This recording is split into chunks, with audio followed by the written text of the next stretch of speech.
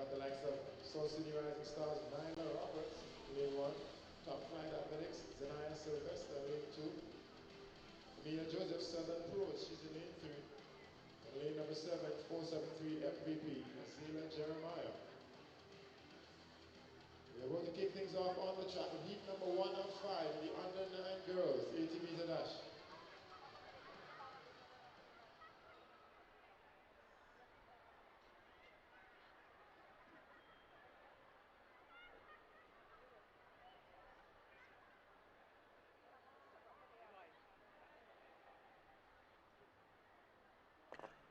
All right, well, it is a bright, sunny morning, just a bit of cloudiness in the distance, but basically we're looking for a good day today. It's the day 1 of the Whitsuntide Games 2026, a day that Grenada is hosting a number of regional teams. In this, the final meet, let's put it that way, of the athletic calendar here in Grenada. And certainly we expect it's going to be a really an interesting one. It's going to be one that showcases a lot of talent that we've seen throughout the season. And it all culminates here, Bernard Antoine. Absolutely. Good morning and good morning and good morning, Clyde. It's a pleasure working with you this morning. The Whitsuntide game have a long, storied history.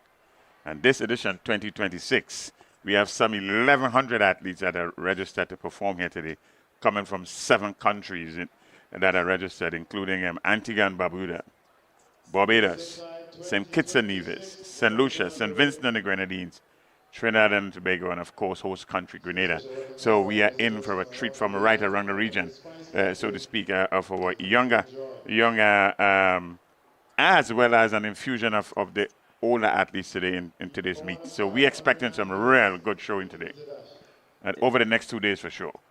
Yes, certainly we do expect some good showing as we prepare for the first track event. We also have a number of events happening in the field, and so we're going to endeavor to bring you all the happenings as fast as it happens. Of course, TNR Communications responsible for this broadcast today, and definitely we're going to try to give you the best. Yes, and this is nothing new, Clyde. This meet as a Whitsuntide Games, this started in the 1950s. So good, as I said, storied history behind it.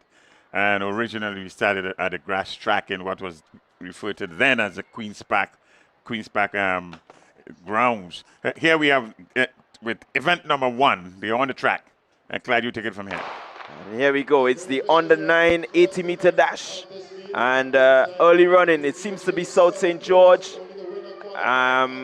In the middle, lane 2, that seems to be Top Flight.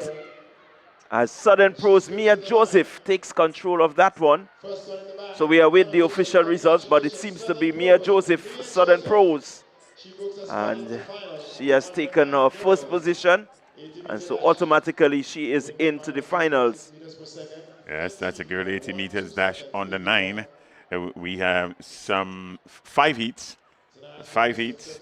The winner, then the next 3 best coming from these 5 heats will go into the finals.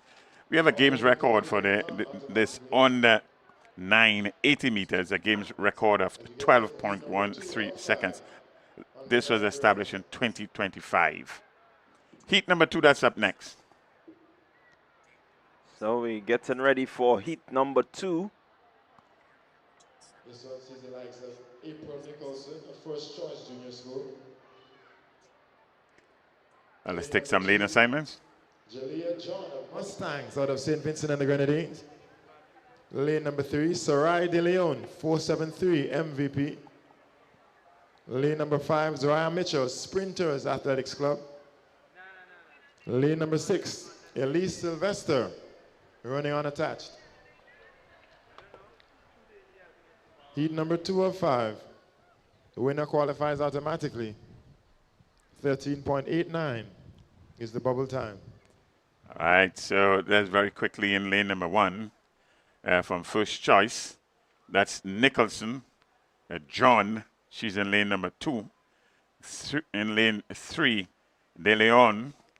Then in lane 5, Mitchell, that's Zoria Mitchell. And in lane number 6, Elise Sylvester. So these are your 5 athletes that are facing the start of this heat number 2 of 5. The girls under 9, 80 meters. So we certainly can look at Soraya De Leon. She has been running well throughout the season. And she's in lane 3 from the MVP club.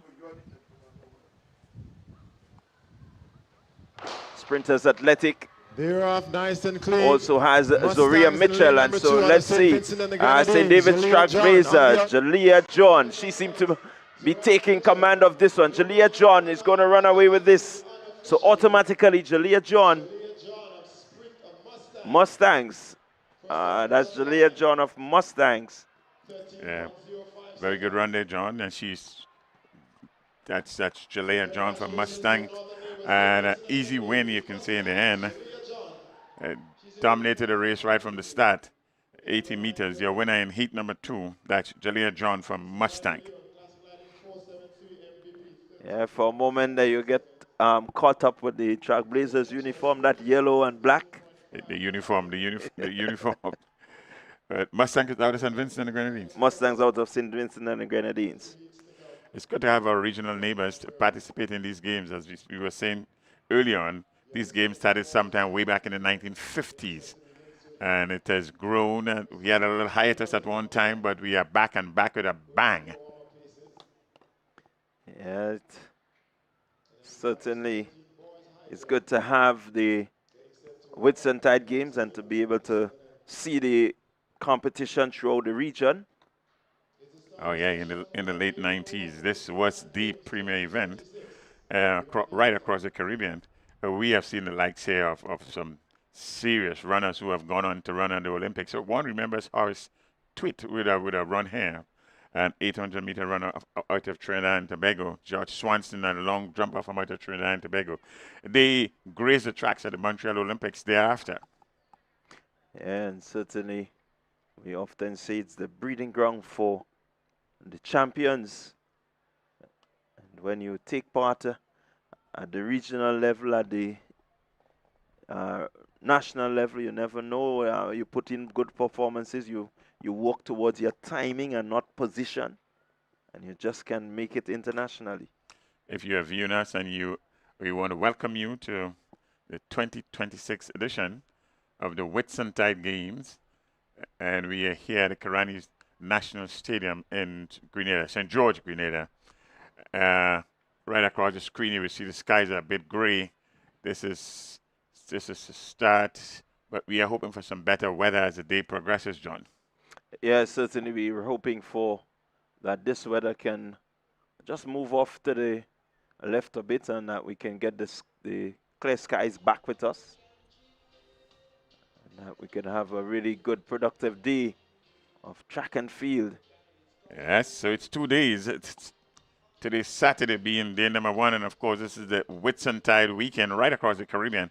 It's the Whitsuntide public holiday on Monday, celebrated in most of these islands, if not all. And in Grenada here, Whitsuntide Monday, it's a day of fun, frolic, and all that comes with having a day off of work. Yeah, certainly looking forward to that holiday on Monday. Just to be able to break from all the work and just get some fun in. I can tell you, today, a lot of these kids are going to have fun. They're doing the things that they love to do, which is blaze the track. Absolutely. You're not missing any action on the track nor on the field. Slight hiatus here, the rains drizzling, sprinkling, if you will. I'm quite sure the people at Nawasa, which is our local water authority in Grenada here, would be smiling. But just for this morning, we want to ask the heavens to hold back the rains for a bit. Yes, certainly we welcome the rain. Many communities, especially in the south, have been really wanting that bit of rain just to cool the temperatures a bit. But we here, we need it We need the sun so that we can have the smooth flow of the events that is scheduled for this, the Whitsuntide Games 2026, right here from the Sakarani James Athletic Stadium. As we said, it's going to be a packed 2 days. And there towards the end of the track and field season for most of these athletes here, most of these junior athletes. This is the really culmination of what has been a very, very, very, very action-packed season. They would have seen the likes of competition among their local schools, the intercollegiate games, as well as Carifta. All of those would have heightened the participation and certainly the expectation of young and upcoming athletes. And over these next 2 days, we expect this to continue. Yes, certainly it's been a really good season of athletics here in Grenada. A number of these youngsters putting in some really good performances throughout the season. A number of records being broken and new ones set. We had the Carifta Games, really a successful hosting of the games by Team Grenada. All the bodies, the Canuck and everyone coming together to really ensure that, you know, the hosting of the Carifta Games was one that will be memorable for all, not just the participants, but the viewers. Everyone, I think, was satisfied. Yes, I think the organizers can give themselves a pat on the back. It was well done, and this was reported far and wide, and the sentiment was pretty much the same. Once again, just to repeat, you're not missing any action on the track nor on the field. We are in a slight holding pattern here because the drizzle, what has now turned into a little bit more than a drizzle, seems to be easing off now. So it's a good time for us to maybe take a break, readjust ourselves, and then come back once the action resumes.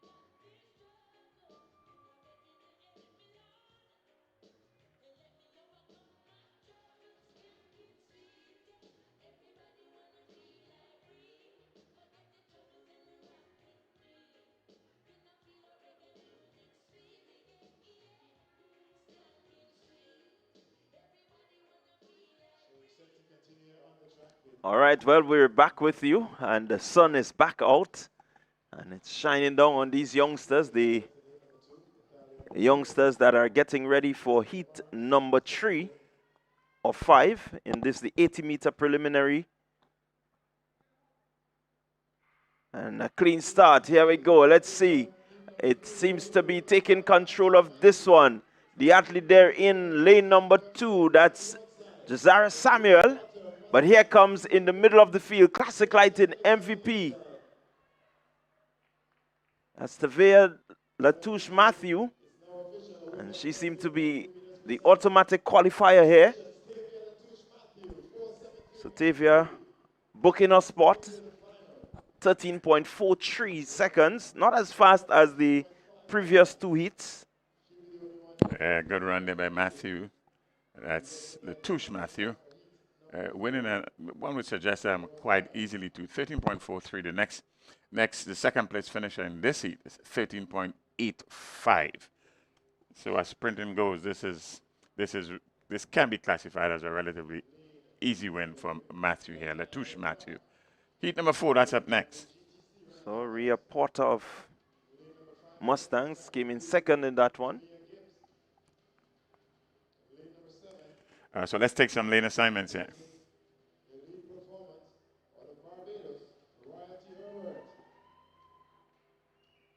Oh, they seem quickly to be ready on their mark. Heat 4, here we go. And early running, it's coming from lane number 3. Lane number 3, that's Kaya Clark Hood. But here comes in lane number 5, Tania Gibbs.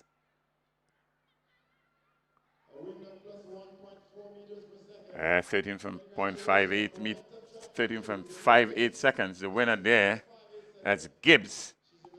Gibbs winning heat number 4. Momentum track and field. Tania Gibbs really just putting on the afterburners a bit late, but she was fully in control. She would tell you she ran a race that she knew exactly what she was doing. Was put under pressure early, but she came through 13.58.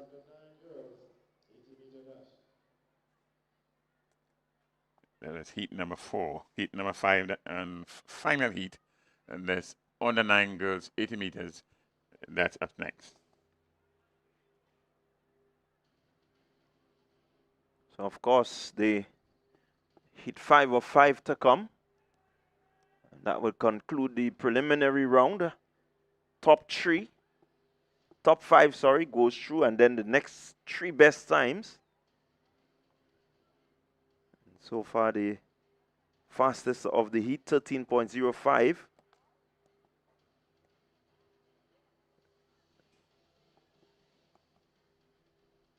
And that's certainly waiting to see what will happen, where the other competitors will come from at the conclusion of heat number 5.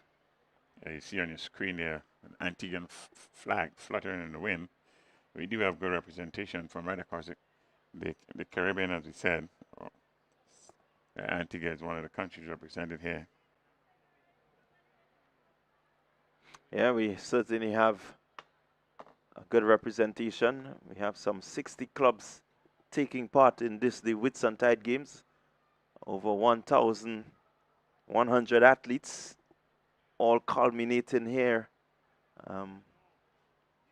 for 2 days of keen competition. So far, the under-9s, they have shown some good talent, and no one really coming close to the record time of 13.12 as yet.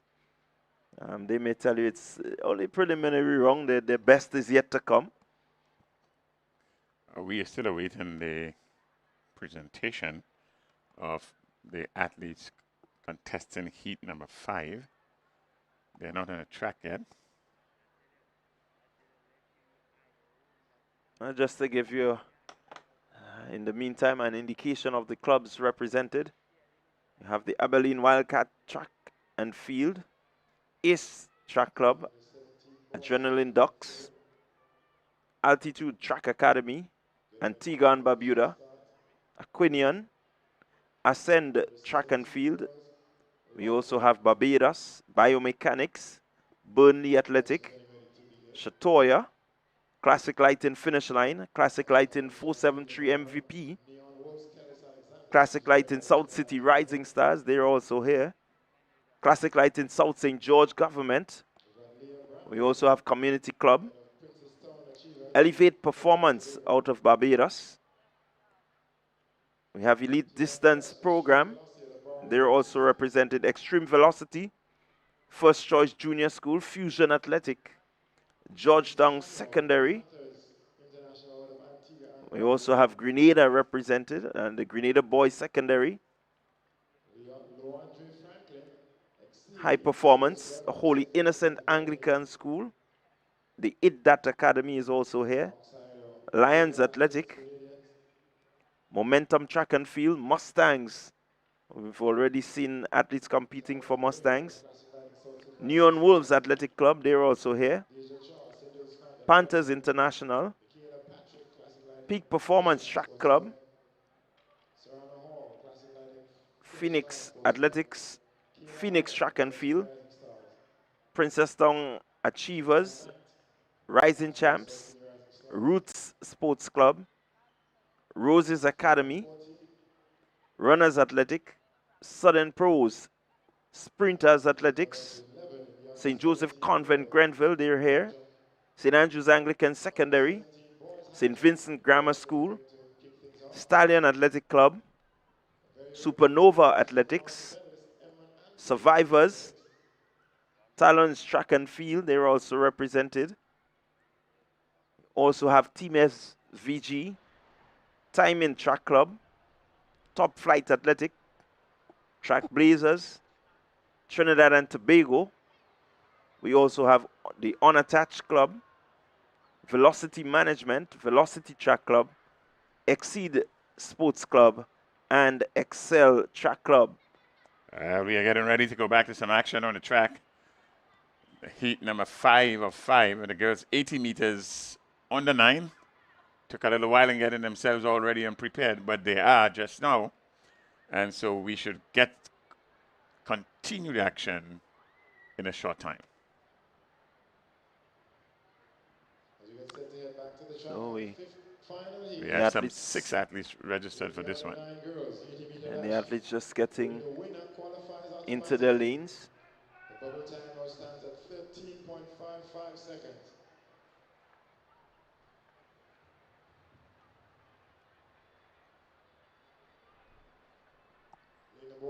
So we can. So let's take the lane assignments. Lane number 3, Treasure Nelson, Classic Lighting Finish Line Sports Club. Lane number 4, Momentum Track and Field, Xavier Paul. Lane 6, Divine Frederick Community Club. And lane number 7, out of Barbados, Elevate Performance, Ava Edie. 5th and final heat of the under-9 girls. We have representation in lanes 1, 2, 3, 5, 6, and 7. So they're all eager and ready to go.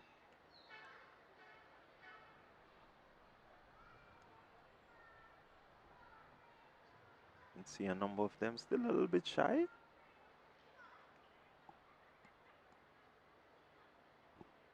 So it's Charles running at the lane 1, Slinger in 2. In 3, it's Nelson. 5, it's Paul. 6, Frederick. And 80, lane number 7.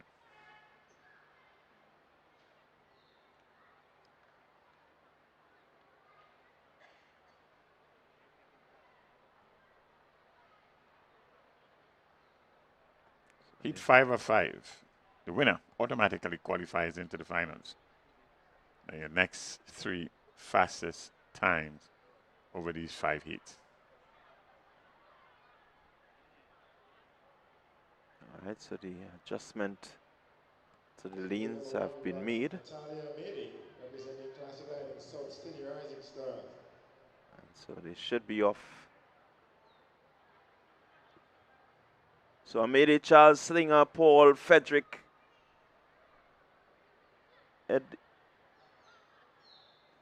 Ide, and Nelson.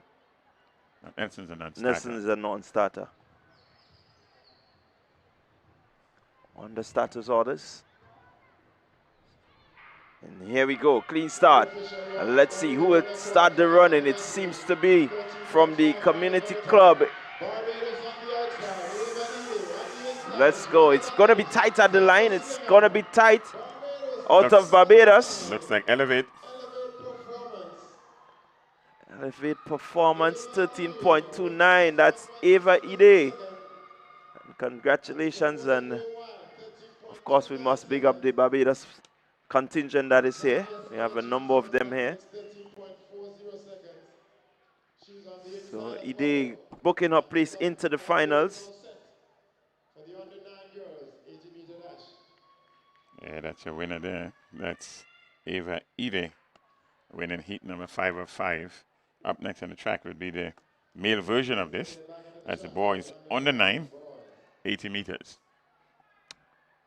So Ide automatically in 13.29. Certainly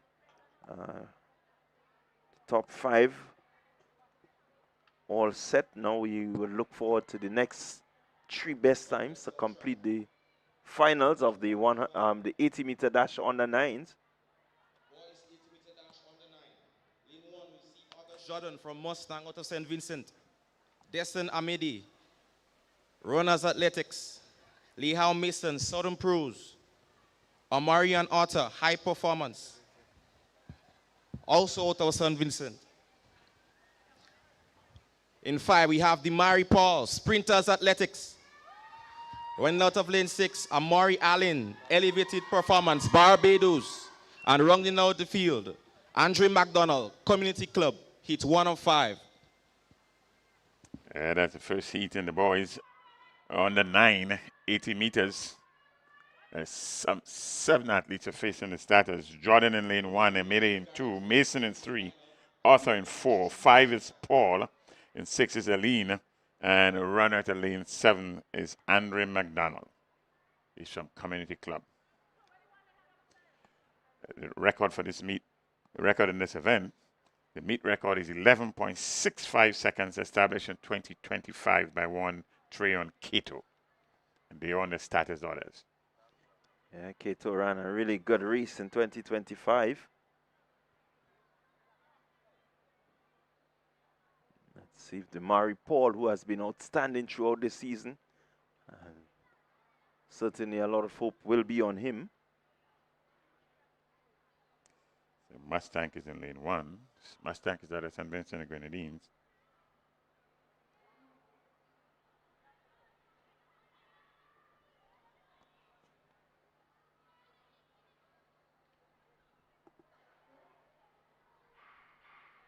We have a false start there.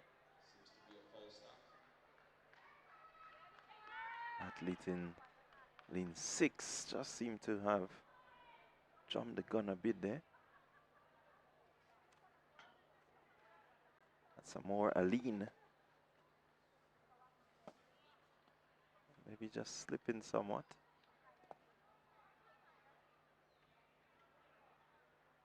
So it's the top finisher plus the next 3 best times. Of course, we have 5 heats in this one.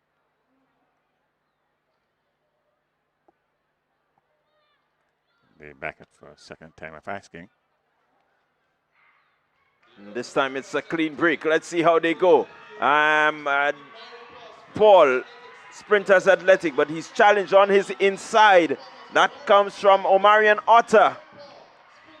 Omarion Otter of High Performance has pushed Paul all the way to the line. That's a good competitive first heat.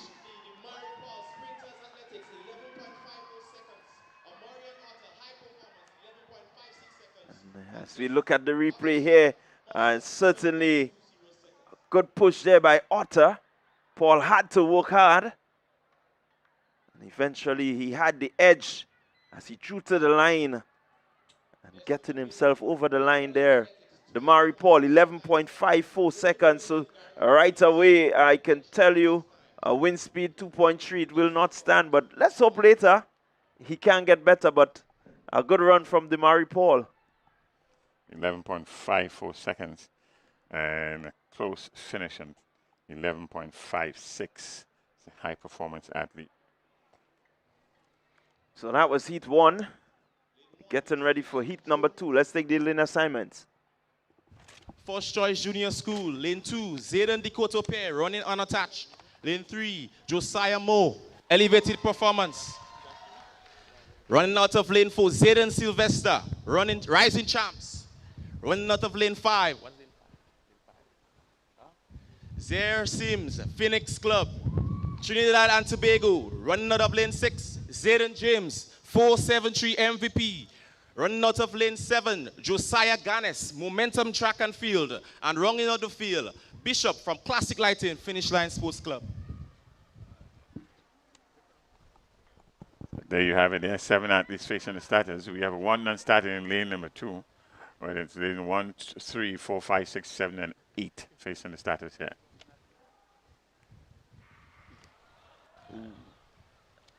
Just seem to have The race will be recalled. faulty start there. Boys seem to be eager. The game's record is 11.65. Cato did that in 2025. Well, we need to keep our eyes on Phoenix, the Phoenix athletes.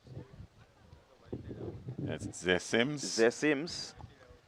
He's running at Trinidad and Tobago, and he's in lane number 5. He's coming here with some pedigree. 11.57, his season The best. gun sends him off. They're chasing a bubble time of Here they go. 12.59 seconds. Running. And it seemed to be lane number 3 taking control of that. Josiah Moore seemed to have gotten this one. 11.66 seconds. So Elevate Is out of Barbados, and he won and won rather easily. Yeah, Sims had to settle for second. And a distant second it was.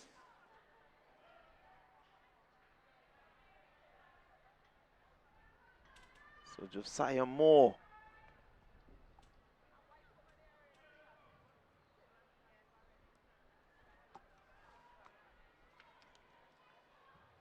Getting ready for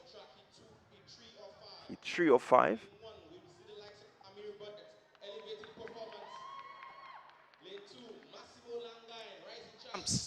Out of lane 4, we'll see the likes of Zayden Paul, Top Flight Athletics. In lane 5, Kamal Williams, South St. George Government. Lane 6, Canil Tellisford, running unattached. Lane 7, Tyler Bain, South Sprinters Athletics. And rounding out the field from Mustang, Shavik Charles. He 3 of 5.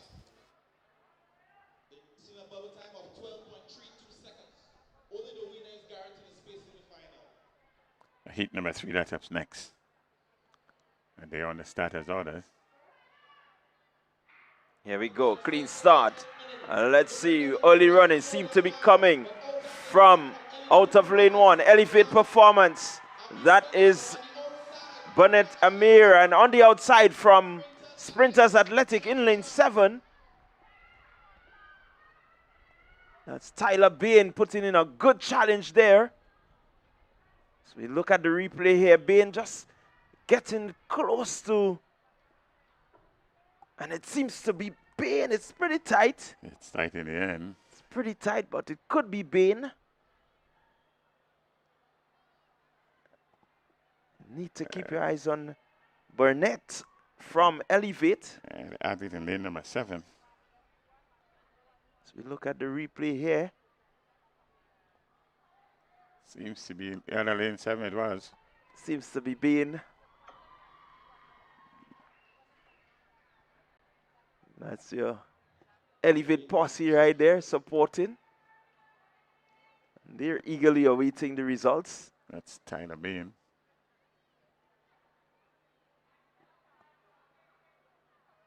Are we still waiting for an official representation of the winner here? Heat number 4, the athletes are all lined up.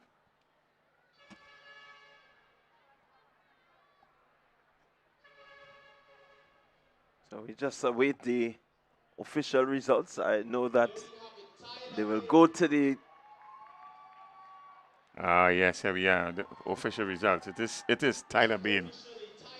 11.53 seconds. At the same time, I was awarded to Burnett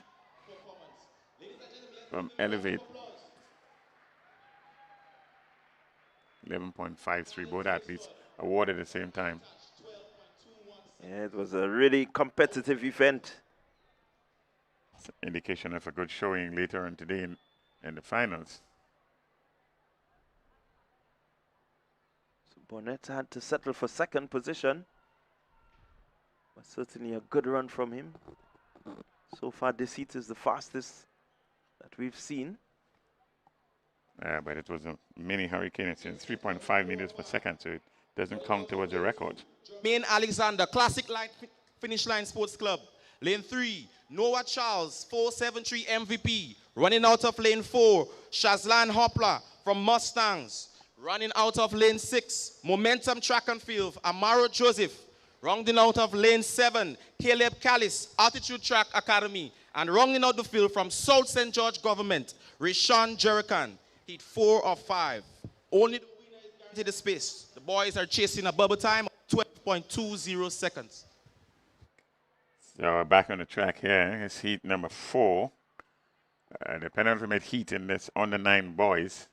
You are, in fact, witnessing the Whitsuntide Games of 2026 on the Karani James National Stadium. So they're on to their mark. Alexander, Charles, Hooper, Joseph, Kalist, and Jurakan. Here we go, clean start. Let's see, pretty even here. Let's look, lane number 2 seems to be Charles, but here comes Hooper.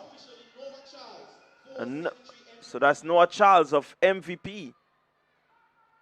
Had a bit of a stutter there at one time. He seemed to have the lead. Alexander from Classic Lighting gave him a challenge. Jerican. So this is one of the slower heats. Yeah, Charles ensures that he qualifies. Sprinters Athletics. Running out of lane 2, Taniel Joseph Regis, First Choice Junior School.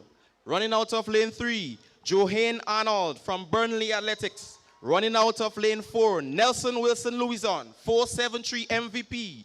Running out of lane 6, Trayvon Williams, South St. George Government.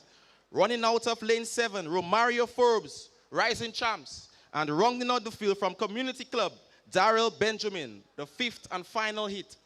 The guys are chasing a bubble time of 12.20 seconds. So there you have it, the starting lineup for heat number 5. So the final heat in the under 9 boys qualifying. They're under the starters orders. Clean start, here we go, let's see. It seems to be Nelson Wilson Louison, Classic Lighting MVP, but on the outside from Sprinters Athletics, he's been. Here goes Nelson Wilson Louison, MVP. And he will take the win here, 11.89 seconds.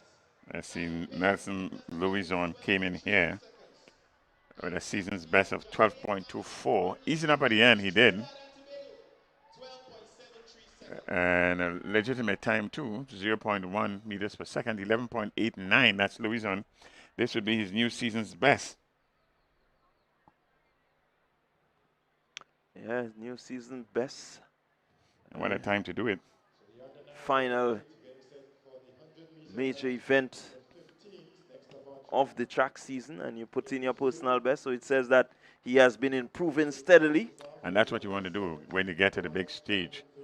You try to better your season's best. Season's best, a personal best, 11.89. It wasn't the fastest heat and show today, but it certainly would be competitive. We had a time of 11.54 in the first heat. Yeah, the fastest heat will be that of Tyler Bean and Burnett from Elevate, 11.53. So there is a bit of competition when you look at the qualifying so far. It will be quite competitive. We're getting a shot here at the athletes that are competing in the long jump. That's a long jump for girls. Under 17, at least 399 from extreme velocity.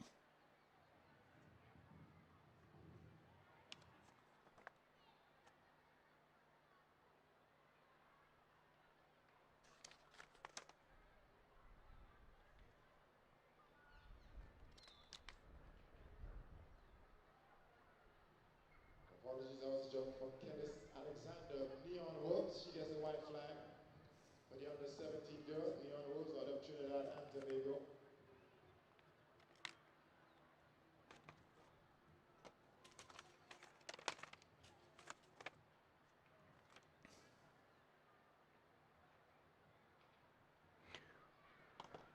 So the under 17 girls, they continue the event. It's the long jump for under 17s.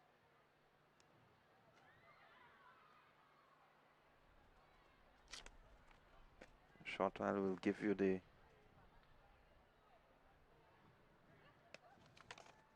record for this event. So it's a 4.35 meter jump on the second attempt. Kellis Alexander, Neon Wolves out of Trinidad and Tobago. Of course, a number of field events happening simultaneously. Also have the javelin throw. Also should have the high jump. 1.60 meters. The record in that event stands at 1.91 meters. Javar Cato of St. Vincent and the Grenadines is the current games record holder. He's off now on the collegiate scene in the U.S. He's got some compatriots representing St. Vincent Grammar School in this one, Devontae Niblett and Jermaine Oliver, hoping to fly the flag high for St. Vincent and the Grenadines. So the athletes coming out for the next suite of 100-meter events. Under 15 girls, 100-meter dash. Happy the girls on the 15, 100 meters. Meantime, the action continues with the long jump. Games record stands at 12.17 seconds. On the 15 girls, we have some 5 heats listed to be competed. With the top finisher in each heat and the next 3 best times that will get you into the finals later today.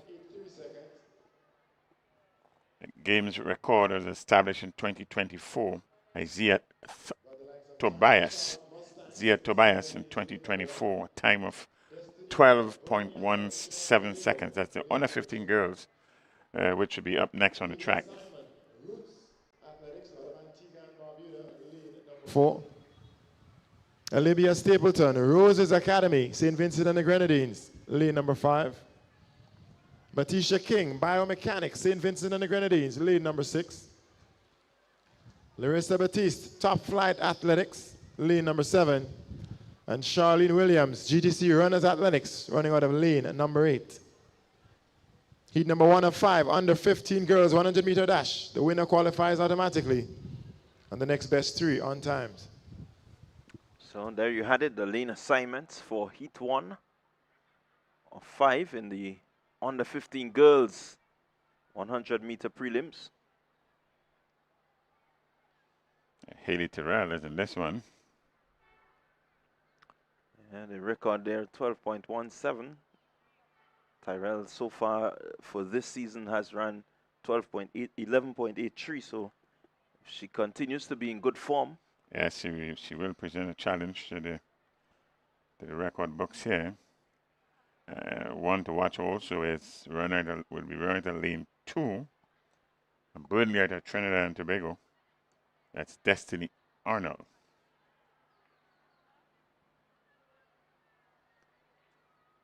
So we should see some good competition here in lanes 2 and 3.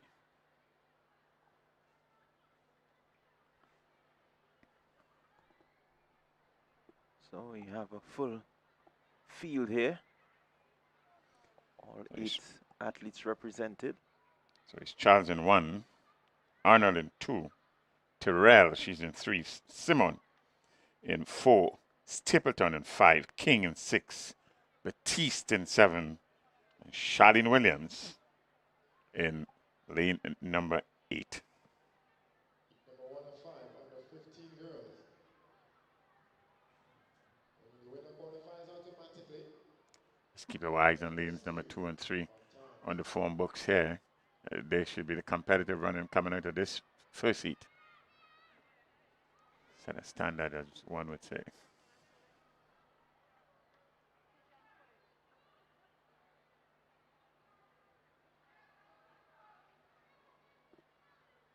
So they're on the starters orders. And here we go, clean start. Let's see. Early running, it seems to be lane number 3. Haley Tyrell taking control of this one. On her inside in lane number 2. We have Destiny Arnold from Burnley. But certainly Tyrell, 12.14 seconds. Plus 0.4 meters per second win. That's a new games record right there. It's a legit win. And in the end, Clyde, she won, and she won rather easily. There we see her hair crossing the line and crossing it easily.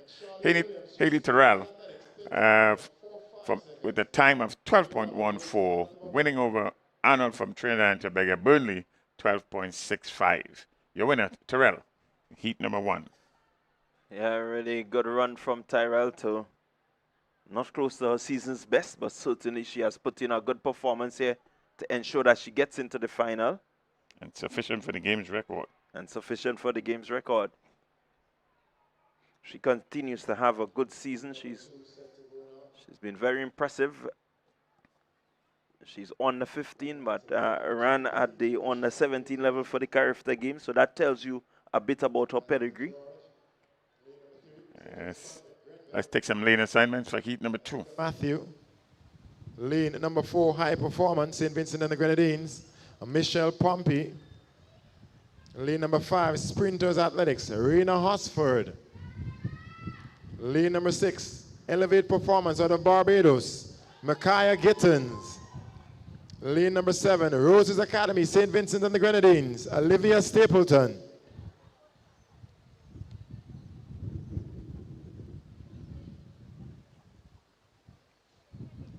Good representation from across the Double Caribbean time in now this one. stands at 13.45 seconds.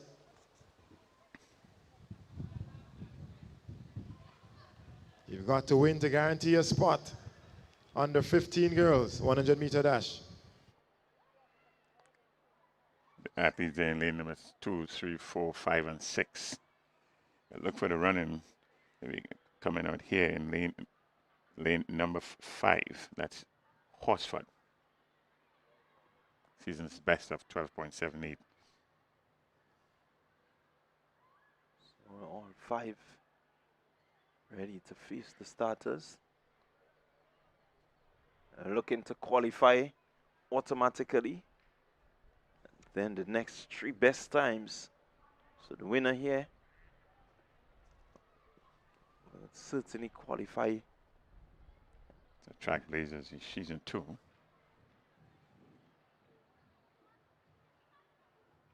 Joseph Convent and Andrew, 3. Clean start. Let's see. Early run-ins. Hosford seems to have gotten out well, and she's going to take command of this race. It's Arena Hosford, Sprinters Athletics. And the race is really for second. Hosford running a pretty steady race, very composed. It's a good run there by Horsford. Not unexpected, I might add.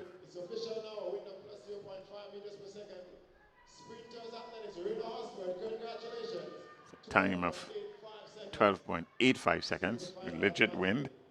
Michelle Pompey, high performance, 14.06 seconds. And Asia George, St. David's Track Blazers, 14.14 seconds. Yeah, also doing the business. Michelle Pompey in second position. We'll have a long wait to see if that time can get her close to the finals. Heat number 1 was was fairly quick. It's 12.14, the winner.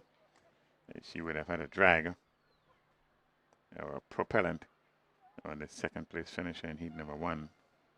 Heat number 3, that's up next. It's the girls 100 meters on the 15.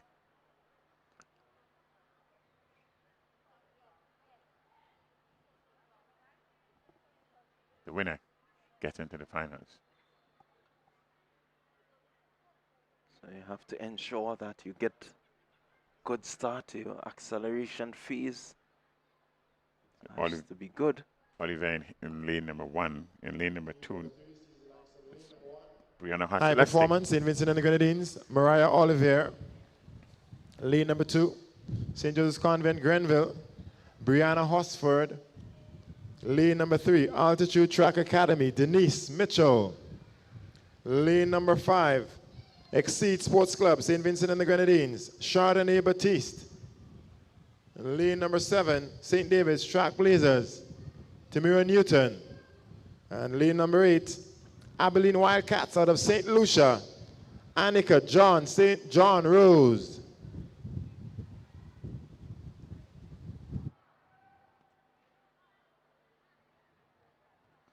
So there you had it, the lean assignment, and they're on the starters orders. It's going to be a good showdown between Newton and Mitchell. We've seen them compete at the national level. Clean break, let's see. And it's Track Blazers, it's Newton, it's also in lane 1. But here goes Tamara Newton. So Newton, St. David Track Blazers taking this one, looking rather smooth. Mitchell in second, 12.57. It's official, a wind of minus 0.5 meters per second. Congratulations, St. David's Track Blazers. Tamara Newton, 12.67 67 seconds, 12.67. So certainly Newton into the finals. 12.67 seconds. A good run from Newton there. It's good to see a sight in there from Abilene Track Club from out of St. Lucia.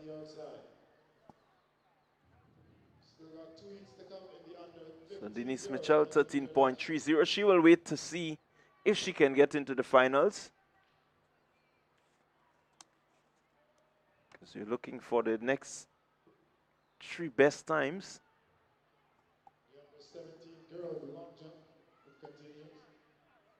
So far the time to beat is 12.65 seconds to get into the finals. They continue with the long jump for under 17 girls.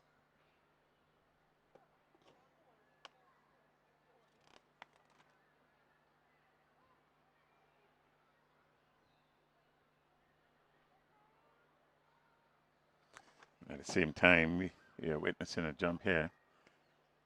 High jump. The high jump is ongoing. And that will be the boys under 17. And we would have just witnessed a jump there by Abilene Wildcats athlete out of St. Lucia. Amory Averill. So a sighting there from the athlete out of Abilene, St. Lucia.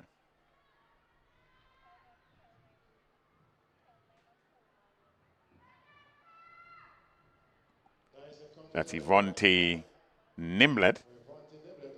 He's out of St. Vincent and the Grenadines. That's a grammar school.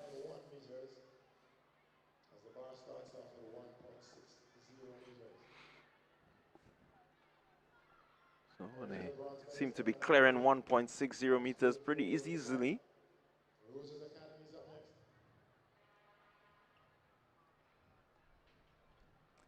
That's Hooper. That's a Zyra Hooper. He's also from St. Vincent and the Grenadines. Rose's Academy. That's Hooper. Clearing easily also. The game's record for this event here is 1.91 meters. This is established by Cato in 2023. Javier Cato in 2023. 1.91 meters.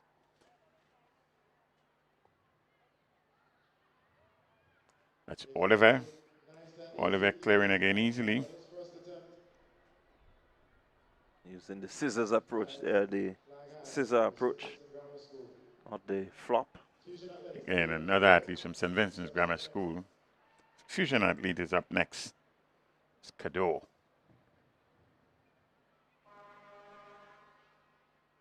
Kando has been in some good jumping form this season. Yes, he has. And another easy clearance. Oh, the boys are sending a statement here. This is a not challenging just yet. All successful clearances so far. This is Brown. Oh, must have put some goat mouth, as they say. The first failed attempt, that's Brown. Eh? Yeah, the approach just seemed to be a bit casual there from Brown. He's out of St. Vincent and the Grenadines. Back to the track we go for heat number 4. 4 or 5. You're under 15 girls, 100-meter dash. The bubble time now stands at 15.30 seconds. This is Hooper. Only the winner qualifies automatically. So it's practice walk, it's practice and warm-up jumps. They are getting their feet wet, as they would say. Here we go. Lane number 2. Elevate performance out of Barbados, Jordan Yearwood.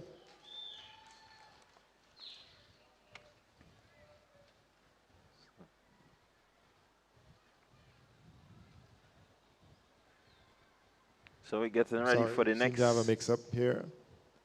Next heat. In Lane number 8, we've got Exceed Sports Club of St. Vincent and the Grenadines, Keandra Stay. Lane number 7, Classic Lighting South City Rising Stars, Ava Plenty. Lane number 6, Extreme Velocity of Barbados, Hannah Wallace. Lane number 5, Kenisa Kalist, Sprinters Athletics. Lane 4 is Rosiah Richards. Lane number 3, Summer Alexander of Timing Track Club. And Kimari Bernard, lane number 2, Tranquility.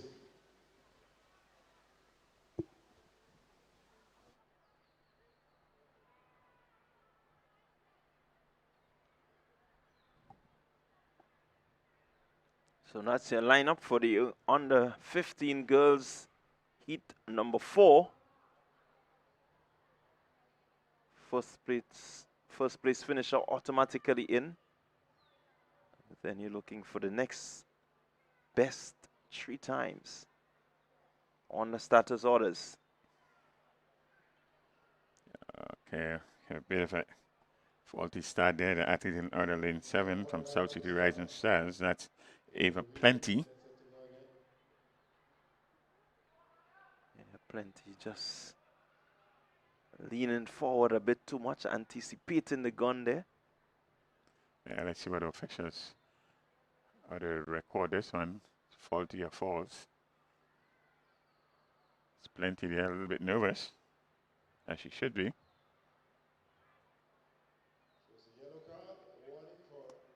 Okay, so she's safe. Recorded as a faulty start. It's green for the field. They will do this again. Second time for the asking.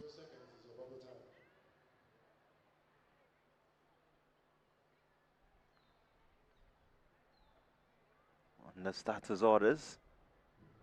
Clean break this time. Let's see who gets up early.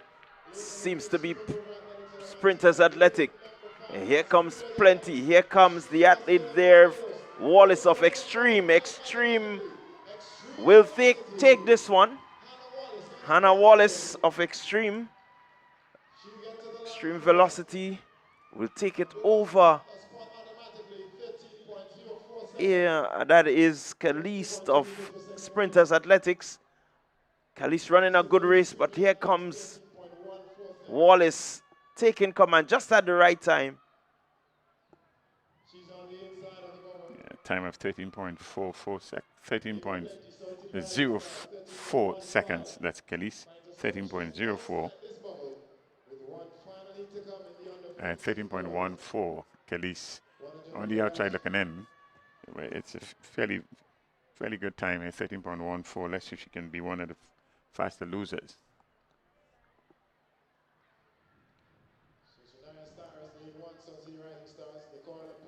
Two sprinters athletics. Amaya White, It That Academy out of St. Vincent and the Grenadines, lane number 3. Ania Charles, Abilene Wildcats, St. Lucia, lane number 4. Lane 5, Leandra Kinch, Elevate Performance out of Barbados. Lane 6, Classic Lighting Finish Line Sports Club, Jelena Panchu. Lane number 7, Sophia Thomas, Timing Track Club. And lane number 8, out of Barbados, Extreme Velocity, Kaya Harvey.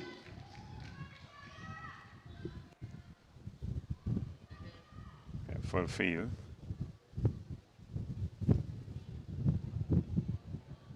So all athletes, all 8 athletes are lined up. The bubble time now stands at 13.14 seconds.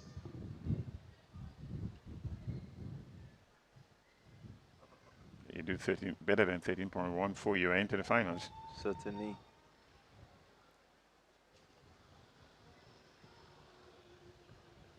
Again, it's another faulty start. A bit of a bubble right at the Start start. already confirmed. And render their verdict.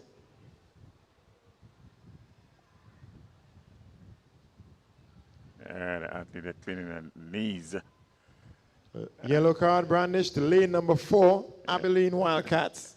It's Nia Charles out of St. Lucia. A green card to the field. yeah, once We you go again. Once you get into that set position, you have to be still as possible. You have to be still, and so the athlete in lane number 4 wanted to make sure that she had a proper display at the end. Clean start. Here we go. Let's see who takes control. It's still a bit even. The athlete there in lane number 5 seem to be taking command of this one. Lane number 5, and that will be Leandra Kinch. Could it be? Looks like the elevator athlete here. Seems to be Kinch from Elevate, but on the inside, South City Rising Stars Cyrus really came in strong. As we look at it here, the replay. Yes, it is Kinch. Kinch taking it from Cyrus, 13.28.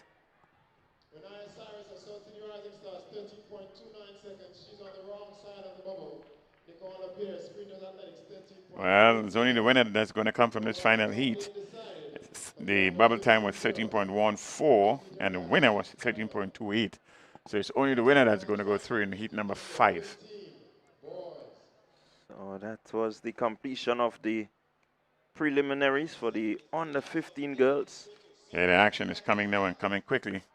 It's the boys. Roses out of St. Vincent and the Grenadines. Running out of lane 3, Roy George from It That Academy, St. Vincent and the Grenadines. Running out of lane 4, our homeboy, Deshaun Oliver, Altitude Track Academy. Running out of lane 5, Aaron Basden, St. Vincent Grammar School. Running out of lane 6, Jeremiah McWilliams, Burnley Athletic Club, Trinidad and Tobago. And running out the field, Yordle Christopher from SAS. Heat 1 of 7. Boys, 100-meter dash, under 17. There you have it. You have the starting lineup here. It's the top finisher. We have 3 athletes from St. Vincent and the Grenadines in this one. 1 from Trinidad and Tobago. And local athletes from Grenada here. The game's record is 10.90 seconds. This was established by Taddison Paul in 2002. 10.90. The young man would do very well to come anywhere close to this today. Yeah, they certainly will have to do well to come close to this time. Taddison Paul,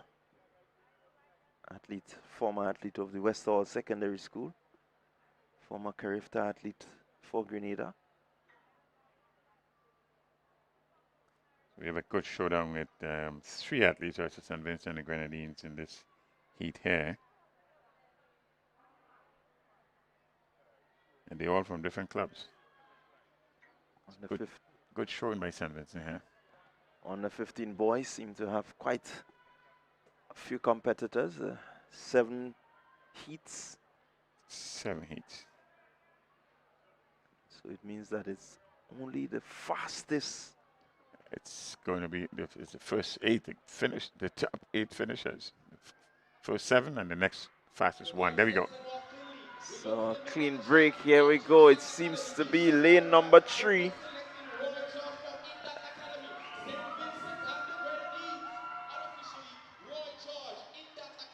Lane number 3, that's Roy George of Idat Academy. Running a good race there. 11.38.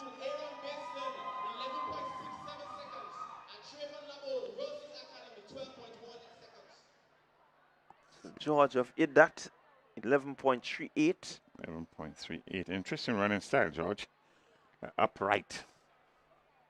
Oliver, 11.60. We'll have to wait and see. It's a good run by George. Good control run. Had it under control right to the end. Time in track club. Running out of lane 2, Roses Academy, St. Vincent and the Grenadines. Running out of lane 3, Mikai Moran, Lions Athletics, Trinidad and Tobago. Running out of lane 4, Extreme Velocity, J. Moore, Barbados. Running out of lane 5, Ethan Nero, High Performance, St. Vincent and the Grenadines. Running out of lane 6, Tyler Hercules, Biomechanics, St. Vincent and the Grenadines. And rounding out the field from Abilene Wildcats, Raul O'Reilly. Hit 2 of 7. Only one guaranteed a spot. The boys are chasing a bubble time of 12.18 seconds. Clyde, I tell you something here. We have a representation across the region here. We have Trinidad and Tobago. It's the athletes in lane number 3, Lions. St. Vincent and the Grenadines. We have 3 athletes running, 2 athletes from St. Vincent and the Grenadines, athletes from Barbados. The boys are chasing a bubble time of 11.60 as well as seconds. St. Lucia. This is a Caribbean field right here. Yeah, certainly a Caribbean field. Need to keep your eyes on Tyler Hercules. He's been at the Whitsuntide Games before and has been very impressive. Comes in with a seed time of 11.40, Hercules. Yep, Hercules is used to winning. You've seen him from the under-9s all the way up here. This name has been a name that is frequent with the Whitsuntide game, Tyler Hercules. It's a good sprinter. It's a season's best here of 11.40. It's nothing to shout about, but he does have the pedigree.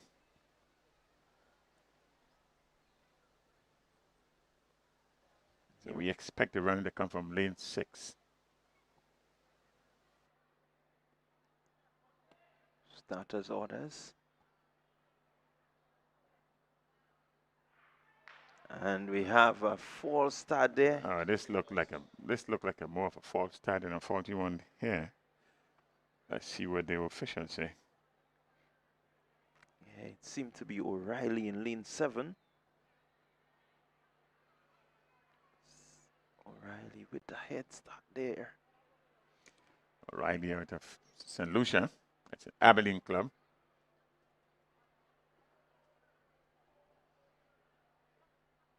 St. Lucia certainly put their hands up on the regional circuit in sprinting, especially female sprinting.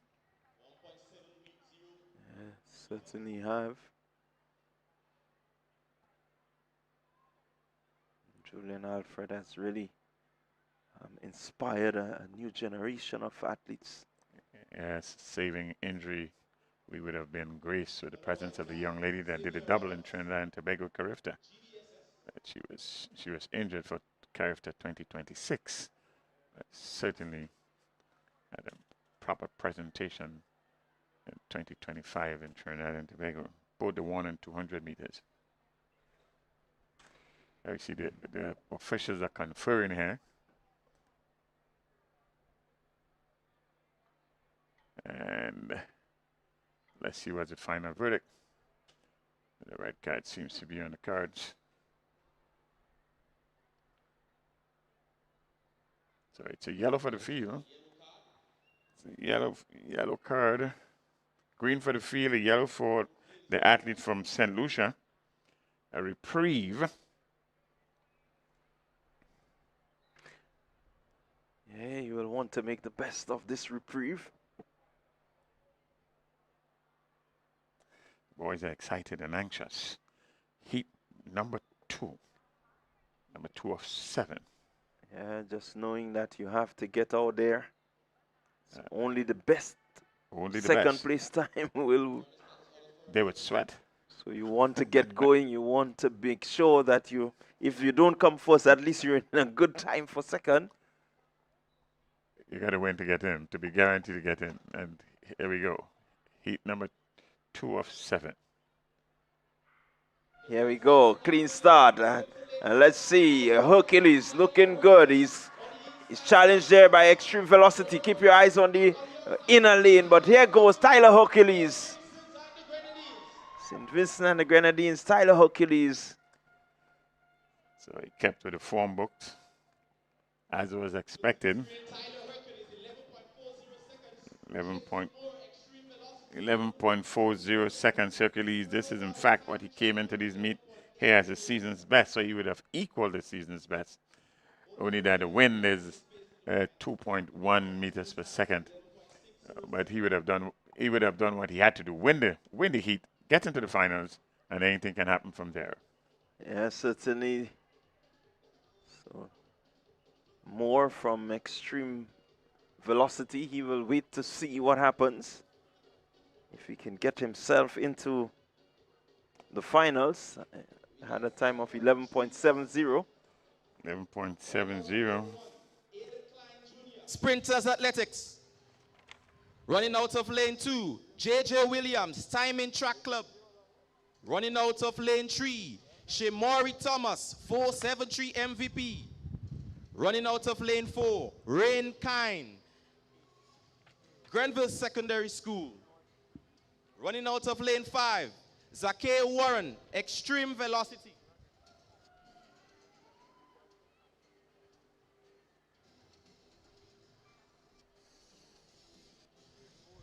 Lane 4, Rain Kane, Georgetown Secondary School.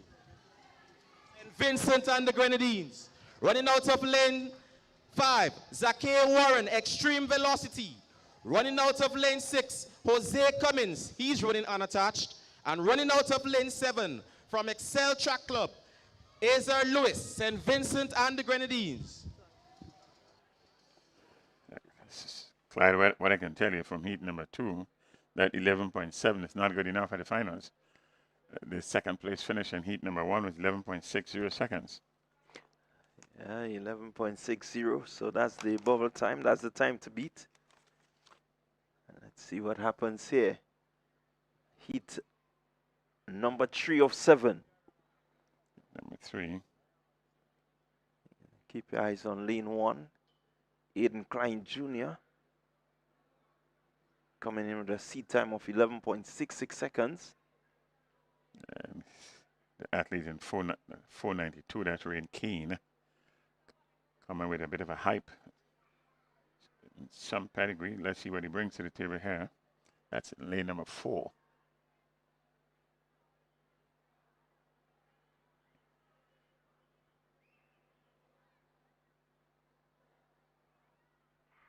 Clean start. Let's see. And it seems to be extreme velocity. Extreme velocity, but keep your eyes on Klein. Extreme velocity.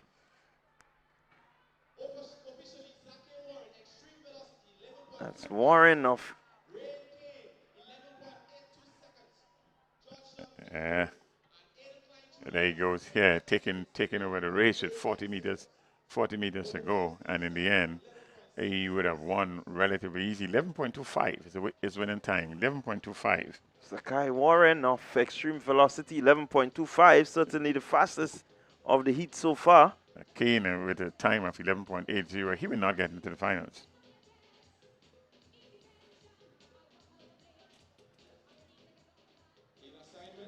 So Warren. Amani Jones Benjamin. Running out of lane 3, Christian Whitall, Extreme Velocity. Running out of lane 4, Jonathan Labari, Fusion Athletics. Running out of lane 5, LeSean Callis, Altitude Track Academy. Running out of lane 6, Jabari Charles, Timing Track Club. And rounding out the field, Ketieni Wilshire, 473 MVP. So that's the lineup for Heat 4 of 7. Galise seems to be the seeded athlete here, but with a season's best of 11.90, he'll be challenged unless he wins to get into these finals. But look for Labari here in lane number 4, running for Fusion. Yeah, this one promises to be a quick one.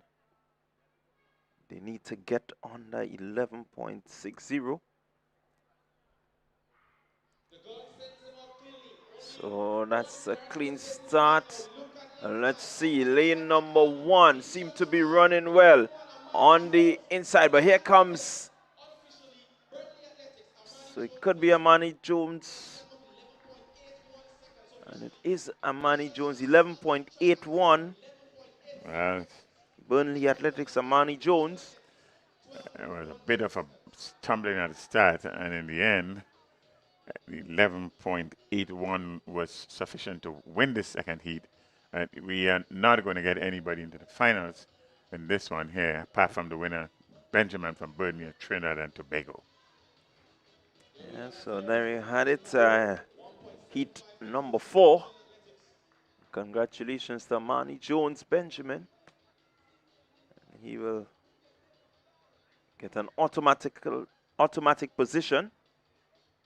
Time nowhere really close to the first 3 heat, but he's in nonetheless. Yeah, there was a bit of a stumble right at the start, and I think that must have thrown off the athlete. We take a quick peek for the action, the high jump. So the action continues. You're on the inside. It's the Whitsuntide Games 2026. Yeah, the high jump continues. The bar being set at 1.80 meters. Well, what we can tell you,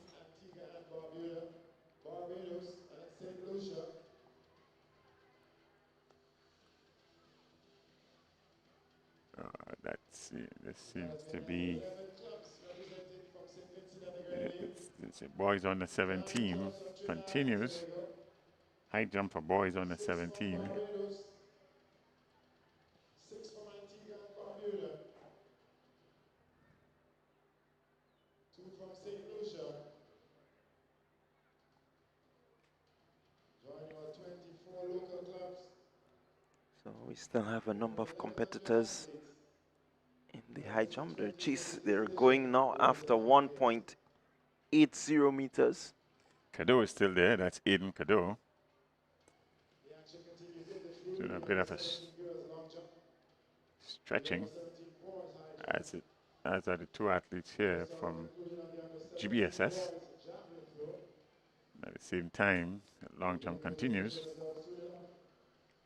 We're heading back onto the track for heat number 5 of 7 in the under 15 boys. 100 meter dash.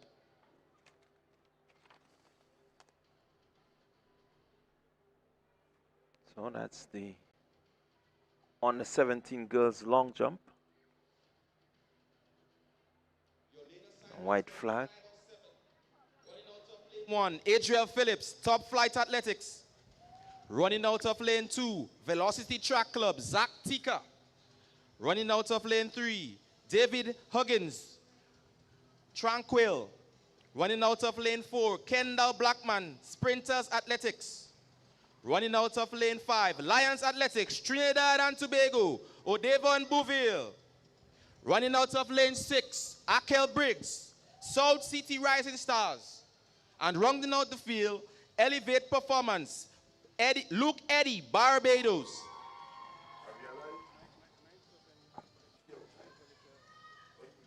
boys are chasing a bubble time of 11.60 seconds. With a season's best of 11.64 seconds, that's Briggs. He needs to bring his A game if he needs to get into the finals today. Yeah, certainly needs to bring his A game. Has to win to get in. That's Philip, he's in lane 1. Tika in Renata lane 2. 3, Huggins. 4 is Blackman in season 4. In lane 5 is Beauville, representing Trinidad and Tobago. It's 6, that's Briggs, South City Rising Stars. And Eddie, that's Luke Eddie, is in lane number 7, representing Barbados, Elevate Club.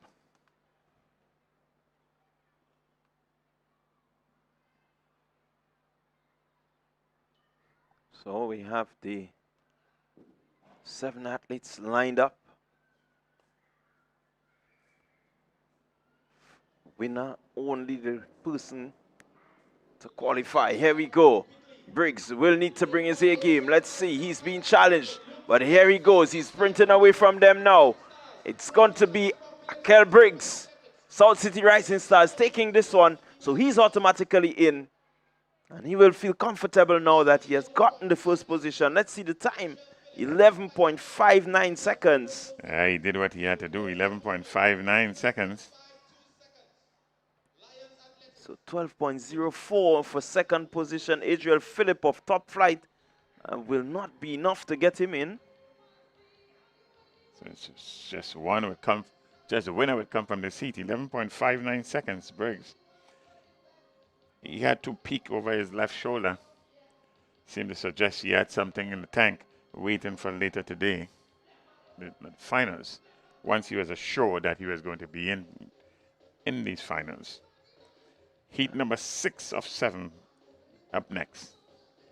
Well, he has certainly lowered his personal best, 11.97 he came in with, 11.59, so a good time again to, put in your best performance. This is the time to do it. It's on a big stage.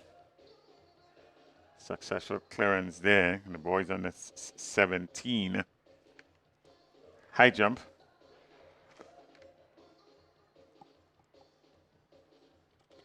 One will hope that as the finals get closer, these boys will get even faster. Getting ready for heat number 6. So St. Vincent Grammar School, running out of lane 3. Kareem King, biomechanics out of St. Vincent and the Grenadines. Running out of lane 5. Lane 4, sorry. Ethan Mahone, Sprinters Athletics Club. And running out of lane 6, Bernard Stephen, Mustang out of St. Vincent and the Grenadines. Okay, this is a lane number 3 out of St. Vincent and the Grenadines. Lane number 4, that's Mahone. And in lane number 6, we have another athlete here from St. Vincent and the Grenadines. That's Stephen. And then lane number 1, also from St. Vincent and the Grenadines. That's Young. 3 athletes here from St. Vincent and the Grenadines.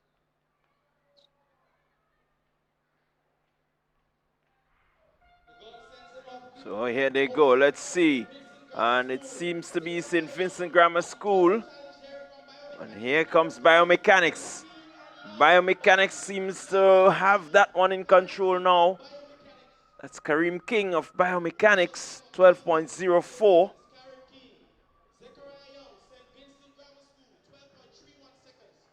And so King, the automatic qualifier. There we go. He would have caught the athlete there on his outside, on his inside rather, from St. Vincent and the Grenadine. That's King. And in the end, his winning time of 12.04 would get him into the finals as the automatic qualifier. King out of biomechanics into these finals. So again, King, the only competitor from his heat to get in. So far, the 12.60 will be the person getting into the final as the best second place finisher.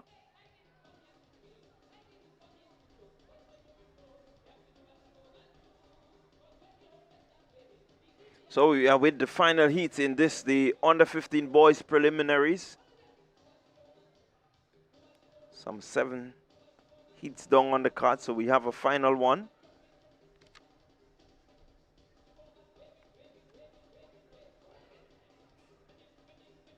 Meantime, the under 17 girls long jump continues.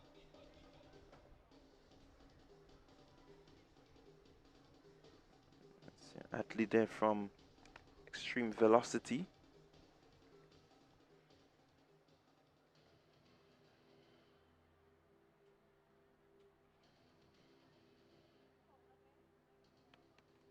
It's a fair jump.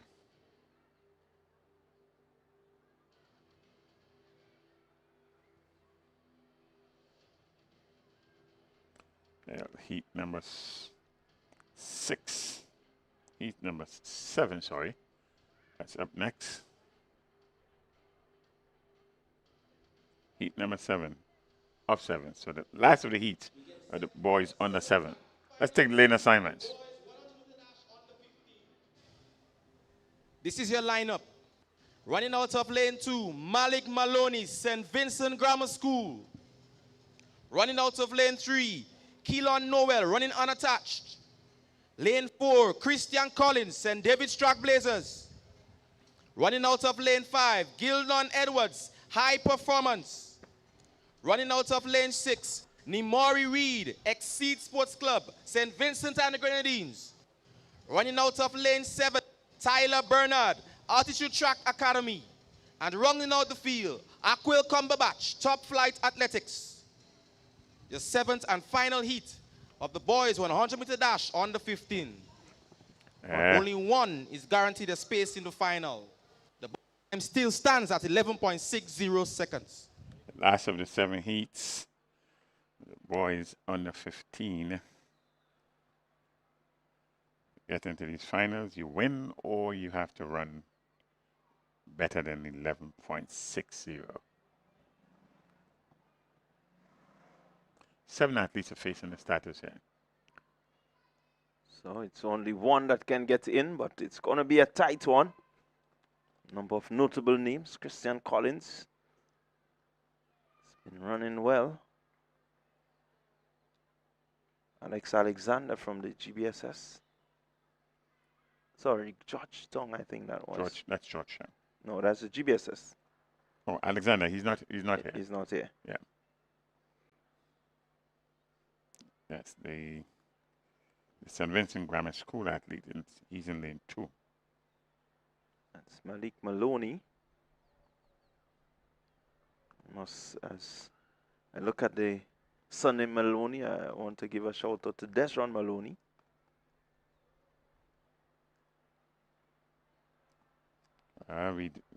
No standout here. We're speaking from muscle memory here. Christian Collins, lane number 4, representing St. David's Trailblazers. Need to keep your eyes on Cumberbatch also. It's been running well throughout the season. That's Aquil Cumberbatch. He's in lane number 8.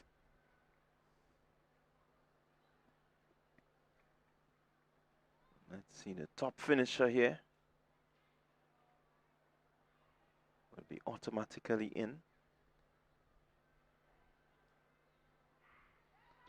Clean start. Let's see. Collins seems to be taking control of this one. Collins is looking good. Cumberbatch is coming back strongly. Cumberbatch is going to take this one. It seems to be Cumberbatch. It's pretty tight on the line. Yeah, it's good run back there from Cumberbatch with some 40 meters to the end. He would have caught. He would have. There's Cumberbatch there. Aquil Cumberbatch, 11.42, 11.50. The athletes from St. David's Trailblazers, he will get into these finals. So we have two athletes here coming out of this last and final heats. That's out of St. David's track Blazers, that's Christian Collins, the fastest loser. Akil Kamabat secured his place into these finals with a time of 11.40 seconds. It's going to make for a good outing later today. As we would have said earlier, they are nothing close to what the record looks like, 10.90 seconds for the meet record in this event. Yeah, certainly a good time for Collins to run 11.50. Gets him into the finals. Bubble time previous was 1:11.60. Collins running 11.50, so certainly doing well here. Collins has made the finals. So your top 8 have been decided for the under 15 boys 100 meters. We have the big boys here now. It's the boys under 20. They're up next on the track. We're getting some glimpses of the field events that are ongoing. That's under 17 boys high jump. It's a failed attempt. The athlete from the GBSS there. Here is an athlete here in the long jump for girls under 17.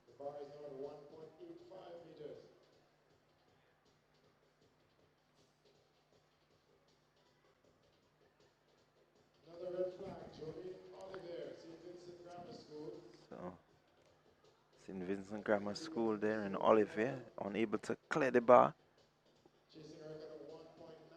And this is where the challenge comes. Number of field attempts at 1.8. Make it 1.85. So you're going to see the separation happening. Certainly is the game's record.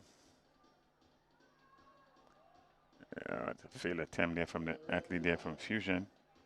That's Aiden Cadeau. The game's record is an impressive 1.91 meters. They are nowhere close to that just yet.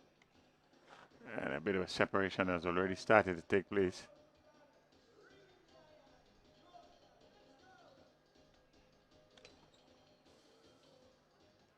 The athlete from GBSS is up next. That's Emron Anthony. Came in with a season's best of 1.90 seconds, so this should be challenging for him. Not much of a challenge for him, I might add.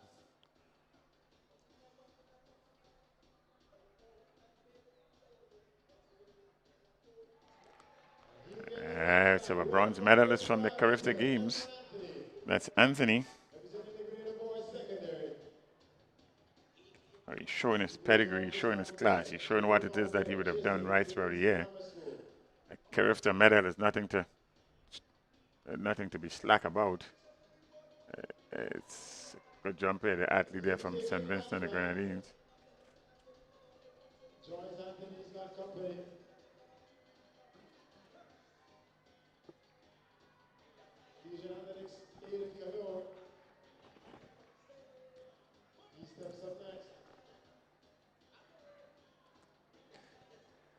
So the action continues with athlete there from Fusion. That's Cadeau, that's Aiden Cadeau. Cadeau wants to clear this height here. Ensures that the competition continues. Unable to get over the bar. He's a better jumper than that. Yeah, season's best of 1.89. Yeah, just seemed to have gotten a bit too close to the bar there. So on his upswing, he seemed to be touching the bar already. Want to ensure that you get a good distance from the bar, that you can get over the bar. You're not missing any action on the track. They're listed to be up next. It's under 20 boys.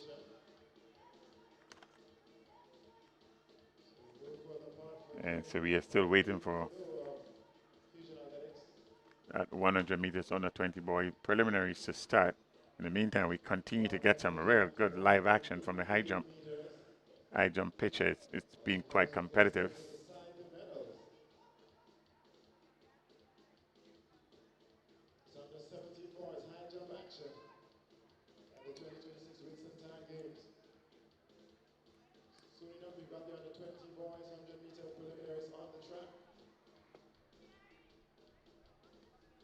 It's going to be a good day for some keen athletic competition. Sun just being hid slightly behind those clouds there, Bernard, and so the temperature may have dropped a bit. Yes, that's not a bad thing. If the rain stays away and the humidity abates, we'd have good conditions for running. So here we are now getting into our setup for the boys under 20 100 meters dash. Heat number 1. There is the top finisher in each heat, the next 2 best times. So there's 6 heats. You got to win to be guaranteed a place into the finals, then the next 2 best times. The boys under 20 100 meter dash. That's up next on the track. We get our lane assignments shortly for heat number 1. What we can tell you is that the game's record was established some time ago. It's 10.40 second one Marlon Martin. Oh, they would have to do some serious running to get anywhere close to that record, Clyde. Yeah, they will have to. We've seen George run 10.39 as his season's best. And if he can replicate that, then it means that he would really be under the record. Yes, that should make for some good running. A good competition. It should come from either lanes 1 and 6 also. Well, we are going to get a full lineup shortly, but here's a lane assignment. Coming up soon enough.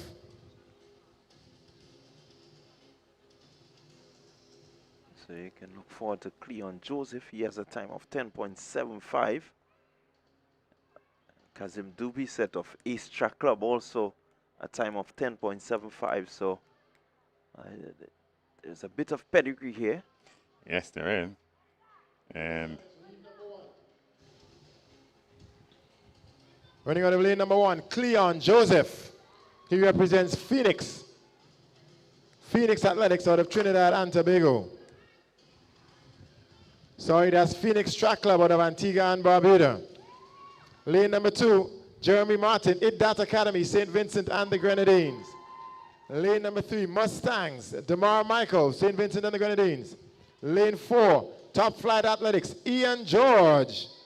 Lane number 5, GTC Runners Athletics, Keston Thomas. Lane 6, Ace, Kazim Dubeset. Lane 7, Nathaniel Douglas, Fusion Athletics. okay, so we have some Clean start. Here we go. Let's see. George Here they are, and down they come. seems to be Ian George getting up on the well. He's taking command of this one, but keep your eyes on Phoenix Track Club out of Antigua.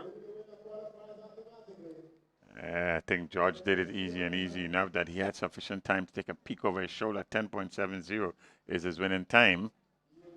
Yeah, good run there from Cleon Joseph for Phoenix Track Club out of Antigua, 10.79.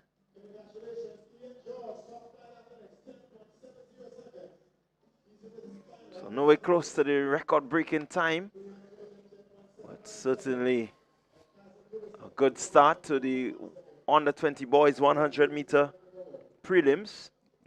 George started to look over his left shoulder 20 meters ago. Gives you an indication that he has much more in the tank. Heat number 2, that's up next. 6 heats. Let's get lane assignments.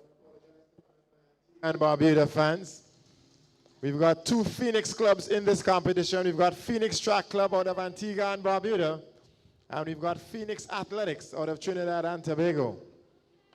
But we welcome all of our Caribbean neighbors here at the Kirani James Athletic Stadium for the 2026 edition of these Whitsuntide Games.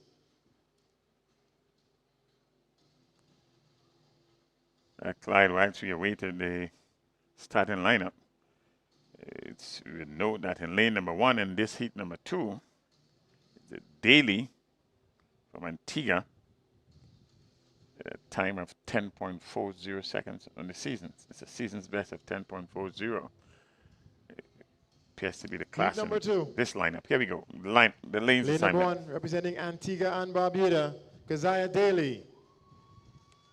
Lane number 2, Roses Academy, St. Vincent and the Grenadines, Justin Lampkin. Lane number 3, St. Vincent Grammar School, Sarani Roban. Lane 4, Velocity Track Club, Clifford Romaine. Lane number 5, Extreme Velocity out of Barbados, Jakai Brewster. Lane number 6, Burnley Athletics, Trinidad and Tobago, Mackay Solomon. And lane number 7, St. David's Track Blazers, Johnson Luzon. The bubble time stands at 11.11 seconds. Heat number 2 of 6, under 20 boys. There we are. There you have it. The starting lineup for heat number 2. Good Caribbean representation here. Antigua and Barbuda in lane number 1. In lane number 2, St. Vincent and the Grenadines. In lane number 3, St. Vincent and the Grenadines also. Grenada, Barbados, Trinidad, and then another athletes from Grenada in lane number 7. So this one should be a bit competitive. Keep your eyes on Brewster from Extreme Velocity. So he just may have a false start there. So lane number 4 looked like the guilty party. That's Romaine. Velocity, let's see what the officials saw or would have seen. Looks like lane number 4. It's Clifford Romaine from Velocity Track Club. Bit anxious to get into the action.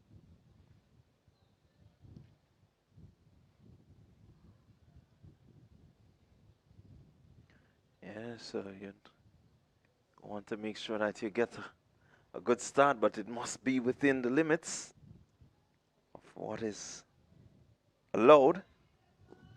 No head start is allowed, and so you have to ensure that you wait on the gun.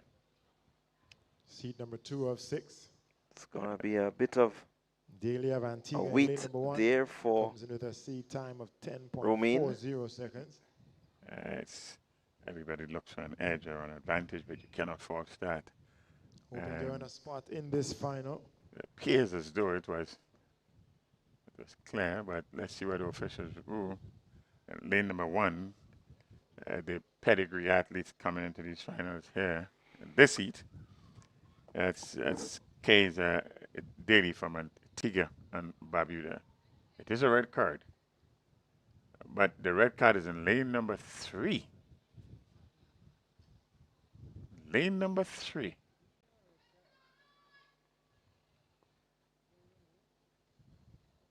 And that comes as a surprise to the young man in lane number 3. Yeah,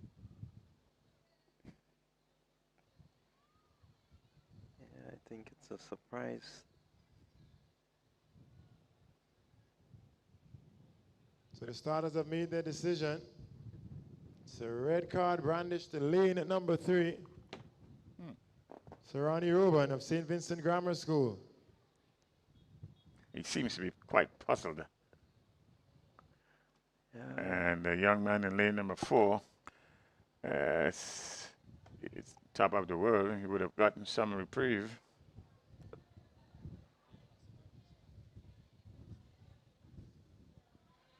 Yeah, so the video referee will certainly Bit of be a called into play. hold up here. It seems to be a revision of that decision. All indication is that there may be a revision of this decision It's here. unfortunate to see red cards brandished. But The young man is operating on indeed the World Athletics puzzled, rules. to say the least. But that's the rules of the game. Those are the rules of the competition. And Getting set for heat number 2. the officials 6 deem you are under 20 disqualified, and you boys. are. 100-meter dash. Let's get ready for the start of this heat number 2.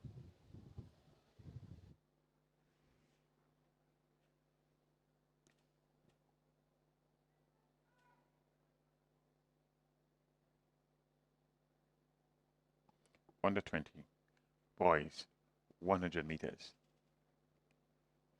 6 heats.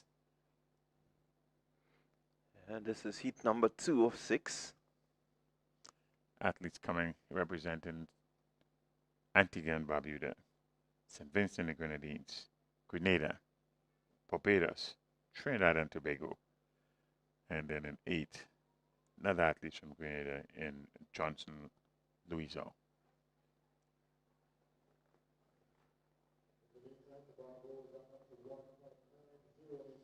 We are still in a waiting pattern.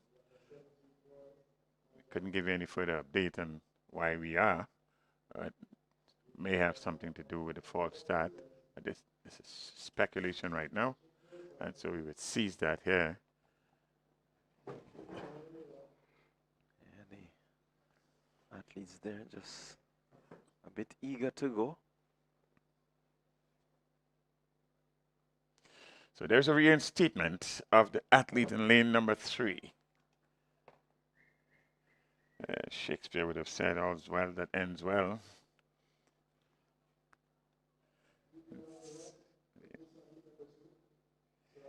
That's Rani Ruban from St. Vincent Grammar School. He's back in the lineup. All 7 competitors are back in the lineup. And we're getting ourselves all ready now for heat number 2.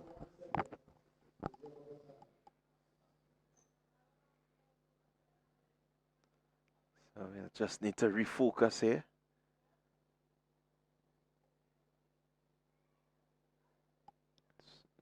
Rani Ruban. Here we go, clean break. Let's see what happens. It seems to be lane number 1, and that's the man to beat. It's Daly out of Antigua. Came in with the fastest time. 10.52 for Kasai Daly. And Daly would have won this, and he is there right at the 50-meter mark. The race was pretty much all wrapped up there. He cruised, if you want to call it that, towards the end. A little bit of a catching up, but he was in cruise control at that time. 10.52 with mini hurricane of 4.4 meters per second, but a time of 10.52 is good all conditions time. 10.56 is your second place finisher. Yes, certainly. Good run there. He came in with the best seed time. Kasai Daly has shown that he has good quality. And Bruce of extreme velocity, he came in second position, 10.56. A good run from him. So he will wait to see what happens.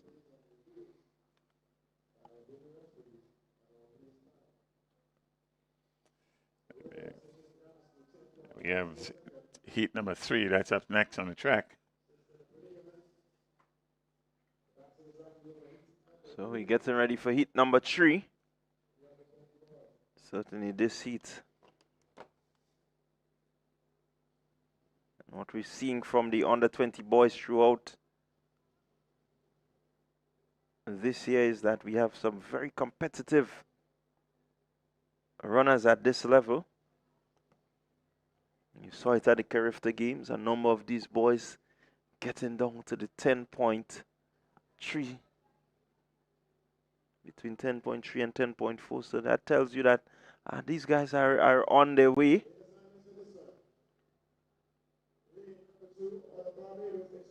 Today, Nathan Cumberbatch, lane number 3, Iddat Academy.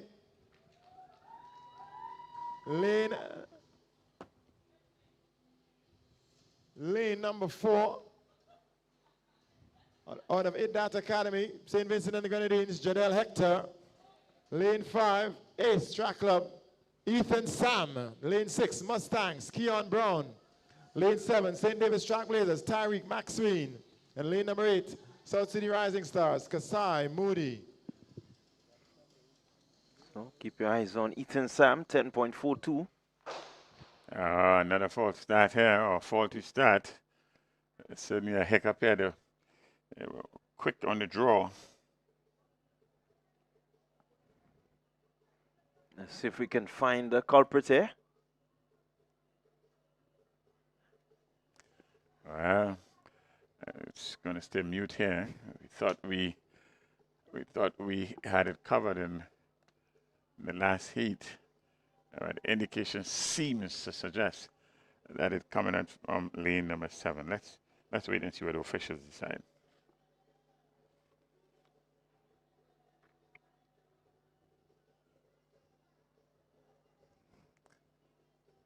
And all the ducks are lined up.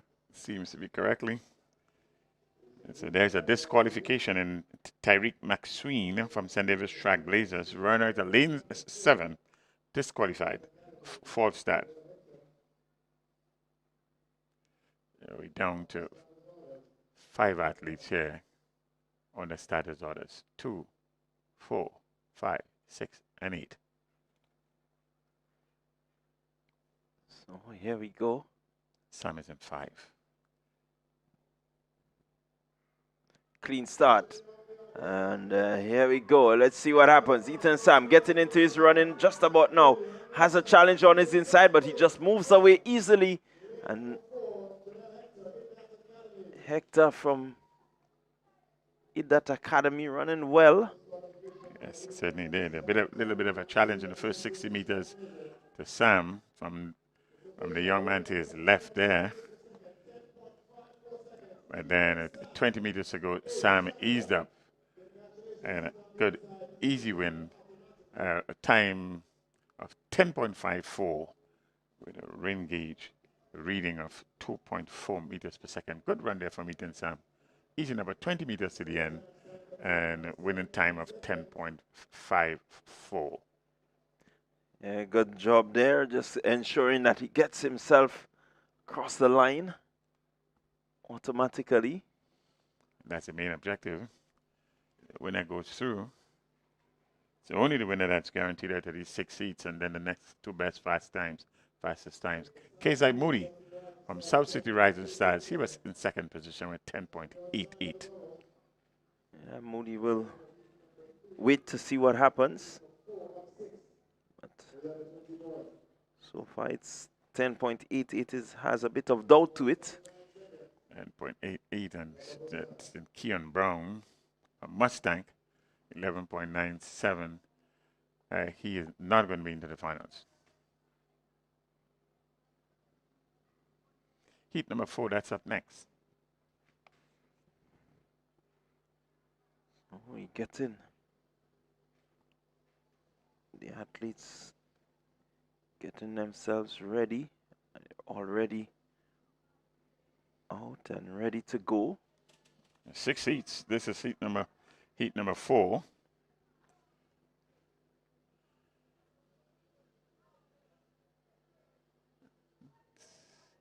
And we are going to get some lane assignments. Lanes 2, 3, 4, 5, 6, and 7 are the lanes that are facing the starters. We let you know who they are. Well, in the meantime, you need to keep your eyes on lane number 4.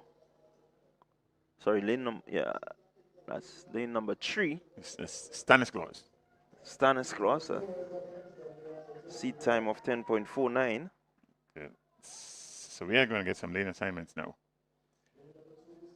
Of Curtis Auguste of Abilene Wildcats out of St. Lucia. Lane number 4, Fusion Athletics, Neon Stanislaus. Lane number 4, Lions Athletics out of Trinidad and Tobago, Malik McPherson.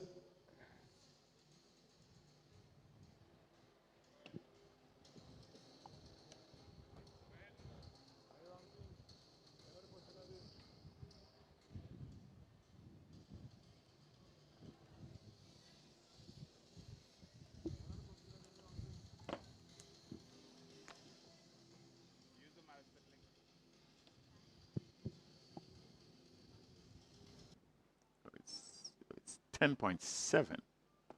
That's the corrected time for the 2nd place finisher. That's Hector in the last heat, 10.7. It's a good run.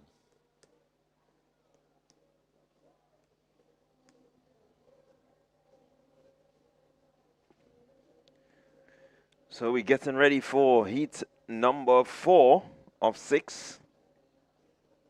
The under 20 boys, 100 meters.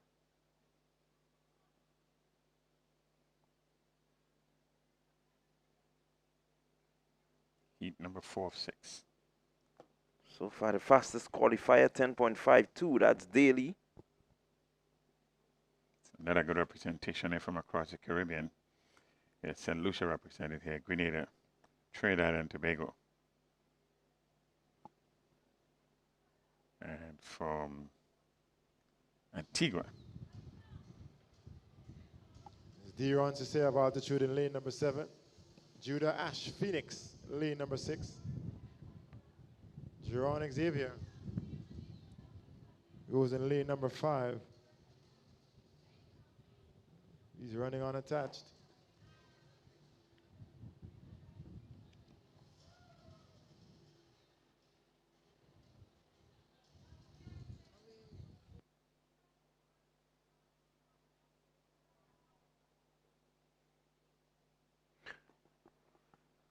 So certainly the weather has improved and we've had a good smooth flow of the events on the track. Number of events taking place in the field also.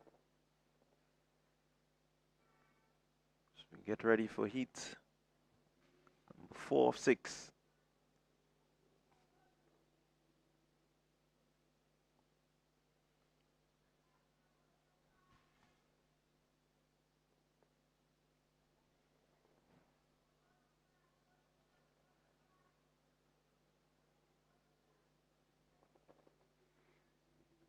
Seems to have a bit of a numbering issue. 417 in lane number 4.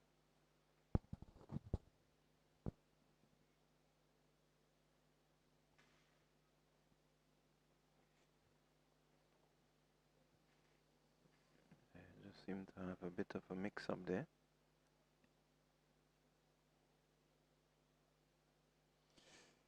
You're not missing any action on the track because you're waiting the start of heat number 4.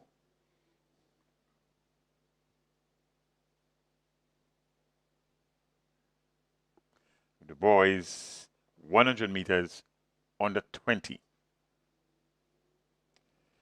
There are 3 very competitive heats that have gone so far.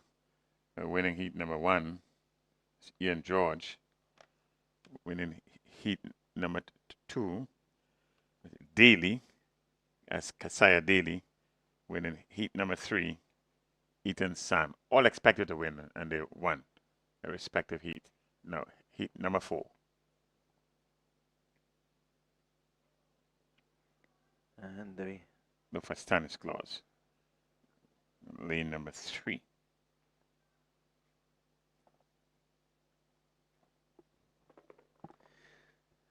So the boys are a bit anxious to get out there. We just have another disqualification. Athlete in lane 4 there.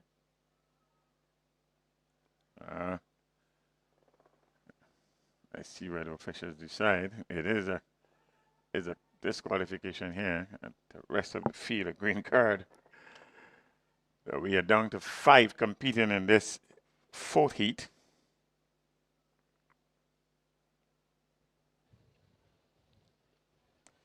So it's Auguste,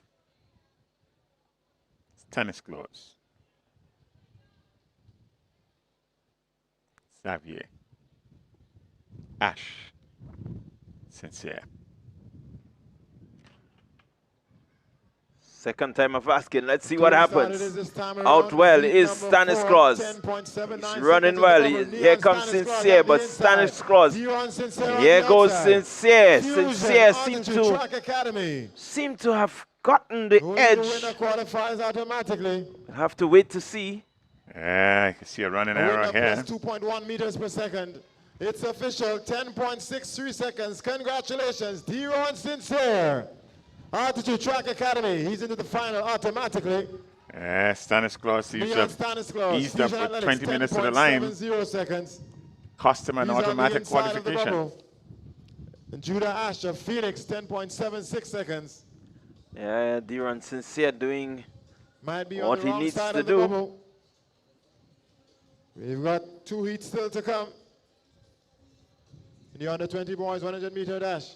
10.63 for Sincere. Stanislaus will have to wait to see what happens, but just may get himself in May. This was 20 meters. He eased up. I never saw the X to his extreme right, far right. He never saw Sincere creeping up, and he crept up and, in fact, overtaking him right at the line.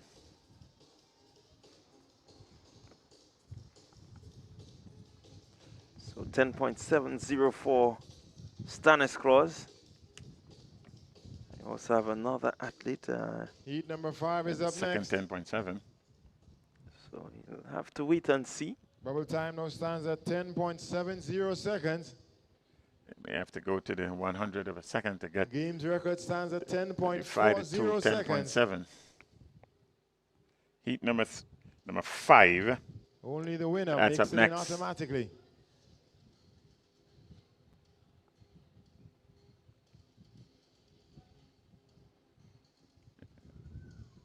In the under 20 boys preliminaries, very competitive. Lane assignments for this one.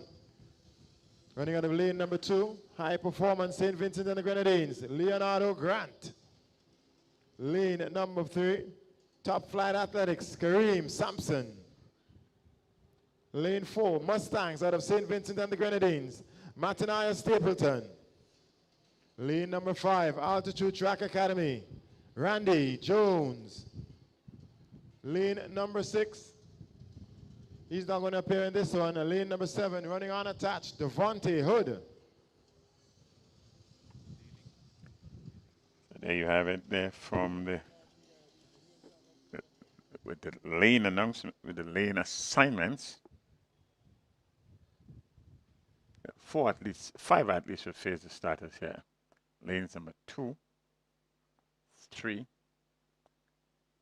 4, 5, and 7. So keep your eyes on Jones. He comes in with a time of 10.58. Will be one of the favorites here. And Jones is in lane number 5.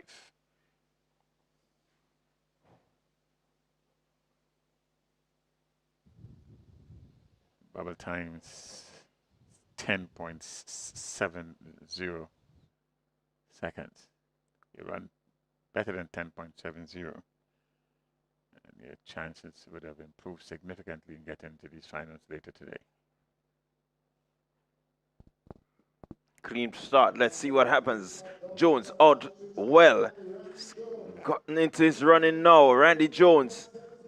As he leaves the rest of the field. Heads for home. Fairly easy in the end by Jones. He had some time to spare. In fact, he eased up with 10 meters to the tape. That's Randy Jones. This makes for a good finals later today. Yeah, it does make for good finals. So 10.54 top flight will not get in.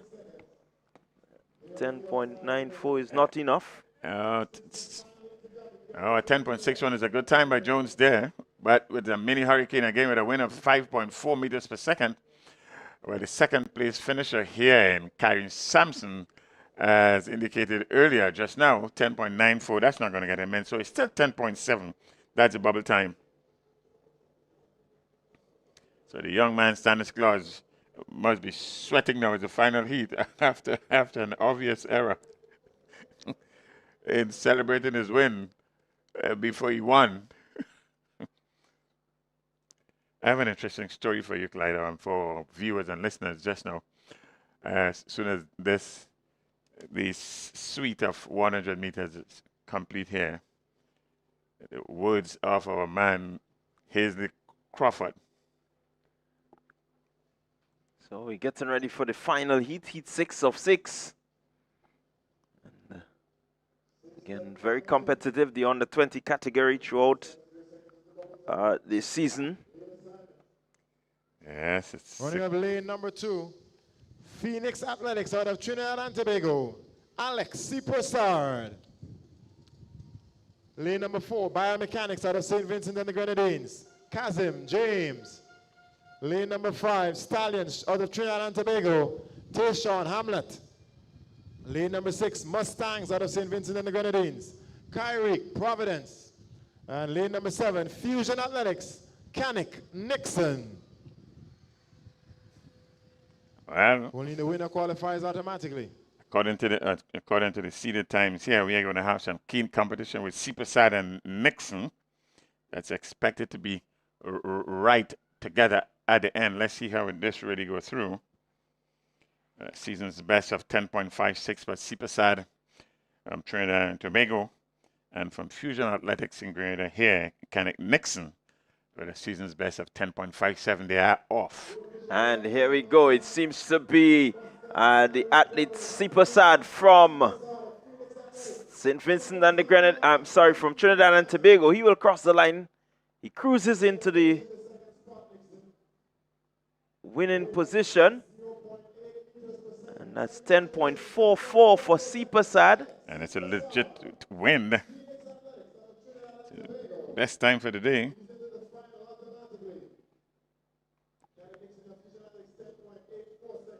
And Nixon is not going to get him with 10.84. He got left completely left back on the status block.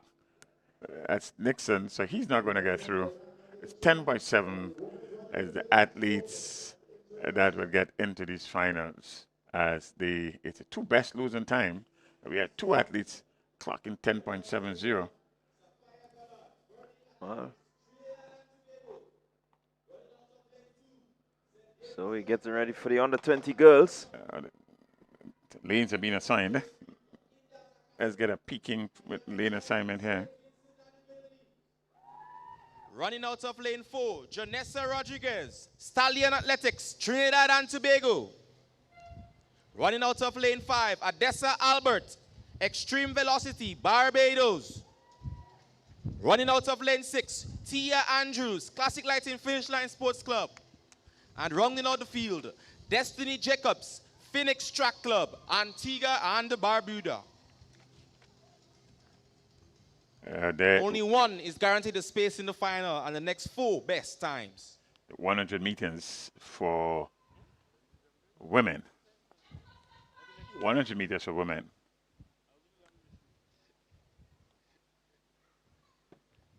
So we expect this one to be a very competitive one. That's the women 100 dash open invitational, international, sorry. 11.01 established in 2004. Sharon Simpson. This is 22 years ago. The gun sends him off quickly. Look Oh, at here lane we 5. go. Adessa Albert, Extreme Velocity. Early On running. the inside, Shade we John have seems Shade to be Johnson, taking David control of this Trackblazers one. as she pulls away from the Shade field. Johnson, St. David Trackblazers. Trackblazers. So Trackblazers in John. Heat number 1. Qualifying with the first position, the 12.08 for John. Not really close to her 11.20, but she will take this as the preliminary win. Yes, the first assignment was to get into the final. She has done so. 12.08. The top finisher in each heat that would advance into these finals. So the top finisher, and then the next 4 best times. Running out of lane 1, Naomi Theodore, Phoenix Athletic Club, Trinidad and Tobago. Running out of lane 2, Kayara Sandy, Eat That Academy, St. Vincent and the Grenadines. Running out of lane 6, Shaquana Jacobs, Exceed Sports Club, St. Vincent and the Grenadines. And rounding out your field, lane 7, Kimora Davis, Phoenix Track Club, Antigua and Barbuda. This is your starting lineup for heat 2 or 4. Well, Bubble time stands at 12.75 seconds. in this second heat here, it's an all-regional affair. Trinidad and Tobago, heat number 1, that's Theodore. Heat number 2, Sandy. Then in not heat, but lane number 2, Sandy. Lane number 6, Jacobs. She's from St. Vincent and the Grenadines, and representing Antigua and Barbuda, Phoenix Track Club, is Kimora Davis. So you need to keep your eyes on Theodore, on the in lane 1. Comes in with a seat time of 11.62.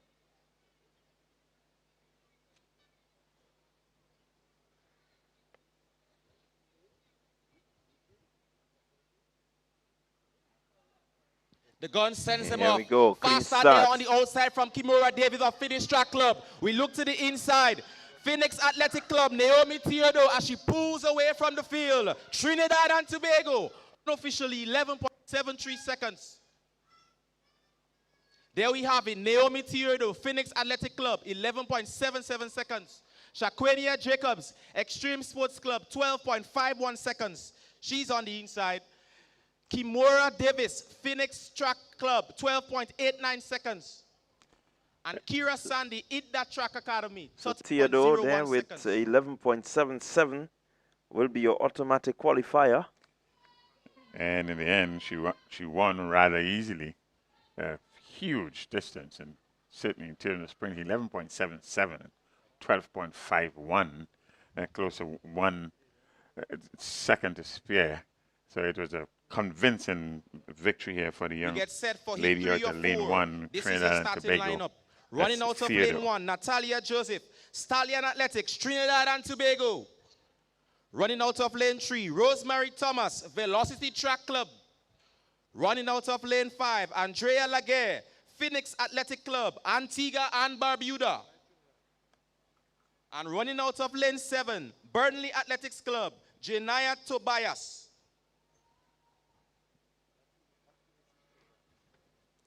So it's heat number 3.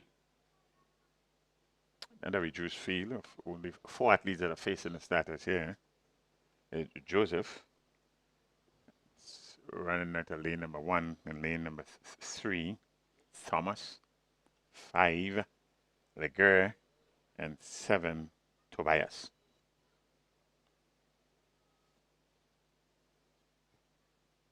Heat number 3 of 4.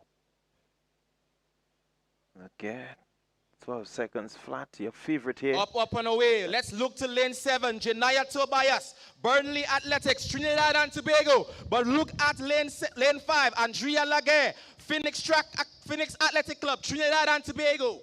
Unofficially 12.83 seconds. So it's Andrea Laguerre winning this one, 12.86, so she's automatically in. Second place, Tobias of Burnley, 13.16. I will not get in there, Tobias. But certainly Laguerre doing the job. Yes, he certainly did. The fastest time to date is 12.08 seconds by Shade John. That remains the fastest time. Heat number 4 up next. So we have a full field here for the heat number 4.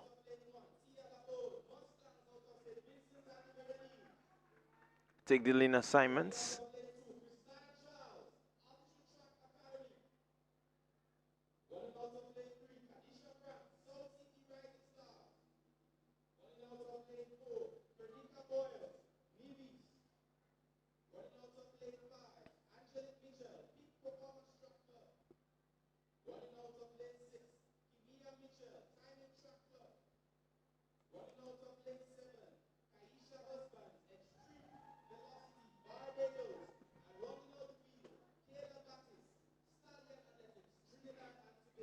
So certainly Husbands comes in as the favorite in this heat. Yeah, with a time of 12 seconds flat, she should be quite competitive, not just in the heat. If she gets into the finals, she will be competitive in the finals also. So good representation here in lanes number 1, 2, 3, 5, 6, 7, and 8. 7 athletes facing the starters here for this last and final heat of the women 100 meters open and international. Clean start. Let's see what happens here. It seems to be pretty tight, but here goes Husbands, but Mustangs on the inside seem to have it there. TL aboard of Mustangs, 12.03 is the time that she came in with. Yes, 12.08 for the win. It's a good run there by Laborde. Husbands will have to settle for second, 12.35.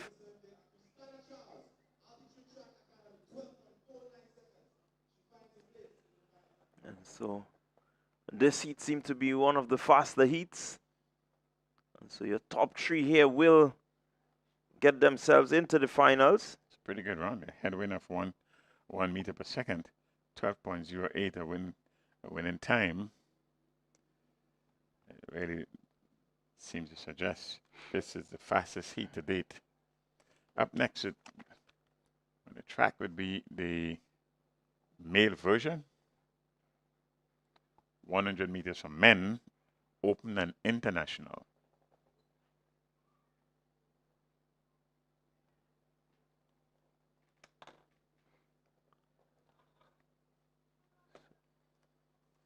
So we're getting ready for the male version again.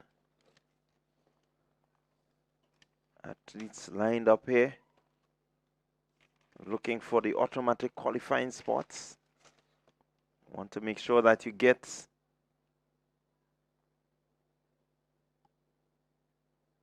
out and get there. At the same time, a number of field events are continuing. We are going to give you an update as to the progress and our results of these field events. Not too long from now, once we have them, we will relay them right across to you. But next, it should be a rather interesting race here. 100 meters, men, open and international. Yeah, very interesting. 5 heats in this one.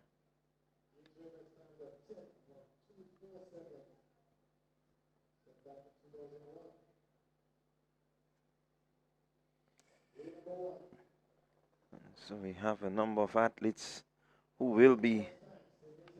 Okay, let's get some lane assignments. Number 2, Phoenix Track Club, Antigua and Barbuda, Kelroy Campbell.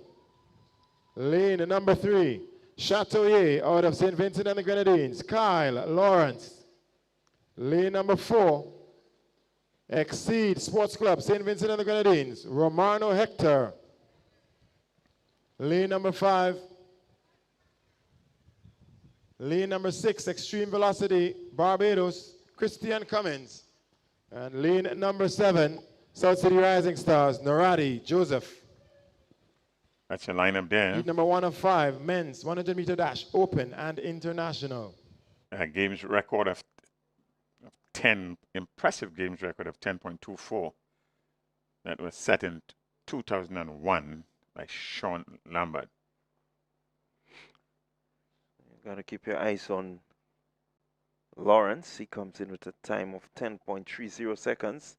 Clearly one of the favorites as this get on their way. Let's see, Lawrence driving well, and he's up into his running now. He's gonna take command of this one.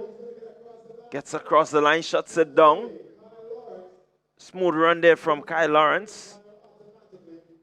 So he's automatically in. Chateau Sports Club Lawrence came in here with a season's best of 10.30. It's all indications here that he has something more in the tank for the finals later. 10.42 at a win of 3.1 meters per second. It's 10.42. Good run there by Lawrence. Yeah, good run from Lawrence. Easing up pretty early. Delron Delpesh will await the results of the other heats to see if he gets in. But certainly a good start for Lawrence. Yes, that's good. This is going to be competitive later today. All of these finals should be. Heat number 2, that's up next.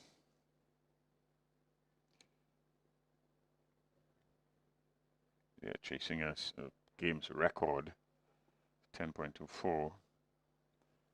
This was an impressive run by Sean Lambert in 2001. Now Dr. Sean Lambert, a young man who has distinguished himself right throughout his track and field career. Lambert did, or has. It's good when you can set a standard and ask the other athletes to come and meet that standard. And standing to after 25 years. It's a statement. Lane number 2, Phoenix out of Antigua and Barbuda, Barack Matthew. Lane number 3, Stallions out of Trinidad and Tobago, Chad Richards. Lane number 5, High Performance from St. Vincent and the Grenadines, Kyle Derrick. Lane number 6, Velocity Track Club, Kevin Martin. And lane number 7, Ace Track Club, DeAndre Ando. 5 athletes are facing the status here. Lanes 2, 3, 5, 6, and 7. Well, we expect the running to come from lane 6 and lane number 2. You got to keep your eyes on these guys. That's Matthew. So they officially go. off to Here nice they clean are. start. Only the winner qualifies automatically. Seems to be Matthew. Matthew taking control of this one. And let's see who wins this one. It seems to be Matthew. Yeah, Barack Matthew running out of lane number 2. Oh, it's Chad Richards.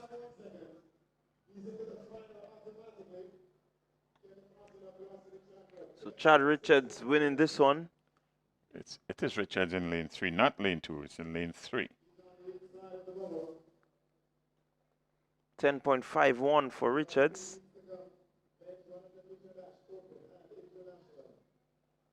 Well, it's not the odds-on favorite, but he turned out to be the winner here. Second position, 10.61 for Martin. He came in as a favorite. Martin did. So he has to wait to see if he can get into the finals with 10.61. But in the end, Matthew was missing in action. Heat number 3 is up next.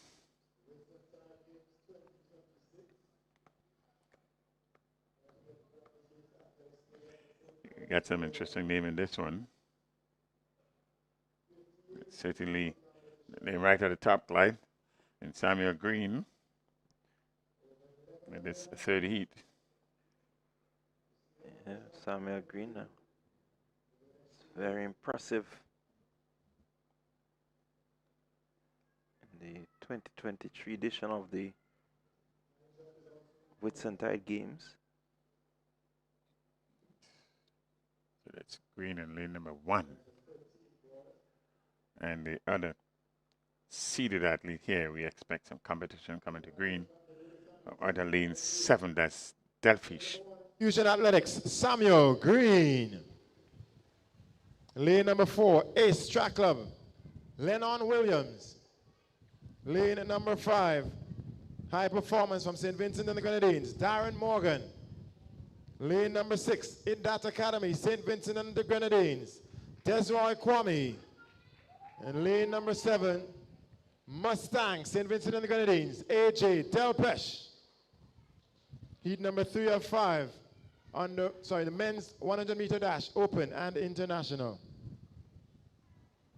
That's the third heat of this 5-heat sweep. And look for the running in lane number 1. Some challenges should come from lane number 7. Yeah, lane 1 and 7. Favorites here. Still cannot count out Williams. Clean start. Let's see what happens here. Nice clean start. And AJ Delpesh Delpesh on the outside along for with Green. Mustangs. Samuel Green on the inside. Green Fusion on the Athletics. inside. Delpesh Only on the winner outside. qualifies automatically. At the line, it will be It's a close one on the Delpesh, I line. believe. It Photo looks like finish will Delpesh decide it. seems to have a repeat. If you're not the winner, you've got to run faster than 10.85 seconds. Seems to have a repeat of the this final. strategy, if you want to call it that. A wind of plus 3.3 meters per second. It's official. It's gonna be Congratulations, Delpesh. Mustangs. AJ Delpesh.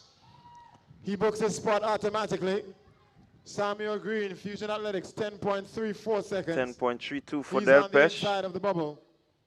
2 heats still left to go in this preliminary round. 100-meter dash, men's, open, and international. Seemingly a strange strategy. Stanislaus earlier and now Green. 10 meters to the line, easing up as though the race is complete. So there's Delpesh there, winning this one. Good time of 10.32. So he gets ready for the next heat. Expect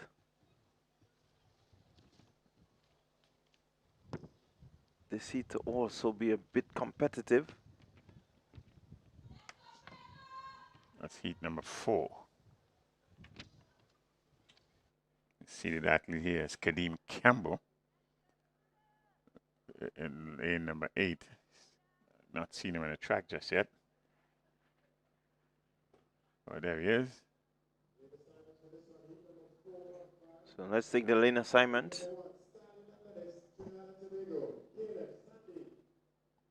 Number 2, South City Rising Stars, Shem Julian.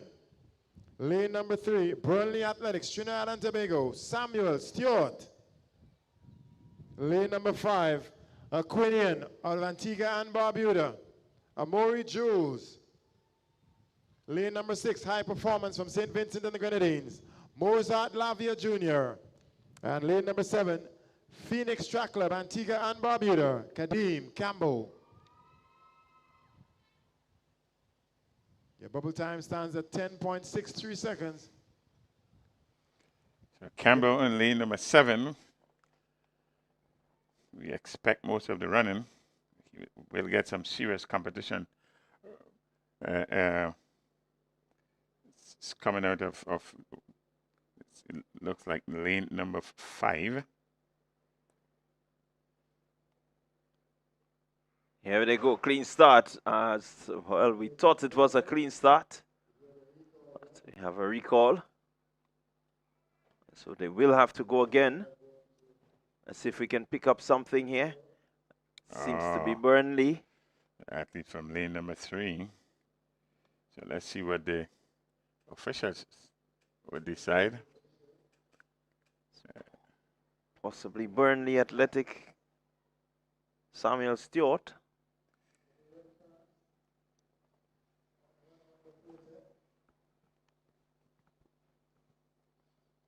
4 to 5 heat.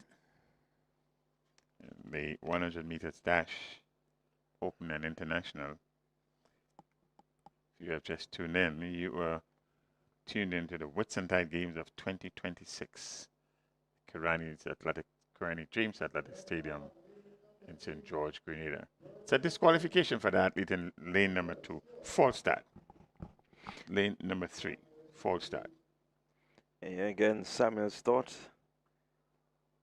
False starting there, and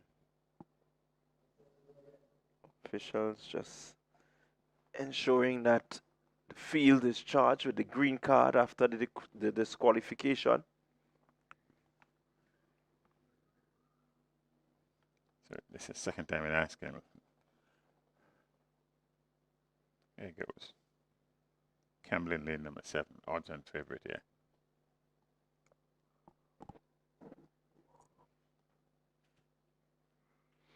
Clean start. Let's see what happens here. Campbell gets out early, and he's taking command of this one. does have a bit of competition, but he just eases away from the competition and shows that he gets himself clear. Automatic qualifying spot taken there by Kadeem Campbell, 10.52, 10.62 rather. 10.62 meters per second. Meters is 10.2 seconds. 10.62 seconds. It's Campbell, your winner. 10.62 seconds. Legitimate win of 1.5. And we down to heat number 5. That's the final heat in this suite of 100 meters. For the 100 meters men, open and international. Yeah, so we have some 6 athletes lined up here.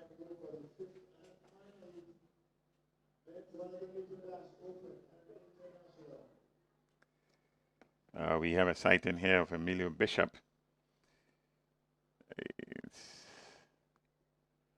His customary headband that has become sort of a standard wear now. So Bishop will be running at a lane number 4, peak performance.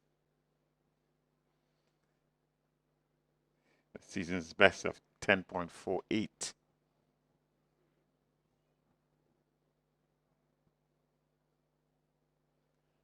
Right alongside him. Let's get the lane assignments first.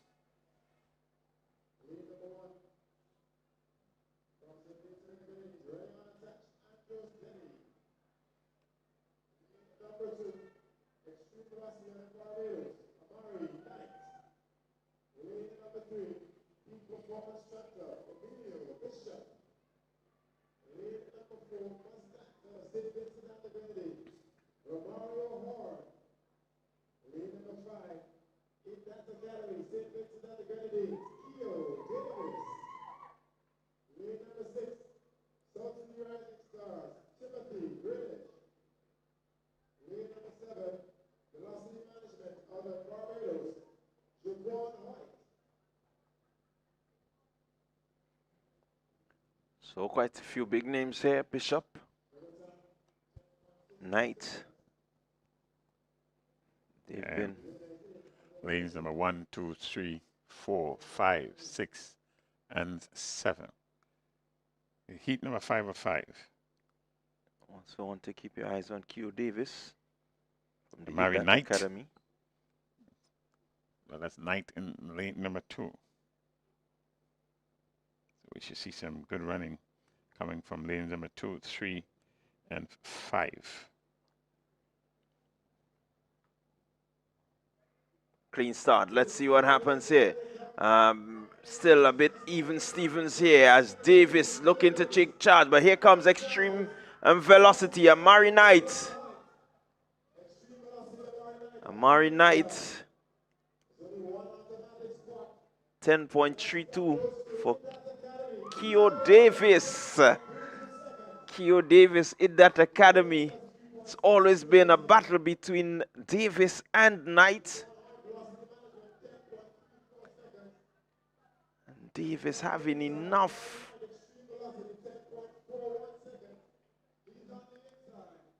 It's a beautiful run there by Davis there. Keo Davis, 10.32. Bit of a high win at 3.6. The 10.32 and 10.34. Certainly the 10.34 will get you into these finals. Yeah, 10.34, 10.41 also will get you in. The first 3 will get in. Bishop seems to have pulled up with something.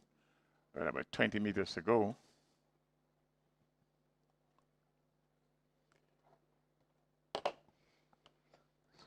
That was the heat. That was heat number 5. The last of the heats of event number 13, the 100 meters men open and international.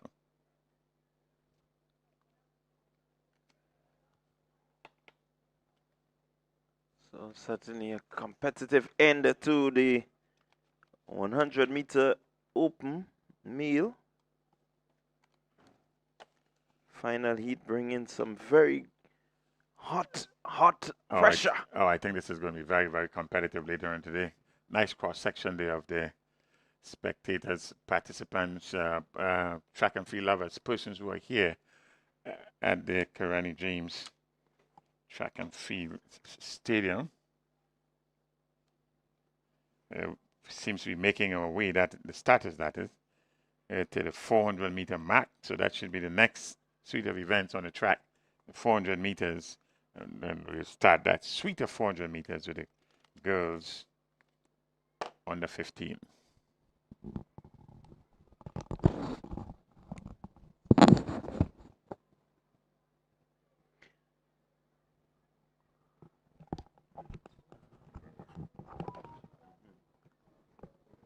So you have to figure out when you're doing this.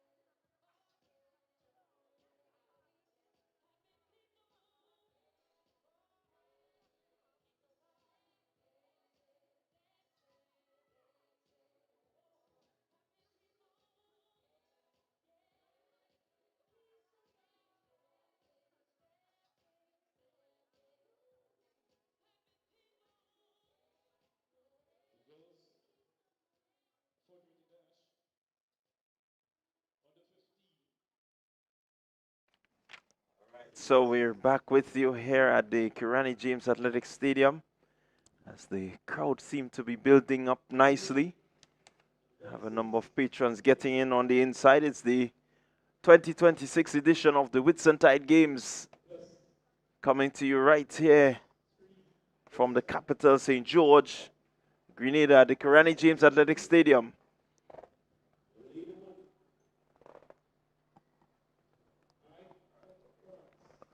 And so we're getting ready for a suite of 400-meter events.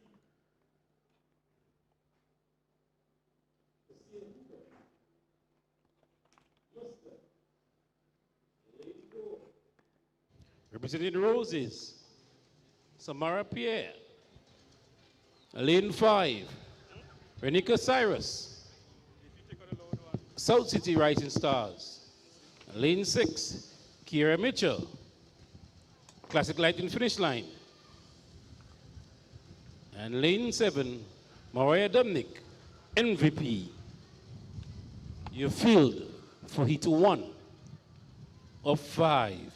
The girls, 400 meter, under 15. So there you had it, the lineup for the first of 5 heats in the 400-meter dash under 15s. As I say, welcome to my co-commentator. And he's getting his christening today. That's Joel Lewis. Joel, welcome. Pleasure to be here. As we take the first of 5 heats, it's the under 15 girls 400 meter. Let's see, making up the early running. Seems to be lane 5, that's Renika Cyrus. Here goes lane 1, Aria Carter, high performance. She's motoring down the back straight. Carter taking command of this one. She has a lead of just about, I would make it 10-15 meters. And she's on the straightaway just about now, heading for home. It's Aria Carter, high performance. She comes in with a time of 56.07 seconds. And certainly has run away with this one. She's going to cross the line just about now. Flash time of 59.93 for Carter. Coming in second position there will be Samara Pair of Roses from St. Vincent and the Grenadines. But certainly Carter did a really outstanding job in terms of her 400-meter start. Yeah, without a doubt. Coming in with a seat time of 56.07 seconds is no surprise that she was able to establish her lead early and really come through at the end. A bit of a exerted run, one would say, but nonetheless, 59.29 seconds. Aria Carter of high performance out of St. Vincent and the Grenadines. Carter not taking anything for chance, ensuring that she sets herself. You know, you want to make sure that you get a feel of what the track has to offer. And she has done it and done it well. Not close to her 56.07, but again, making the statement that she's the one to beat so far. Of course. Securing her place into the final is all that matters at this stage. Top 1 from each heat, plus the next 3 best times qualify into the finals. So we have Aria Carter gaining that automatic qualifying position. Up next, heat 2. So let's take the lane assignment. Chelsea Smith. Extreme Velocity. Out of Barbados. Lane 4, Anicia Moore, Georgetown Sports Club, St. Vincent. Lane 5, Tishanti Gibbs, Sprinters Athletics. Lane 7, Tristan Charles, Timing Track Club. And the lane number 8, Nia Simone Lacroix Moraine, Classic Lighting Finish Line. Yes, Sutton Field. for heat 2 of 5. So we have some 6 athletes lined up here to take part in heat number 2. Favorite, of course, Kenisha Telemac from Phoenix. She comes in with a seat time of 59.55 seconds. Will she go as fast in this heat? I don't think so. She will want to save something for the finals. Keep an eye out for Tashanti Gibbs out of Sprinters Athletics Club, a first year under 15. Oh, they're asked to stand again.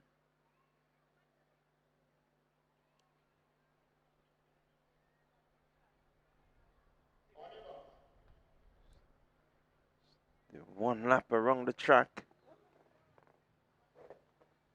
Certainly a race that is favorite among Grenadians. We've had a number of our athletes going out. And a clean start. Let's see what happens here. And one expects that Telemac will look to take the lead pretty early. Gibbs looking pretty good in the middle of the track. Moore of Georgetown looking good also. As they go up the back straight. Seems to be Georgetown there. That's Onisha Moore. She's in command at just about 200 meters remaining in this one. Moore, looking good, looking strong. She has to be wary of the athletes on her inside, but it's still Moore. Moore looking good. She seemed to be poised to take the automatic qualifying spots as she heads into the straightaway. Does she have enough to hold on? Gibbs trying to close the gap, but Moore holding on, holding steady is Moore. Georgetown, Moore, she's going to hold on. Gibbs will have to settle for second position. So Nicia Moore, Georgetown.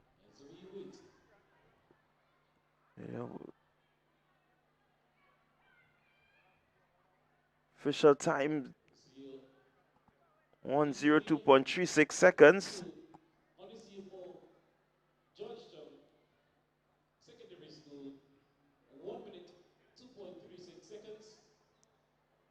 So Gibbs will have to wait and see.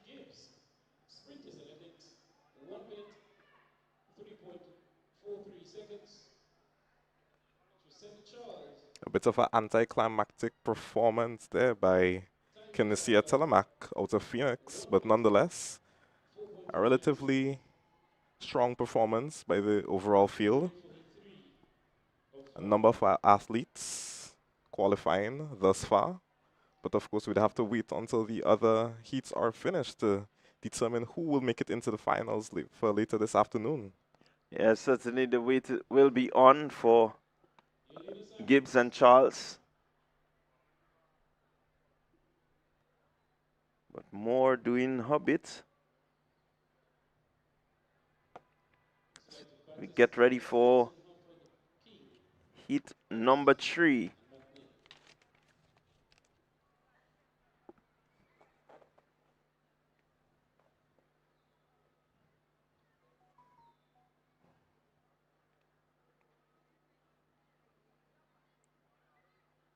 In this heat, we could look out for Janaya McNeil out of St. Kitts and Nevis coming in with a personal best of 1 minute, 1 second.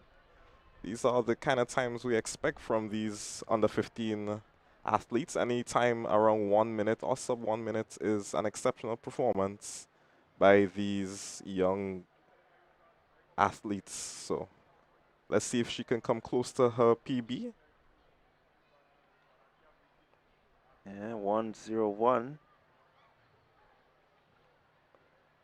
Certainly is a good run.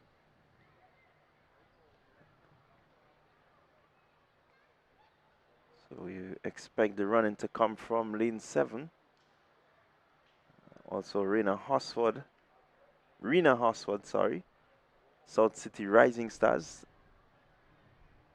105.60 seconds. or 65.60 if we want to convert it.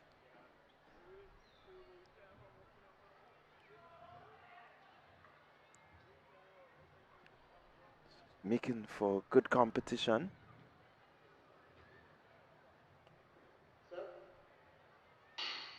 Clean start. Here we go. Let's see what happens. The pace doesn't seem too brisk as yet. Athlete there from Janaya McNeil all the way out in lane 7. She's ahead by her lone self, McNeil. And she is the odds-on favorite to take it. Neon Wolves. Janaya McNeil. Here comes Hosford on her inside. Salt City Rising Stars as she sets herself. McNeil just looking ahead to see where she's positioned. And looking to come into the straightaway just about now, McNeil. And here comes Hosford. Hosford pushing, but McNeil seemed to have the strength to hold on. Janaya McNeil.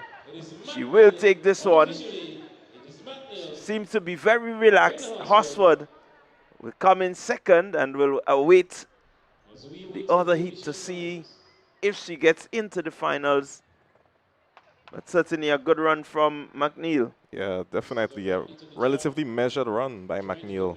Not exerting herself too much, given that it is a preliminary. 104.17, the official winning time. Pretty measured run. I think she has more in the tank to give later on. Yeah, certainly looks as if she has quite a bit more in the tank.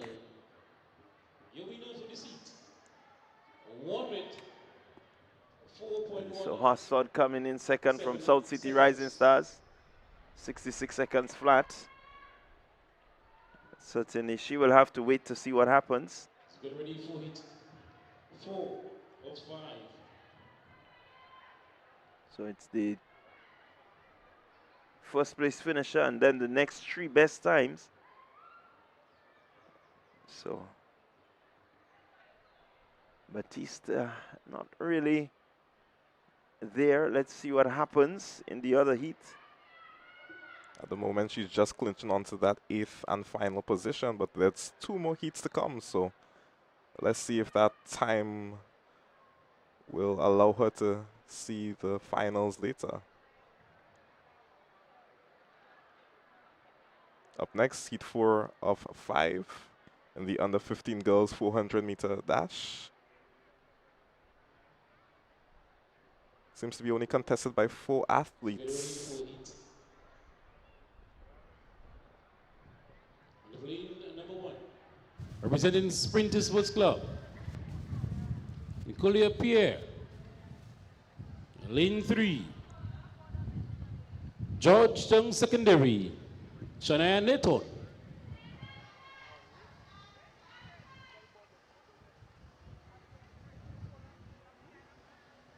On your mark. So he gets in set. Only 4 competitors here. Keep your eyes on Pierre. And lane 5, that's Dominic of Fusion Athletics. And they're off. It is Pierre, Nanton, Joseph, and Davis. And the early running seemed to be Dominic. Making up quite a bit of saga already, Dominic. She's made up the saga on the athlete in lane 7, that's Davis. Ajmari Davis of Roots Sports Club from St. Vincent and the Grenadines.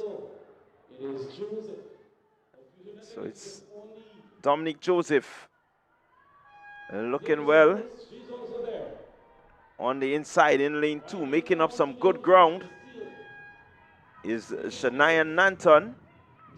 She's in lane 3, Nanton. Joseph Davis. Joseph Davis, they will battle for the position, the automatic spot. Dominic putting on a bit of pressure onto Davis, and she goes past Davis just about now. And so I believe this heat will be a pretty fast heat.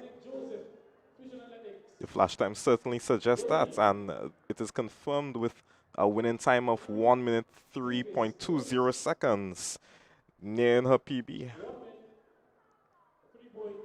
63.20 for Joseph.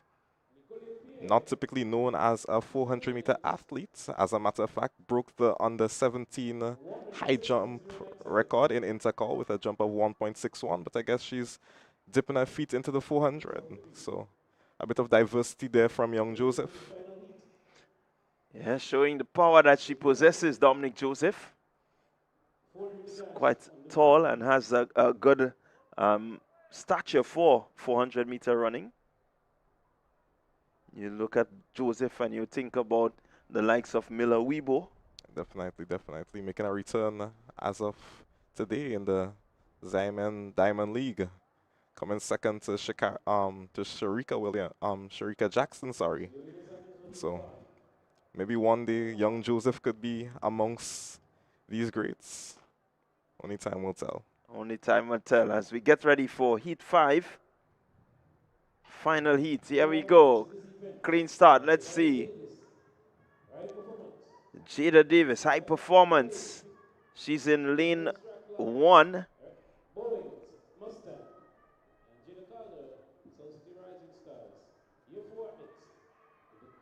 Let's see how they go. Still pretty evenly poised. When you think about the stagger that has to be made up.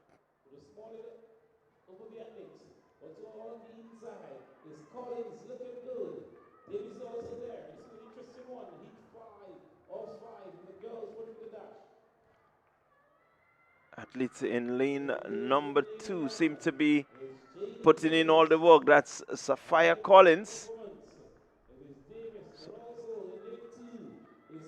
So Collins, Sapphire Collins with the lead. She's looking pretty good, looking strong. As she comes home, just a few more meters. So we await the official time. But a good strong run from Sapphire Collins to take heat number 5. Yeah, seems to be a bit winded after that performance. As a matter of fact, establishing a new PB for herself. So, you know, that's quite commendable. But a relatively slow heat. This one, none of the other competitors will be able to make it into the final. And seeing as this is the 5th and final heat, yeah, so only the winner from that heat will be making it into the final. Yeah, certainly. Collins getting herself in automatically. Then we await the other 3 competitors. I think Horsford may just miss out on an opportunity. We wait to see. Certainly this is the slower of all the heats that we've seen in the preliminaries for the 400-meter under 15s. Yeah, but the athletes shouldn't feel too bad, you know. Success isn't always measured by winning a race, you know. Sometimes it's self-improvement. If you establish a new PB, you know, that is considered success within your sphere, you know. So despite not making the finals, athletes should really analyze themselves, see what improvement they have made, you know, because this entire track event today isn't always about winning. It's about, you know, laying the groundwork for later things to come, you know. So yeah, I quite agree with you there. You want to make sure that you continue to improve and not really chase position, but you chase timing. of course, because this is what matters most. It's about the fastest. It's not always who wins, but it's about the fastest. You challenge yourself to ensure that you get faster and faster as you develop, and you get closer and closer to the record and the world record times. Yeah. Progress isn't linear, you know. These young athletes, you know, is a stage-by-stage process. And granted that they're only on the 15 athletes, you know, there's a lot more development to come. So once you lay that foundation, hopefully through consistent practice, you'll be able to refine your craft and, you know, eventually produce the times that would take you to the world stage, right? So up next, we have the 400-meter dash under 15. Yeah, again, we have some 5 heats in this one. The 400-meter under 15 boys. Again, we look forward to quite a few names that have been really sounded quite a lot over the track and field season here in Grenada. And I'm sure that some of these athletes, even throughout the Caribbean region, these would be the names that would have been sounding. Definitely, definitely. This heat promises to be a firecracker. We have the young phenom Jelino Hamlets out of Extreme Velocity, Barbados. We also have the Intercall Sub-Junior champion Levi Rocher out of the Grenada Boys Secondary School. So this heat truly promises to be one that you would not want to miss. Well, one will remember that Christian Collins Of also course, ran at the Intercall Games. of course. Better known as a 1 on 200-meter athlete, but once again trying his luck in the 400.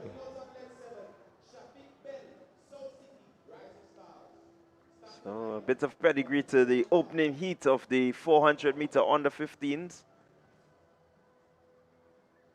Eden Klein trying his bit at the 400 also known for at the shorter sprints. Again, it's good when you can have these young athletes just delve into the 1, the 2, the 4, and then they will, at a later stage, decide which one is their favorite, which one they're going to focus on and specialize in. Most definitely. And that will get them further along on the world stage. As we say, this is just the developmental period. Yeah, one remembers Kirani James as a decent sprinter in his early days, Indeed, 100, indeed. 200, and then Specialized into the 400 later on. as you he know. got older. Yeah. But really keep your eyes out for Hamlet. Extremely, extremely good prospect for the future. Might I add, that record of 53.15 may be in danger in this preliminary heat established by Cashy Stephen just last year. So let's see, can Hamlet stay true to form? He comes in with 49.50. That's his seed time. Can he go lower?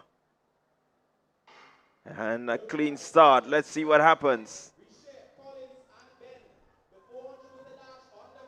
Early, making up the stagger very early. It's the athlete there from the St. Vincent Grammar School, Ethan Kent, but here comes Hamlet. He's already up on the shoulder of Ken.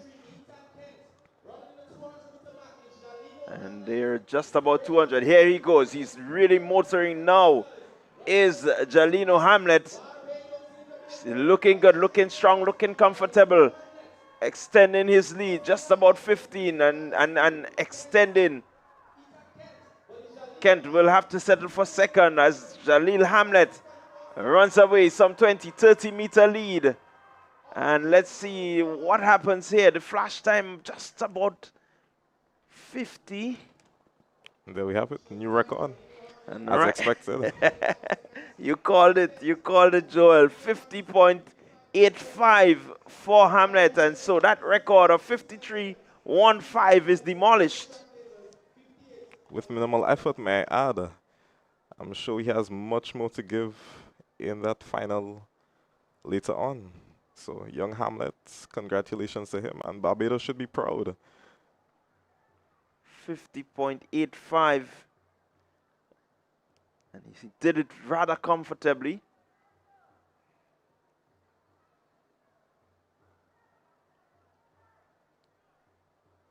So the other athletes in this one, in Cher and Kent, will have to wait to see what happens in the other heats.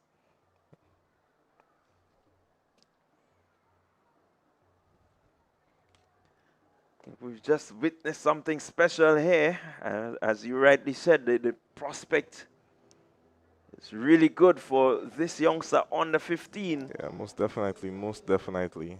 To be running 49 and 50 at this age says that he is one to look forward to. Yeah, matter of fact, in the 400 meter under 17 for Carifta, held right here in Grenada, he would have false started, but I guess he's back again to, in a sense, take revenge for what would have happened earlier on in the season, you know, so once again, congrats to him. Yeah, it was a bit unfortunate to see him false start there. I think the whole of Barbados would have felt a bit hurt for him. Of course, of course. And it's not often that you hear someone false starts in a 400 meters, but it happened. That's life for you, you know. But he's still 14, and competing with the under 17-year-olds is quite impressive, you know. So everything must be taken with, you know, a grain of salt, if you may. Yeah, certainly a pinch of salt as we get ready for heat number 2.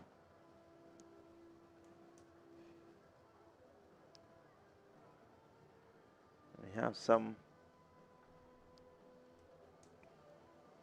4 athletes lined up and ready to go.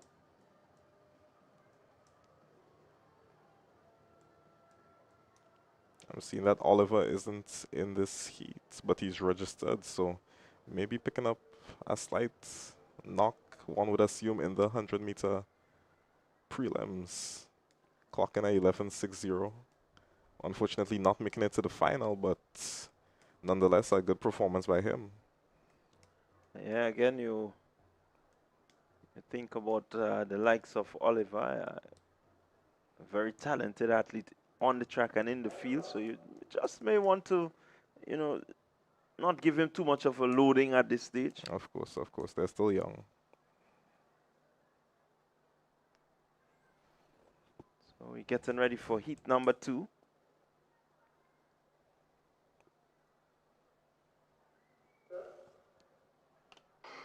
Clean start. Let's see what happens here. Blackman looking good and strong. Early run from him.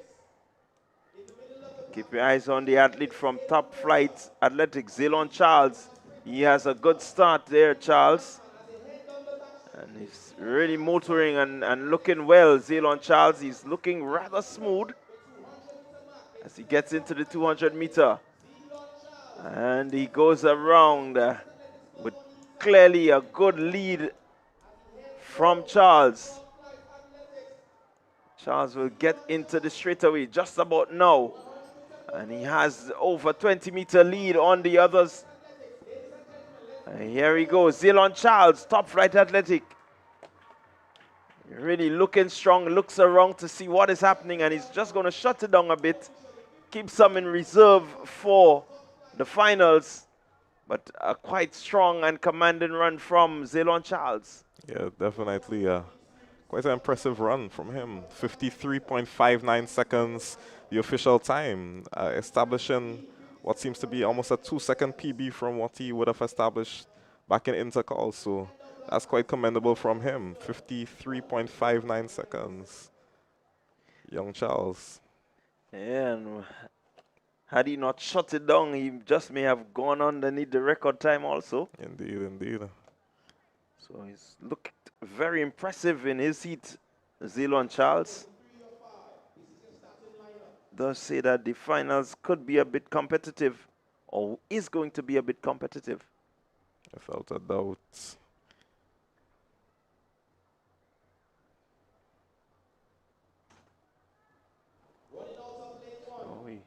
Turp, Extreme Velocity, Barbados. Running out of lane 3, St. Vincent Grammar School, Aaron Basden. Running out of lane 5, Andre Coutain, GBSS. Running out of lane 6, Burnley Athletics, Trinidad and Tobago, and Caden Riley. And rounding out the field in lane 7, Ethan Gunpot, Fusion at. Only one is guaranteed a space in the final. The boys will be chasing a bubble time of 57.98 seconds.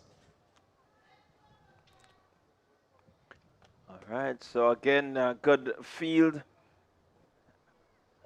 So far, the seeded athletes have all been under 1 minute. Gunport seemed to be one of the favorites here. Comes in with a seed time of 53.30.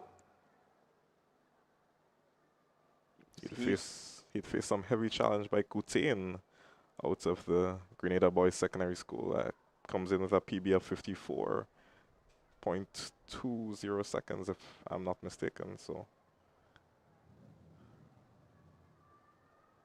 you need to keep your eyes on base then also from St. Vincent Grammar School as they go off and running. Here we see Gunport looking good with the start. Hasn't left the entire field, but he's running well. Kutain looking comfortable, looking smooth there from the GBSS, but it's still Gunport. Kutain just making up some grounds. It's still Ethan Gunport. Here comes Kutain, closing the gap, closing ever so slightly. St. Vincent Grammar School also closing in base then as they go into the straightaway just about now. Here comes Kutain. Kutain taking command, but St. Vincent Grammar School is looking good. Can Kutain hold on? Yes, he's going to hold on. Kutain qualifying himself in first position, 55.14 the flash time.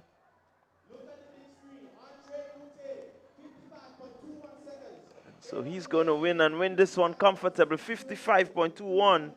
Kutain.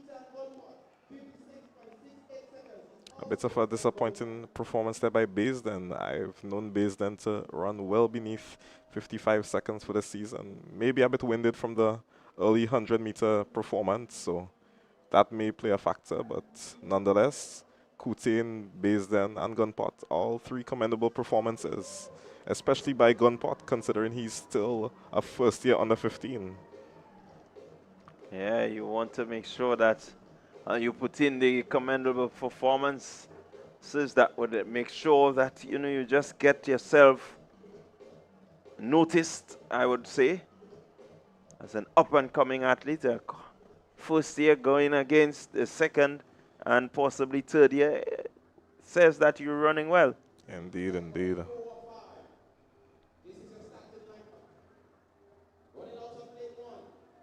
Aboard Rosie's Academy, St. Vincent and the Grenadines. Running out of lane 2, Tylon Smat. He's running unattached. Running out of lane 3, Top Flight Athletics, Rakim Antoine. Running out of lane 4, Fusion Athletics, Tyrese Braveboy. Running out of lane 6, Sean Lambert, Altitude Track Academy. Running out of lane 7, Burnley Athletics, Jeremiah McWilliam. And rounding out the field from Mustangs, Zavino Edwards. Starting lineup, heat 4 or 5. The boys are chasing a bubble time of 56.68 seconds.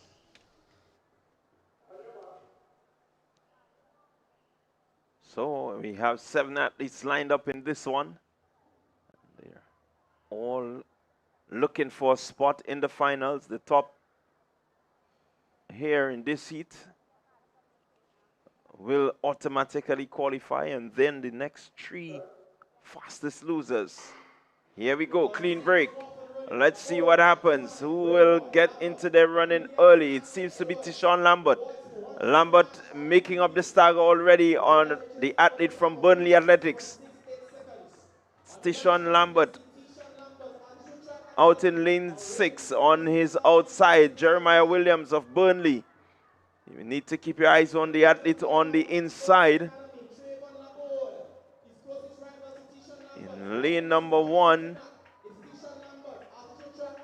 Trayvon Laborde looking well also, but it's Lambert with a bit of a lead. Here comes Laborde as he heads into the straightaway.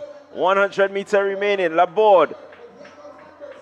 Lambert looking to assert his dominance. He does have the strength, Tishon Lambert. Brave Boy will come in second, but Lambert having the power, having the strength, 55.06 for Tishon Lambert. Yeah, quite a strong performance by young Lambert. Another first year under 15, so really commendable performances by our athletes thus far. Of course, we have young Brave Boy out of Fusion Athletics, primarily known for his 800 meters, and you could see that with his finishing strength, just being able to pip the Roses athlete Trayvon Laborde at the end.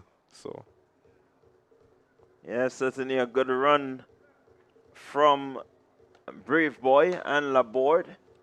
It may just have sneaked themselves into the finals. We wait to see. This is only heat 4, so one other heat to come. And if this one is no way faster than the previous, it means that these two in Laborde and Brave Boy may have just snuck into the finals. I can confirm that for you because the bubble time would have been 57.98 seconds, and with those three athletes dipping beneath that mark, that would almost, I say almost because there's still another heat to come, but that would almost guarantee their spots. Lamar John, Eat That Academy. St. Vincent and the Grenadines in the house. Running out of lane 5, Christian, High Performance. Running out of lane, Omarson Stapleton, Mustangs. Running out of lane 7, Aiden St. Louis, Sprinters Athletics Club. And rounding out the field, Tyler Hercules, Biomechanics. This is your field for the 5th and final heat of the boys 400-meter dash under 15. Only one is guaranteed a space in the final. Well, we have a full field here. All 8 athletes accounted for. From the seat times that I have before me, it says Stapleton will be one of the favorites along with Hercules. And we've already seen Hercules in the 100 meters, qualifying pretty easily. Does seem to be a strong lad. We've seen him at the Whitsuntide Games since the under 9 level. Continues to leave his name here on the Grenada James Athletic Track. On your marks.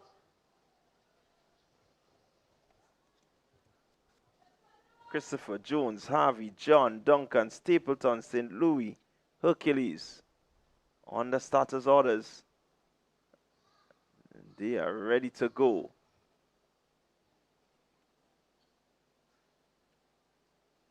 Set. Oh, first time I'm Christopher asking. Let's see Jones. what happens. Already, Hercules with a lead. He's out front by his lone self. It's Tyler Hercules. Not much of a challenge as yet. And the athlete there in Stapleton seems to be giving him a bit of a challenge. He has a lead. He has about a 15-meter lead, 10, 15 meters. Here we go. Hercules looking to get into the straightaway and power his way home. But on the inside, Eat That Academy is making a run for it. Eat That Academy in Jomar John. John and Hercules. John will take it from Hercules. Jomar John. Let's see what the flash time will be. 54.96 for Jomar John. Not a bad performance at all from John out of the That Academy. 2 athletes out of the St. Vincent and the Grenadines, so our neighboring Caribbean Isle should feel quite proud from their athletics program. Yeah, certainly they will feel proud. That academy has really been well known throughout the region. And they've boasted quite a few dominant St. Vincent and the Grenadines athletes, even at the world stage.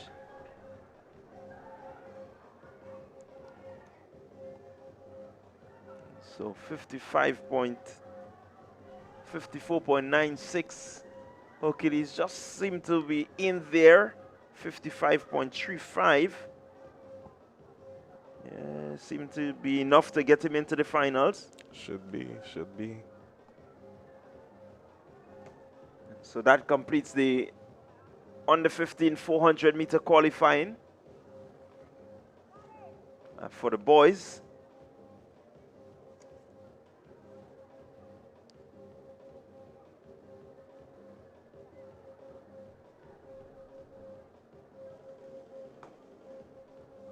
Still a number of field events taking place as we look at the cross-section of the crowd.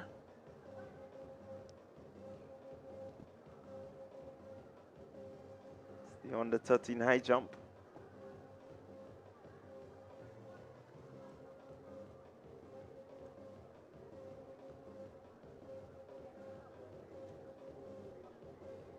And the crowd just seems to be building slightly, getting more and more persons getting on into the Kirani James Athletic Stadium.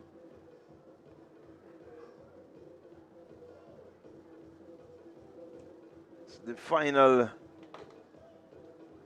meet for the athletic season, or the final major meet, let's put it that way, of the athletic season here in Grenada. And so we want to invite all the patrons to come on down and let's close off the season nicely with some vibes and just really showcase what we have done throughout the season 2026. Yeah, patrons really should come down and experience the atmosphere down here at the Kirani James Athletic Stadium. Sorry, I know it's relatively convenient to look at it online, but I implore you, all of you watchers, that the experience in the stadium is one that could never be replicated by online viewing. So if you have the time, please make your way down to the stadium to view and cheer on our young athletes, you know.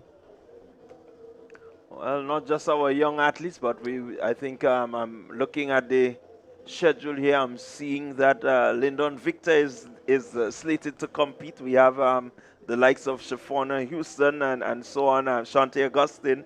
They seem to be here and ready to go in terms of representing Joshim Sylvester. We have him slated here, so quite a few notable names that have represented Grenada and continues to lay that foundation for our Grenadian athletes. They're promising to be here. Yeah, that's really good to see. And just probably 2 weeks ago, we had stellar performances by those athletes, amongst others, in the U.S. That would be referred to as the JUCO schools. They had their outdoor track and field events. Notable names would have been coming from the likes of Devonnie Ferguson and Joshim Sylvester. Ferguson, of course, not at this meet, but Sylvester is. You know, he would have made the finals in that JUCO meet, and that's amongst some of the best athletes, not only in the U.S., but amongst the region and the entirety of the world, you know. So that's really commendable that we could produce 2 athletes what would have qualified for the finals, amongst many others, including Shaquan Toussaint. And so Grenada, as well as the rest of the Caribbean, have a lot to be proud of. Yeah, certainly a lot of commendable performances from our athletes out there at the junior meet, junior colleges, and really it's been good to see the number of athletes that represent us out there, going out there and really continuing to focus and to lay that foundation. Yeah, and that speaks to our growth in terms of the athletics sector. I could say that probably 10, maybe 15 years ago, we weren't having as many scholarships given out to athletes, but in this day and age, due to the heightened level of coaching, we have the ability to give our athletes the best chance possible to make it into the international stage. And even those that don't make it to that Olympic level, these scholarships provide a gateway for them to further themselves in terms of education, you know. So we're really proud of the Grenada Athletics Association and the athletic scenes in Grenada and the rest of the Caribbean in general, you know. Yeah, while we speak about the performances, we must give commendation to Serena Alexander, former student of the St. David Catholic Secondary, continuing to show Grenada's dominance in terms of the javelin throw. Candicia Scott, one would remember, flew that flag for quite a long time on the college circuit in the United States, representing Grenada, winning gold medals. Yeah, definitely. And so Alexander won herself a gold medal at the Junior Games. Yeah, so that's quite commendable, quite commendable. Another product of Mr. Paul Phillip, you know, so we should really be proud. Yeah, we have certainly had some of our junior athletes going on and representing well.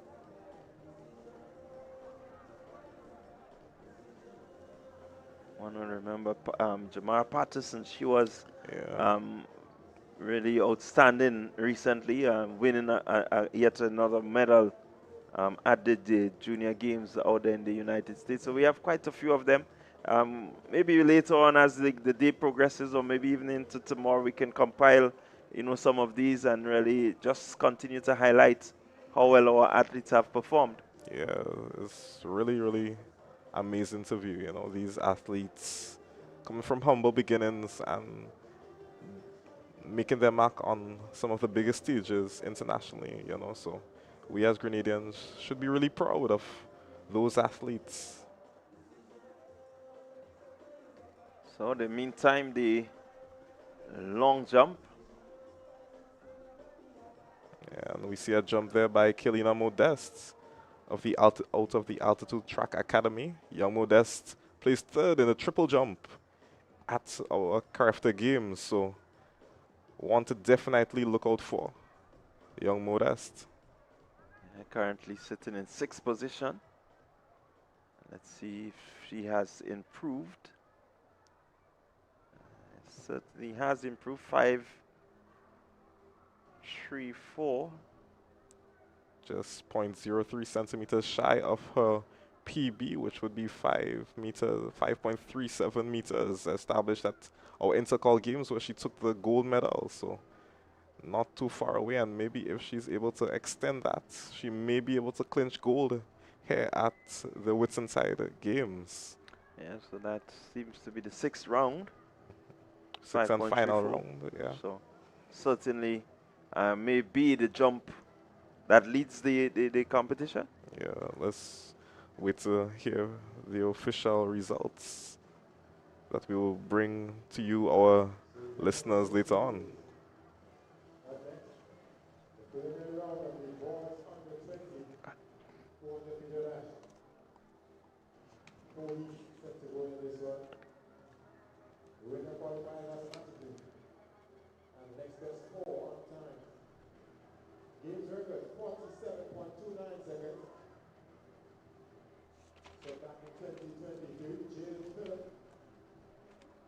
So we're getting ready for some 400-meter qualifying again.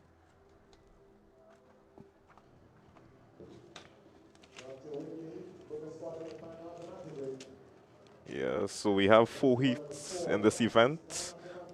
Boys 400 meter under 20.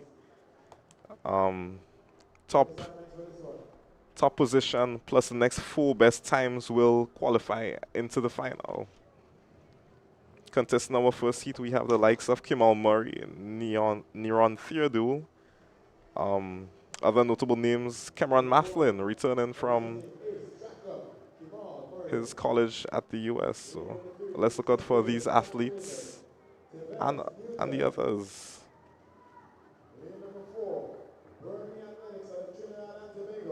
Mikai Solomon. Lane number 5, running unattached, Javio Bowen. Lane number 6, South City Rising Stars, Cameron Mathlin.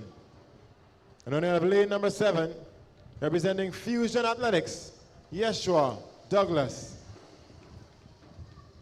On your marks. Again, a good field. 47.75 for Matlin. That's the time. That's the seat time that we have here. Kimal Murray, East Track Club, 49.40.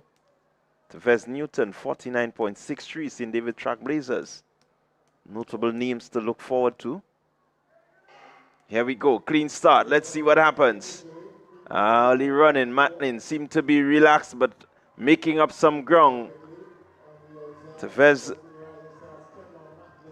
Newton looking good in the middle of the field, but Matlin seemed to have a good command of this one. Spaced it well so far. Here comes Kimal Murray on his inside. Murray making up some good ground on Matlin. As they head into the straightaway, it's going to be Murray. Murray coming off the curve with a slight lead. Murray and Matlin, they will battle for the automatic qualifying spot. Let's see who has the strength. It seems to be Matlin. Matlin with the strength to hold off. Fast closing Murray. 48.65 the flash time for Matlin. And 48.82 from Murray. That would be his personal best. So a commendable performance by him. Yeah, commendable. And he knows it. You can see how proud he was. He gave himself a bit of an applause for completing in personal best time.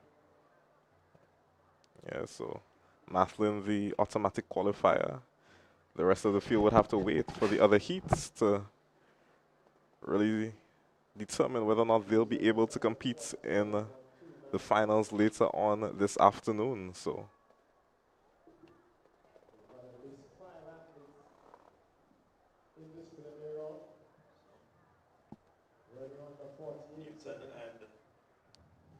Murray will have to wait to see what happens. But so far, Matlin 48.65, a good time. Not too far away from his personal best for the season, or season's best, if we want to put it that way. I think that time would be his personal best time. I think 48.6. That's around the time he's been clocking thus far for the season. 47.76 would have came from his under 17 stellar season, where he was able to claim silver at the Crafter Games held in 2024. So let's see if he's going to be able to replicate a performance like that later on this afternoon.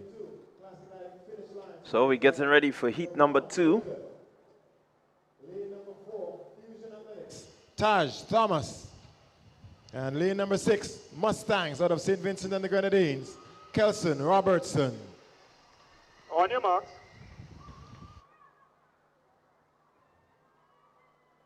So only 3 athletes competing in this one. Lanes 2, 4, and 6.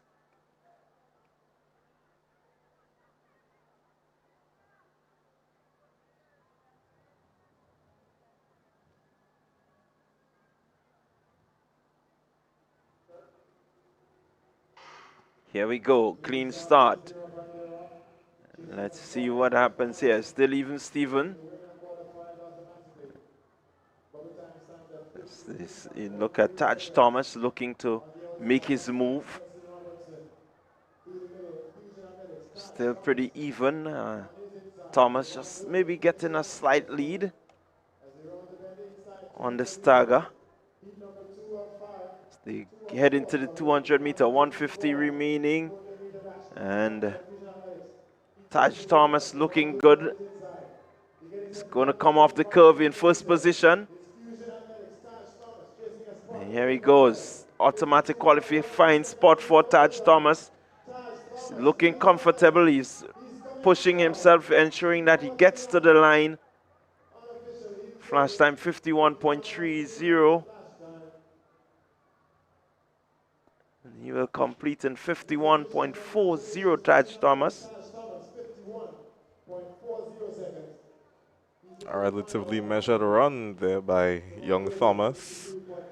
He comes in with a PB of sub 50, I believe, would have been 49, mid 49 high. So a measured run, no need to exert yourself in these preliminaries, just clinch the automatic qualifying spot, and that's all that matters. Save the energy for the finals later on. So Yeah, certainly coming in with a time of 49.40 and eventually 51.4 says, and it shows that he was a bit relaxed. He just needed to get himself to the 100-meter mark at the front, and then he can control what pace he crosses the line at. So only qualifying days.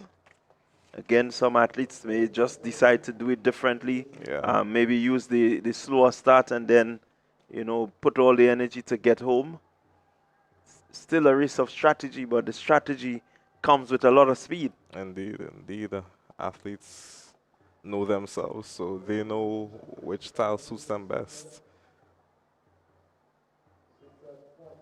Although if you look at the international scene, athletes typically don't start off slow at all. The 400 is often considered a sprint. You run hard from the beginning right to the end, and that last final 100 meters is who has the most grit. So, of course, these athletes are young and still developing, so. Yeah, you have, as you develop, you really get to understand your running, and you can always work along with your coaches to make sure that, you know, you get to the target, which is the best time. Yeah, fine-tuning those skills, you know, so we shouldn't be too hard on our athletes at this stage.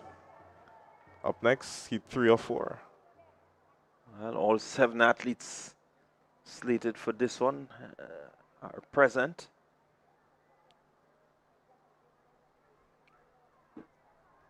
So the favorite here seemed to be Keelan Moses. Seat time 47.77. Here we go. Let's see if he can replicate this. Good strong field as we look at Jamil Donald and Olivier of Idat Academy.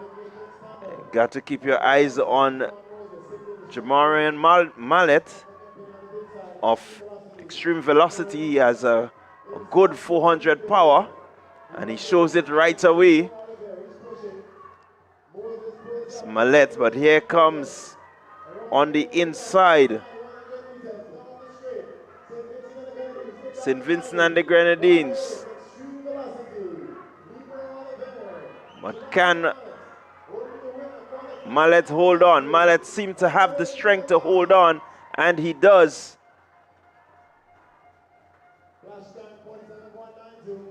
Keswick Garrick with really some good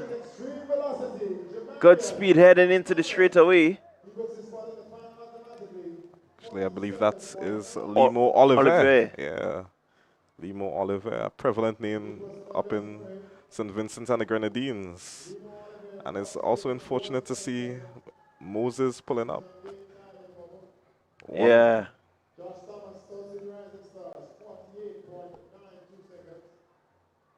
So again, Olivier really doing some hard work, trying to ensure that he gets the first position, the first qualifying spot. But unfortunately, Mallet had the strength to really hold him off. Yeah, just outlast him in the last 20 meters.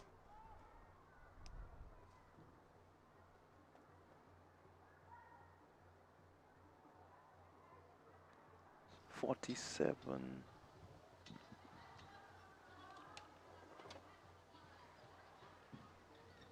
So good run there, breaking under the 48 seconds. Did Mallet. Did Olivier, sorry. Oh, Mallet. Yeah, that's Mallet of Extreme Velocity. Yeah. He came in with a time of 48.37, and so certainly going under 48.37. Establishing a new PB. New PB for him. Also, Josh Thomas with a new PB as well. 48, I think. This would be his first time breaking 49 seconds. Also commendable. As we say before, success isn't measured by winning. It's measured by internal progress. So I'm sure our athletes would be quite proud. Yeah, certainly a lot to be proud of.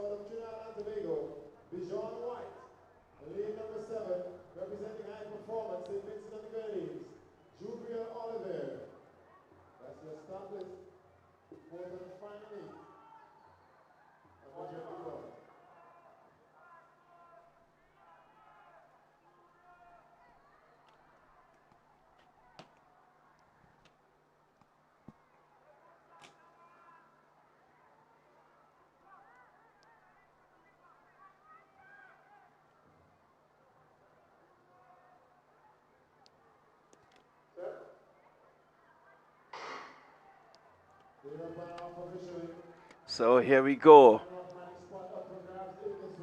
Final heat. Let's see what happens. The athlete there from Burnley with a slight lead. High performance is still there.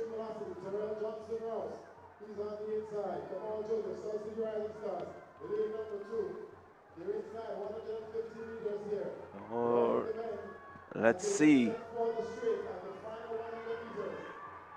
Good power, good. The athletes there really nicely bunched. It will be a push for the first position. It's going to be tight. Extreme Velocity is there. Salt City Rising Stars is there. But on the outside, lane 7, High Performance, I make it. Yeah, that is Jubriel Oliver. Jubriel Oliver out of High Performance, St. Vincent and the Grenadines. Oh, no, it's Kamal Joseph. Seems to be awarded with the first position. Both athletes clocking a time of 48.97 seconds, so mere milliseconds separating these two athletes. So it really builds up the suspense for what is to come later on this afternoon. It certainly does. So Olivier, Jubriel Olivier.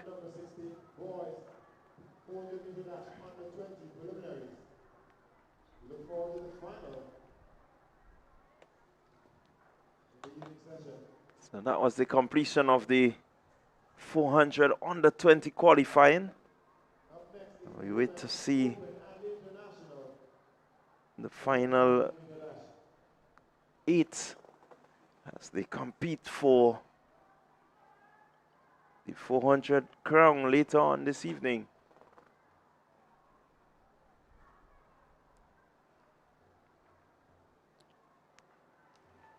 Getting ready for the under 20 girls. I think they should be up next. This is your field. Running out of lane 1, PG's Pantry, Altitude Track Academy.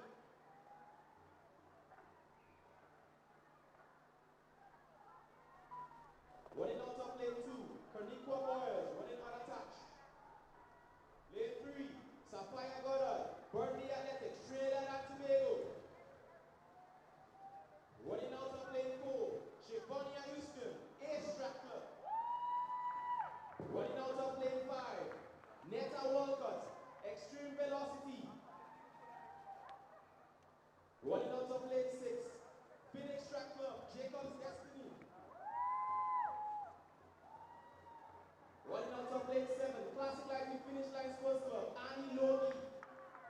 And rounding out to the ladies, Eat That Academy, Jaden Edwards Barry, St. Vincent and the Grenadines. This is your field. It's 1 of 2. Women, 400 with the dash, open and international. All right, so we have the women 400 meter open and international. We see Shifonia Houston returning. top 3 plus the 2 next best times. It's good to see that she's back on the local scene. Representing Ace Track Club, Shaffonia Houston. Let's see. Looking to make up the stagger very early is Houston. And Annie Loki out there is going to put her bit in as Houston gets up the back straight. Just about level with Logie, who has the lead by now. But here comes Houston as she heads into the 150 mark. Houston looking to power her way through. And she has the lead just about now, heading into the straightaway. 100 meters remaining, and it's Shaffonia Houston. She's powering, she's pushing. She's looking strong. Annie Logie is going to have to settle for second. But it's Shaffonia Houston. And let's see, a flash time there of 56.36 for Houston. Yeah, that's around the time she usually clocks. A relatively good time. Of course, booking a spot into the finals later on. All right, so there we have it. Houston, 56.68 seconds. Logie, 58.28 seconds. Jacobs, 59.09 seconds. And Edwards Barry, 59.89 seconds, all of which dipping under the 1 minute mark. Yeah, certainly a good exhibition of 400 meter running from this group. And they all dipped the top 4 under 1 minute.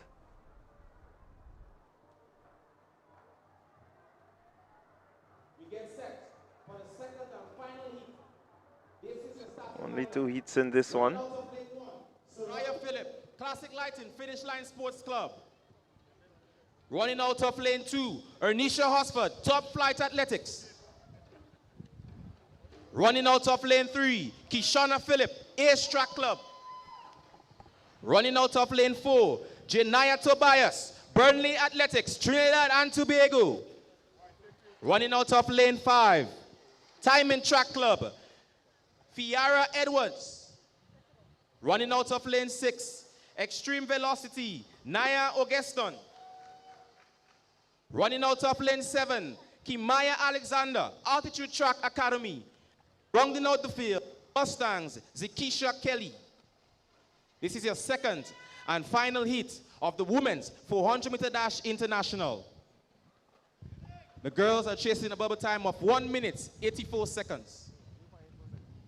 On your marks.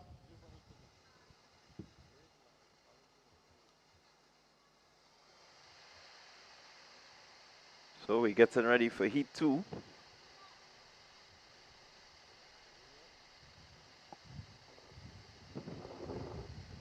Set. And here we go, clean start. Let's see what happens. Who will make up the stagger early? It seems to be lane number 3. That's Kishana Phillip, Ace Track Club. She has made up some good grounds. And looking at the stagger, it will be Phillip with the lead. Kishana Phillip into the 200 meter mark. And here we go as they round the bend. And they will head for the straightaway now. Phillip looking good and strong. Looking pretty composed, all by her lone self as she heads into the straight just about now. There is no catching Kishana Phillip, Ace Track Club. She will run away with this one. And let's see, it's going to be important to see the time that she returns. But certainly a good, powerful run from Kishana Phillip. 56.81 seconds. Yeah, coming close to her personal best of 56.56 seconds. Kishwana Phillip, another one of those athletes who would have gained a scholarship to go away better known as 100 and 110-meter hurdle runner, but once again, dipping into the 400 meters, so showing her variety. Second position goes to Zakisha Kelly of Mustangs. Sarah Phillip of Classic Lighting South City Finish Line. Sorry, Classic Lighting Finish Line Sports Club. She's at 1 minute 62. A good run from her.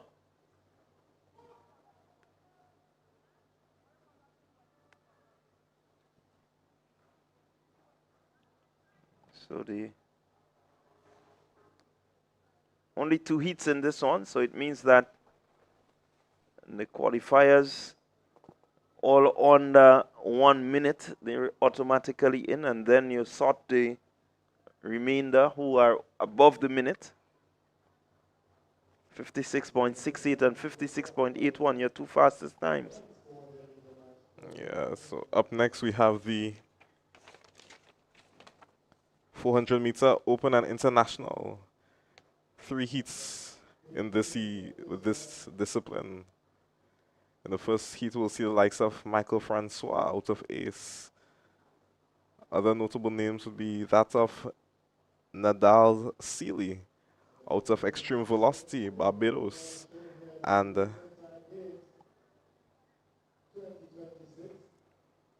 Deatriel Stanley out of St. Kitts and Nevis, all of which have PBs well beneath 49 seconds. So it's going to be interesting to watch. Well, certainly, as we take the lane assignments.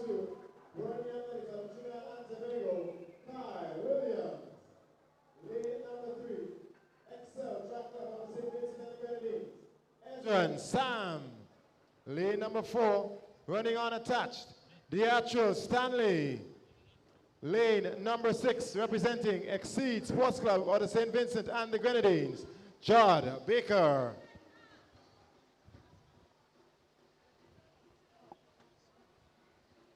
That's your start list for heat number 1 of 3. Men's 400-meter dash, open and international.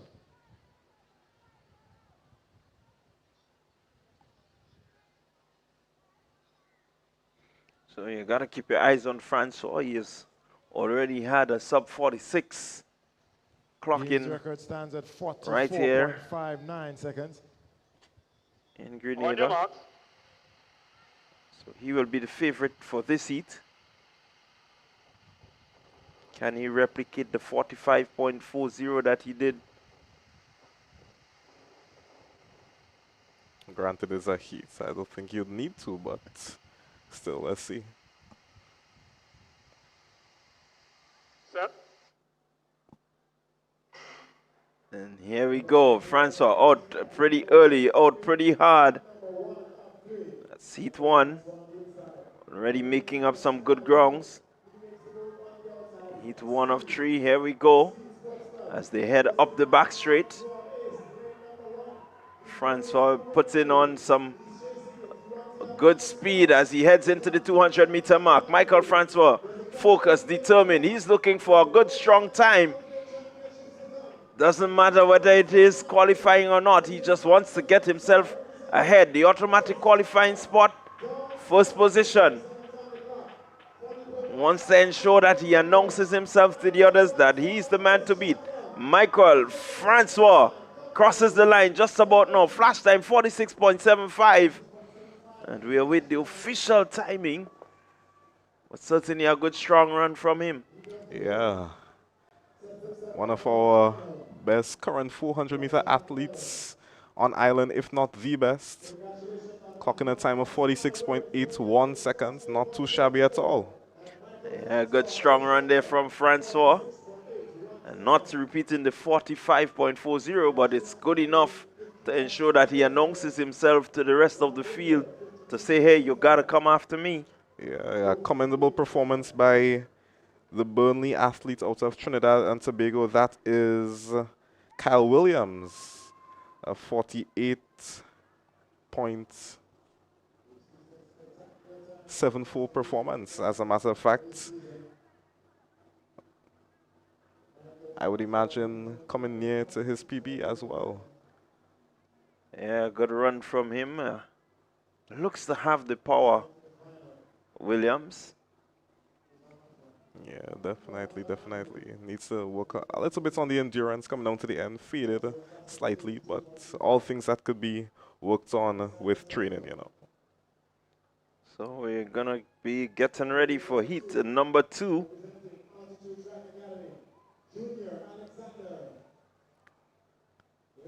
This seat definitely seems to be littered with stars.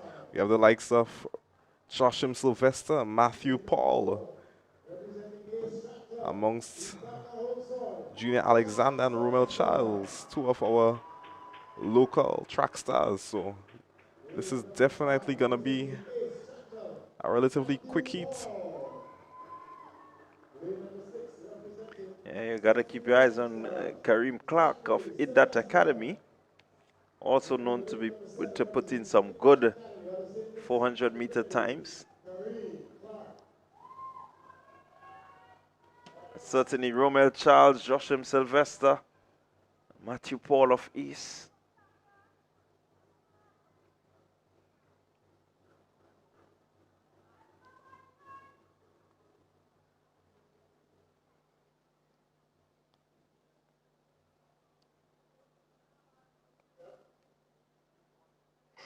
Here we go, first time of asking. Let's see what does lane number 4, Joshim Sylvester, have to offer. Here we go. Already making up some good grounds. Keep your eyes on Kareem Clark. He's a pretty strong athlete.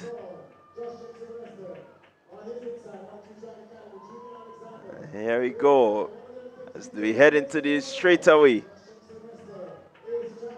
Sylvester looking to pull away. But he has some competition. It's Matthew Paul and Joshim Sylvester. Sylvester will go ahead. Flash time 47.18. Let's see what he returns. 47.25 for Sylvester, 47.66 for Paul, and Junior Alexander altitude 48.80. Yeah, all commendable performances by the athletes. Sylvester having come off a relatively difficult season, well, not difficult but rigorous season, competing in the multitude of events overseas. Not a bad return time, 47.25 seconds.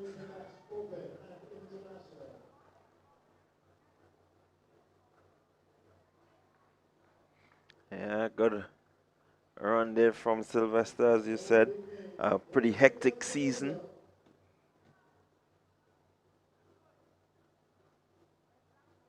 So his returns here is a pretty good one. Still qualifying, so he wants to make sure that he gets himself into the finals.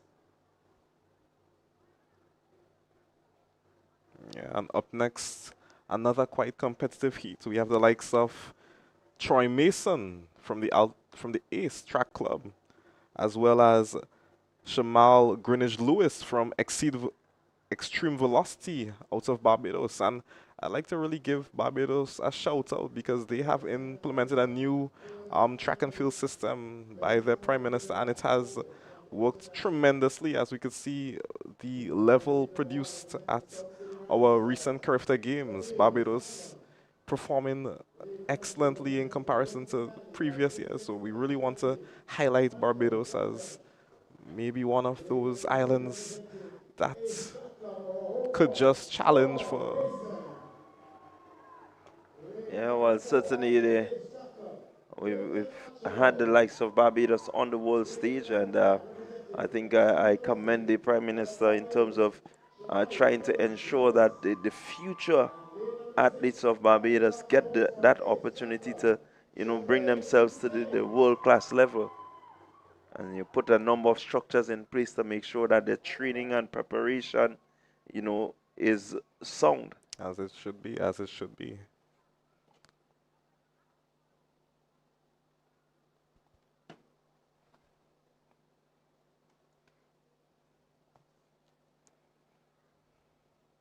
So we're getting ready for the final heat, heat number 3.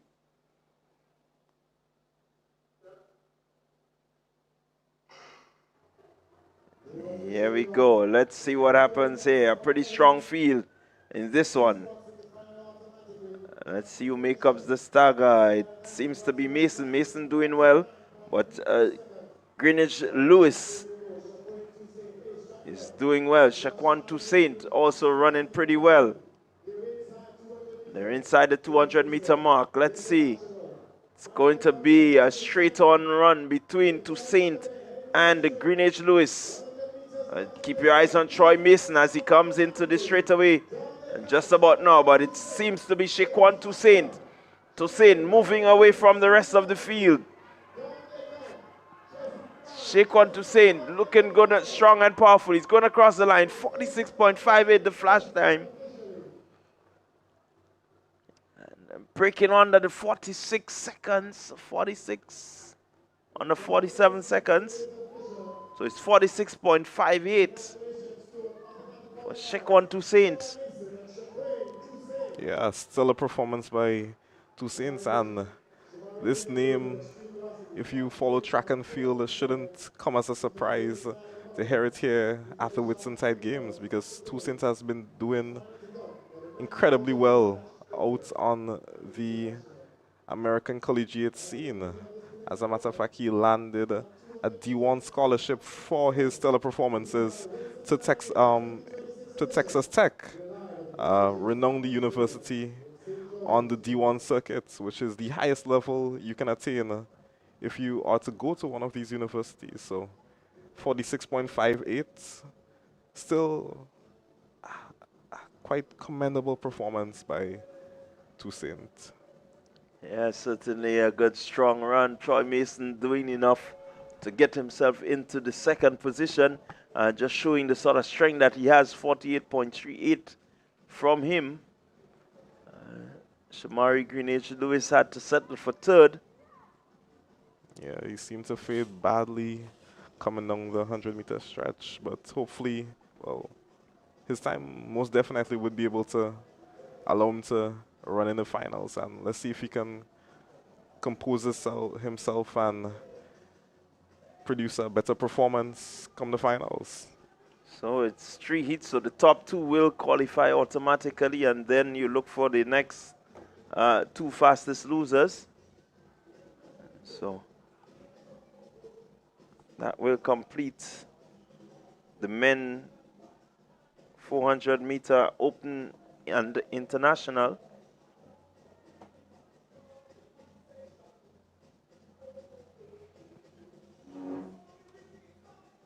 Competition in the field seem to have been completed.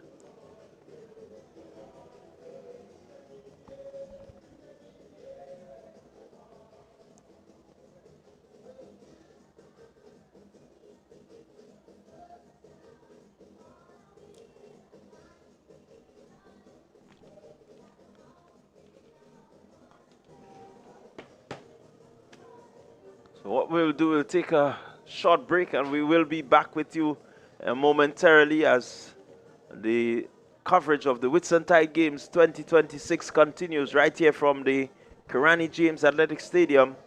We'll see you momentarily.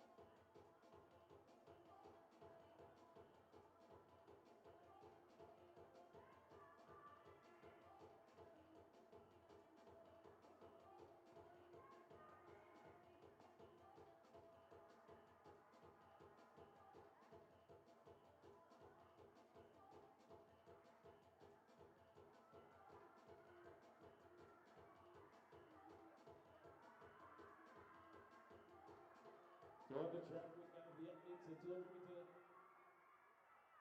On the 11 girls is Tania Gibbs Latouche, out of sprinters athletics. It is Latouche. Sprinters athletics, Latouche. Out of sprinters athletics. The 200 meters on the 11 girls.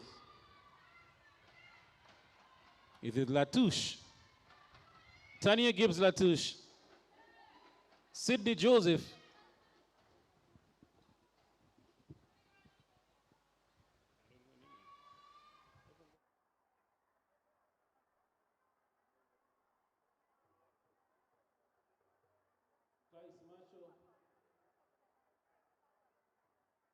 Extreme velocity. Janine Charles. All right, so we're here live at the Carnegie Games Athletic Stadium. It's the Whitsuntide Games 2026. On track, we're about to get set for heat number 2 of 7 of the under 11 girls 200 meter dash. Just saw Tania Gibbs Latouche take the spot in heat number 1. Only the winner qualifies automatically. And then there's one non-automatic spot on offer in this event. Games record stands at 29.07 seconds, set back in 2025 by Jazzion Johnson. And that's one to watch. Getting set for heat number 2.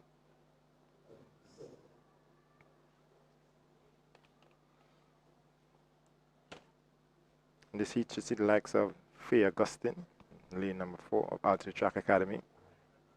It's a name we've become growing accustomed to here on the local circuit. And they're on the starters orders here. Heat number 2.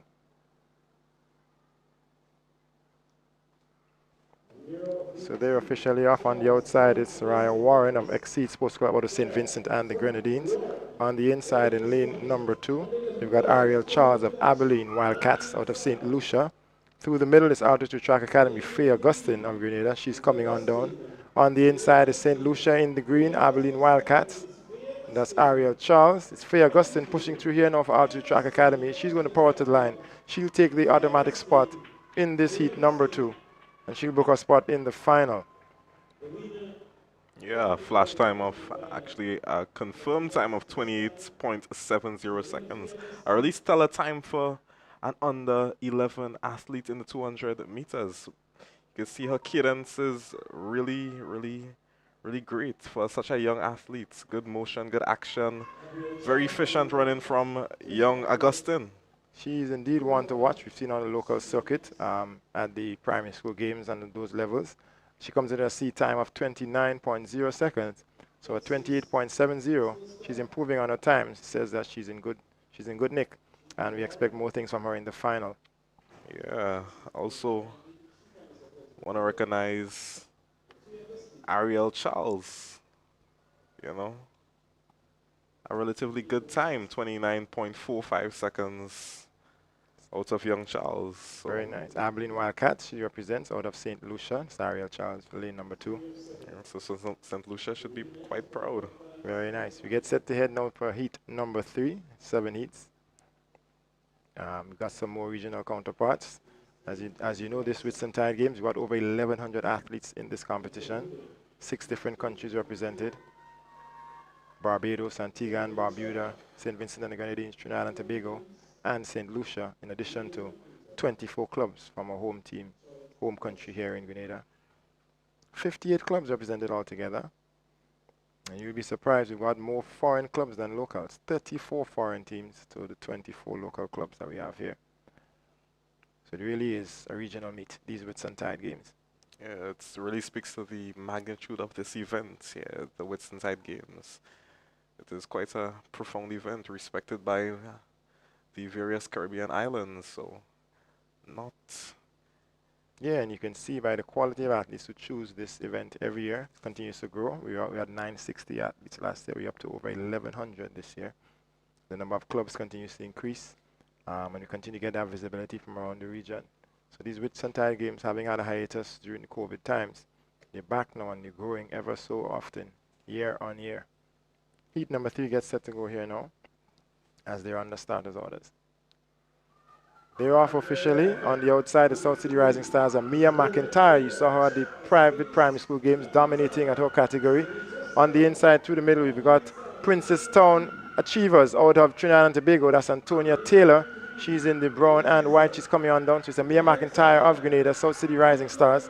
And we've got Antonia Taylor of Princess Town Achievers representing Trinidad and Tobago. It's going to be a Mia McIntyre. She'll get to the line first, and she'll get the automatic spot in the final of this under 11 girls 200-meter dash. Yeah, a really good performance by young McIntyre, and you can see her nodding her head in approval of her performance. Very outstanding run. If you remember, McIntyre was one of the standouts at the private primary school games this year, representing the St. Mary's Junior School at the under 11 level. And fun fact, she's also the granddaughter of our Governor General, Dame Cecile Lagrenade. So she's one to watch. As she would have said in her interview, she's looking forward to representing Grenada at the Olympic Games. And it starts here at the Whitsuntide Games. It does indeed, it does indeed. These are the foundation for those athletes being able to measure their skills and really get a sense of where they're at in terms of their competitors. It's also good to get some regional competition so you know how you stack up against your counterparts around the region. Yeah. Sometimes, you know, you get comfortable competing here at home, dominating in some cases, but having your mettle tested against those across the region, you get to see just exactly how well you stack up. And I'd really like to commend young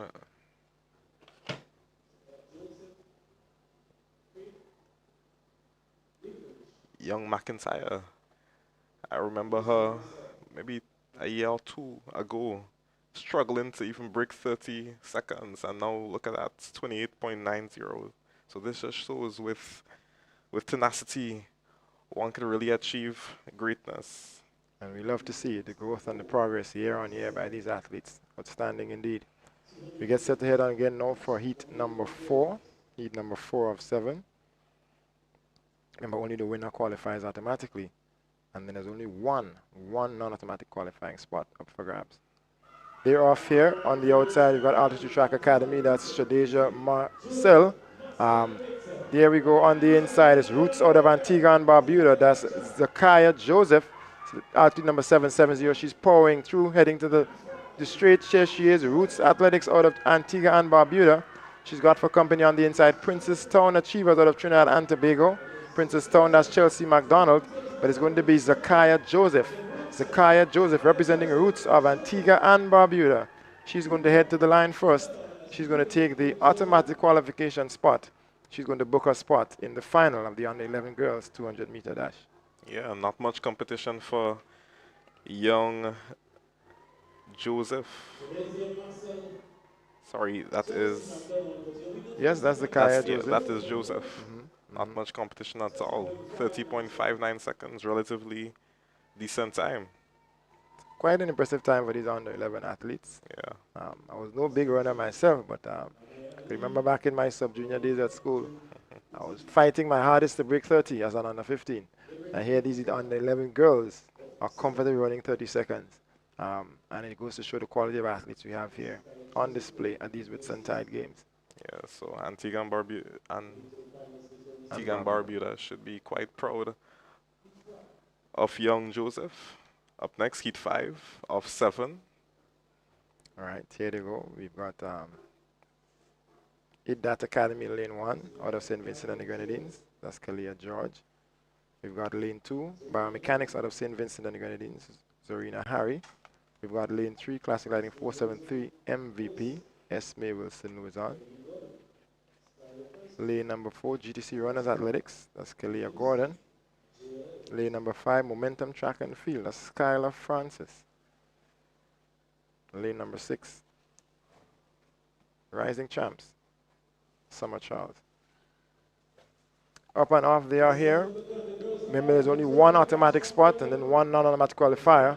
We've got early running by Biomechanics. That's lane number 2, Zorina Harry out of St. Vincent and the Grenadines. She's chased on the outside by Momentum Track and Field, Skylar Francis. Around the bend, down the straight they come. It continues to be Biomechanics out of St. Vincent and the Grenadines, Zorina Harry.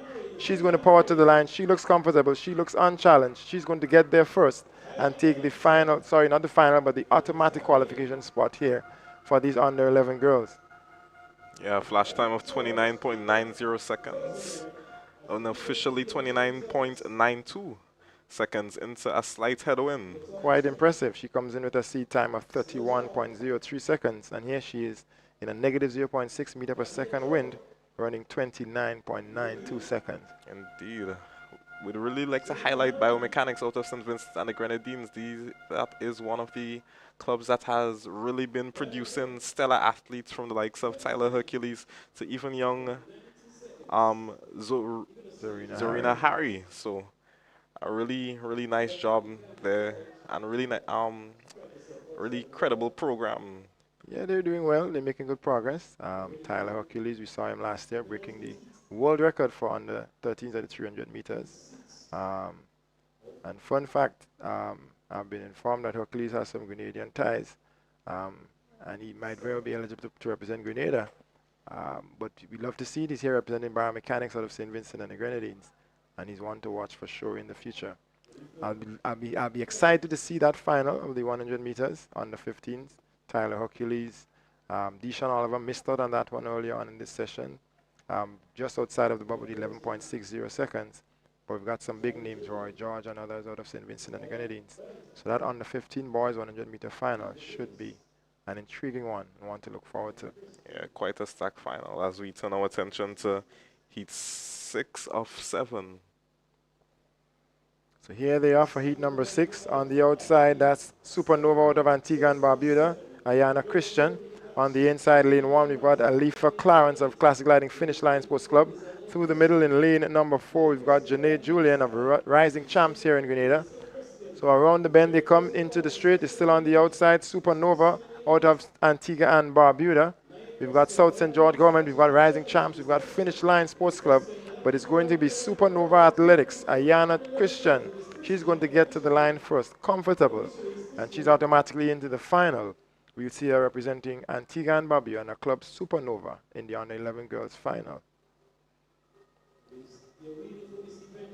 She looked quite comfortable as she came on down here, knowing that the competition was nowhere close. And she had this one wrapped up. She was literally skipping to the line. May have been something of a celebration, who knows? Yeah, well, Antigua and Barbuda seem to also have quite a stellar track and field program, as they had a young Outer Bridge excelling at the character level, and now look at that. We have so Outer Bridge out of Bermuda, there was outstanding Antiguan athlete Tyra Fenton. She did outstanding well at the character games, gold in the 1 and 2, bronze in the 400. So that's a standout for Antigua and Barbuda, Tyra Fenton. We won't see her, she's not registered here at these Whitsuntide Games, but she's got some compatriots here representing and flying the flag high. None more than Ayana Christian here in the under 11 girls. Yeah, as we prepare for our 7th and final preliminary for these under 11 200 meter event. Can you imagine how much it takes from these young athletes at this age in front of this crowd with this pressure?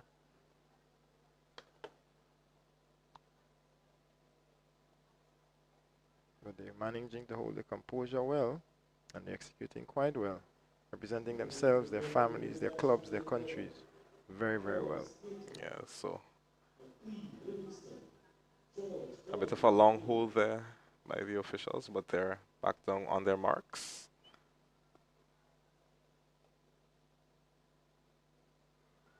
So they're officially off here now. This is the final heat. There's a final automatic spot on offer.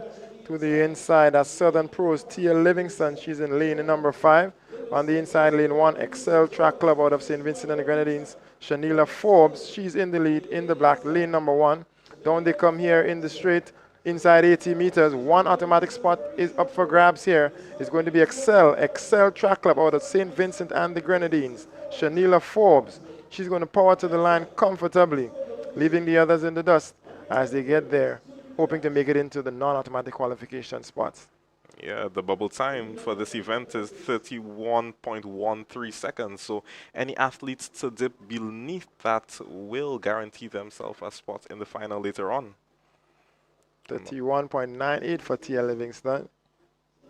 Unfortunately, not meeting that bubble time, but contributing factor could be that negative 2.1 meter per second headwind that she ran into. A bit unfortunate, but It is unfortunate when you run time qualifiers and you have different wind readings for different heats, but those are the competition rules, yeah. and that's what we work with, and the athletes are very much aware of that.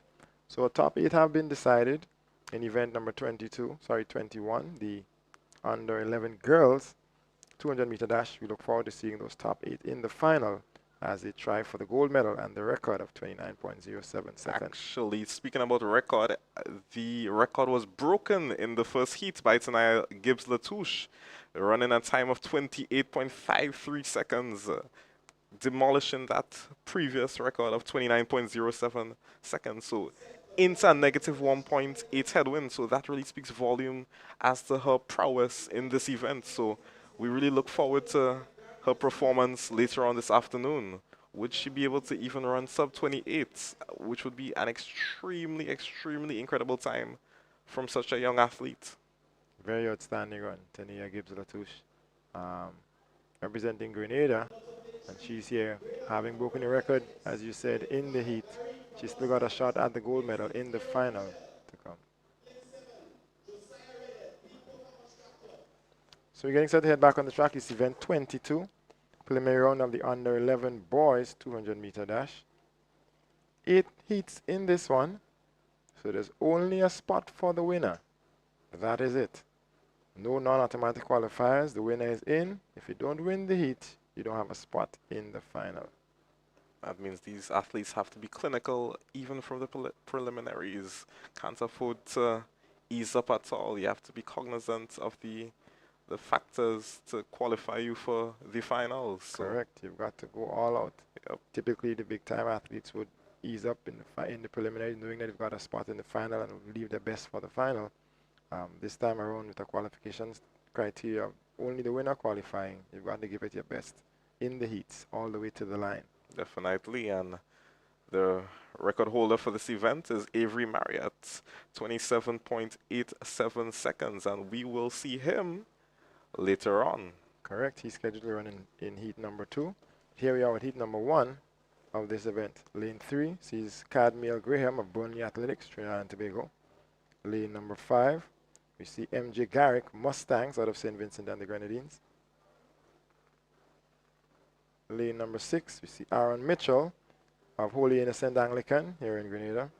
And lane number 7, Josiah Redhead. He represents Peak Performance Track Club.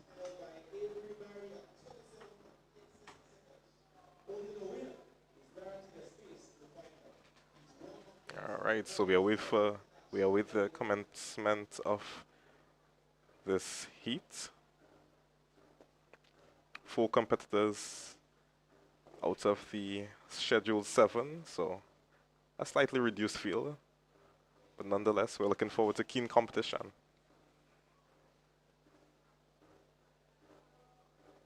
Look forward to the quality these athletes have to offer here. So the under 11 boys. It's Burnley of Trinidad and Tobago, Mustangs of St. Vincent and the Grenadines. We've got Holy Innocent Anglican of Grenada, and Peak Performance also of Grenada. Goes in lane number 7. Can't remember the last time I've seen, of all events in the last few seasons, 8 heats in the preliminary round.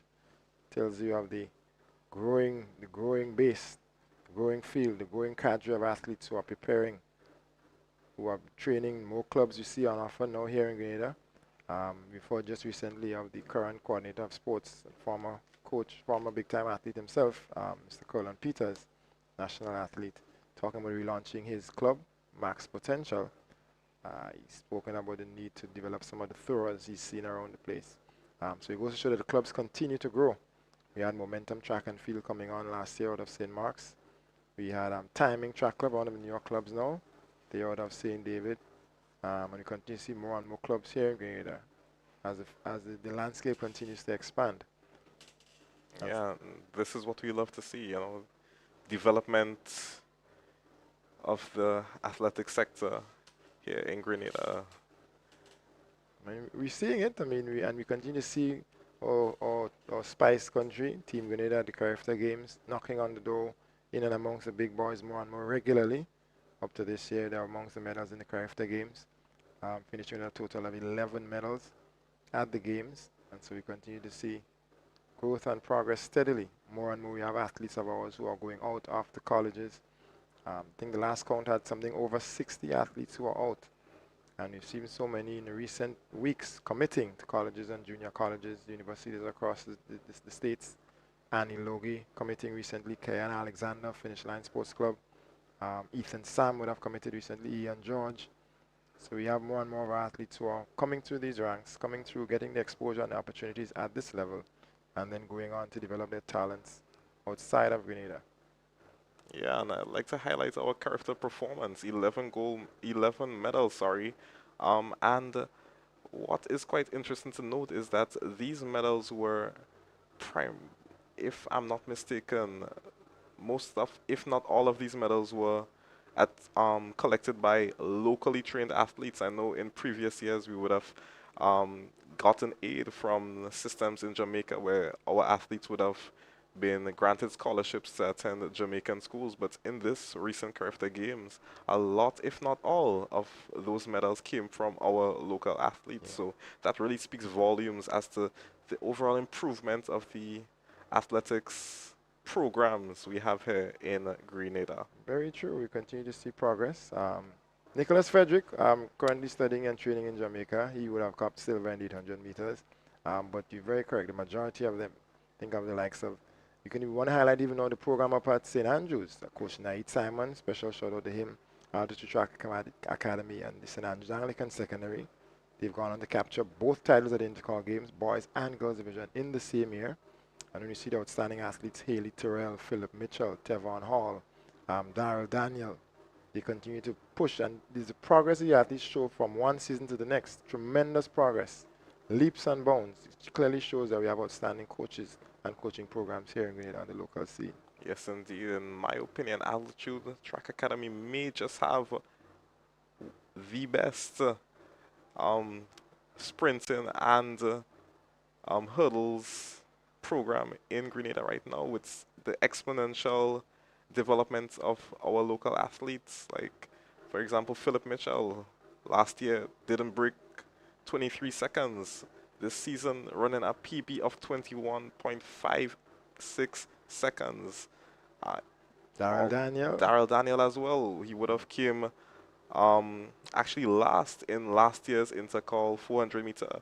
Right now he's running sub 48 consistently and even produced a 46.86 PB. He's running this season inside the World Junior Championships qualification standard in the 2 and in the 4, so he's in good nick, world competition nick.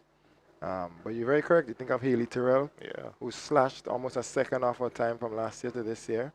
Tevon Hall, who went on to capture bronze at the 400-meter hurdles at this year's Character Games. And it's important to know that Hall is still a first-year under-17 athlete, and may I say that it may not be too far-fetched to say that he may be posing a problem for the character record next year with the right growth, you know. We continue to look forward to it. We think of Deshaun Smart in the javelin, who threatened the character record this season. Anderson Peters mentioned Smart is above him at his distance, at his age. He's actually throwing further than Anderson Peters. But here we are back for heat number 1 in the under-11 boys. Here they go, Burnley Athletics on the inside. That's Cadmiel Graham. He's in the lead. On the outside, we've got Peak Performance, Josiah Redhead. Remember, only the winner qualifies automatically. What a run by Burnley Athletics out of Trinidad and Tobago. This is Cadmiel Graham, lane number 3. He seems to be unchallenged.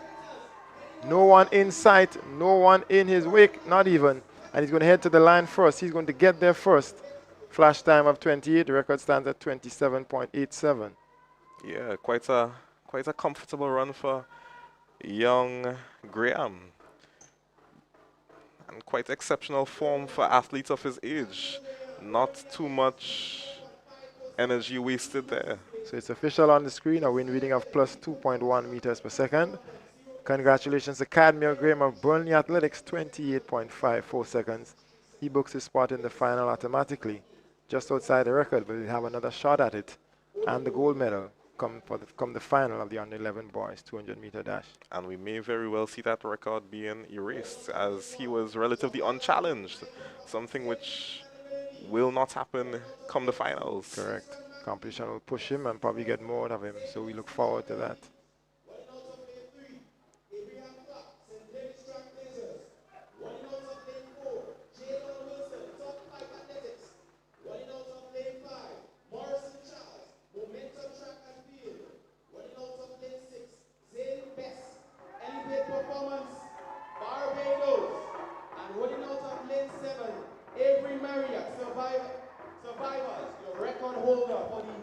All right, and talking about record, the record, here is the record holder, Avery Marriott. Correct. He represents SP Survivors out of St. Lucia, only representing that club here. We've seen him represent South City Rising Stars as well here on the local scene. So he's got some local connections. We look forward to seeing what he has to offer here. Comes in at a time of 27.81. Up and off the hour officially. His seed time this season is faster than the record, so we expect something great here. Avery Marriott on the outside in lane number 7. He's got for company representing elite performance out of Barbados in lane 6. Zane Best on the inside in lane number 2. We've got Exceed Sports Club out of St. Vincent and the Grenadines, Kezwan McPhee. But down he comes Avery Marriott on the outside representing St. Lucia. SP Survivors on the inside, Exceed Sports Club out of St. Vincent and the Grenadines, Kezwan McPhee. And it's Marriott who gets to the line first. Unsurprisingly, the flash time is what may be surprising. He might be inside of the record. Let's see what it officially has. Let's see what officially is on the cards. We await the official times and results. Avery Marriott, representing SP Survivors out of St. Lucia, current record holder. And re-establishing a new record, erasing his old record of 27.87, improving it to 27.29 seconds. So there we have it, Avery Marriott. Indeed. Nothing surprising here. Not at all. His record last year stood at 27.87 seconds. He came in with a seed time of 27.81. And then here at the Whitsuntide Games, with the competition and the occasion, brings the best out of the athletes. He runs at 27.29 seconds here. So congratulations to Avery Marriott, his team, his family, his coaching staff, and all those behind him. Outstanding performance. Yeah, and St. Lucia should be really proud seeing these young athletes putting down these types of performances. So not only do they have senior athletes that they could look forward to on the biggest stage, but they also have these younger athletes, you know, fostering this type of development. Perhaps very well inspired by the Olympic performance of Julian Alfred. We've seen in St. Lucia, J.D. Emmanuel go on to take Carifta gold last year in 2025. We've seen St. Lucia again amongst the Carifta medals this year in the high jump. The name just slips me now, but you're seeing more and more athletes coming out of St. Lucia with outstanding performances, and it goes to show the progress and the depth and growth taking place in their program on the local scene. We're getting set to head back on the track though for heat number 3 of 8. Only the winner qualifies automatically. So there is no bubble time, there is no non-automatic qualifier. You've got to win if you want to be into the final.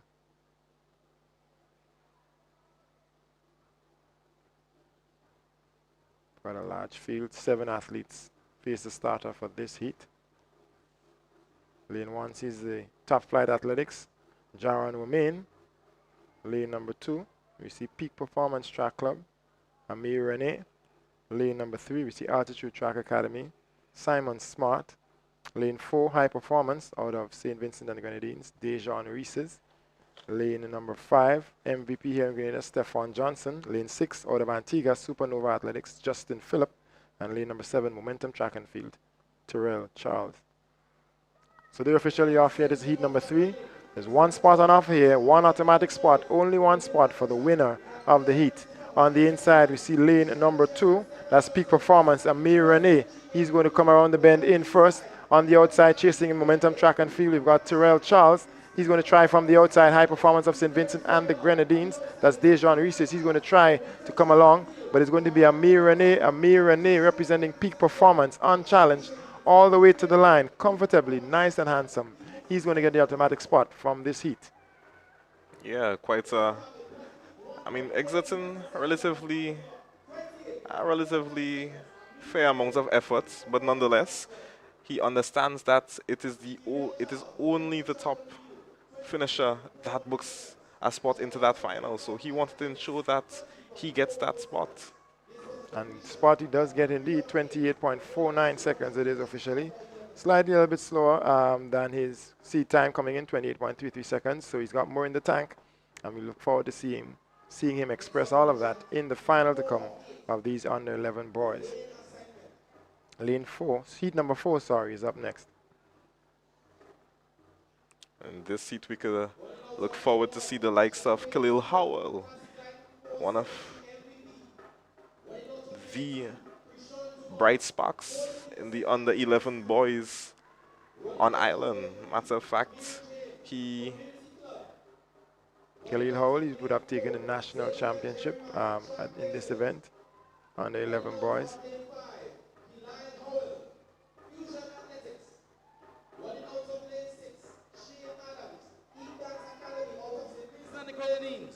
And rounding out the field, Hayden Albert, Sprinters Athletics Club. Only the winner is guaranteed a space in the final. All right, so here they are lining up. 7 athletes set to go. MVP in lane 1, Shaquan Stephen. You'd have heard the house announcer. In lane number 2, Holy Innocent. That's Christian Dumont. Stephen of MVP is absent from this one. No lane 1. Community Club Amir James. He goes in lane number 3. St. David's Trailblazers in 4. Xavier Jeremiah. And you heard the names of Khalil Howell, Shane Adams, and Hayden Albert. Lane number 6, Shane Adams out of IDDAT Academy, St. Vincent and the Grenadines. And all of the other athletes are locals here in Grenada.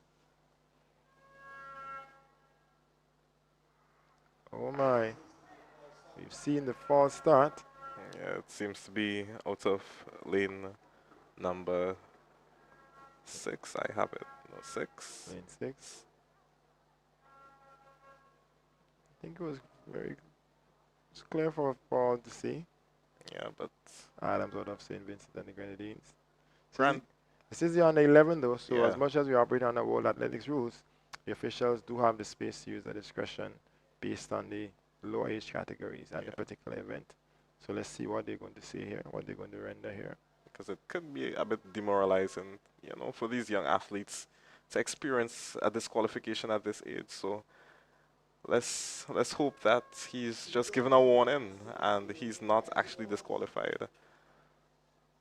So there is the argument that they need to at some point be taught the right thing, and the sooner, some people argue the sooner they learn the right thing, the better. But I do feel like some age groups are a little too young.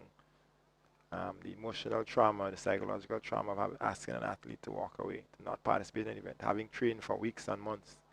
At that age, you feel for them. And I do share those sentiments, especially at this young and tender age.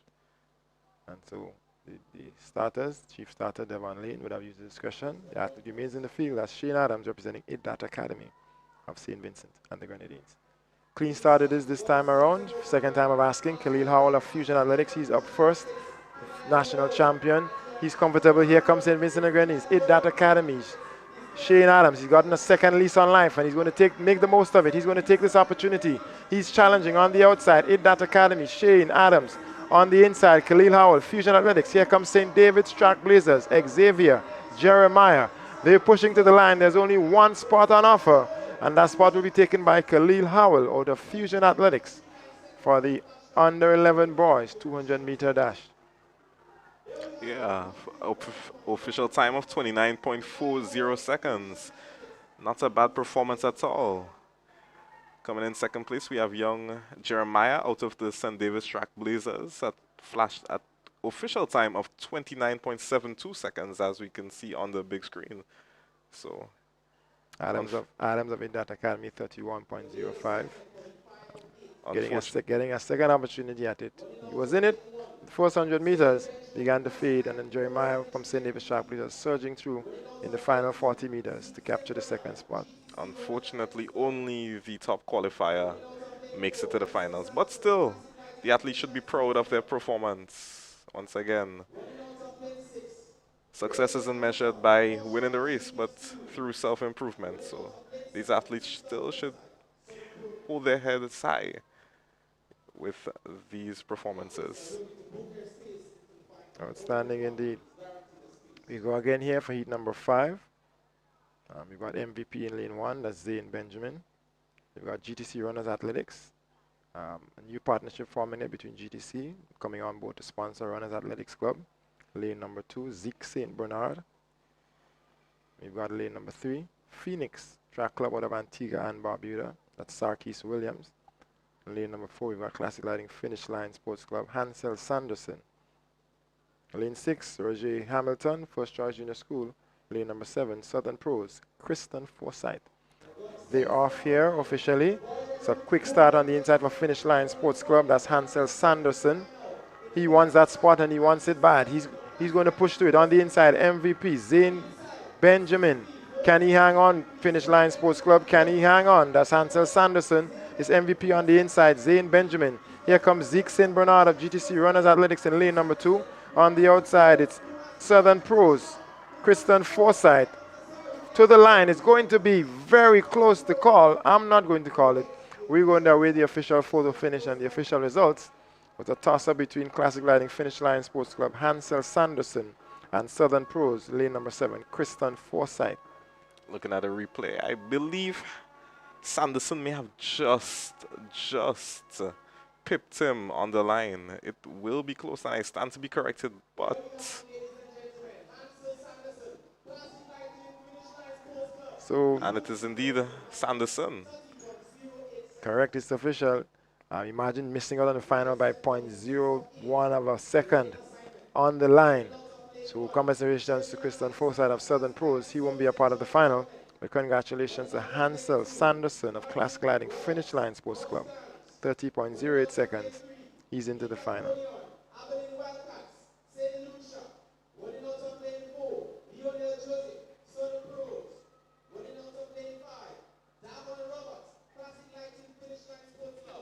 Running out of lane 6, Nashon Philip Hood, First Choice Junior School. And rounding out the field in lane 7, Rashad Rubin, Altitude Track Academy. So you heard the house announcer giving the final field lane assignments. In case you missed it, lane 1 has South St. George Government, Trevion Alexander. Lane 2, Mustangs out of St. Vincent and the Grenadines, DeMarcin Roberts. Lane 3, Abilene Wildcats out of St. Lucia, it's Mike Apollyon. Lane number 4, Southern Pros here in Grenada, Lionel Joseph. Lane 5, Devon Roberts, Classic Lighting Finish Line Sports Club. They're off here officially. It's a quick start. On the inside, it's Southern Pros, Lionel Joseph. He's all quick. He looks determined. He means business. On the outside of Altitude Track Academy, that's Rashad Rubin. Somebody wants it and somebody wants it more. There's only one spot on offer. Whoever gets to the line first, they've got a spot in the final. It's lane number 5. That's lane 4, Lionel Joseph, Southern Pros, but it's on the outside, Altitude Track Academy, Rashad Rubin. He's going to hang on. He's got the finishing strength. He's got the top-end speed. He'll get to the line first, and he'll take the spot in the final of these under-11 boys. Yeah, you could really see the determination on his face coming down the last 60 to 80 meters, pumping hard, and you could see the determination to really book that spot into the final. Yes, he would have started rather sluggishly, perhaps in the first 20, 30 meters, but he got into his running when he got up around the bend, and he finished closing very strong for the last 50 meters. Let's go back to our announcer for assignments for heat number 7. Grenada, running out of lane 3, Carlon Stanislaus, Community Club, also from Team Grenada. Running out of lane 4, Tilan Yard, Elevate Performance, Team Barbados. Running out of lane 5, Rohan Gilbert, Classic Lighting Force, South St. George Government. Running out of lane 6, Malachi McFarlane, Southern Pros. And rounding out the field, Marley Robinson, Phoenix Track Club. This is your starting lineup for heat 7 of 8. So here they are. It's Antigua and Barbuda in lane number 7, Phoenix Track Club. It's St. Vincent and the Grenadines in lane 1, Biomechanics. And then you've got Barbados in lane 4. That's Elevate Performance, taking on the Grenadians. Sprinters Athletics Community Fast start Club. there from the athletes. South St. George. They are looking to gain their place into the final. In the middle of the track, we have Community Club, Carlon Stanislaus, Also there on the inside, we have South St. George Government, Rohan Gilbert. But it seems to be the athlete in lane 4, Tilani Yard, Elephant Performance, Team Barbados. But here comes a surge on the inside from Holden Battis, Sprinters Athletics. But it's Team Barbados, Elevated Performance, Tilani Yard. So we saw that one. First one to the line, lane number 4, Elevate Performance. I can tell you there's quite a large Barbadian contingent in the crowd, and they've been supporting and cheering from event number 1 from the time the event began. So they'll be here very excited to see their boy Tilan Yard make it all the way to the line, make it into the final. Here they are. Very, very vocal, cheering on their athletes. Win, lose, qualification or not, they're giving the best, they're giving all the support, having come across here for this weekend's Whitsuntide Games. The young athletes can't ask for anything more. Support at this stage is really important. So it's lovely to see the large representation, out of Barbados for those athletes. Indeed. Back we go to lane assignments for the 8th and final heat. Running out of lane 5, Thaddeus Charles, Community Club. Running out of lane 6, Arcadian Telesford Noel, Sprinters Athletics Club.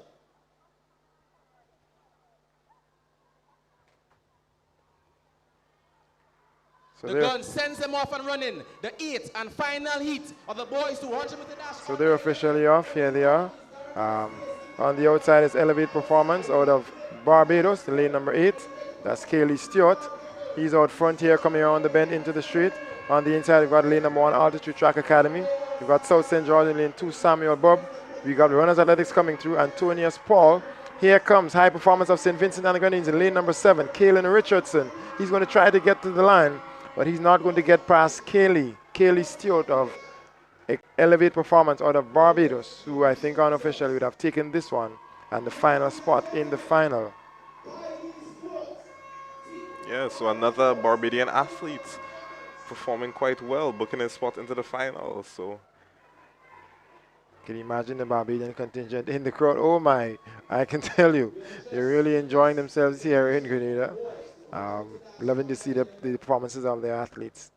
And we're here for it. So it's Kaylee Stewart, so of Elevate Performance Barbados, gets the 8th and final spot in the final under 11 boys 200 meter dash. That's the conclusion of their preliminary round. The under 13 girls are going to come next. But we're happy to see what we've been seeing so far from these athletes here. Again, we've got quite a few clubs represented outside of Grenada, some 34 clubs. St. Vincent and the Grenadines has the largest contingent. They've got 11 clubs here, just under 250 athletes. Trinidad and Tobago has 9 clubs represented in this competition. Not as many athletes. We've got 6 clubs out of Barbados, 6 clubs out of Antigua and Barbuda, and we've got 2 clubs out of St. Lucia. At least the 2026 Whitsuntide Games. It really is a celebration of Caribbean unity and Caribbean quality. Athletes are on show. We're getting set to head on to the track next up for the under 13 girls 200 meter dash. It's 7 heats in this one. 7 heats in this one, and so the winner qualifies automatically, and there's only one non-automatic qualification spot. The game's record in this event stands at 24.60 seconds. That's Yolanda Lewis, sent back in 2017. But we're getting set here for the first of 7 heats in this one. Lane number 1, we see High Performance out of St. Vincent and the Grenadines. That's Kaylee Kirby. Lane number 4, Altitude Track Academy. Janelle Canai, we know her from the primary school games representing St. Patrick's branch. Lane number 5, we've got Excel Track Club out of St. Vincent and the Grenadines. That's Sky Kane. And lane number 6, South St. George Government, Chloe Gilbert. Those are the 4 athletes set to go here for heat number 1 of 7 in the under 13 girls 200 meter dash. Well, Antoine, this heat promised to be a very, very close one. All the athletes in this one here seems to be running just about similar at the same time, so this should be close right to the end. Standout for me will be Kana in lane 4. She comes in a seed time of 27.40 seconds. And she is the fastest seeded time we have here. When we've seen her, I mean, I'm maybe a little bit biased because I'm Grenadian and I see her regularly on the circuit, representing the McDonald College Club, representing St. Patrick's branch at the primary school games. She really is one to watch for the future. Thus far, the meet has been rather competitive. I must commend that the under 11 boys, they were competitive in just about every heat. So we should see a very, very entertaining and exciting finals sometime later this evening. Indeed, we look forward to that. I'd like to see the competition when they stack up against each other. It's a different ball game when you have someone breathing over your shoulder as opposed to running away with a heat. And so I look forward to that final in the under 11 boys. Absolutely. And similar can be said what we expect from the 400 meters. Just about every single age group in the 400 meters was competitive right to the last. I was particularly impressed to see so many of our local athletes on show. Troy Mason, the Josh M. Sylvester, the Michael Francois. The Mathlin and so forth. We haven't seen these guys in just up in about a year and a half, 2 years. Correct. So it's a good thing. And this is one of the things that games like this actually showcases. There we go. So Back here over we to go. you. So his heat number 1 is underway. Kanai of Altitude Track Academy. She's in lane number 4. She's up first. She's got Excel Track Club Sky Kane on her outside, breathing down her neck. On the inside is High Performance Kaylee Kirby. They're going to come into the straight now, heading down to the line. It's 7 heats, so the winner qualifies automatically, and there's 1 non-automatic qualification spot.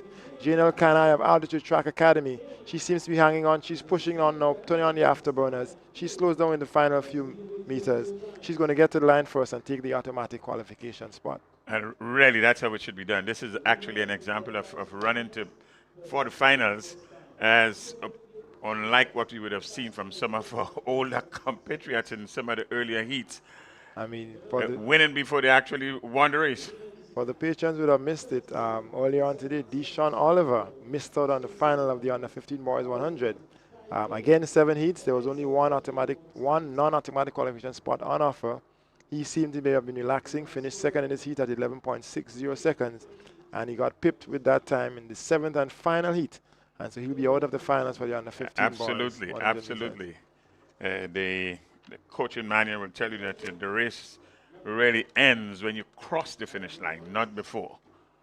Correct. I think it's a lesson for all of these athletes. I feel a bit for Oliver. Typically, you don't expect to give all that you have in a heat, but with these 7 and 8 heats in the preliminaries, 1 and 2 spots on offer, you've got to give it your best for a shot at the medals in the final. And when you're guaranteed only the winner automatically qualifies, you have to ensure or make sure that you are in fact that one, and anything happens afterwards. Correct.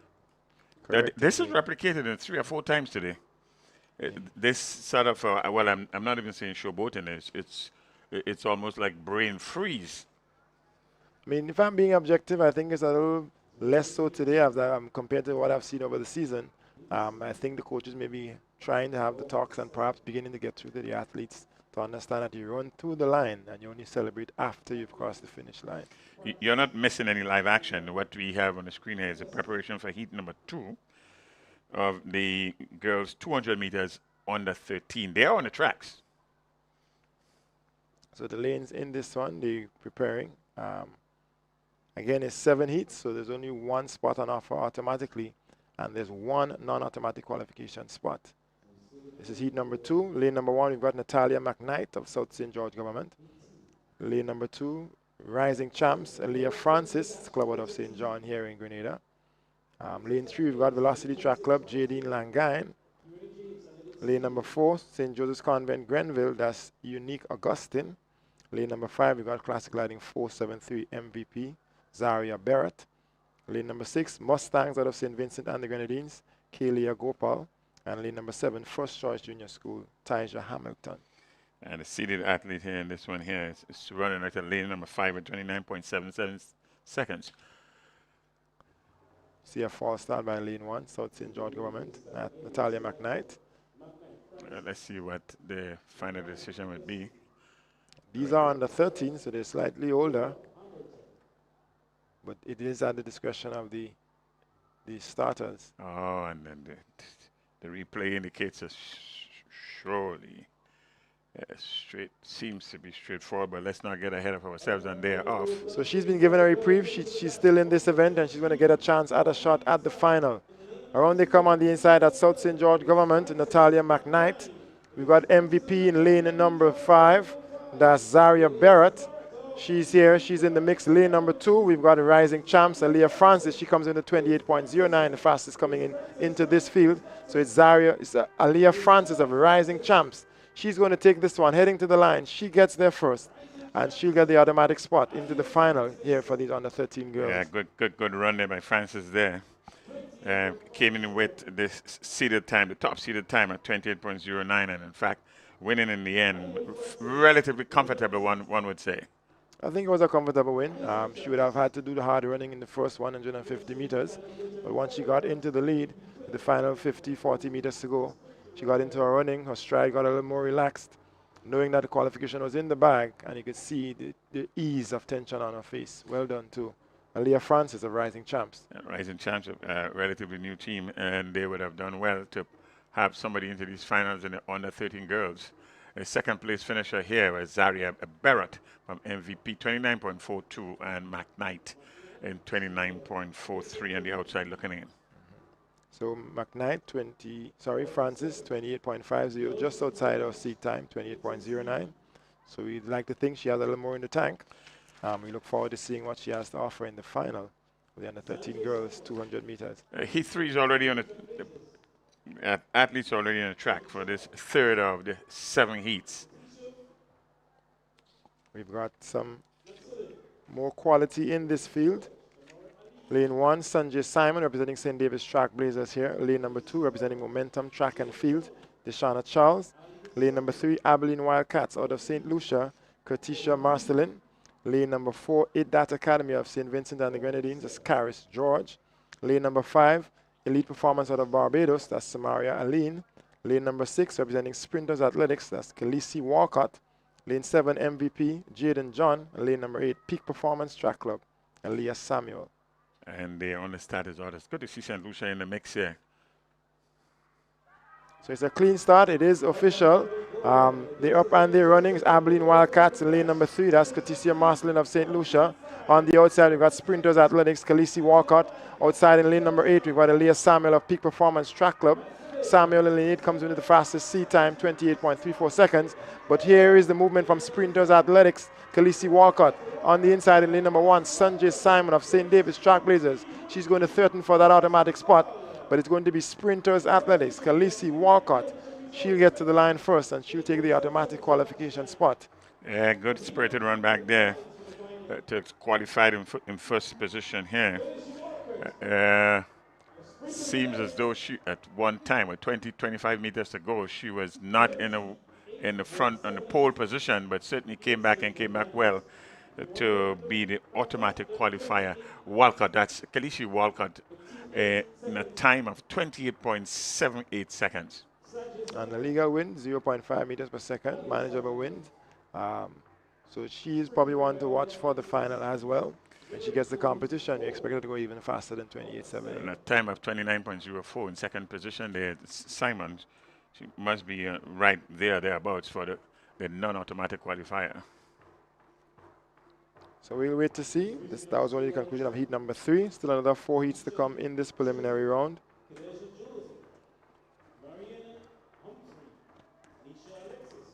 Getting set for heat number 4 here and now. This one sees the likes of lane 1, Classic Lighting Finish Line Sports Club, Tavisha Joseph.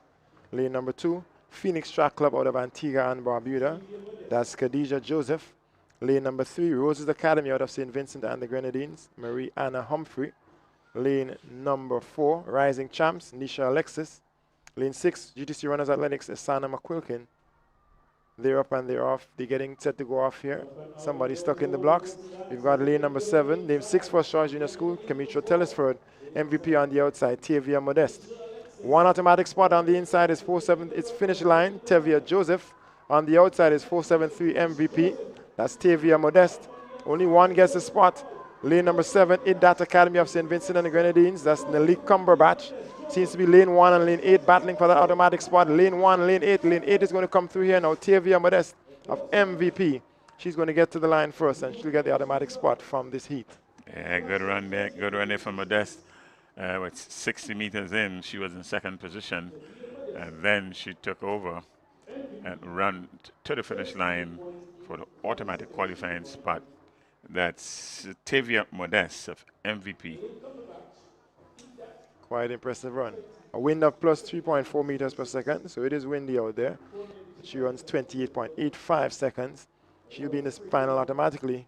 The Lee Cumberbatch of IDDAT Academy out of St. Vincent and the Grenadines, 29.06. Oh, the 29.06 wouldn't be enough to get into the finals. Simon in heat number 3 with a time of 29.04, standing pole position presently. Heat number 5, that's up next.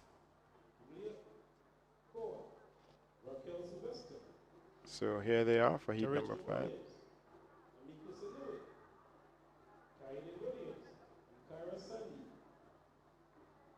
So heat number 5 sees out of St. Vincent and Grenadines Mustangs in lane 1, Tanaya Stapleton. Lane number 2, Roses Academy, also St. Vincent and the Grenadines, Bethany Kwashi. Lane number 3, Supernova Athletics out of Antigua and Barbuda. That's Camila Choi. We've got lane number 5, South St. George Government, Taraji Williams.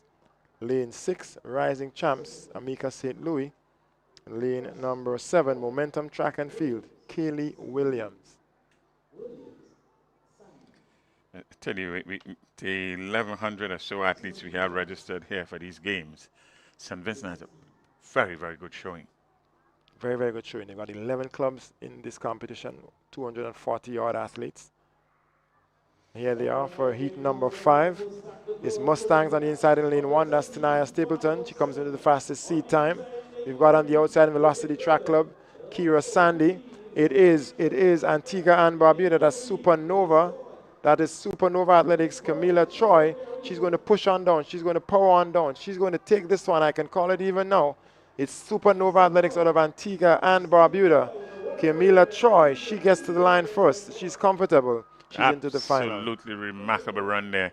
What it was, 100, 110 meters. And then she was all on her own right to the end thereafter. She did her running in the first 80 meters odd. She conquered the field. She made up the stagger, and she got into a stride nice and smooth for the final 180 meters or so. We tell you what the time is just now. The Supernova athlete there, 27.02 seconds. 27.02. That's the fastest heat so far. Not just the fastest heat, but it's quite an impressive time, and it's plus 1.5 meters per second. It's a good win. She seems to be head and shoulders above the rest of the competition. So the way off the record stands at 24.60 seconds. Oh, they are light years away. But she seems to be in pole position for the gold medal here in the under 13 girls 200 meters. And representing Antigua and Barbuda here, this club here. Not a lot of athletes are coming out of Antigua and Barbuda for this Whitsuntide Games, but this is a good showing by this young lady right here. It's not a lot. We've got 37 athletes from Antigua and Barbuda, 6 clubs represented. But you think of the likes of Tyra Fenton at the Carifta Games, out of Antigua and Barbuda, taking 2 gold and a bronze, and she's inspiring the next generation of athletes coming out of Antigua and Barbuda. I share your sentiments. We are witnessing now heat number 6. Heat number 6 is off and running. It's High Performance of St. Vincent in lane 1. That's Josanne Baxter. We see Velocity Track Club, Michaela Pierre-Cyrus of Grenada. On the outside, we've got Sprinters Athletics, that's Chaya Pierre. It is Phoenix out of Antigua and Barbuda in lane number 6, Sophia Lewis. It continues to be lane number 1, High Performance of St. Vincent and the Grenadines. Sprinters Athletics on the outside in lane number 8, Chaya Pierre. It's going to be Chaya Pierre who gets to the line first, and she takes the automatic spot. Qualification into the final. Pierre came in with a seeded time of 28.87 seconds. She ran away with this at the end at 28.01 seconds. So her seeded time, she did not disappoint. In fact, she surpassed it and surpassed it quite well, 28.01. Remarkable time indeed. It's making up for a good showing in these finals later on today. Correct. It was indeed a very comfortable run. She seems to have shut down with the last 30 meters out, knowing that she had qualification in the bag. And I look forward to seeing her stack up against the athlete from Antigua and Barbuda who would have just conquered heat number 6, sorry, Very heat much number so. 5. That's Camila Choi. At 27.02 versus the 28.01, we are going to have a very exciting finals. We're looking forward to that one. But before we get to that, there's 7th and final heat to come in this preliminary round. This is proven to be a rather competitive showing by the under 13s here. So it's heat number 7. That's up next. Very large fields. Quite a few heats in these preliminary rounds. It goes to show how many athletes are registered here. Like we said, over 1,100 across 58 clubs and teams in this competition. The Whitsuntide is speaking, and is speaking volume, especially among the younger athletes, and this is something that can grow into. I was telling Clyde earlier on that Croy did something really good. I was telling Clyde earlier, and I'll share it with you after the break. I didn't get a chance to finish that little story that I have from Hazley Crawford. All right, we look forward to that story at the conclusion of this heat and the conclusion of this preliminary round of the under 13 girls 200-meter dash. This one sees lane 1, Sprinters Athletics, Aviva Brathwaite. Lane 2, High Performance of St. Vincent and the Grenadines, Clarisha Costello. Lane 3, Idat of St. Vincent and the Grenadines, Zandra Walker. Lane 4, Trinidad and Tobago Burnley Athletics, Soraya Goodman. Here they are up and off. We've also got Southern Pros, Ayana Joseph. On the outside, Finish Line Sports Club, Jamie Smith. She was outstanding at the National Primary School Games. She's on the outside in lane number 6. We've also got Mustangs in lane number 7 of St. Vincent and the Grenadines. That's Jonya Robertson. So on the inside is lane number 3, Idat Academy, Zandra Walker. She's got company Jamie Smith of Classic Lighting Finish Line Sports Club, Grenada versus St. Vincent and the Grenadines. It's going to be Jamie Smith, Classic Lighting Finish Line Sports Club of Grenada, who will get to the line first and get the final automatic qualification spot in this preliminary round. Oh, just a competition. This is a heat. And the level and degree of competition here, wanting to have that automatic qualifying spot, says what we are going to see a little later on today. Make sure you find yourself either down at the Kirani Stadium, and if you are only in viewing sight, you should do that. 27.51. 27.51, 27.02, 28.01, the three top times coming out of these heats. 27.5 on inter headwind, minus 1.1 meters per second. So Jamie Smith will be one to watch in the final. Definitely. Alongside Camila Choi of Antigua and Barbuda. Yes, when you factor in that headwind there, you have to say she is one of the favorites. Put her hands up certainly. And then the run by in heat number 6 is relatively smooth and relaxed, and certainly in lane 5, in heat 5, with a 27.02, that was on her own with little or no competition. Outstanding indeed from the under 13 girls as we move right on back to event 24, the under 13 boys.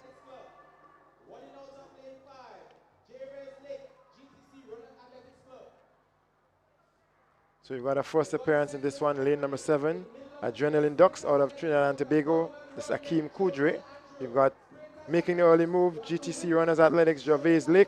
Sprinters Athletics, Jediel Andrew, lane number 4. He's a national champion. He's a national primary schools champion. Here he is for the Whitsuntide Games, representing well. It's Jediel Andrew, Sprinters Athletics, lane number 4. He's going to get to the line first. Comfortable, indeed.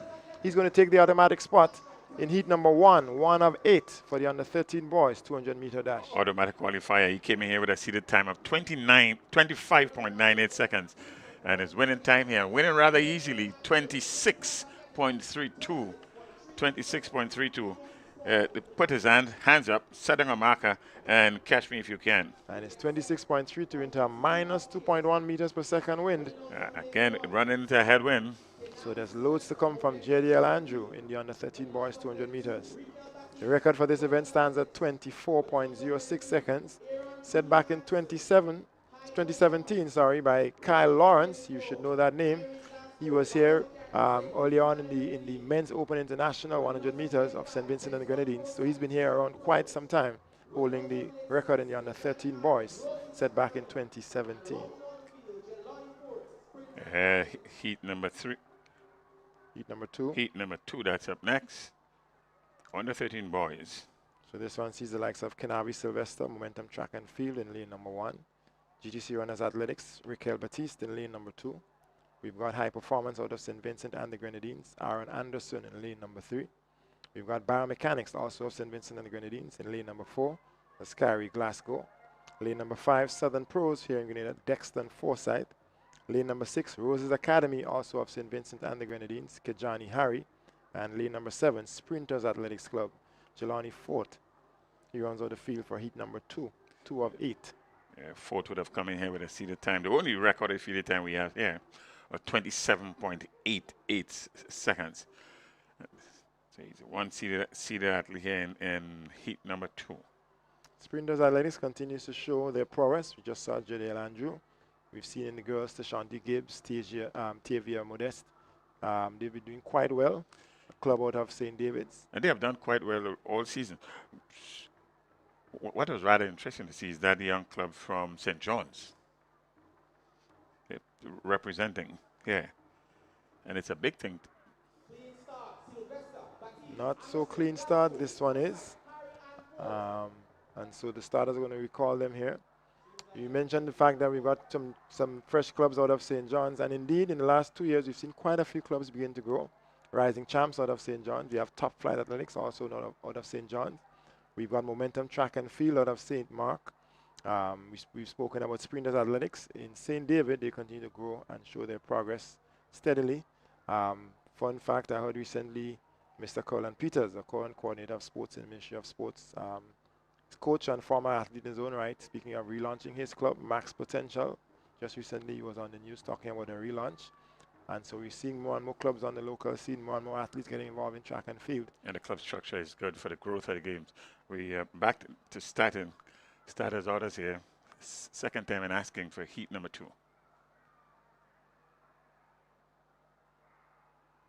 And they're off again this time around. Again, we saw a 3-point start from the athlete out of high performance in lane number 3. But it's accepted this time around, and they come here around the bend. Lane number 1, Momentum Track and Field, Canavi Sylvester. On the outside, Sprinters Athletics. That's Jelani Fort. He comes into the fastest time. It's going to be a fight to the finish. Lane number 3 is moving high performance out of St. Vincent and the Grenadines, Aaron Anderson. On the outside is Sprinters Athletics, Jelani Fort.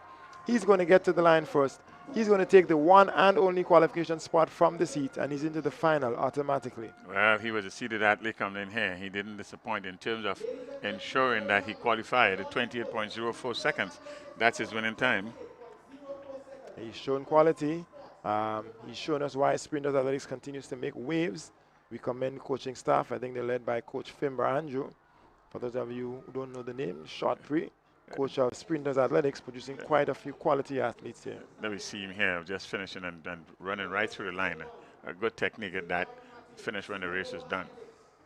Running all the way through the line. And well done to Jelani Fort of Sprinters Athletics. He's into the final. The second place finisher with a time of 28.44 seconds. That's Sylvester. He wouldn't qualify. That's not good enough for the finals later today. Well, there are 8 heats, so there's only one qualification spot. Only the winner qualifies, and so once you don't win your heat, you don't have a shot at the final. We go again here for heat number 3. Yeah, absolutely. It's only the winner qualifies. It's 8 heats. You win and you enter the finals. You don't win and that's it. You'll be viewing it from the stands. Indeed. Heat number 3 is up next. Yeah, who is going to come through in this heat, third heat? We've got lane 1 out of Antigua and Barbuda, Supernova. That's Zivaric Martin. All of the athletes are local, except lane number 7, Extreme Velocity of Barbados, Jazir Jordan White. And here they are coming on the bend. Sprinters Athletics, Kimal Hall in lane number 6. He's making a run. He's got Southern Pros on the inside. Keyshawn Cobb for company. You should know these names on the local scene. Keyshawn Cobb on the inside in lane number 1, Supernova of Antigua and Barbuda, Zivoric Martin. He's going to head to the line. He's going to try to hang on. There's only one spot on offer here. Only the winner qualifies. And it's going to be Antigua and Barbuda, Supernova Athletics, Zivoric Martin. He's in the final automatically. Well, second showing for Supernova out of Antigua and Barbuda. And second automatic qualifying spot. Commiserations to Keyshawn Cobb of Southern Pros. He's been outstanding this season across the local scene. But he's here now stacking up against regional competition. And it's not quite enough to make it into the final of the under-13 boys. 26.90 seconds. 26.90 seconds. It's a quality time for under 13s, 26.90. So we have the record of 24.06, but 26.90 in a legal wind plus 2.0 meters per second is indeed fantastic time for under 13s. Heat number 4, that's up next. We have seated time of 28.10 seconds from Pompey. And that's next seated athlete here, a time of 30.39 from Trinidad and Tobago. Well, Princess Town, I think that's what they call themselves. Aiden Noel. So the lane assignments for this one, lane 1, we've got Rising Champs, C.J. Thomas. Lane number 2, Holy Innocent Anglican, Omari Roberts. Lane number 3, Roses Academy out of St. Vincent and the Grenadines, Umar Pierre. Lane number 4, Momentum Track and Field, that's Dominic Gannis. Lane number 5, Mustangs out of St. Vincent and the Grenadines, Taik Pompey. Lane number 6, Peak Performance Track Club, Aiden Noel. And lane number 7, Biomechanics out of St. Vincent and the Grenadines, Dre Abbott. So that's the boys set to go for heat number 4. Well, the PPPTC, that's Peak Performance. That's not a Princess Town at Trinidad and Tobago. We do have Princess Town Achievers. They're in something of a brown and white. Yes. Similar to our local Wesley College looking colors. We've seen them earlier on the track, but they're not here in this particular heat.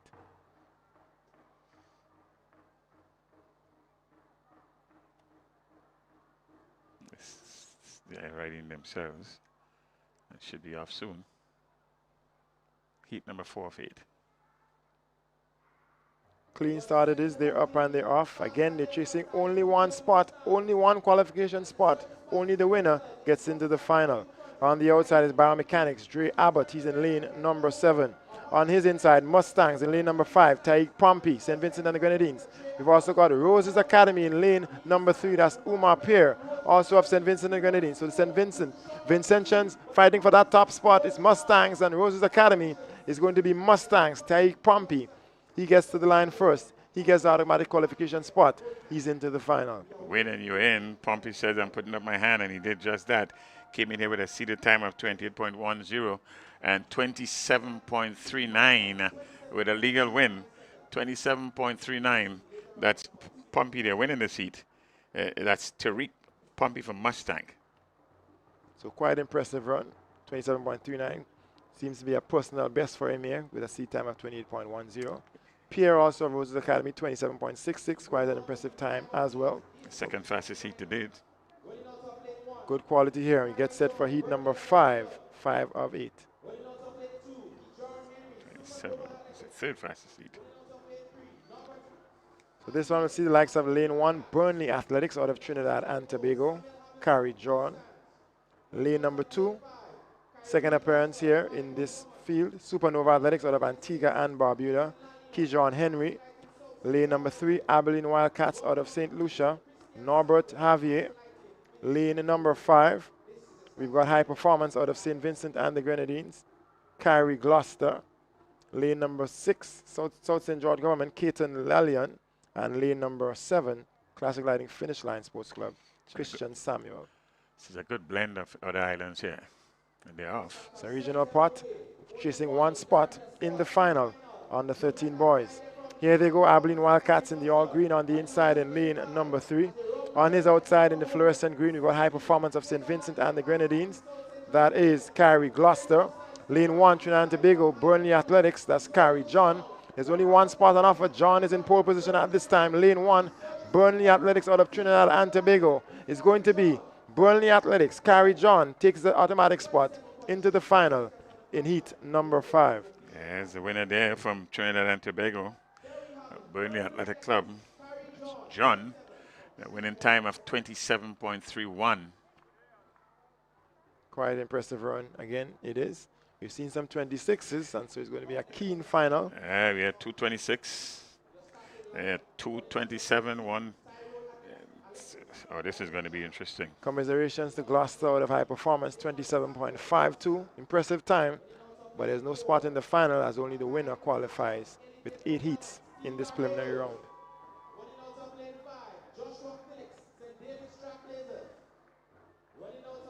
So we're getting set for heat number 6 here. Lane assignments for this one. Lane number 2, Rising Champs. here in Grenada out of St. John, Tyrone Alexis. Lane number 3, Mustangs out of St. Vincent and the Grenadines, Zaylon Samuel. Lane number 4, Elite Performance out of Barbados, Mackay Fraser John. Lane number 5, St. David's Track Blazers, Joshua Felix. And we've got lane number 7, Adrenaline Ducks out of Trinidad and Tobago, Sion Garcia. This is promising to be another quick one.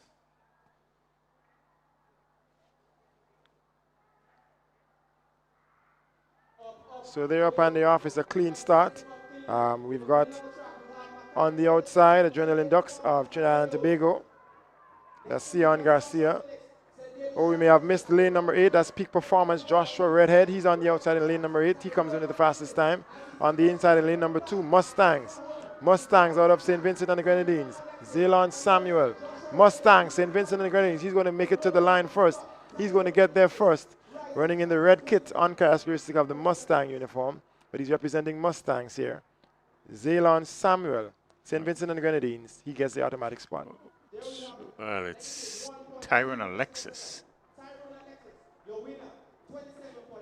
Out of lane 2, your winner in this one, 27.95.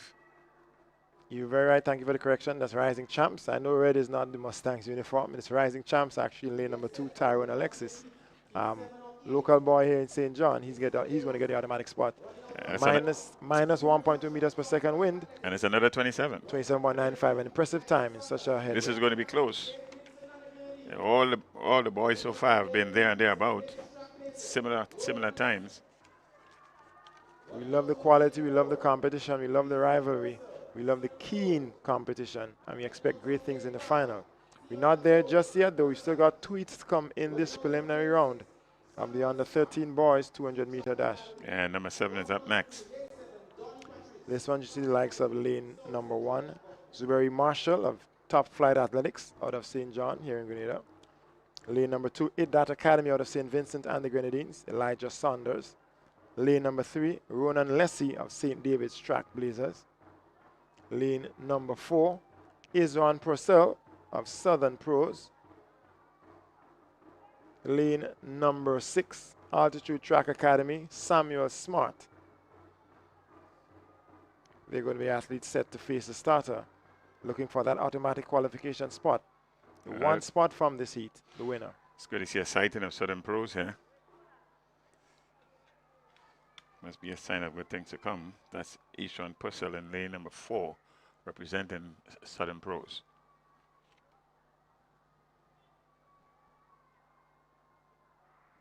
So they're up and they're off officially. It's a clean start. No problems here. It's St. David's Track Blazers. Ronan Lessie making up the stagger on Isran Purcell on his outside.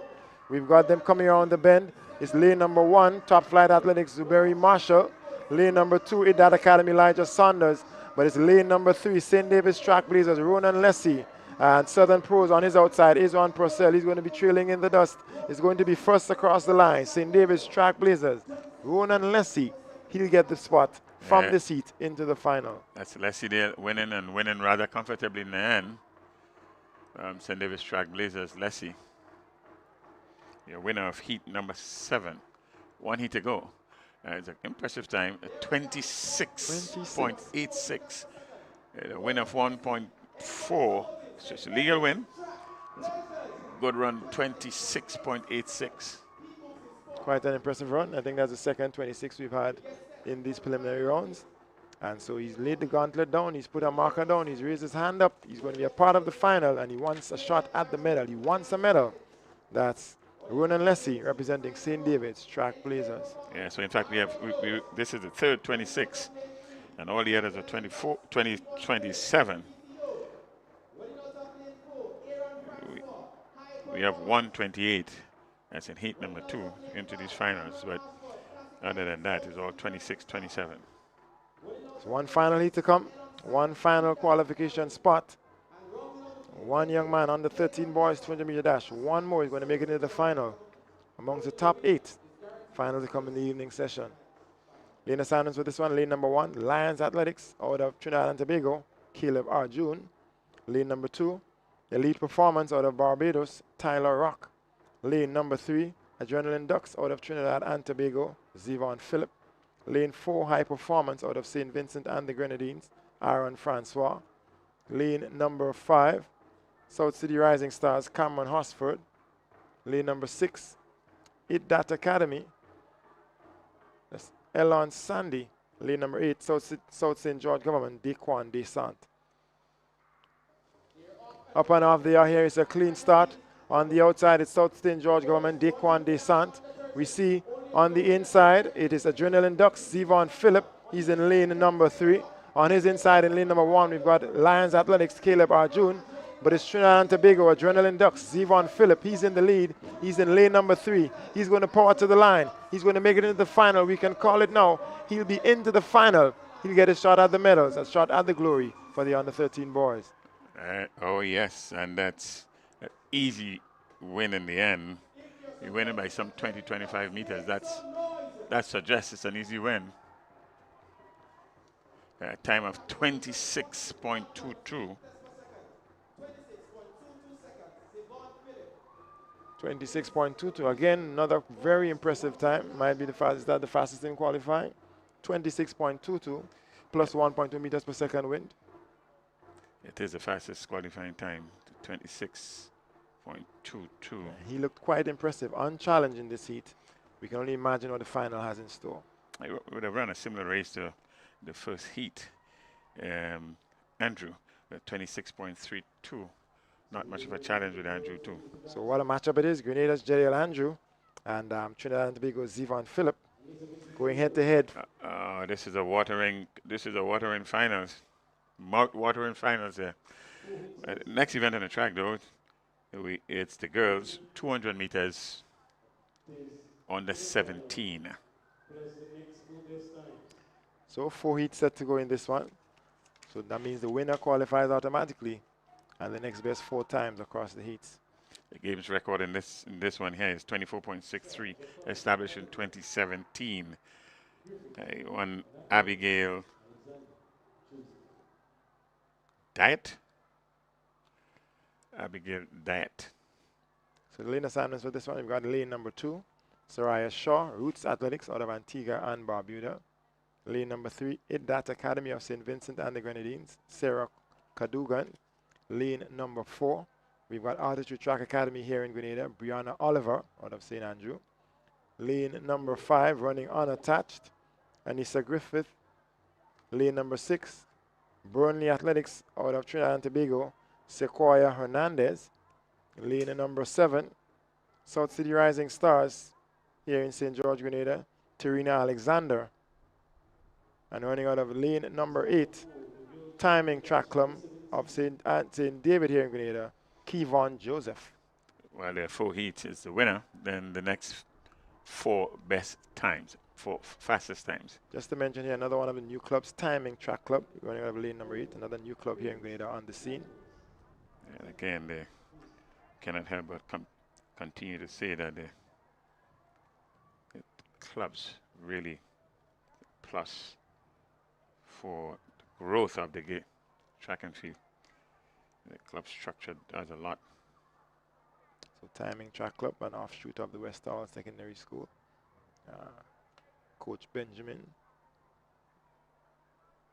preparing his athletes. Here they are officially, they're up and off. It's heat number 1 of 4. We see Brianna Oliver of Artistry Track Academy on the inside in lane number 4. On her inside in lane number 2 is It Dat Academy, that's Roots Athletics in lane number 2, Soraya Shaw of Antigua and Barbuda. On the outside in lane number 8, that's Timing Track Club out of Grenada, Kevon Joseph. Is going to be to the line. First one unofficially, comfortably, Roots Athletics, Soraya Shaw out of Antigua and Barbuda. She'll book the automatic qualification spot. So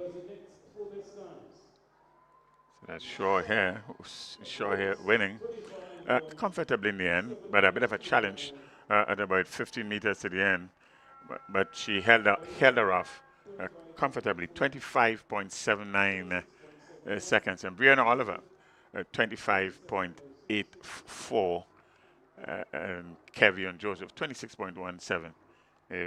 Be looking at the chances to be non-automatic qualifiers. All the way down to 28.15 seconds. So that's where your bubble time now stands. with 4 non-automatic qualifiers. 28.15 is now your bubble time. We're getting set for heat number 2 of 4 here in the under 17 girls, 200 meters. The lane assignments for this one. Lane 1, South City Rising Stars here in St. George, Grenada, Kiara John. Lane number 2, Classic Gliding Finish Line Sports Club, is Okarefta medalist Annalisa Brown. Lane number 3, High Performance out of St. Vincent and the Grenadines, Shalise Williams. Lane number 4, St. David's Track Blazers, Tishana Bascom. We've got lane number 5, Peak Performance Track Club, Rihanna Thomas. Peak Performance from St. George in Grenada. Lane number 6, Idat Academy out of St. Vincent and the Grenadines, Aaliyah Skerritt. Then we've got lane number 7, Burnley Athletics, your 2025 under 15 girls champion, JL Peters. She goes in lane number 7 representing Burnley here. And lane number 8, Top Flight Athletics from St. John here in Grenada, Tamara Harriman. So let's look for the running to come out from Annalisa Brown in lane number 2, with some challenges coming from lane number 7. Shout out to lane number 5, Rihanna Thomas, Peak Performance. She should be in the mix. Only the winner qualifies automatically. Outside of that, you've got to run faster than 28.15. On the outside is JL Peters, Burnley Athletics. On her inside, we've got Rihanna Thomas, Peak Performance. She's in lane number 5. Annalisa Brown of Finish Line. She's in lane number 2. They're heading to the line. There's one automatic spot.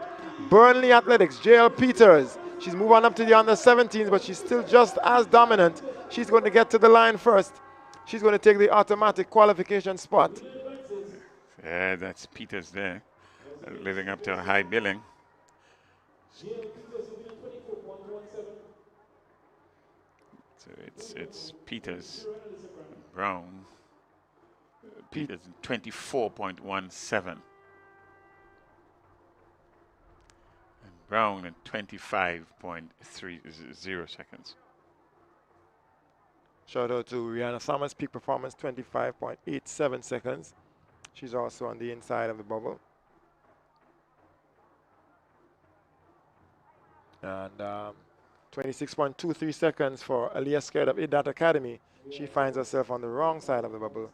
She won't be into the final. Heat number 3, that's up next. 4 heats. You got to win to ensure that you enter the finals with automatic qualification. Then the next 4 fastest time out of these 4 heats. So the bubble time now stands at 26.17 seconds. As we get set for heat number 3, 3 of 4 in these, the under 17 girls. Lane 1, Idat Academy of St. Vincent and the Grenadines, Jamisha Richards. Lane number 2, St. Joseph's Convent, Grenville, Karina Lashington. Lane 3, Top Flight Athletics, Gabrielle St. John. Lane 4, running unattached, Antonia Jackson. Lane number 5, Finish Line Sports Club, Eliza Rose Benjamin. Lane number 6, Momentum Track and Field, Micaiah Frederick. And outside in lane number 8, High Performance of St. Vincent and the Grenadines, Carla Bennett. So here they are making the moves. You see Micaiah Frederick of Momentum Track and Field on the outside in lane number 6. She's got some good pedigree. On her inside, we've got running unattached, Antonia Jackson. Lane number 4 is going to be Micaiah Frederick. Micaiah Frederick of Momentum Track and Field out of St. Mark. She's going to get to the line first quite comfortably to take the automatic qualification spot in this heat. So it is Frederick running to lane 6. Momentum Track Club is your winner in this one here with a time of 25.20. So wind of plus 2.7 meters per second, but 25.20 seconds, enough to take the top spot and book a spot in the final under 17 girls. Second place finisher here, time of 26.76. That's Lashington.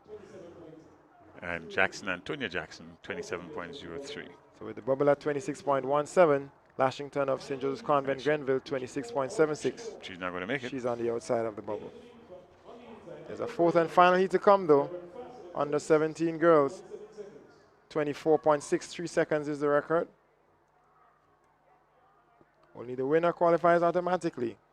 Outside of that, you've got to run faster than 26.17 seconds. The top seeded time in this heat here is coming out of lane number 5 at 28.20. You would have to do better than this to get into these finals. apart from the winner. So you've got to give your best here. We've seen athletes improve on their personal best quite a few at these Whitsuntide Games. And so we look forward to more of it here in this fourth and final heat of the under-17 girls 200-meter dash. There is the brown and white of Princestown Achievers, lane number 7. Oh, so there now we have it. Now we have it correct. It's the Princestown Achievers out of Trinidad and Tobago. Out of Trinidad and Tobago. So lane assignments for this one. Lane number 1, we see Rose's Academy of St. Vincent and the Grenadines, Unique Peters. Fun fact, Roses stand for Reaching or Success Through Education and Sports, an acronym. Well, tell you, I would have learned something right now. Out of St. Vincent and the Grenadines. You'd be surprised to hear the stories behind some of these clubs. Lane number 2, Stallions out of Trinidad and Tobago, Kermaya Davis. You've got lane 3, Top Flight Athletics of St. John, Grenada, Hanaya Tavernier. South City Rising Stars, they go in lane number 5, Olivia Latouche. Lane number 6, Roots out of Antigua and Barbuda, Tiana Henry. Leah Bramble in lane number 7 of Princestown Achievers. And lane number 8, St. Vincent and Grenadines Mustangs, Castellin John. Here they go, they're into their running. It's South City Rising Stars, Olivia Latouche. She's on the inside in lane number 5. On her outside, Roots Athletics out of Antigua and Barbuda. That's Tiana Henry. It's Tiana Henry in lane number 6, Antigua and Barbuda. Top Flight Athletics on the inside, Hanaya Tavernier. She's trying to make a run for it. It's going to be Roots Athletics, Antigua and Barbuda. Tiana Henry to the line first, taking the automatic qualification spot. Yeah, so that's Henry there. Tiana Henry winning the last and final heat in his under 17 girls with a time of 26.71. 26.71.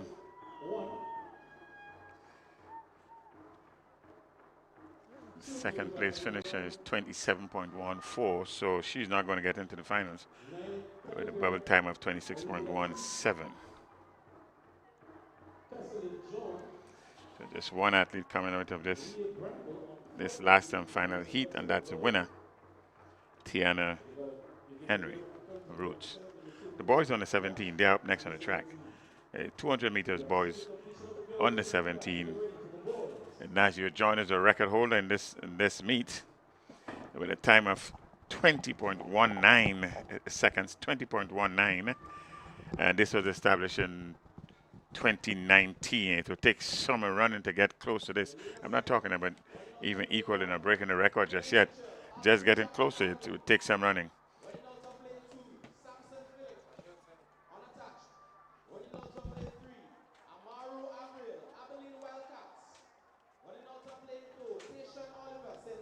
Grammar School. Running out of lane 5, Caleb Campbell, Velocity Track Club. Running out of lane 6, Javid Noel, Classic Lighting 473 MVP. And rounding out the field, Rolando Fields, Supernova Athletics. We have five heats contesting here. The winner, then the next 3 best times, Clyde.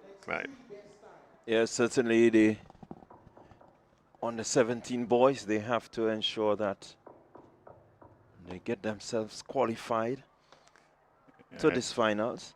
This should be competitive. It always is competitive on a 17 competition, especially among the boys. 21.58 is the seeded time for Philip Mitchell. He should be the seeded athlete to look for here, and they're off. Here we go. Let's see.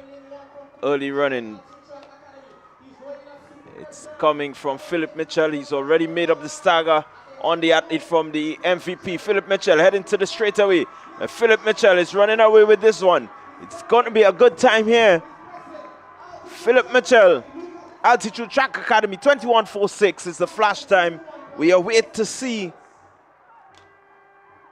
the official time, but certainly a strong run, powerful run from Philip Mitchell. So we look at the replay here. You can see the grit, the determination. He wanted to get to that line. 21.45. 21.45 with a win of 2.7 meters. So no, not a legal win, but a good time. 21.45 seconds. Philip Mitchell winning heat number 1. Yeah, we've seen Mitchell dominant throughout this season. Himself and Green has really been turning this 200 meters event on its head.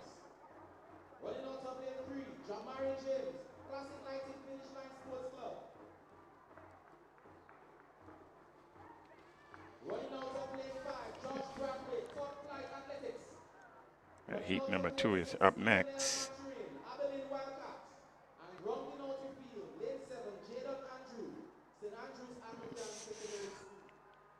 Heat number 2 is up next.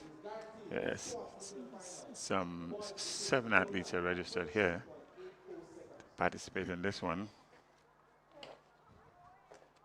Running out of lane 1, the Marquis Castle. Lane 2, Clemeroy Batiste. And lane number 2, lane number 5, Josh Braffett. Lane number 6, Lionel Maturin. And 7. So here they go. Good fast start from the athlete out in lane number 6. And that's the Wildcats. Number 6, that's Maturin. Maturin looking good, looking strong. He has some contention on the inside, but he's going to cross the line. Lionel Maturin of the Wildcats coming in first place in this heat, so he's automatically in. So that's Maturin there. Maturin there from out of Trinidad and Tobago, the Wildcats from Trinidad and Tobago. In fact,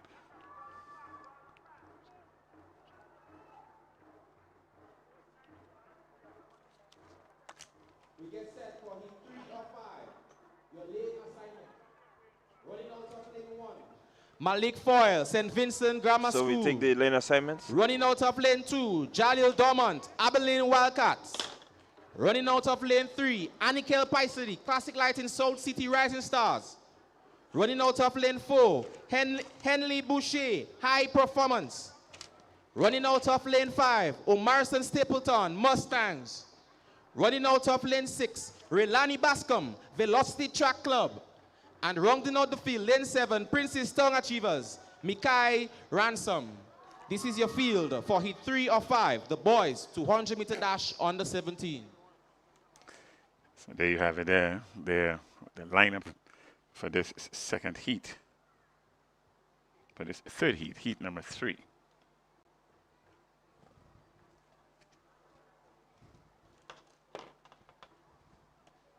Foyle is in lane number 1. In lane number 2, Dormant. Paisides in lane 3.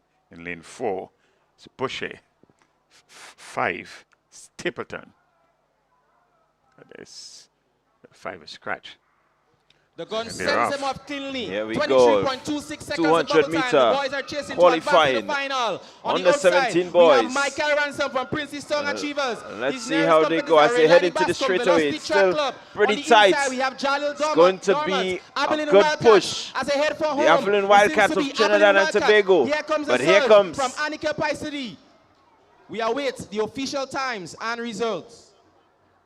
It's a good run there from the athlete there in lane number 3. And it is Anikel Paisidi. 22.81 his time.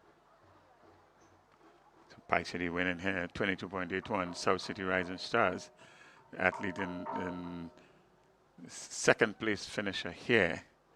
It's Bascom. There we have it. Jalil Henley Boucher, high performance, 22.81 seconds. He books his spot into the final. Second, Jalil Dormant, Abilene Wildcats, 22.90 seconds. He finds himself inside of the bubble. Well, it's Henley Boucher, your winner, 22.81. Jalil Dormant, Abilene Wildcats in 22.90 seconds. One of the storied clubs in out of Trinidad and Tobago that have been around a long, long time, Abilene Wildcats. Track and fielding The name is synonymous with track and field in Trinidad and Tobago. Good representation here. The athletes showing, lifting their hands and say, we are here. In heat number 4 or 5. Heat number 4 or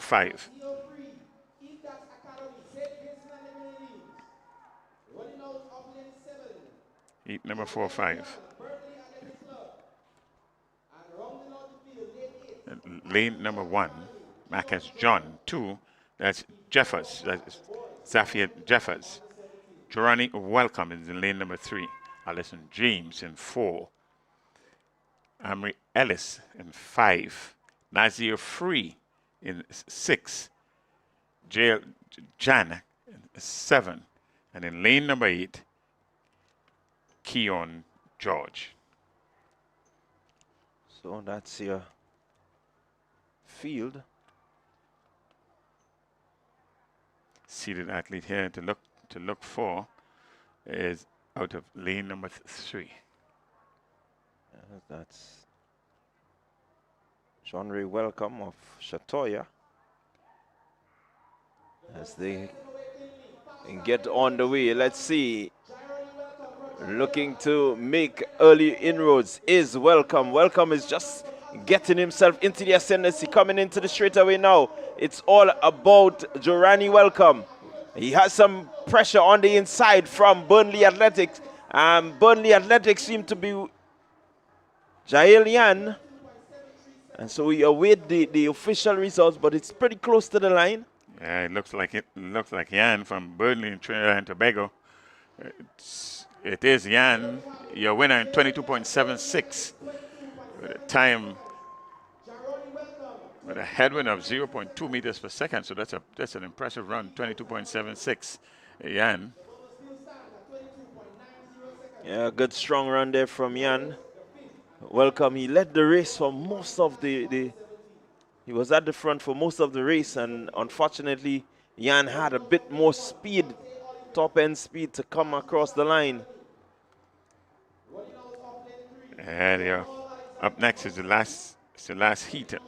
This under 17 boys, heat number 5. Heat number 5. In lane number 1 is Dante Oliver. Lane number 3 is Jamuel Alexander. Giovanni Green, he's in lane number 4. Lane number 5, Nickel Gill. 6, Nishon Fergus. In lane number 7, Jaden Codis. And then running out of lane number 8, Danville Peters. So certainly you want to keep your eyes on Giovanni Green. Has run very well during this season.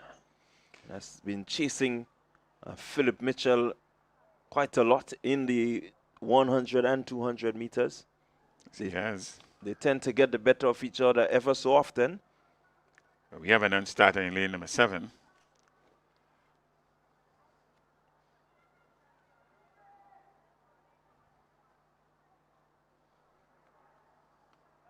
Jamal Alexander, he comes in with a time of 23.50 seconds, so he's one to look for.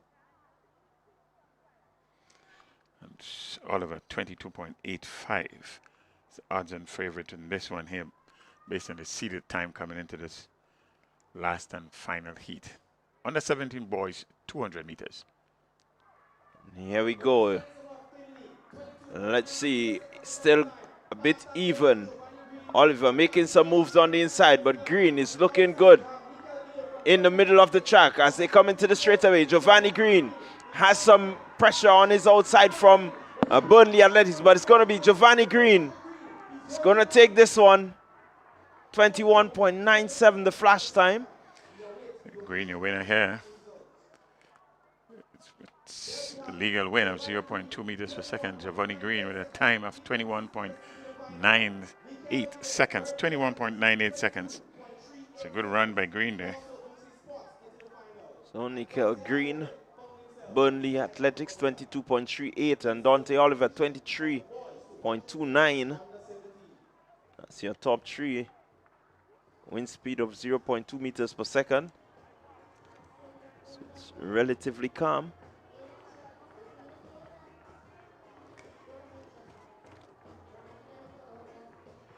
Well, Clyde, the 200 meters would make for some interesting racing later on this evening. The times have all been so close. Yeah, certainly good. Some good times to look forward to. But well, I think in almost all the categories, you can see some top athletes. But certainly they will have some competition. I think it's a good time for me now to give my little story. This comes compliment Michael Bascom. Michael, thank you very much for your little tidbits here and there. It helps and it really puts a bit of a light and sparkle into our commentary. And he was speaking about one Hazy Crawford. When you talk about Hazy Crawford in the Caribbean, certainly with track and field worldwide, everybody remembers, or one should remember, Montreal Olympics 1976. And what Crawford said, and I quote, "My first international win was in Grenada. I will never forget that." And it was at these games, the Whitsuntide Games. You would have been graced with the presence of a great man before his name was broadcast worldwide. Hazy Crawford, this is where it all started. So there might be another Hazy Crawford in the making here. Once again, Michael, thanks very much for sharing that with us so that we can share with our viewing public. Hazy Crawford, Don Quarry, Juan Torina. We are talking about Montreal 76.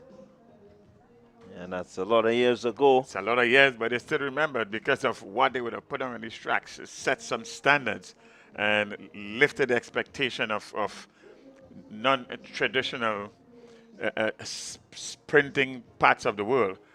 Trinidad and Tobago really, our neighbors right there, really said, look, it doesn't matter the size of the island, it doesn't matter the size of the country, you can still do great things. And certainly it all started right here.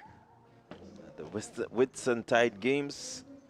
And so these Whitsuntide Games, don't take them lightly. They really say a lot.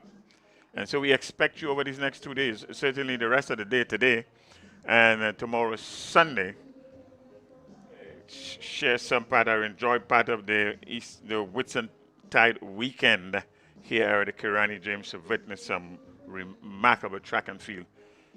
With that will be taking place. That will continue to take place today and tomorrow. So we do have a bit of qualifying for the relays to come. And that will end the morning session. Well, it's 10 minutes to 4. And so you say the correct thing, the morning session. What should have been the morning session. Yeah, quite a bit of qualifying taking place. It tells you about the number of athletes here that, it does say something about the participation. And to see this 1,100 plus athletes, I mean, I think it's really a joy for the reputation of the Whitsuntide Games. Yeah, correct. It says a lot to have 7 heats deep. It's a story in itself, and that's what we have seen with most of these short sprints, especially all of today. Oh, the crowd just building up slightly. We want to encourage you to come on down. We still have a lot of action to take place, a number of final events happening later on. Well, I tell you, you're not missing anything right now. As readiness, there'll be some readying of the track to accommodate the next event that's supposed to be on the track, which would be the 4x100 meters relays. Qualifying on the 9.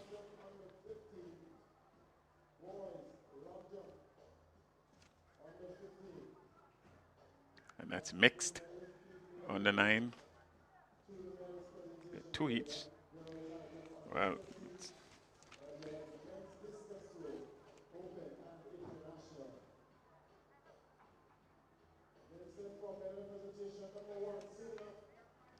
then the girls 4x100 meters under 15.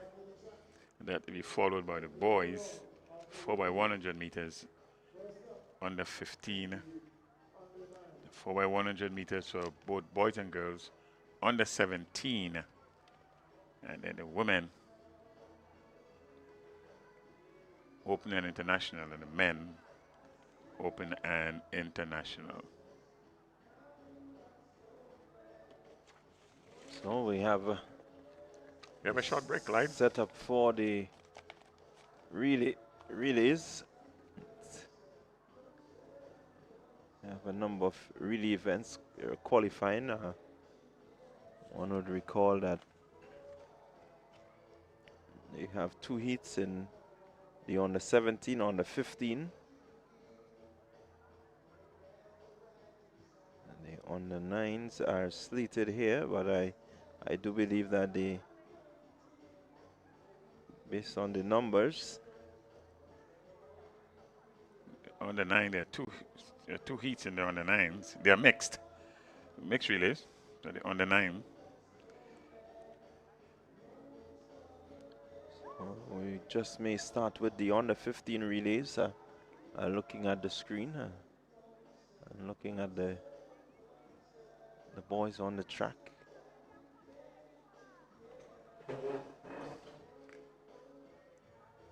Oh, I agree with you. They certainly don't look like under 9s. If they are, then somebody need to tell me what it is that they have been serving these kids. They don't look like under 9 in no way. So you might be correct. They might be under 15.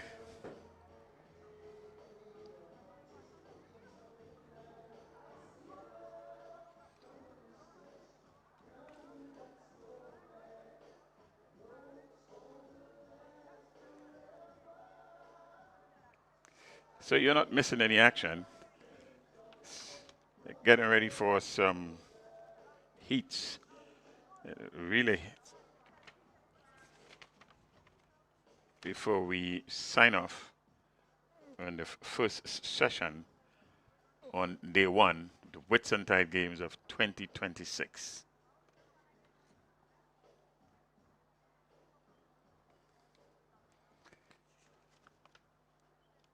The second session would follow shortly thereafter, given the relatively late finish of session 1.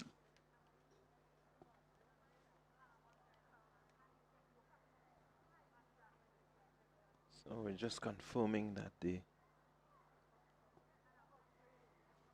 under 15 boys will be up first. And heat 1. Can look forward to extreme velocity, top flight athletics, South City Rising Stars, Burnley Athletics, St. Vincent Grammar School,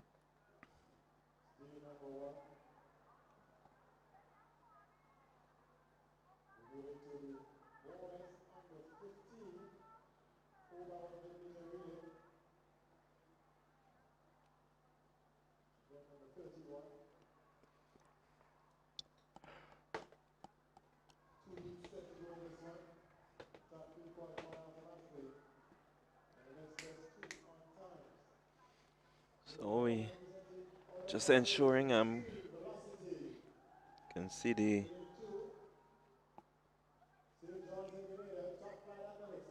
starter, just ensuring that all the legs are ready. So we're gonna look forward to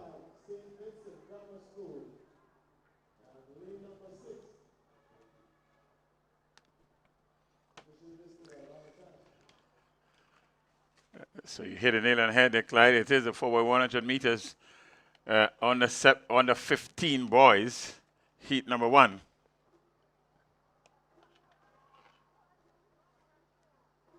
so 6 teams lined up here.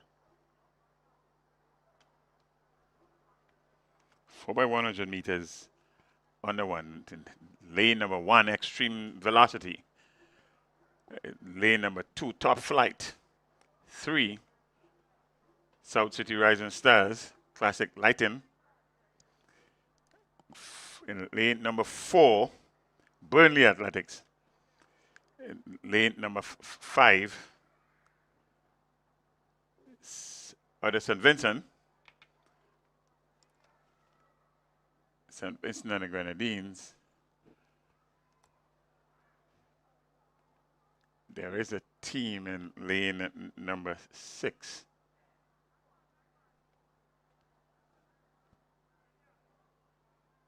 Looks like South City Rising Stars.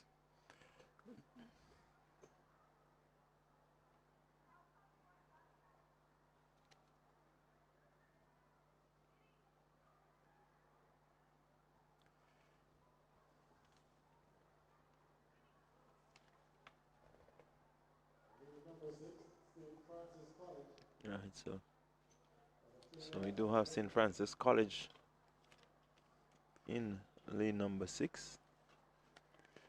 Similar uniform to South City Rising Stars, St. Francis College. They are running at lane number 6.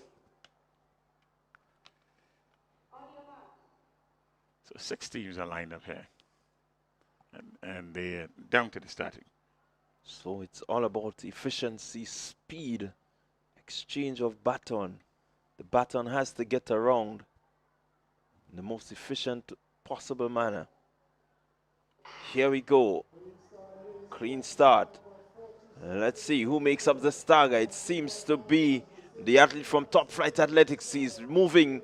The handover made just about now. Top Flight Athletic running well. St. Vincent Grammar School also running well. Here comes Extreme Velocity Track Club as the handover is being made just about now. Extreme Velocity, they are ahead on the stagger. Here comes St. Vincent Grammar School in second, but it's Extreme Velocity. Extreme Velocity. Top Flight Athletics. It's going to be Extreme Velocity. Top Flight Athletics will have to settle for second. And third, St. Vincent Grammar School, South City Rising Stars. So that was a really efficient bit of batter passing from Extreme Velocity. Time of 44.60 seconds. Extreme Velocity winning this one. Top Flight is in the second position, 46.94. Yeah, Velocity, really efficient. Handover was really good. All the exchanges, all the legs were pretty smooth. So your top 3 finishers, Extreme Velocity, Top Flight, and South City Rising Stars. Heat number 2, that's up next.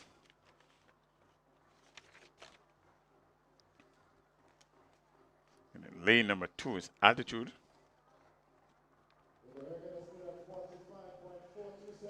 Lane number 5,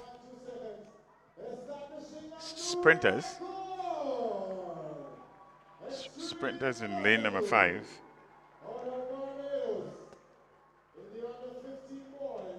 And lane number 6. High Performance. High Performance in lane number 6. There's some good news just now. At the end of this first heat of the 4x100 meters under 15 for boys. Time of 44.60 seconds. They would have established a new record. The old record being 45.42 seconds. So we have a new record holder, Extreme Velocity, 44.60 seconds.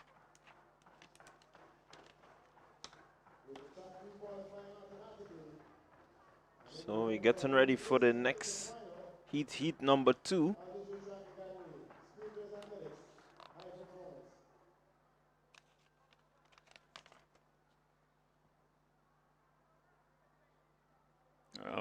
Of the two heats, the top three advance automatic, and then the next two based on times. So in this second heat here,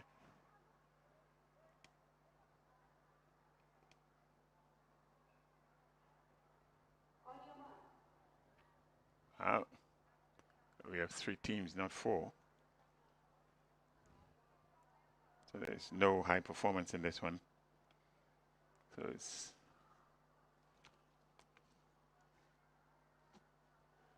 So it's altitude, biomechanics.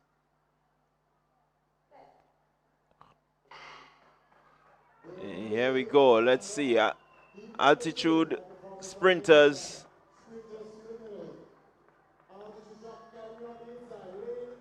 And let's see. Handover made. A slight fumble there from the sprinters athletics.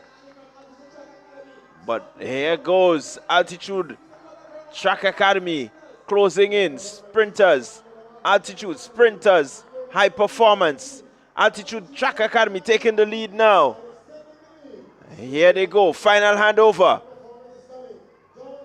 Bit of a fumble there, but still they have the lead. Altitude Track Academy, sprinters athletic. We'll have to settle for second position. Anchor there. Altitude Track Academy. Well, I guess the good news here for the teams in this heat, there's a replay here, and then we see quite easily in the end, it's the team Altitude Track Academy winning and winning quite easily. Not much of a challenge. From sprinters in second position, and then high performance in third position, with the top 3 teams going to the finals. So all 3 will go into these finals, and they will join Extreme Velocity, Top Flight, and South City Rising Stars. Yeah, noticeable there is that the Altitude Track Academy, they had some bits and pieces that they need to fix if they really intend to challenge for the winning spot in the finals. A bit of the batter passing just not as smooth as Extreme Velocity. You saw how efficient they were. Nonetheless, the qualifications have been set, and the top 3 from the 2 heats, and then the next 2 fastest losers. So right there, that will give you. Well, we had 8 teams competing, and you got to get 8 teams in the finals. It seems to suggest that top 3 automatic qualifying, and then the others are participating through to the finals. Yeah, everyone participating should be through to the finals if you had 8 teams. So certainly the qualifications have been set.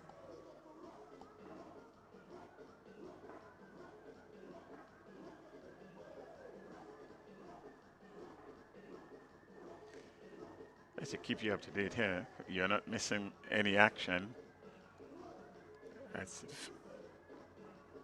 The field is being readied for another event on the track. To tell you what I'm recognizing here, Bernard, is that this final set of relays should bring us to what should have been the conclusion of the morning session. So we should be getting ready for the resumption with the afternoon session. Yeah, because we've seen the hurdles are going up, and the afternoon session, in fact, is slated to start with the hurdles. Maybe we are moving right into the hurdles. We'll get an indication that we pass on to you shortly.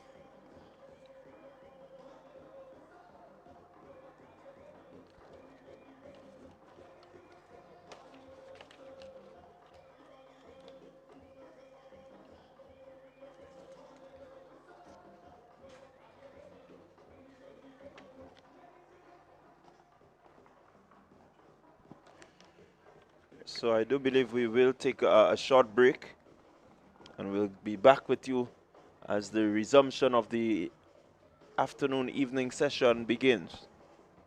So until then, we say see you on the other side.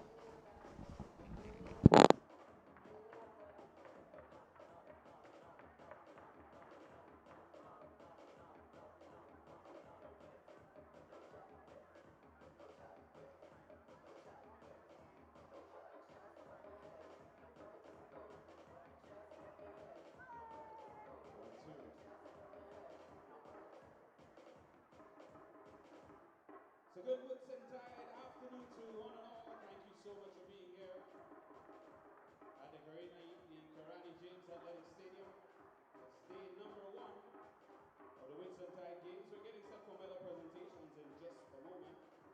So asking for the winners of the following events to report to the ceremonies room. The winners of events number 1 through 3. 1, 2, 3. Event number 8, 9, 12, 18, 25, and 26. That's the field event that took place this morning in the morning session.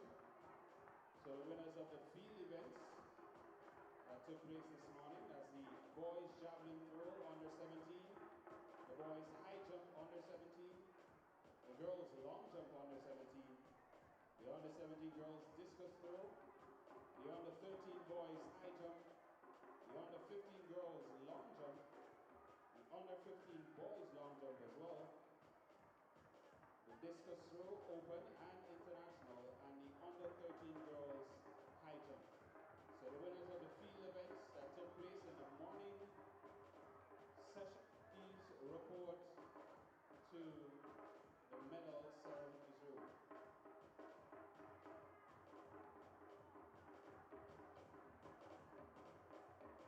We're inside day number 1 right here at the Grenada James Athletic Stadium. 58 clubs, 34 from the rest of the region, 24 from Grenada. Heard one of our local athletes say, call name, I'll whistle. Well, I'll call name, you whistle. Let's get a roll call going.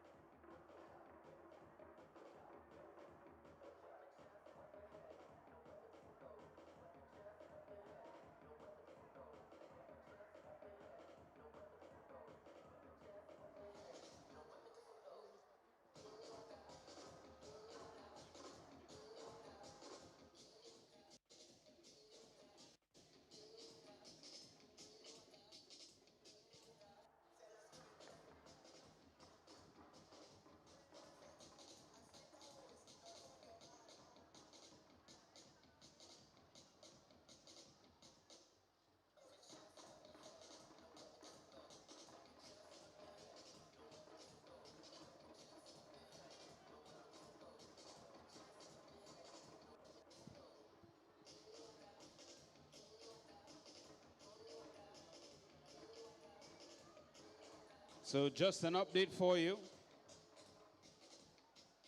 We're getting set for medal presentations.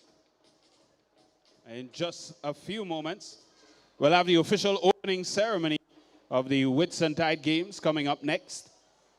Following that, we'll have the medal presentation. So once again, the winners of the field event, the winners of the field events that took place this morning, please make your way to the medal ceremonies room. We'll have medal presentations following after the official opening ceremony of these Whitsuntide Games 2026. We want to say good afternoon to all of our regional partners. Thank you so much for leaving your home and joining us here in pure Grenada for this Whitsuntide weekend. We thank you for being here at the Grenada James Athletic Stadium. And we hope that you make some time to visit a few spots across the island as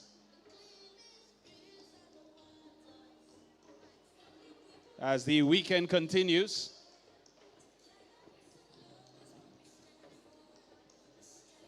We have some 11 teams who have joined us from St. Vincent and the Grenadines. Is St. Vincent and the Grenadines in the house? The SVG contingent always strong, always here.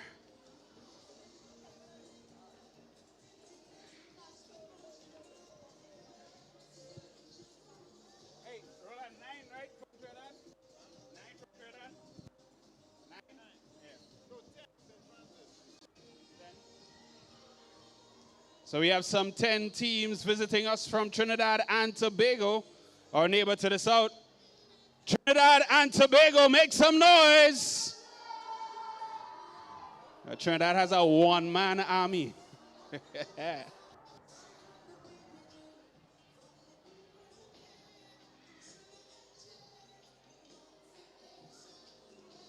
So we have SVG in the house. We have TTO in the house.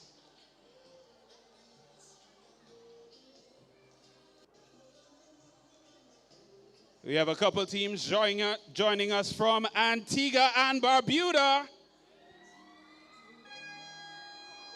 That could never be Antigua and Barbuda. I'll try that again. That could never be. They're known for their energy. Antigua and Barbuda. Now we talking. Now we talking. So we're getting set for medal presentations, opening ceremony. And we're saying good afternoon to all of our regional visitors. We have 2 teams joining us out of St. Lucia. St. Lucia, make some noise. They said it in patois. You didn't hear it. That's what happened there. So they cheered in patois. We'll translate it for you in just a moment. So we have St. Vincent and the Grenadines. Barbados is also joining us. We have Antigua and Barbuda, St. Lucia, Trinidad and Tobago. Now, I've been told that the loudest and proudest contingent is usually seated in the upper stands. And I hear that they belong to Barbados. Make some... Hey, Jesus. Hey. All right, all earn it, all earn it, all earn it. So Barbados is in the house. Extreme velocity. Elevate. It looked like a trainee in the mix looking to change his passport designation. Elite Distance is also here from Barbados. Thank you so much for joining us. So we have our Bajan posse. I call y'all. Y'all get first.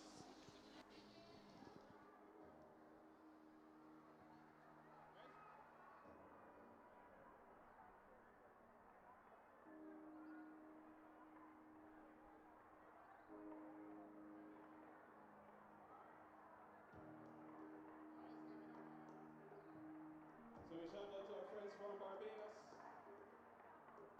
They say they are loudest and proudest of our visiting contingent, but they're here in pure Grenada.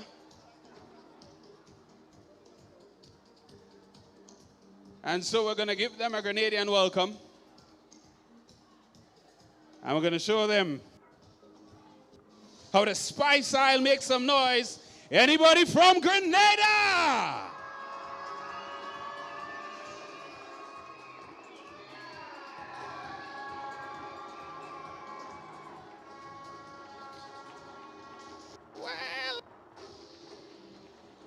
I mean, the chair was long, but it wasn't necessarily loud. It was long, but it wasn't loud. I don't know, maybe we should try it again?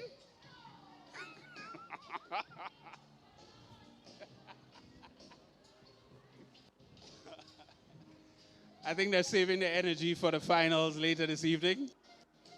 We're going to hear the Grenadian contingent and make some real noise as we head into the afternoon session. Ladies and gentlemen, we're here, Whitsuntide, day number 1.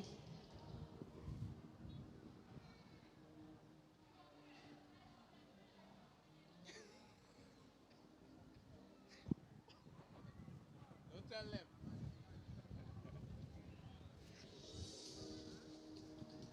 We're getting set for our opening ceremony and the very first medal presentation of the day. Saw a number of records fall this morning. Tania Gibbs-Latouche in the 200-meter preliminaries. We also saw Avery Marriott out of St. Lucia smash his own record. And of course,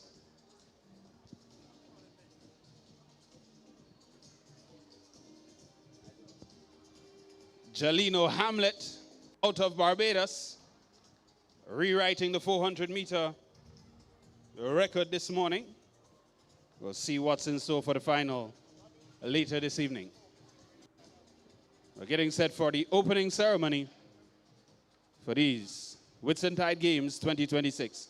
We head down to the front to Mr. Denroy Lewis. Thank you very much, ladies and gentlemen, boys and girls.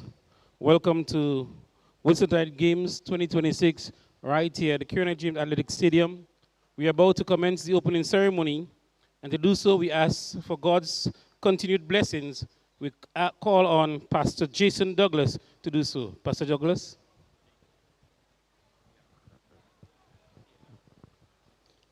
Pleasant evening to everyone. If you can just bow your head with me where you are and reverence God. Father, we thank you for this wonderful day that you have given to us.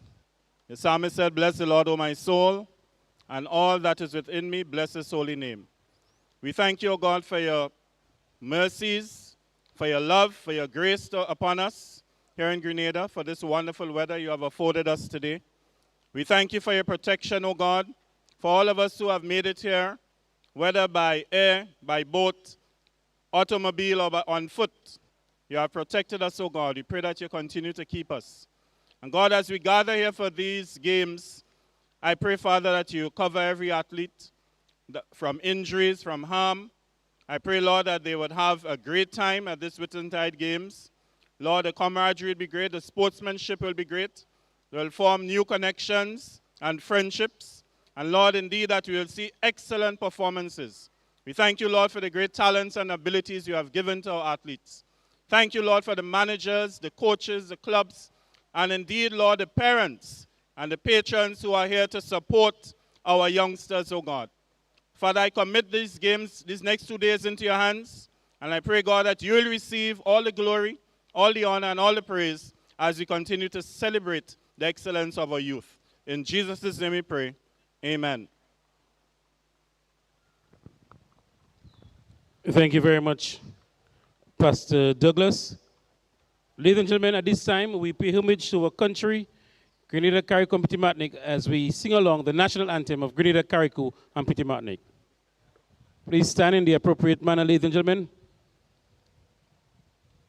as you can sing along the national anthem of Grenada, Carriacou, and Petit Martinique.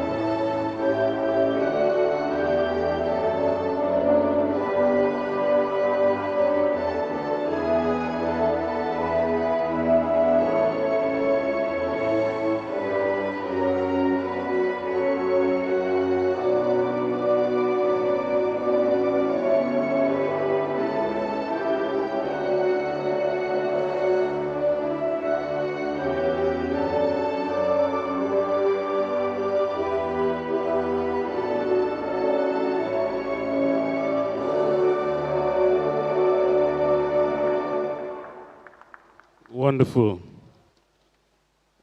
You can have your seat, ladies and gentlemen. At this time, I would invite the first Vice President of Grenada Athletics Association, Brother John L. Mitchell, as give some opening remarks. Thank you, Mr. Chair. First of all, allow me to acknowledge in our presence here our Senator Civil Francis, other special invitees, members of the Board of Directors of the Grenada Athletics Association, to all of you clubs and patrons, wherever you are, officials, athletes, everyone here gathered today, good afternoon. It's indeed a privilege to be hosting yet another Whitsuntide Games. As you are fully aware, these games are now a true staple within the sporting calendar of the Grenada Athletics Association, and by extension to all those of you clubs visiting throughout the Caribbean. We can boast that these games have indeed impacted so many of our young athletes, our junior athletes, and even more so, even some of our senior athletes. We've seen coming out of these games, we've seen athletes who have grown and they've risen to become champions even at our junior character games and even at our major events that we have within the NACAC region and even beyond. And so today we are heartened to be once again hosting the Whitsuntide Games. We have clubs from far as Nevis to way south as Trinidad. And when we look at the number of entries for the games this year, we notice that we have a record number of entries. We have something in the range of about 1,146 athletes registered for this game. So that tells you the importance and the nature of these games. And that's why probably this morning you are here and you've been noticing the number of heats that we've been having, quite a bit of heats. And almost every heat you've seen, the batches have been filled. We have some 59 clubs represented. 59 clubs. I mean, come on, just think about it. That's quite a bit. And so, as an association, this says to us that our clubs throughout the region, they yearn for such competition where they can expose athletes who may not make the national teams. They've been training one way or the other within their clubs, and they also want to see how they do and how they perform among the colleagues throughout the region. So indeed, we are heartened and we are happy to be hosting these games. And so, as we continue over the next 2 days of competition, we look forward to great times, great distances, and from you, the supporters who've journeyed from far, we welcome you. And we pray that the experience that you get here in Grenada is going to be a memorable one, and you're going to take home something truly great. So on behalf of the Grenada Athletics Association, I do want to welcome you here to Grenada, for those of you visiting for the very first time. And to you, all of the athletes, continue doing your best. Continue performing at high levels. And we here are going to ensure that we have everything in place that will guarantee you that you do well. So once again, welcome, and it's a pleasure having you here among us here today. Thank you very much, Brother Mitchell. Ladies and gentlemen, at this time, we have someone special. We say royalty in the house. Miss Kamaya Telesford. We also call her Miss St. David's. She would represent in St. David the National Queen Show 2026, and she brings special remarks, beauty with us. Let's welcome her to the microphone. Miss St. David's.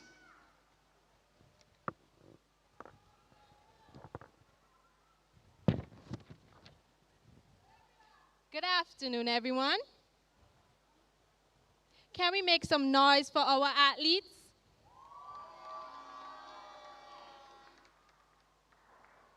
I am Kamaya Telesford, a delegate of this year's Carnival Queen Show, representing the one and only Virgin Parish, St. David. It is truly an honor to join you here at the Whitsuntide Games, a celebration of our athletes, talent, and youth excellence. As a former athlete, I am passionate about sports, especially women in sports, which is why I have made my platform just about that. Women empowerment in sports. Grenadian women rising. I believe spaces like these are incredibly important. They remind us that sports do more than build athletes. They build confidence, leadership, discipline, and opportunities. So right now, I am speaking to every young woman and every young girl watching today. Understand, there is a place for you on the field, on the court, on the track, and in every arena where dreams are pursued. And to every competitor here today, including the boys, do your best, whatever that is. We see you, we appreciate you. Let us continue to support and uplift our athletes as they represent not only talent, but the future of our nation. Thank you, and continue to enjoy the games.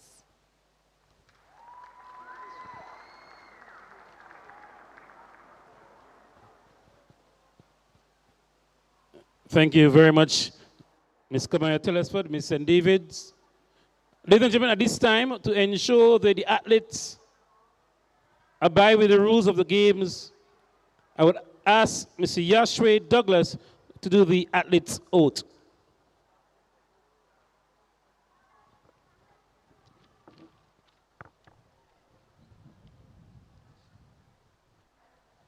In the name of all competitors, we pledge that we will participate in the 2026 Whitsuntide Games, in the true spirit of sportsmanship, respecting and abiding by the rules that govern the meet. We all commit ourselves to sport without doping and cheating. We do this for the glory of the sport and for the honor of our teams. Thank you. Ensuring that the games are officiated in all fairness, I would ask Ms. Anna Marie Walker to do the official's oath.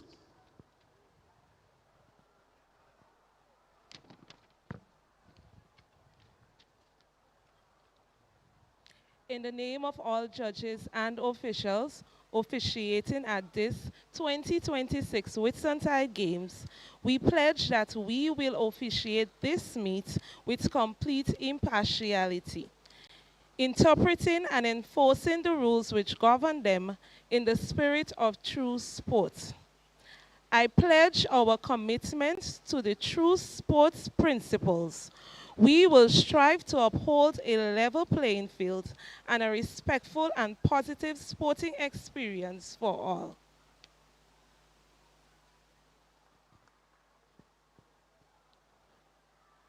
Ladies and gentlemen, we have come to the end of the opening ceremony. Continue enjoying Whitsuntide 2026. Thank you.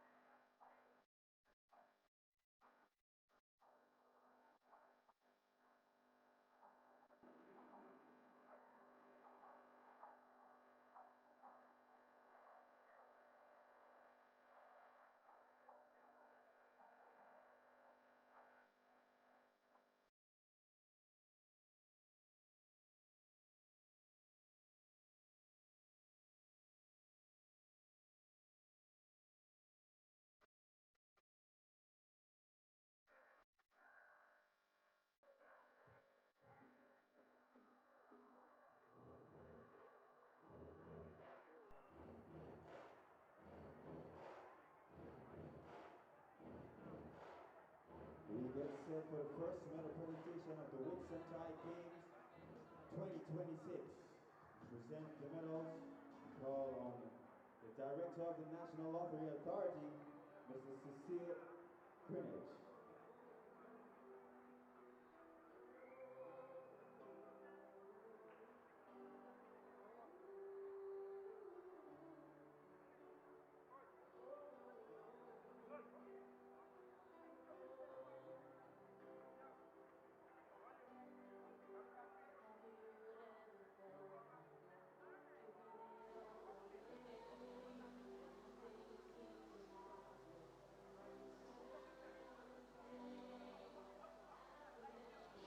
Medal presentation for event number 1, boys javelin throw under 17. In third position, Kyle Abraham with a distance of 50.17 meters. Altitude Track Academy.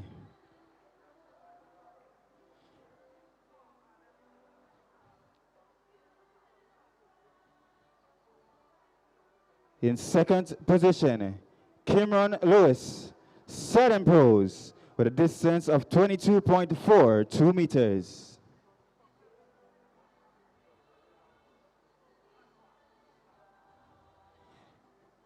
And winning this event, Deshaun Smart, Altitude Track Academy, 60 meters.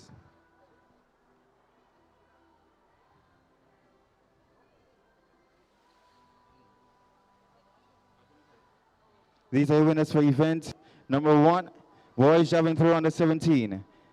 We head on to event number 2, boys high jump under 17. In third position, Jermaine Oliver, St. Vincent Grammar School, with a height of 1.85 meters.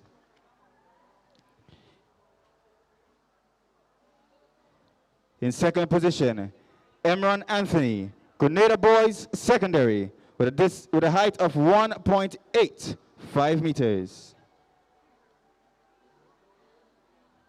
And winning this event, Yvonne Nimblet, St. Vincent and the Grenadines Grammar School.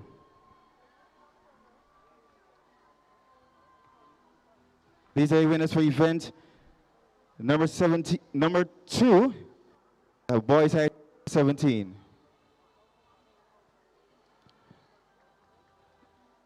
Medal presentation for event 3, girls long jump under 17. In third position, Sarana Hall, classic lighting, finish line, 4.83 meters. In second position, Kayla Allen, classic lighting, South City Rising Star, 5.03 meters.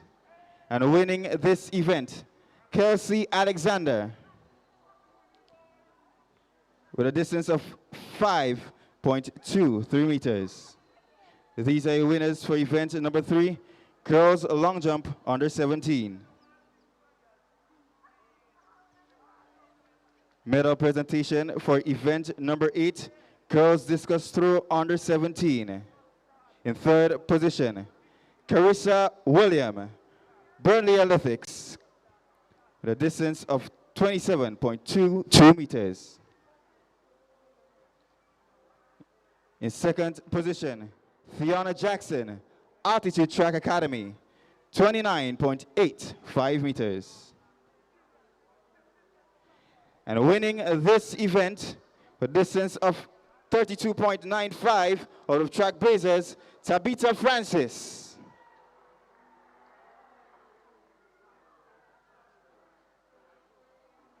These are winners for event number 8, girls discus throw under 17.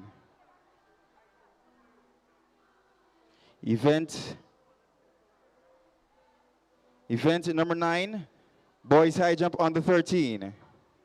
In third position, Michael Richards with a height of 1.35 meters.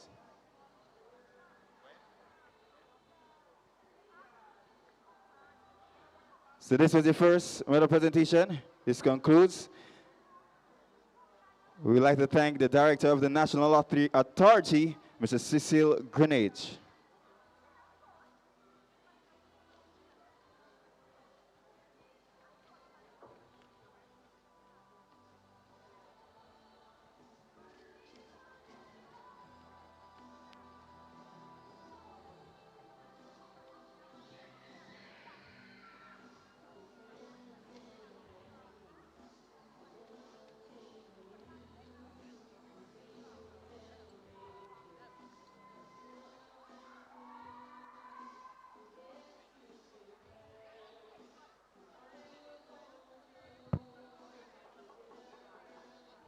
We get set for the second medal presentation. We would like to call on Miss St. David's 2026 National Queen Pageant, Miss Kamaya Tellisford.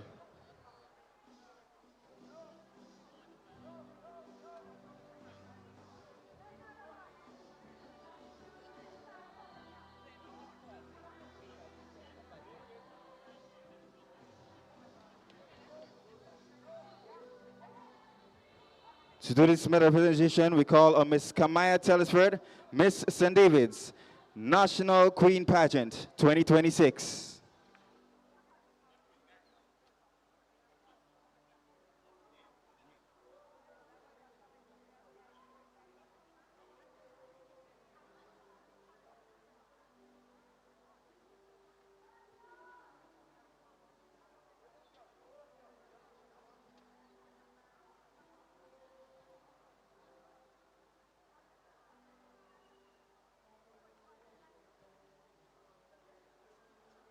Medal presentation for event number 12, girls long jump under 15. In third position, Dominic Joseph, Fusion Athletics, 5.01 meters. In second position, Renaya Hosford, Sprinters Athletics Club, 5.32 meters.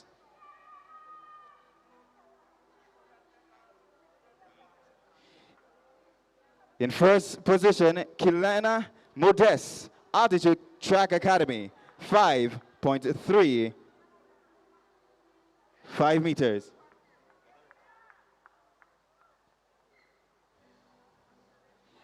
And she set that record for the girls long jump under 15.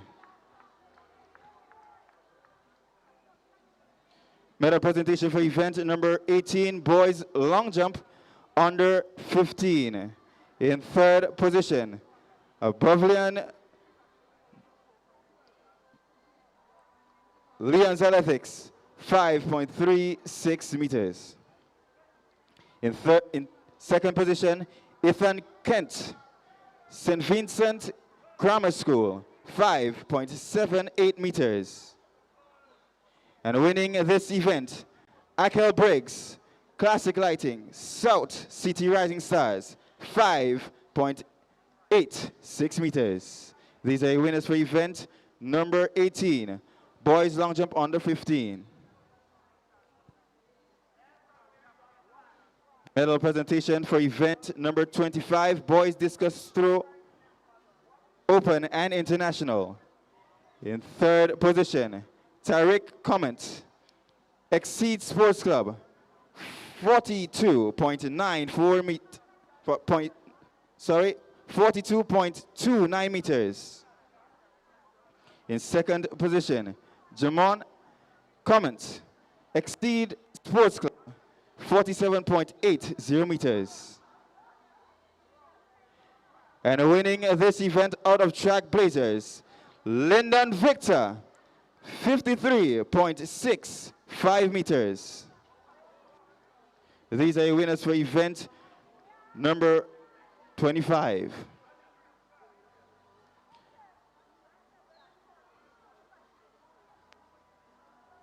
Medal presentation for event number 26, girls high jump under 13. In third position, Sky Kane, Excel Track Club.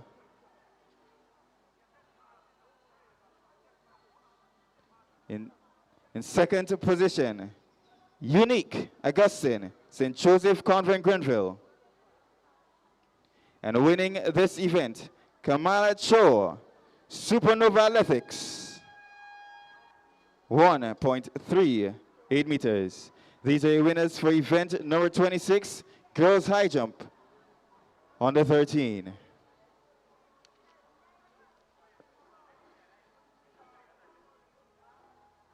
This concludes the medal presentation. Thank you to Miss Maya Telesford, Miss St. David's National Queen Pageant 2026.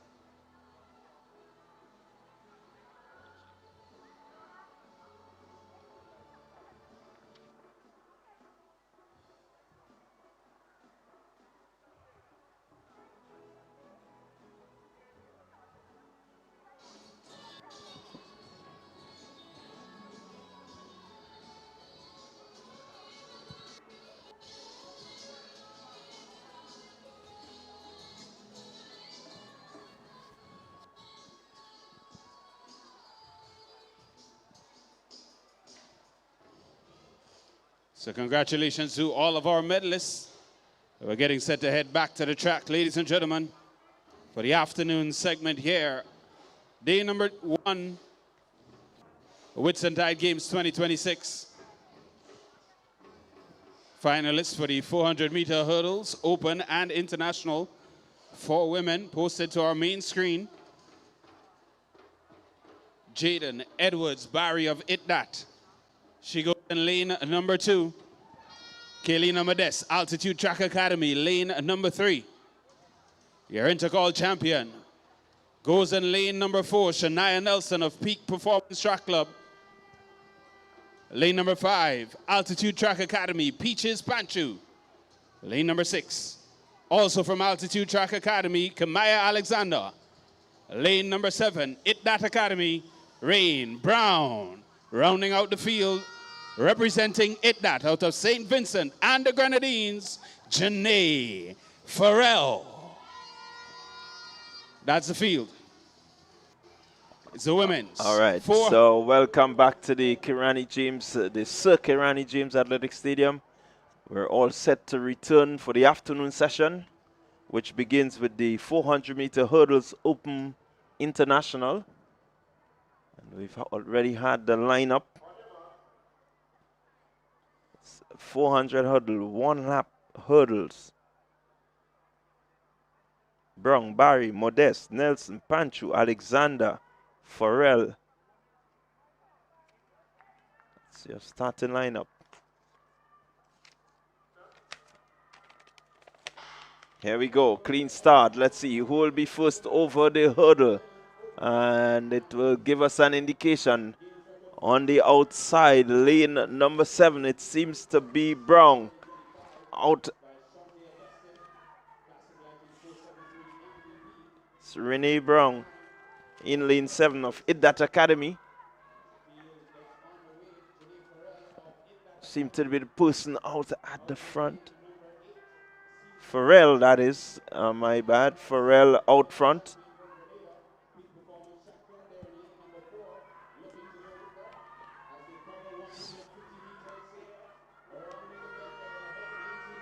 ITDAT Academy.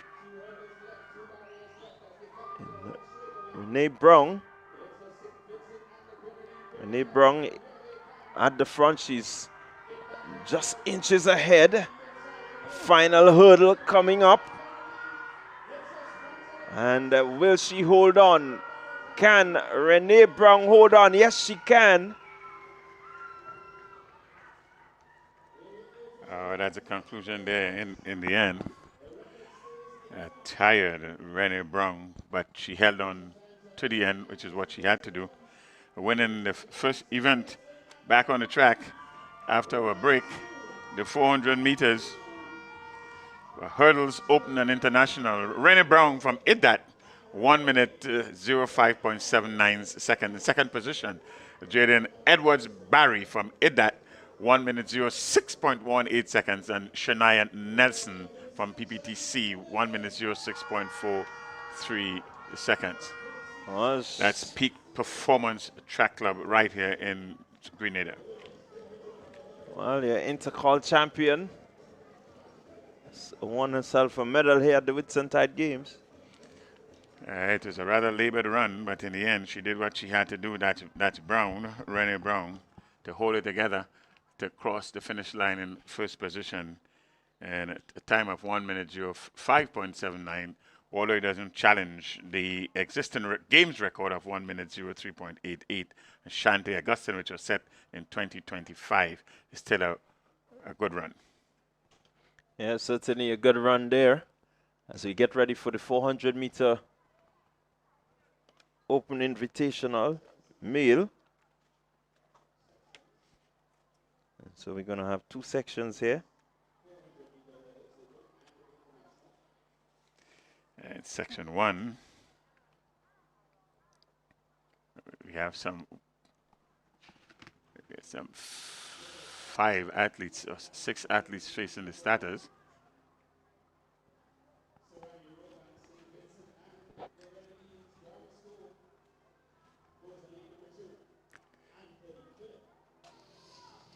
He goes in lane number 3, Fusion Athletics. Kay Lewis goes in lane number 4, St. David Trailblazers. Omari Brown of Neon Wolves. He goes in lane number 5. And the odds-on favorite for this one, Kyle Ned of Ace Track Club. He goes in lane number 7. So Kyle Ned is in lane number 7. He's a record holder in this event that was established last edition last year in 2025, 53.60 seconds. He had a season best of 52.12 seconds this year. So a remarkable improvement on what he did last year.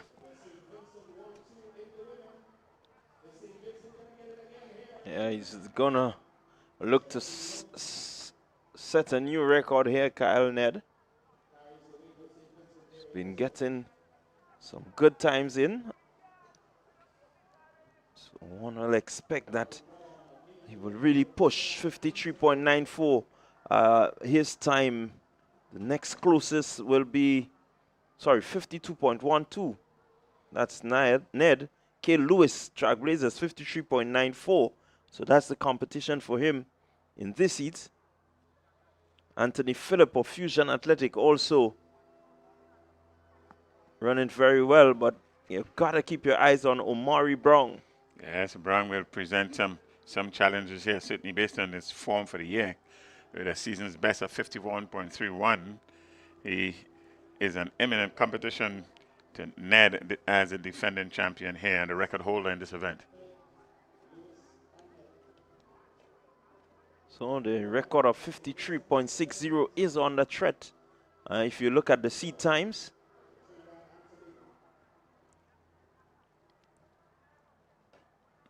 .31 for Omari Brown. If he is in this sort of form, you can certainly expect that the record will be broken. So for the early risers would have seen that Dos Santos win the 400 meters hurdle this morning. Pass world champion in Kyron McMaster, labored into 8th position in that race. He's just coming back from a multitude of injuries, McMaster is. So it'll be quite interesting to see what Ned puts up today. Well, certainly the 400 meters hurdles has become a must-see at international events. Well, I think when it comes to athletics and the way that athletics, the trajectory that it has, every event is a must-see. Certainly, that's what used to be the fodder. Just make up the numbers. They have taken on new prominence. So there we go. They are now going on the max. Heat number 1, 400 meters hurdles, open and international men. Yeah, Bernard, when you think about the 800 meters has false starts. 800 meters of false starts. That's, in fact, speaking volume right there. But it's 400 meter hurdling. That's the order of the day. And here we go, clean break. Let's see, Ned should be out fast. He has on his inside in lane 5, Omari Brown of Neon Wolves. Let's see how they go. Ned in 7, Brown in 5. And, you can see it, both of them have left the rest of the field. Ned clearing the hurdle. And here we go. They're almost neck and neck. I do make it Omari Brown with a slight lead now as they head towards the hurdle into the straightaway. Omari Brown has taken the lead and he's going, he's moving, he's motoring, extending his lead into the final hurdle, Omari Brown. And will cross the line. Let's see if he can get under that 51.96, the flash time. And certainly, if that should bring him the new record. That was a remarkable run there. And in fact, it is 52.72 seconds. 52.72 seconds for Brown, Omari Brown, and this is a new games record. Yeah, 52.72. Omari Brown, Neon Wolves. Kyle Ned, Ace Track Club, 54.02. Well, he came in here with a season's best of 51.31. So the record was always under threat.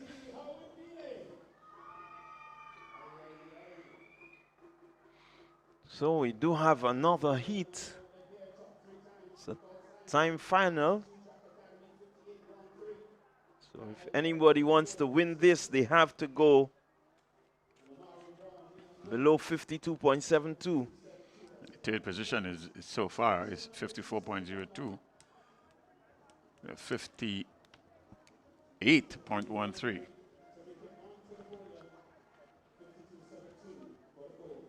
That's Serrani Roban. 58.13.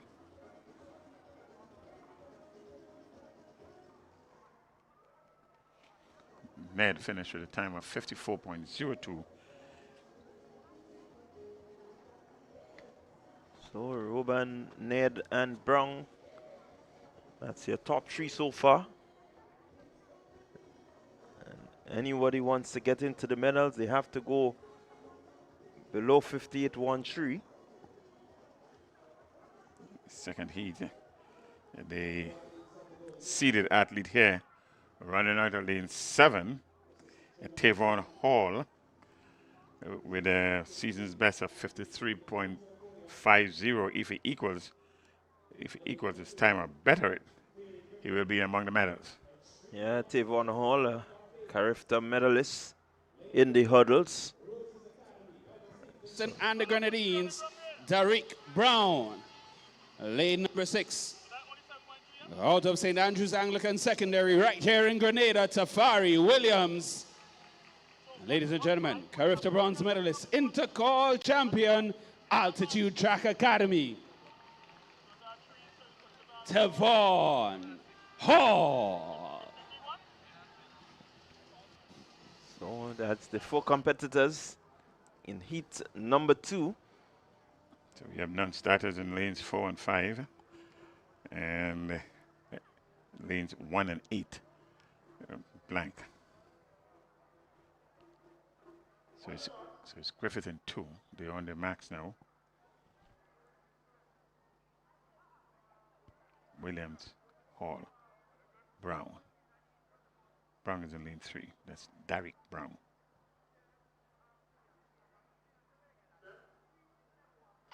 Clean start. Let's see what happens here as they go into the first set of hurdles. And it is Griffith of Extreme Velocity Track Club clearing the first hurdle, looking to get himself into the ascendancy. Hall striding nicely on the outside, but here comes Terry Griffith. Griffith making up a lot of ground on the rest of the field and is moving rather nicely, getting on the inside of Hall, who clears another hurdle. As they come around, just about 150 remaining. And they're just about neck and neck. Here we go. Still Griffith with a slight lead, but here comes Hall. Hall is pushing. Hall is over that hurdle and heading for home. Tavon Hall is going to win. What is important will be the time. Hall there, finishing there in the first position in this seat, or this section of the race. And Terry Griffith from Extreme Velocity finishing second here. Let's look at the times and see where they would fall in the overall big picture. 56.47 and 57.66, the first and second position.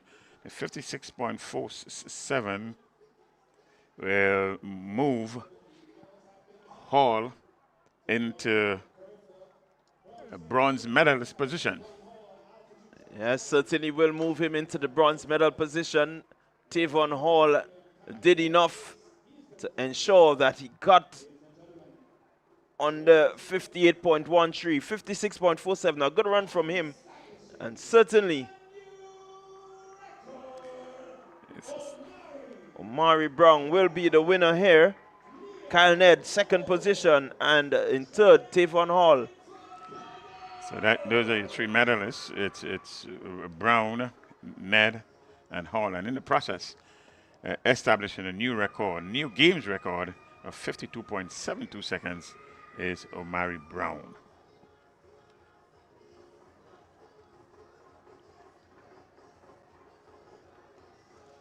Yep.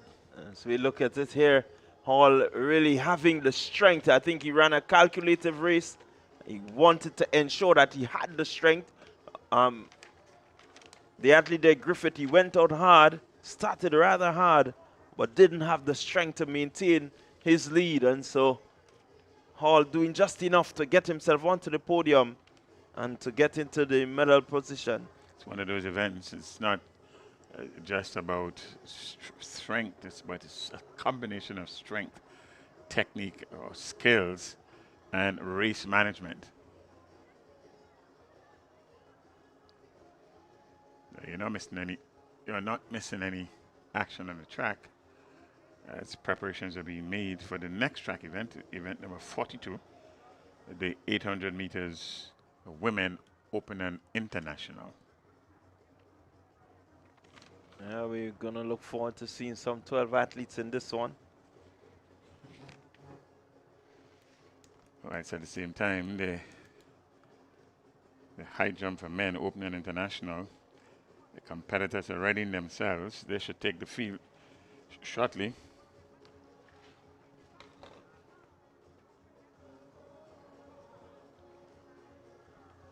So the afternoon session promises to see a number of finals. All events will be final events. So you see the shot put in progress. And that should be the shot put open.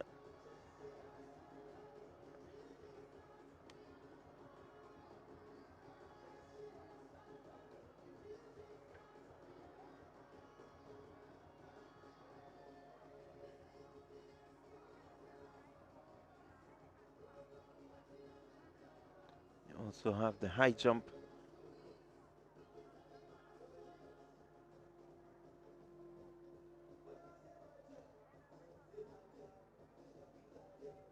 The high jump also in progress.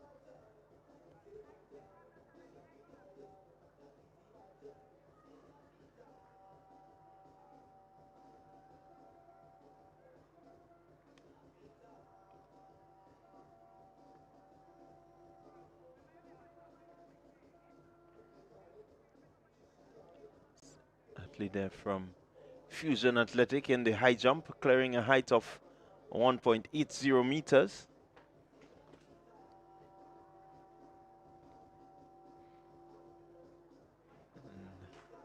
Athletes in the shot put just getting their warm up in. Looking forward to see the likes of Lyndon Victor representing the Track Blazers in this one.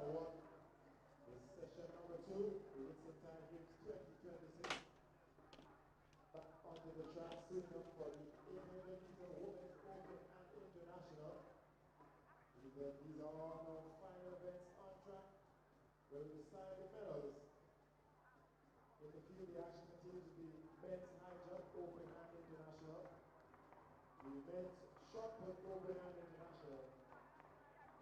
And it is in the conclusion of the Clearance there of 1.80 meters.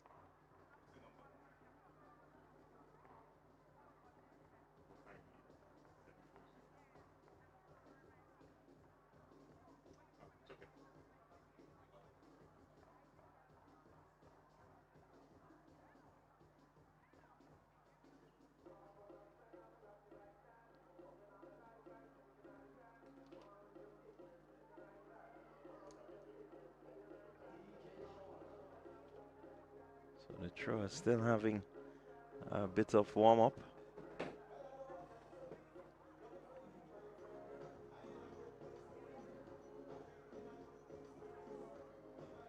Some 14 competitors registered here to participate in the shot put Open International men.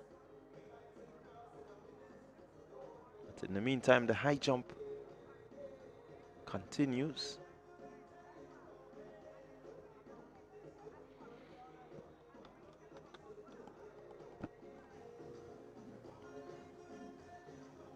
And for many of these athletes, they will compete in the high jump. They're looking to clear 1.80 meters. And athlete there from Fusion Athletic, unable to clear the bar there. 1.85 meters, that's the new height.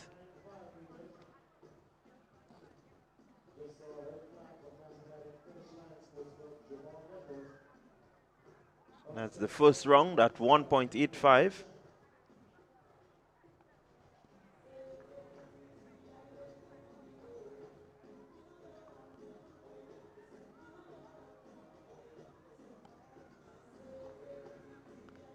Again, another field attempt.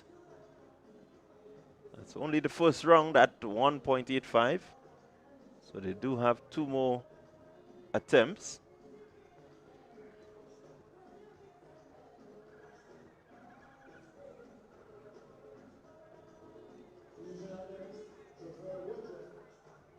So here is Woodruff from Fusion. Looking to clear the height 1.85. Gets over it with some daylight.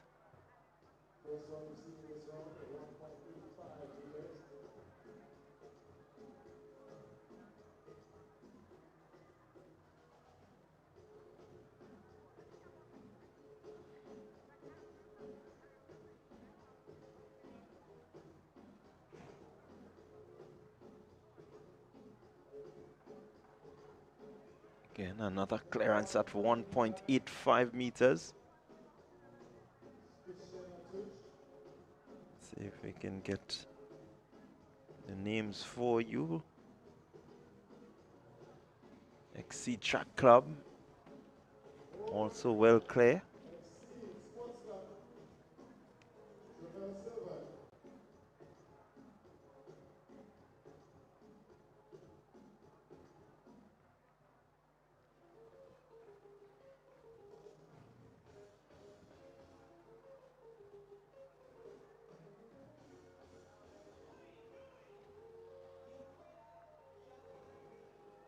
Timothy Greenidge also clearing that height of 1.85.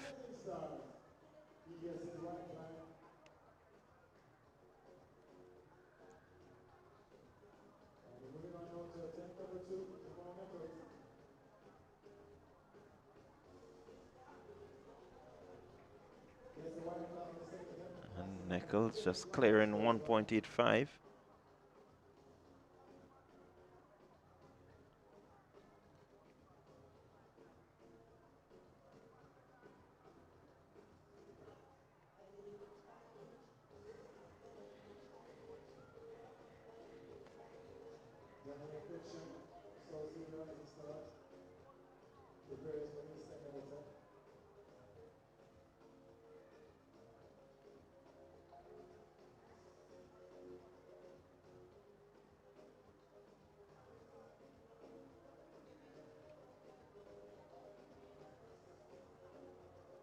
Again, unable to clear the height of 1.85, so it's the second round.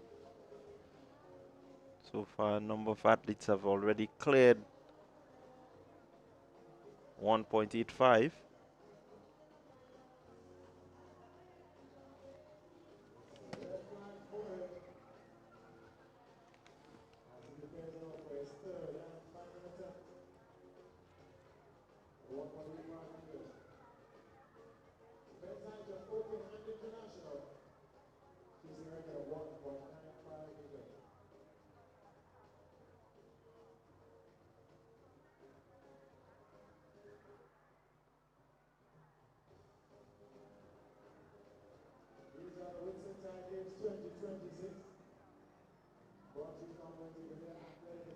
The competition is on.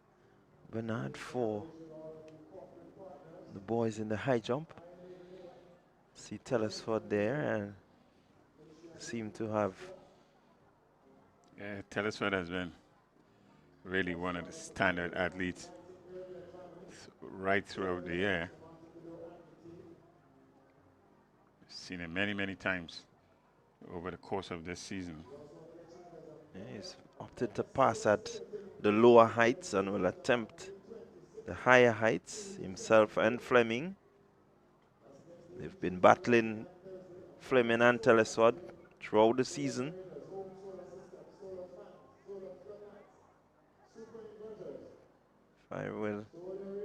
My memory serves me well, the Telesford may just have an edge on him, one more win Well, I tell over you, Fleming. the thing with sports is that you only remember the last win or the last loss. the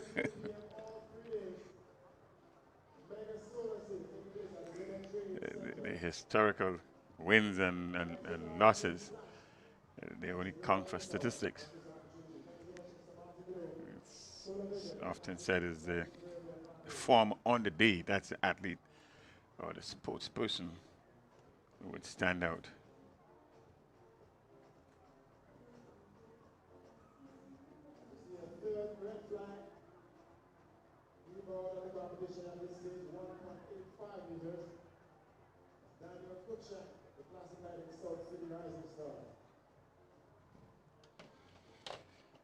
Okay, so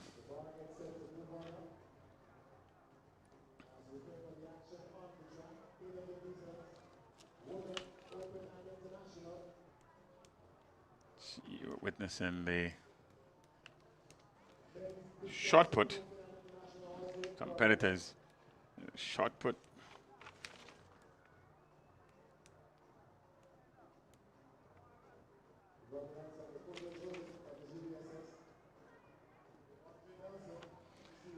Open and international shot put. Some 14 athletes are registered to participate in this one.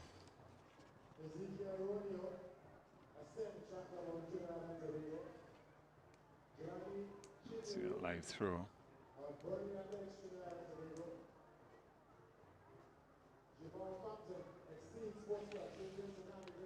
So false.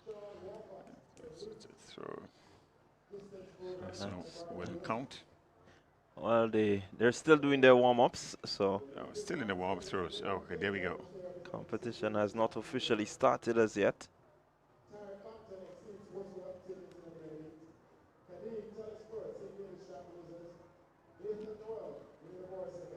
Getting ready for the 800 meters.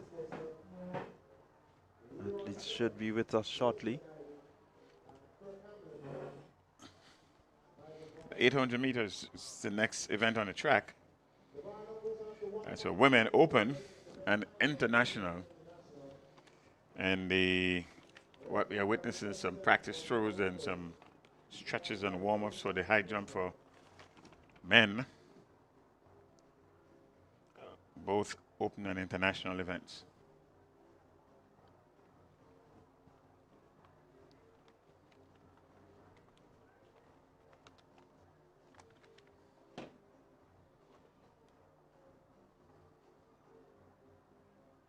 But on the track, we would go into the 800 meters, women open and international. and that will be followed by the 1500 meters under 17 boys, the 1500 meters open and international men, and we continue with thereafter with some short sprints.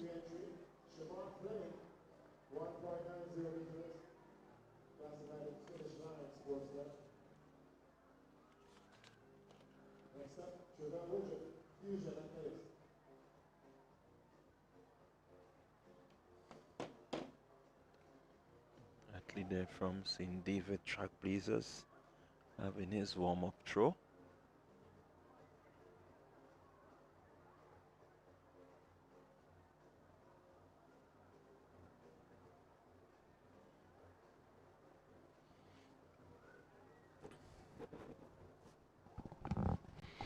So it's the afternoon session of day one, the Whitsuntide Games 2026 from the Karani James Athletic Stadium.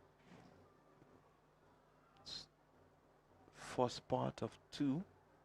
Tomorrow promises to be even more competitive. We have a number of finals that we can look forward to this evening. See a decent throw there from the athlete. Well, the indications from preliminaries this morning suggest that we are going to have a very competitive afternoon-evening session. Yeah, we saw a very competitive Diamond League meet this morning. And one has to feel happy to see the fact that Sharika Jackson seemed to be getting back into some form. She did make a statement that she doesn't want to refer to her as coming back. To give the indication she never left anything. On the track, though, we have the 800 meters for women. 800 meters for women about to start. Yeah, you always make a comeback, especially when you get injured. It tends to play on the mind a bit. It certainly does. So I will always say it's a comeback because you have to first conquer the mind before you can really get the sort of results that you want. In any sport, once you get injured, you have to ensure that you get the mind ready and prepared to get back there. So we have some 12 athletes registered here. And Clyde, this continues a trend that we have been seeing all year. A good representation in the middle and longer distances. It's something which is becoming common. And it says a lot for the growth of sport and people identifying where their talent might lie. Well, the time to beat here will be 2 minutes 20. And the record holder in this event should be Annie Logie. So we have 11 ladies are facing the starters here. Games record by Annie Logie, established in 2025. 2 minutes 20.26 seconds. And here we go. They're off and running. It's the 800-meter open international. And the pace is pretty steady so far. St. David Trailblazer out at the front. Have a number of finish line athletes just following. Alian Gidhari, your leader so far. Annie Logie is right on her heel. Followed by Saraya Phillip. So it's Alian Gidhari and Annie Logie. That's your top two as they head into the bell lap. So again, the 800-meter running and just seems to be getting better and better. Start with a 1:08 flash time for the first lap. As they extend their lead, Logie and Gidhari. And they are running all by themselves. Logie looking to make a move on Gidhari. Moves out front, Annie Logie. She's looking to defend her title. Yeah, she has now opened up a lap of a distance of somewhat 10 meters on Gidhari there. She's lengthening her lead, Annie Logie. Looking strong and powerful. Arms swinging in good rhythm. And here she goes into the home straight. She powers her way down the stretch. Just about, I would make it some 25 meters to go. And she has it in the bag, but she's not letting up. Annie Logie. I think the race is for the second position. It is a very fast finishing athlete from the finish line here. So that's Kiana Alexander seemed to have taken the second position. She has indeed. And if the flash time stays what it is, or anywhere close to it, it does mean that we have a new record. So a flash time of 2 minutes 16. If that stands, then it means that the record was obliterated. So we wait the official results. So that's Logie there taking this one. And a compatriot. That's Kiana Alexander in second position. And Elaine Gidhari from Trailblazers. 2 minutes 16.49. So that is certainly Annie Logie registering a new record. She broke her own record that she set last year in this same event of 2 minutes 20.26. Now gone down to 2 minutes 16.49. And this is what you want to do as an athlete. You want to see the changes. You want to see the growth. You want to see that the time is being lowered and the distance is being furthered. And this is what Logie would have done here in this 800 meters final for Open and International Women. A new record, a time of 2 minutes 16.49 seconds.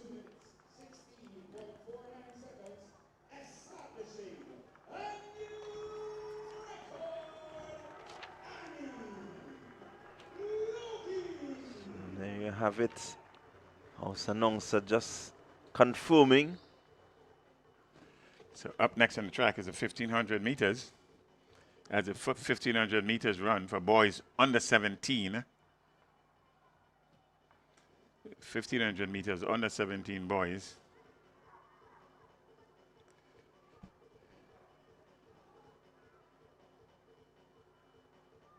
Here we have some 18 athletes here. That should be the 1,500 Open International.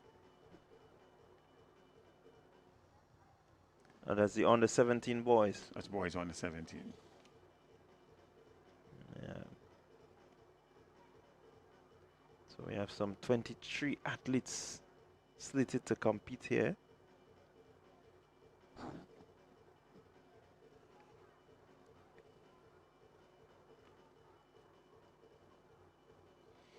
It's a long list. The games record was established in 2023. 4 minutes 29.05 seconds. And if the seeding here holds, one can look out for Najib Kelly. 4 minutes 13.45 seconds as the season's best to challenge this record seriously today. Yeah, the record stands at 4 minutes 29.05. Set way back into, not way back, but set back in 2023. Nicholas Frederick of Finish Line. We've seen him move on to and do great things, even at the Carafta Games 2026.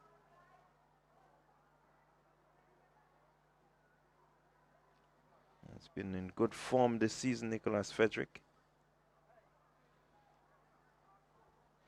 So that's under 17 boys, 1,500 meters, and they're off. And a big field, 21 athletes in there. See the likes of Michael Moses inside there.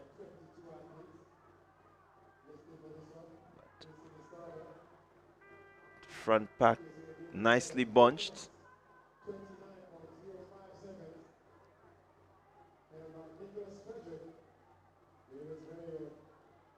So you have a front running group already, just setting the pace. Nicely bunched together.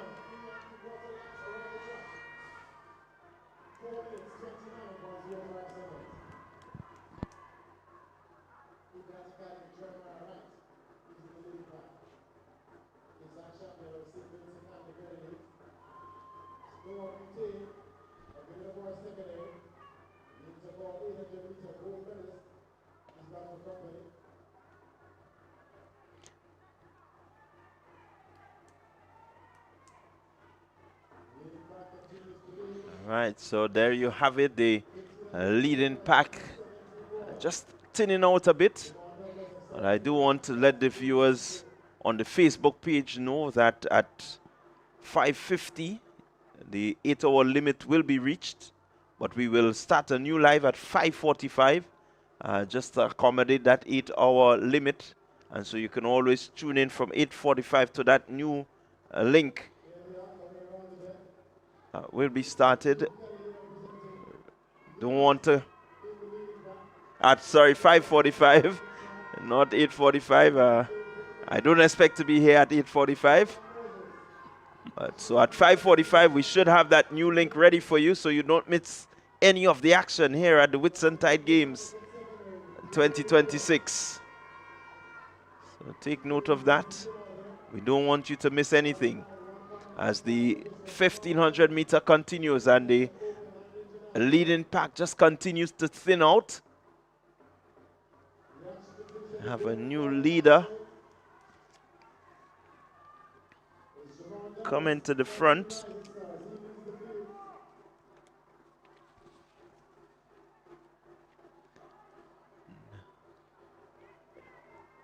At least they're just falling back slightly. This is where the separation starts. You have like 5 different clusters now. Athlete number 613 leading. Jeremiah Wright, that Academy. He's at the front. Wright is your leader. Does look rather strong, Wright. 1073 athlete number 1073 in second position. Najib Kelly, he's in a distant second position. The gap just seemed to be widening a bit by Wright. He certainly has something right here, right? It's all right, right? Everything right now is just right. Even if you go left, it's still right in the lead. That's a good 25 meters now on the second chasing pack, if you want to call it that. 2 athletes are in the chasing our front runner here from Edat in Wright. Jeremiah Wright putting on the afterburners. He's really motoring. He's looking to ensure that there is no one to challenge him going up the final 100 meters. Jeremiah Wright, that Academy, and you can hear the noise. The that Academy posse, they're just outside underneath us here, and they will be celebrating the gold medal in the 800 under 17 boys. Jeremiah Wright, he did everything right, and right there is your winner, Jeremiah Wright, that Academy. That's under 17.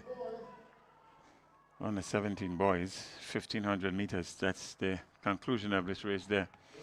Time of 4 minutes, 17.6. So there you have your top 3. Still have a number of athletes coming in, finishing the event. Your bronze medal winner is Najim Kelly.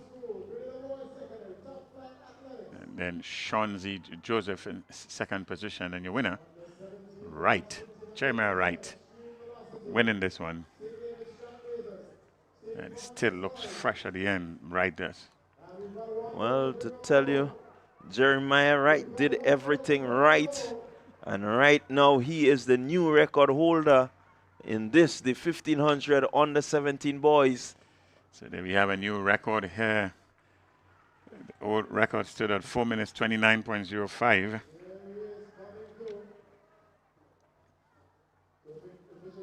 Four minutes 17.68 for Jeremiah Wright. And I presume the top four all went under the record time. It's a rather remarkable run for this. So Shawnzy Joseph, 4 minutes 22.38. Top four on the record time. And so that's a really outstanding run from Jeremiah Wright.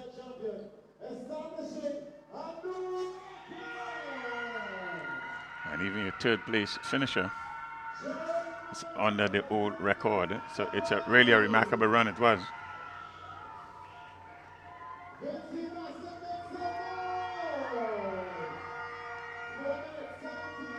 Right up next on the track will be the 1500 meters for open and international men. We have some 18 participants registered here in this one. That's the 1500 meters open and international men.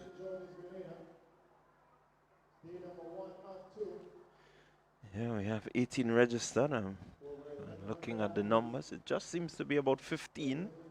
So we should have about 3 non-starters.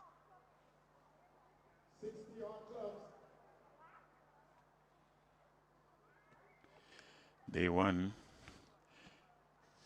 reaching its afternoon, evening climax.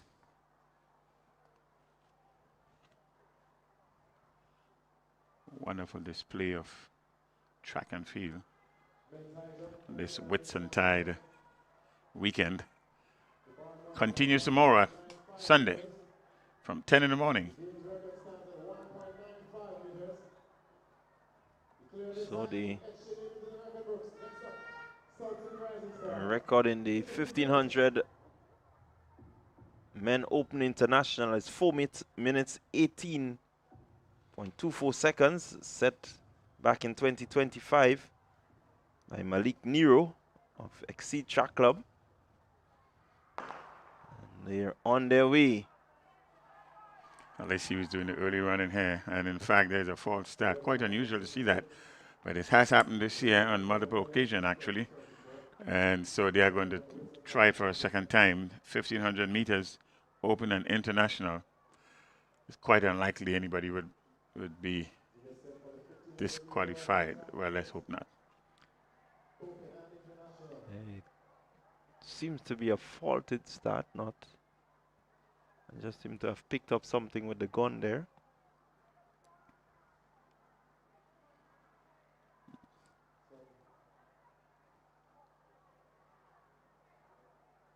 I can't tell what's the harm that's done here. But they're going to do it all over.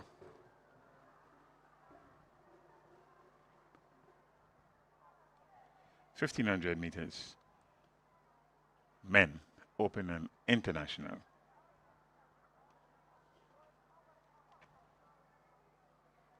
So we can look forward to seeing the record holder being a part of this one. There we have another hiccup in the start. So Malik Nero will be looking to defend a false start there by the athlete from South City Rising Stars.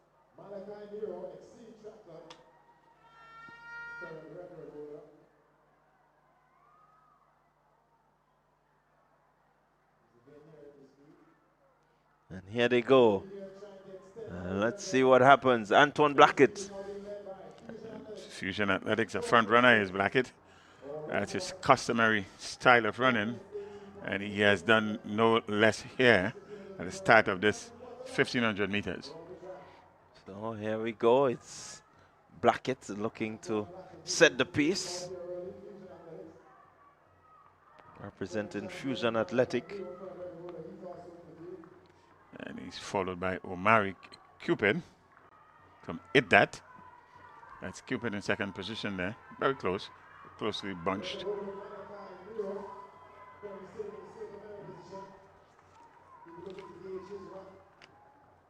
Moving on up into the bronze medal position, Adriel Mitchell of Fusion Athletics.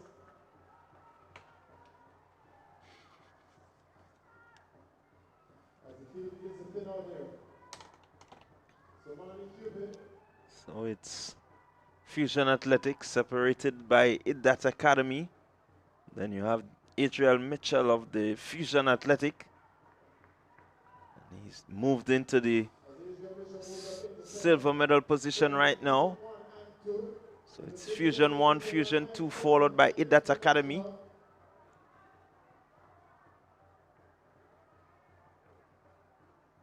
And then you have your record holder in Malik Nero. He's settled into the fourth position. So it's going to make for some interesting running from here on in. So Blackett is 4.69. He's leading now. But only just so slightly from his compatriot from Fusion. So Blackett still pressing his advantage. Here comes Mitchell. He looks to take the lead. You keep your eyes on Cupid. Cupid just slotting himself right in there, not really making much of a challenge. He's just waiting. Here comes Nero closing the gap slightly on Cupid. But out front, it's Adriel Mitchell. And the first five, they all bunch close together. Not much of separation between the first five athletes. They will look to head into the bell lap. Including a defending champion. He's right there, thereabout. And he's going to look to make his move. Is Malik Nero. He is your defending champion, Nero is. Malachi Nero, the defending champion, looking to make his move. He has gotten into the third position, bronze medal position, as Adriel Mitchell leads the front group. It's Adriel Mitchell, Antoine Blackett, followed by Malachi Nero. And the gap seemed to be widening between Mitchell and Nero. And Blackett and Mitchell still have a bit of a contention between them. They're into just about 200 meters remaining. Mitchell looking to move, but Blackett responding well. Fusion Athletic, Antoine Blackett, Adriel Mitchell. That is where the battle is.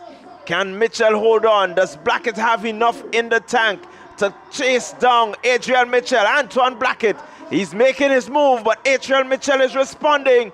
Adriel Mitchell proving that he's the stronger of the athletes. And saluting at the end. A good competitive race there between these two clubmates.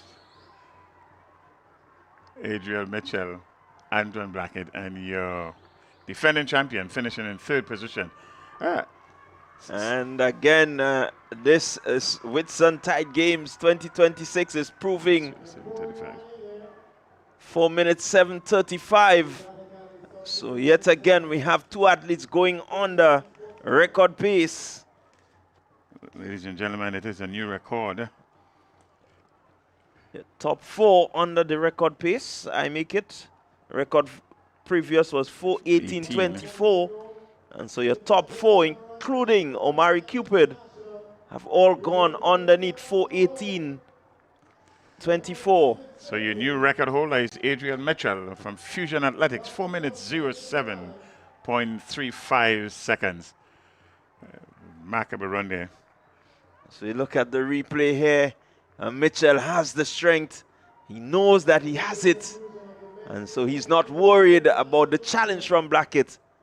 But he's able to just tap the chest and say, hey, I knew I had it in the bag. Top 4. Under 4 minutes 18. You look at the 800 meters and it's just getting faster and faster. Well, these young men have certainly proved that. They literally erased the old record here. The first 3 races on the track this afternoon all proved to be record-breaking runs. We did promise a very competitive afternoon, and here we couldn't have started in a better position. 3 record-breaking runs, 3 races so far. Yeah, that's what you get from the Whitsuntide Games. The records just seem to be improving. We still have the shot put men open international on the way.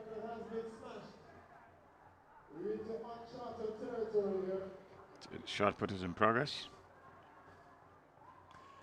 as is the getting ready to for one of the longer distances. But before that, we are going to have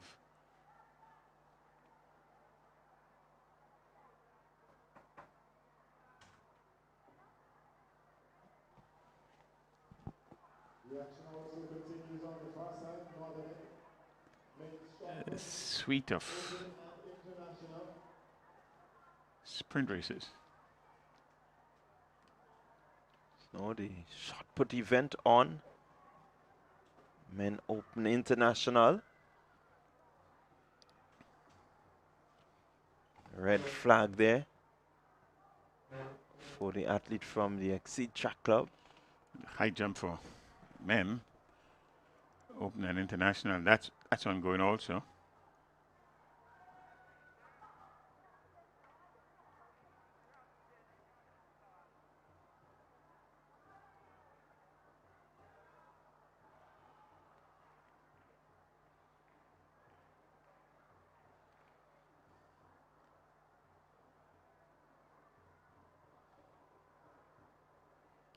Another athlete from the Exceed Track Club making his throw. White flag.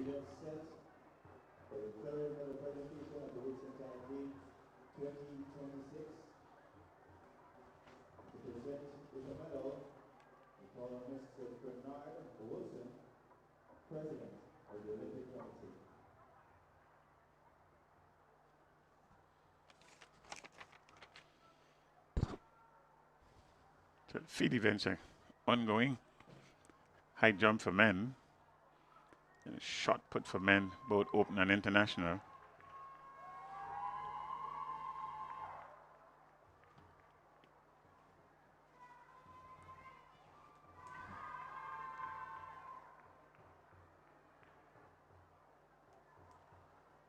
So yeah, white flag there for that seems to be Felix. As the bar for the high jump moves to 2.06 meters. National. We are going to have a segue now into the medal presentation.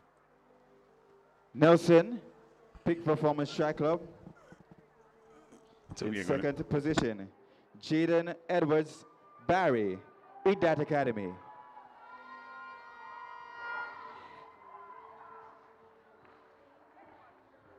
And winning this event, Rain Brown, Idat Academy.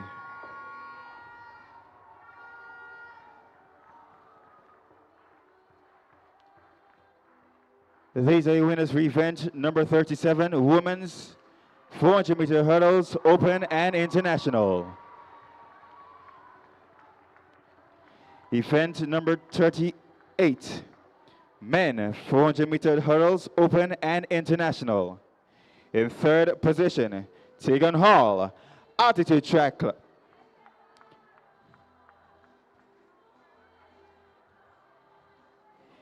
In second position, Kyle Ned, ace. And establishing a new record, Omari Brown, Nearro's Athletics Club, 52.72 seconds. These are winners for event number 38, 400-meter hurdle, men, open and international. Medal presentation for event 42, women 800-meter run, open and international. In third position, Alian Gidhari, track blazers. In second position, Kinaya Alexander, classic lighting finish line.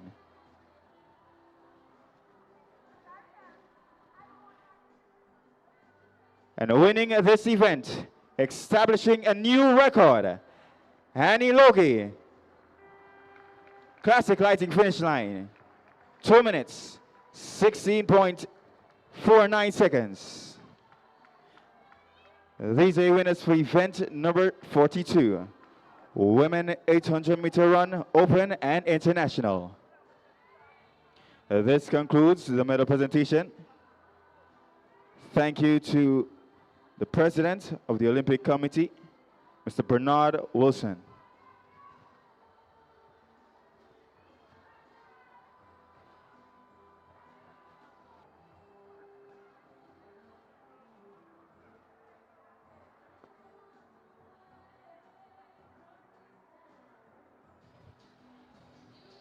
So congratulations to all of our medalists, and well done on their performances. The outstanding performances continue here at these Whitsuntide Games. In case you missed it, men's high jump, open and international. Record has already been smashed. We saw a clearance at 2.06 meters for Classic Lighting Finish Line Sports Club, Shamar Fleming. And he's here now set to attempt 2.10 meters in the men's high jump, open and international. He's going to need your support. He's going to need your energy as he takes on 2.10 meters for a new PB. And the best Grenadian since 2022, Shamar Fleming, 2.10 meters. Attempt number 1.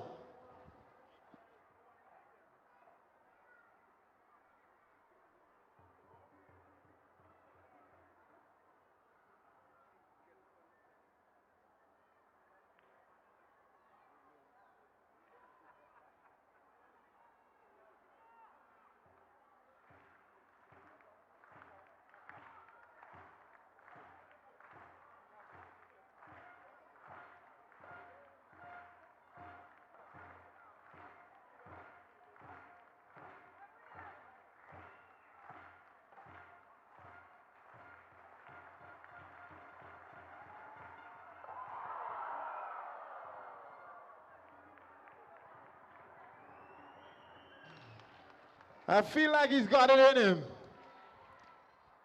2.10 meters is the height. He's got a second attempt here. The record is in the bag, gold medal wrapped up, but he wants more. Shamar Fleming of the Classic Lighting Finish Line Sports Club, right here in Grenada. And he's going to try for a second time, 2.10 meters. You've got to will him on. You've got to spur him on. He's got to feel your energy. Attempt number 2, 2.10 meters, Shamar Fleming. Yeah, so we welcome you back to The athletic action right here at the Whitsuntide Games 2026, and the young man on your screen, Shamar Fleming, has already won the high jump event, Open International, but he's going after 2.10 meters.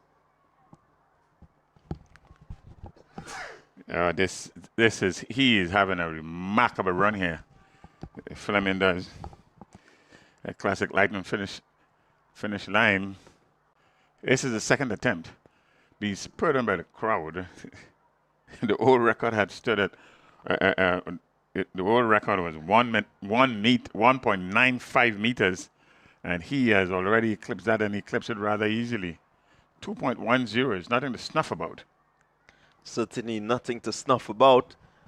First attempt, he was right there, just maybe needed to get the leg over a bit faster. There was a bit of daylight between himself and the bar on the up turn. He just seems to be in the zone. Let's see what he brings in this second attempt here. The crowd is spurring him on. He has asked for a bit of a help. The concentration is there. He's psyching himself up, and he has the rest of Karani James crowd right behind him.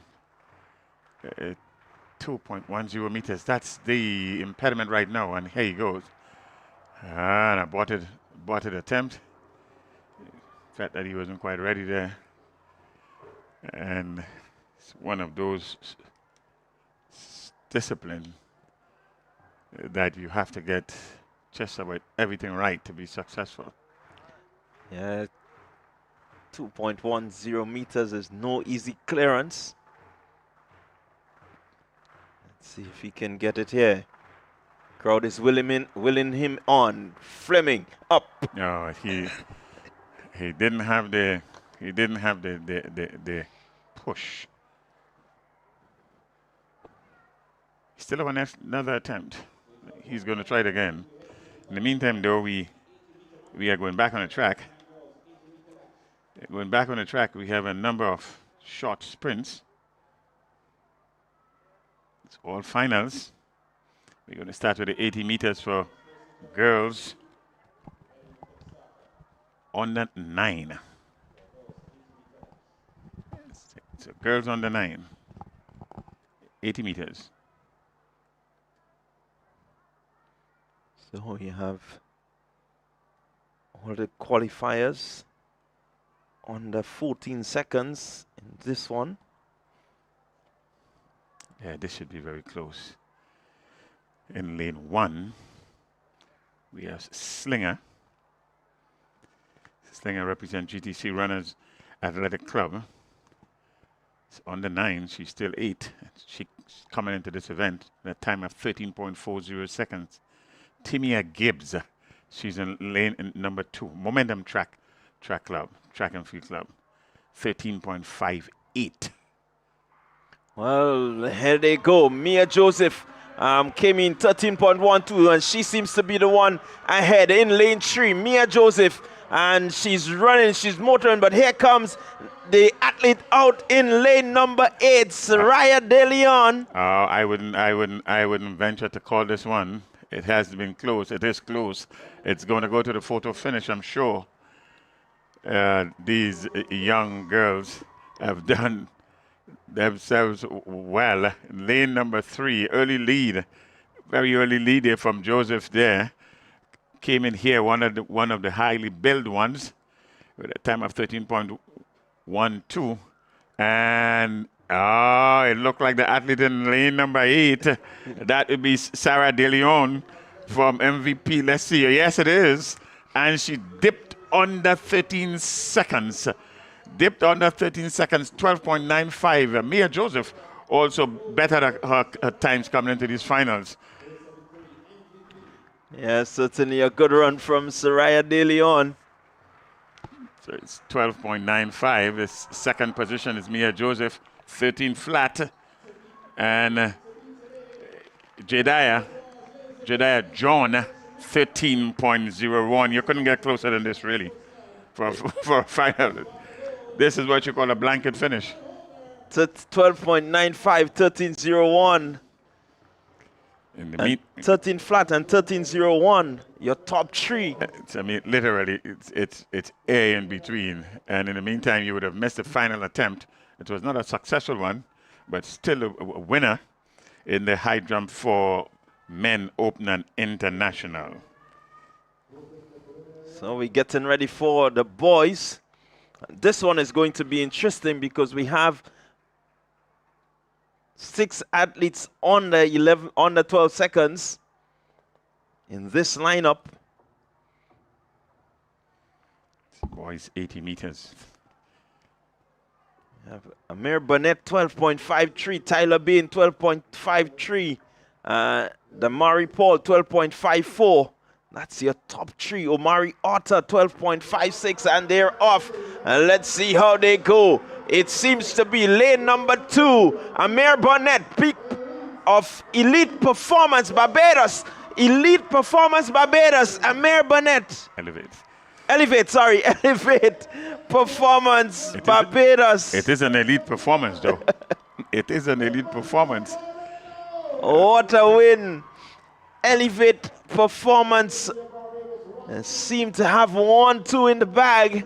Oh, the Bajan crowd must be howling there right there. What a remarkable run from the young man, and coming in sharp, but seemingly finishing fourth is the athlete in lane number 7. So there is your official result. 3rd position, Tyler Bain. 2nd position goes to Josiah Moore.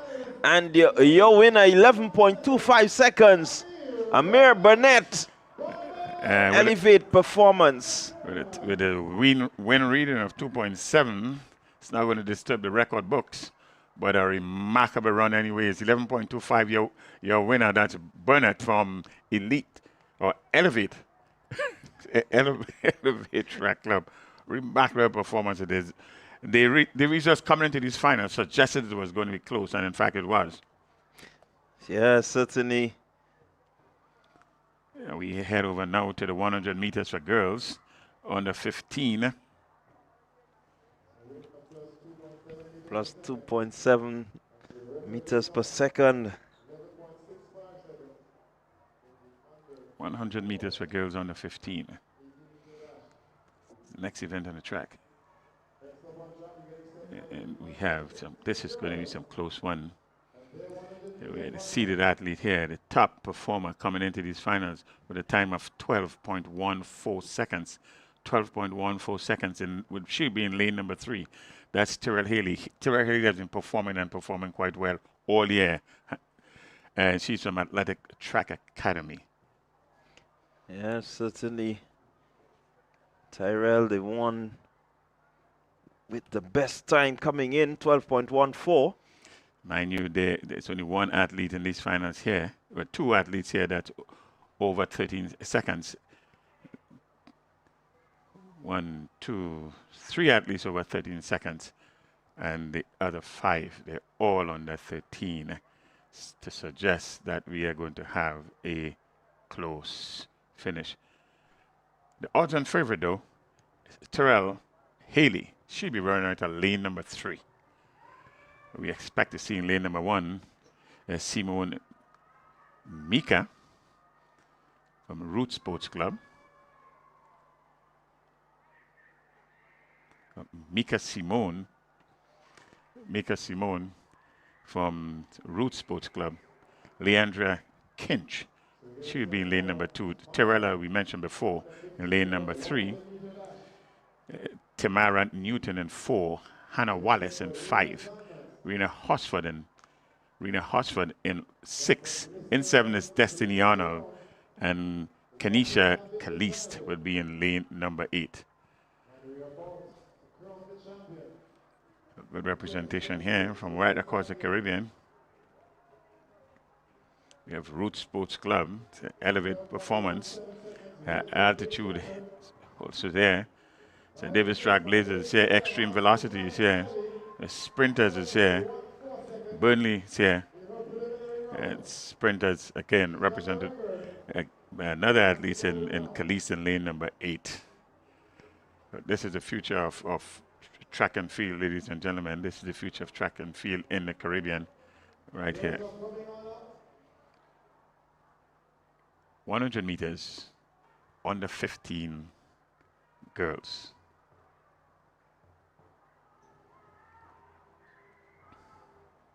Clyde, it promised to be exciting, and it is exciting. We've got 4 countries represented in this final. We see an athlete there, 783, long jump. We've got Antigua and Barbuda represented. We've got 2 from Barbados. That's a women's long jump, open and international. After 50 girls, 100 meter dash. Final. But the action will be turned to the track. And keep your eyes open, keep your eyes peeled. It's a good representation from right across the Caribbean here. Trinidad, Antigua and Barbuda, St. Vincent and the Grenadines, Grenada, they're all here.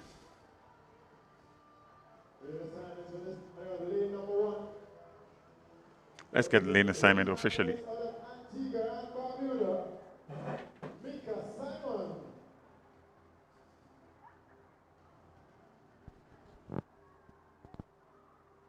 Lane number 2, representing Elevate Performance out of Barbados, Leandra Kinch. Lane number 3, Intercall Champion, fastest in qualified, current record holder, Altitude Track Academy, Haley Terrell. Lane number 4, second fastest in qualifying, representing St. David's Trailblazers, Timon Newton. It's Newton in 4. Lane number 5, the fastest non-Canadian in qualifying, out of Barbados, Extreme Velocity, Hannah Wallace. Wallace from Barbados, Extreme Velocity, she's in 5. Third fastest in qualifying, representing Sprinters Athletics, Rena Hosford. Horsford's a very fast qualifying time. Number 7, Trinidad and Tobago, representing Burnley Athletics, Destiny Arnold. Arnold from Trinidad and Tobago, Burnley. And then in lane number 8, it's Khalees from Sprinters. And this promises to be a really tight battle. Favorite in Tyrell goes in 3. Newton, who has been runner-up all season to Tyrell, she'll be right next to her in 4. It's interesting to note half of the field can be repeated next year. They're just 13. Yeah, quite interesting. They're set on their mark.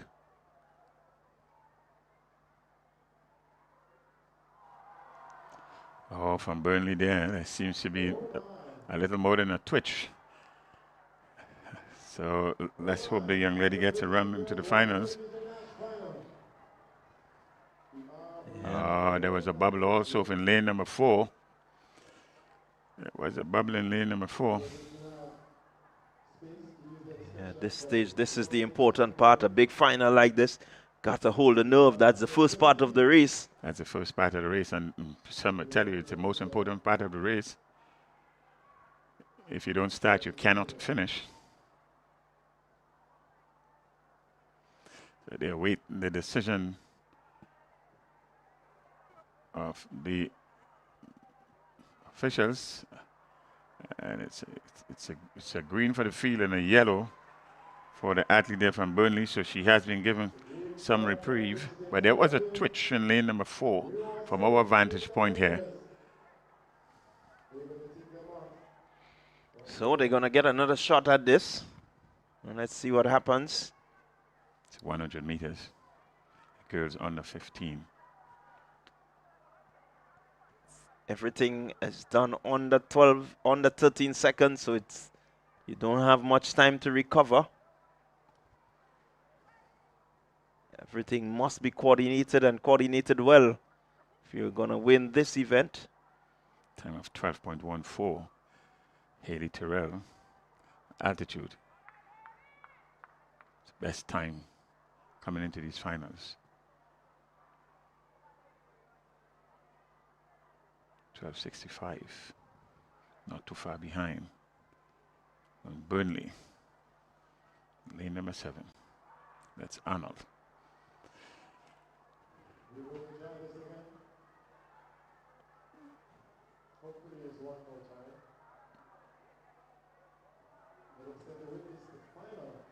Okay, so there's no false start, no faulty start. This is the official just doing some tidying up.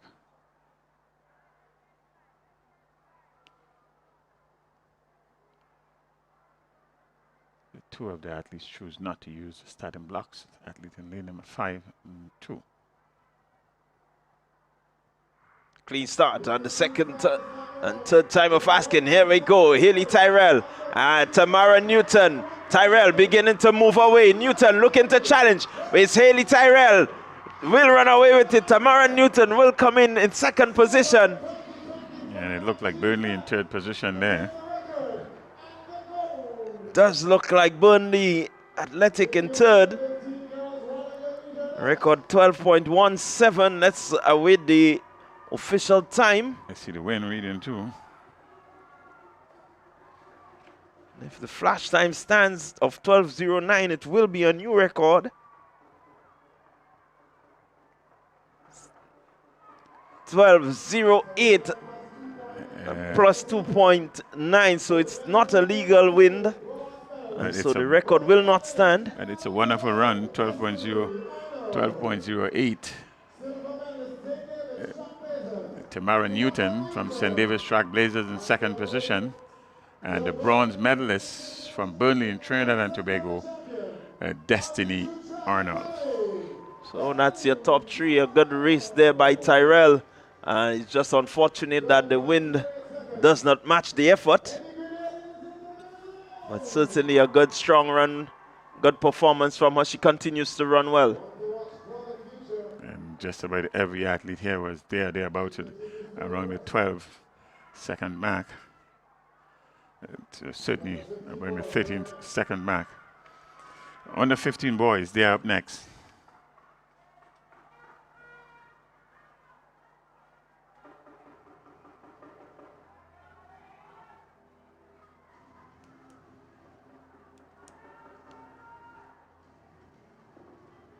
So again, this one will be a very interesting event.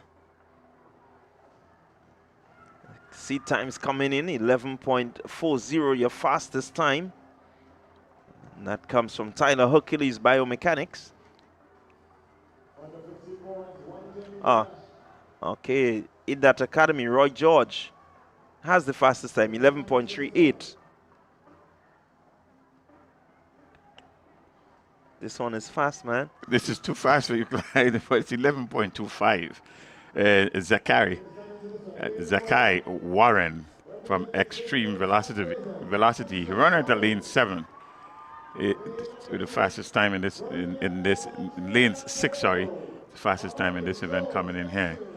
What this suggests is that this is going to be close. Suggests that it will be close. 11.25, 11.38, 11.40, 11.42, 11.50, 11.59, 11.81.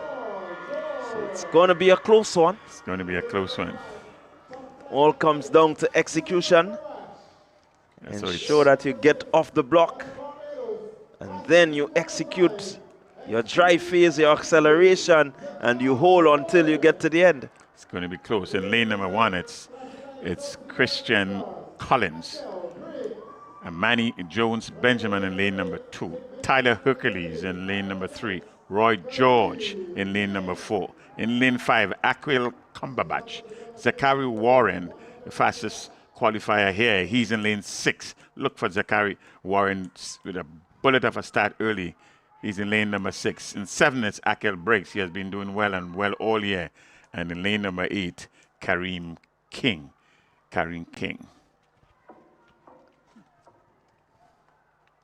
Again, you want to ensure that you get off the blocks. The only qualifier over 11. Over 12 seconds. Kareem King. He's in lane 8. Let's see what he brings to the final.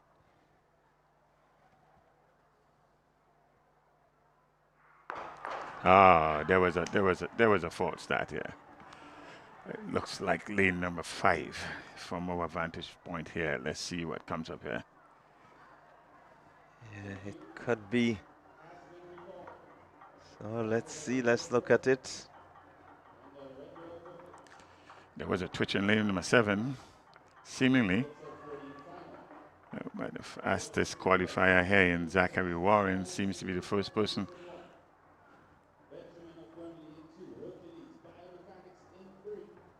In 5, that's lane number 5. That's Cumberbatch. Yeah, that looks like Cumberbatch. There seems to be. Well, let's wait for the officials to make a determination here, because there was quite a bit of twitching and movements in among these young men. Yeah, you gotta hold the nerve and walk with the gun. So there's a general reprieve. Not going to charge anyone. It's back to the status quo. Keep it together.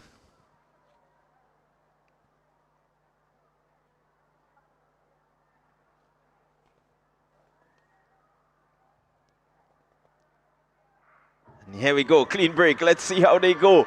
Tyler Hercules, Christian Collins is running well. Hercules in the middle of the field. Keep your eyes on George, lane 4 in that academy. It's going to be a tight finish. This is a really tight finish. Yeah, it looks like Hercules. It could be George. It could be Warren in lane 6. It's that tight. It's that tight. Let's see here. In lane number 4. Lane number 4. Roy George. Lane number 4. But here comes. It looks like lane number 4. Lane number 4. Lane number 4. That's Roy George. Hit that. So that's your top 3. And 11.16 with a legitimate time.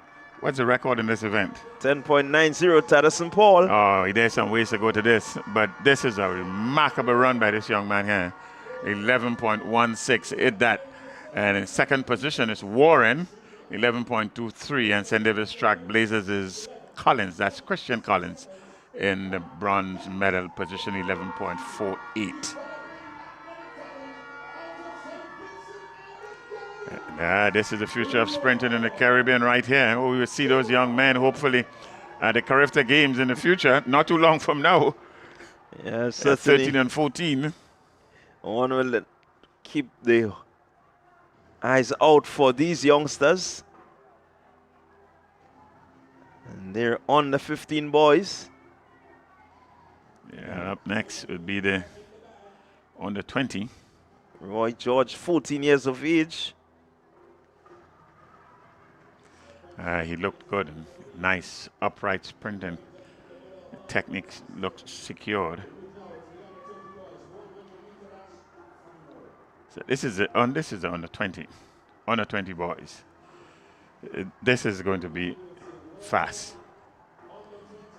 Yeah, coming into this event here, to these finals with the top time of 10.44 seconds.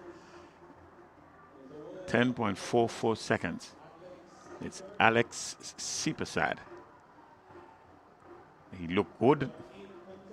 He looked good in the semifinals. Let's see what he brings to the finals here. Well, again, this final promises to be a really big one. I hate to go out on a limb, but Daly looked most at ease. Came in with a time, not the best time, but he slowed down considerably. He still finished with a time of 10.52. Let's take the official lane assignment. Altitude Track Academy, Deron Sincere.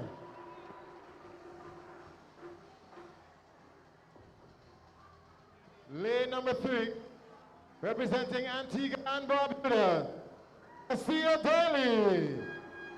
That's Daly, Antigua and Barbuda, 10.52. That was his time coming to his Number finals. 4, Altitude Track Academy, Randy Jones. Lane number 5, out of Trinidad and Tobago, assistant qualifying, Phoenix Athletics, Alex Prasad. Lane number 6, representing Ace Track Club, former Carifta bronze medalist, Ethan Sam. Lane number 7, Interco gold medalist, Top Flight Athletics, Ian George. And lane number 8, out of Barbados, Extreme Velocity, Jakai Brewster. So there you had it, your lane assignment for this, the under-20 boys 100-meter dash. Yeah, one man came into these finals here with a 10.4. That's Sipa Sad. He's in lane number 5. 3, 10.5. In Daly, Sam, Brewster. 2 in 10.6. Sincere, Jones. All comes down to who is in the best recent form as they get on their way. Let's see, it's still even Steven. It's still even Steven as the Sam, and here we go. George responding well, but it's going to be close. It's Randy Jones. Sam or Daly. Daly is also there. And George. Sipa Sad is also in the mix. Ian George right there. As we look at the replay here, it's certainly tough to tell as George makes his way in. Sipa Sad seemed to have it. It looks like Sipa Sad in lane 5. Sipa Sad seemed to have it. It looks like Sipa Sad in lane 5. Let's wait and see what happens, but I make it Sipa Sad getting the torso out there just at the right time. Yeah, it looks like George in second position. And official results bringing up on the screen 10.46. Alex Sipasad, he has it in the bag. Kasai Daly will have to settle for the bronze. Ian George did just enough to get himself the silver medal. They both awarded at the same time in the second posting. Here we see here, good start, good, clean, even start. All in a row, but there you can see some separation here from Daly first, and then Sipa Sad would have caught him right at the 50, 60 mark. And then to the end, Sipa Sad had just a little bit more. And taking this one, and a good toss-up between George and Daly with a fast finishing Sam at 10.55 in position number 4. Yeah, I tell you what, George had a really bad start.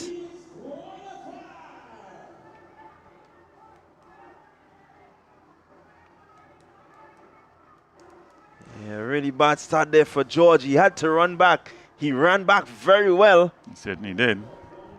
But take nothing away from the effort of Alex Sipasad.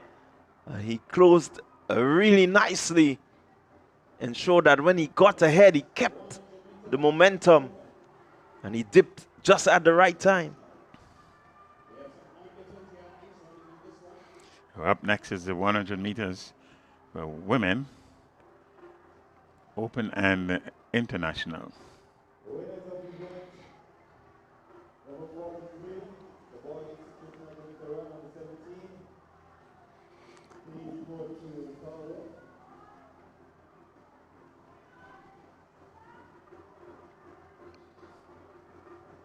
This one should be another close one.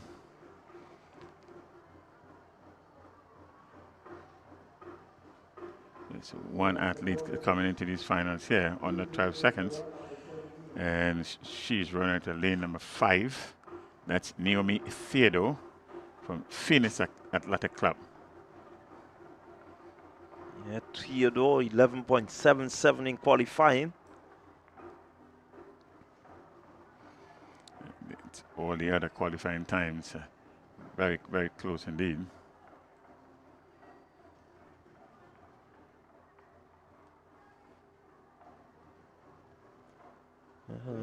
Andrea Laguerre.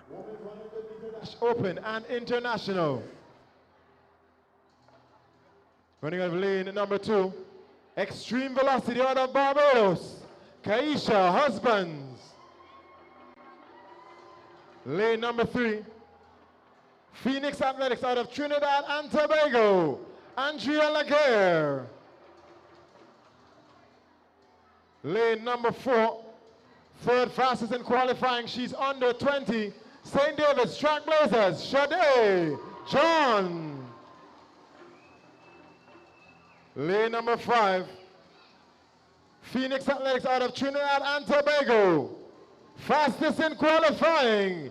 Naomi Theodore. Lane number 6. Representing Mustang St. Vincent and the Grenadines. Second fastest in qualifying. Silver in 2025. Taya Labour. Lane number 7. Representing Phoenix Track Club out of Antigua and Barbuda. Destiny Jacobs. And lane number 8. Representing Altitude Track Academy. Christina Charles.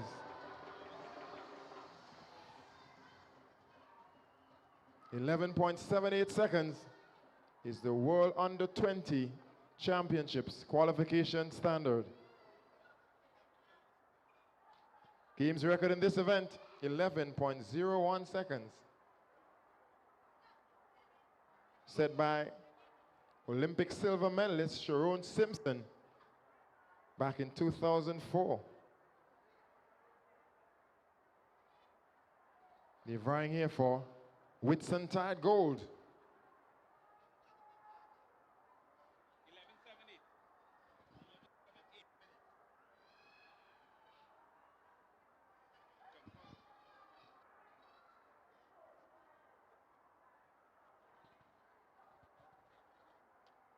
Lane number 2, Kaisha Husbands of Extreme Velocity, just outside the medals in 2025. She looked to upgrade that this year. They're under starters orders.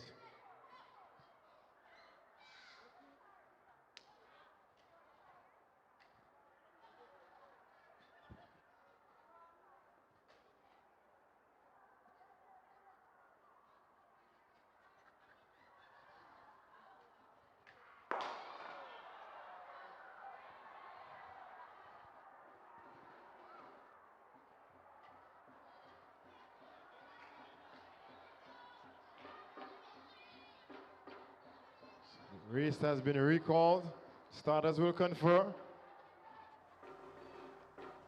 These are the women's 100-meter dash. Open and international. So we just may have Naomi Theodore, false or Athletics, faulty Trinidad start. Tobago, fastest in qualifying. This Taylor Board, will be a Mustangs very fast race. of St. Vincent and the Grenadines, silver in 2025.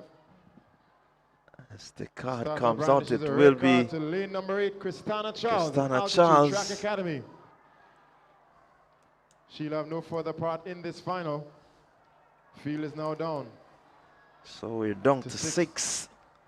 Jacob of Exceed Track Club not starting.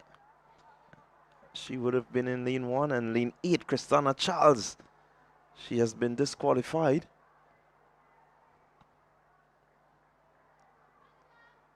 It's down to 6. Let's see what happens. It seems to be in the middle of the track. Theodore moving on the outside lane 1, but it's Theodore. It will be interesting to see the time that she returns. But Naomi Theodore doing the business. Really got a good start. I was ahead of everyone from the start and maintained that all the way through. We're hoping that it's signed. We're hoping that the wind was legal. 11.76. A wind of plus Plus 0.0 meters per second, and It's so official. it means that she would have. Silver in 2025, bronze in 2026. Mustangs, tail aboard. She's gone under Fourth in 11.78. 2025, upgrades to silver in 2026. Extreme velocity, Kaisha Husbands. And your gold medalist, 11.76 seconds. Phoenix Athletics, Trinidad and Tobago, Naomi Theodore. It's a really good run there from Theodore. Well, up next on the track is the men's version of this. 100 meters open and international for men. We're moving on thick and fast. Is the men's open This is and international. promising to be a big one. Their 100-meter final. We have the likes of Green, Campbell, Davis, Delfish, Richards, Lawrence, Hoyt, and Knight in this.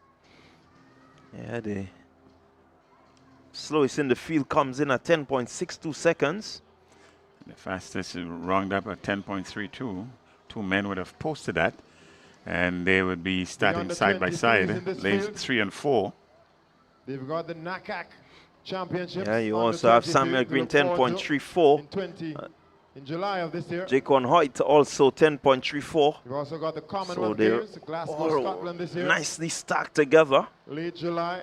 This race will boil down to a good start, also got the a World good drive phase, ensure that the accelerator is on, and then you can maintain for the last 10 or so meters before the deceleration happens. Yeah, like with most short sprints, the race is won or lost right at the start. Very few men, in fact, have been able to do recovery in a 100 meters. But of course, we know of the remarkable Usain Bolt, but very few men would have done that. You start after Representing propel you. Fusion Athletics, Samuel Green.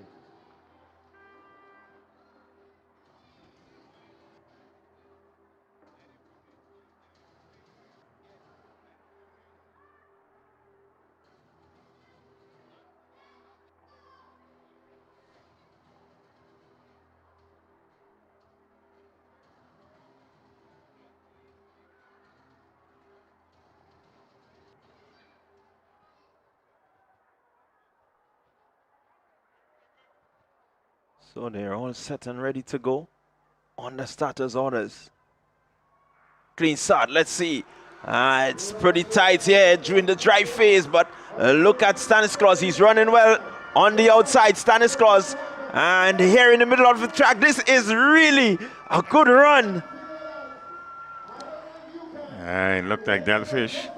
Could be Delpesh, Lawrence. It's tight. Lane 3, 4, 5. Could be 6, Sky Lawrence, Shatoya. It's really close at the line. So we look at it here. Let's see as they get towards the line. Looks like lane 6. Looks like lane 6. It could be or Hoyt. 7. Well, let's wait for the official results. It could be just about anybody's race right there. The photo finish would give the clearest indication here. We'll go down to that photo finish. Nobody's moving. As nobody's sure who would have won. We saw a bit of a celebration there from Hoyt.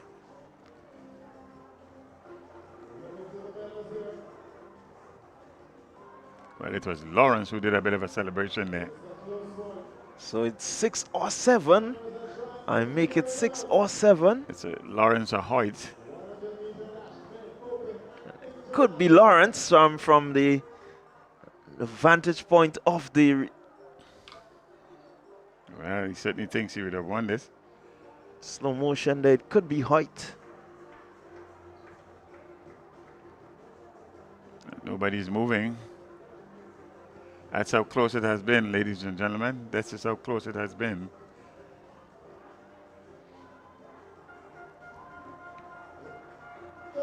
So it is Lawrence. It is Lawrence.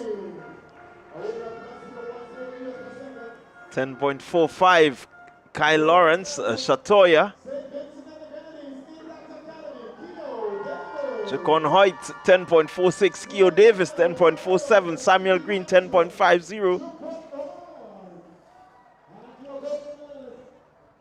All right, it lived up to his billing. It was going to be tight, and it, in fact, was tight.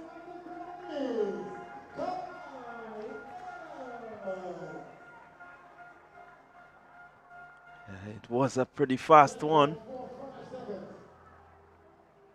Not as fast as the qualifying times, but certainly with the pressure on from this field, needed to ensure that you get a good start and may have been responsible for the slower time.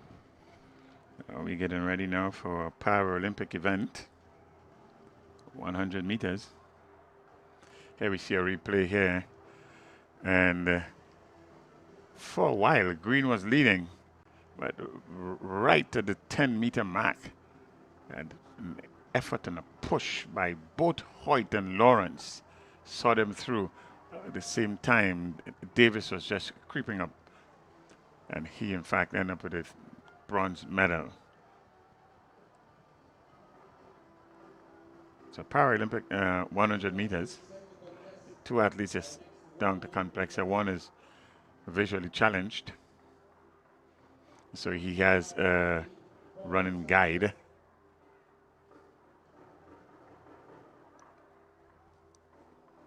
And they are in lanes 5 and 6. And the other athlete here is in lane number 4. That's Sheldon Francois in 4. And Paul Sargent in lane number 5.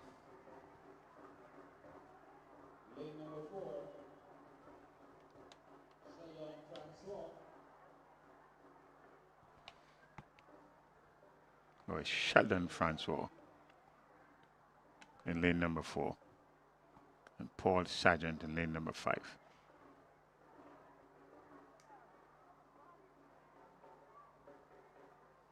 $100 meters Paralympic.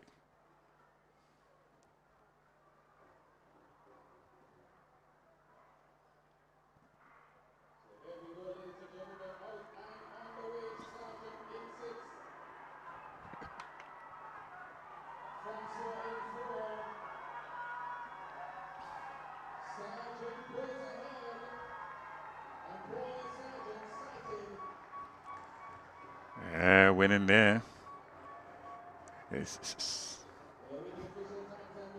Paul Sargent. And Francois Sargent here getting the better of Francois today. Yeah, Sargent not having the sort of momentum that he started.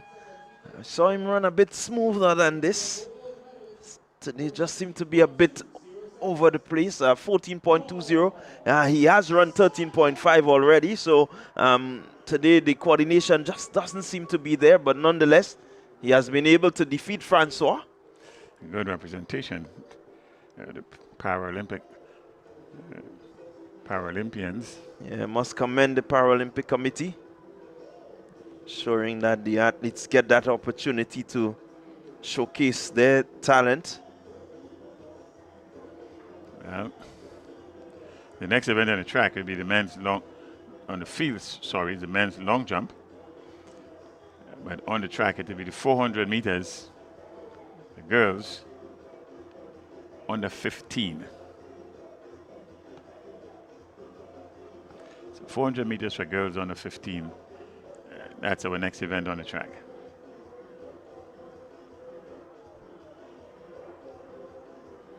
In the meantime, we have a number of field events taking place.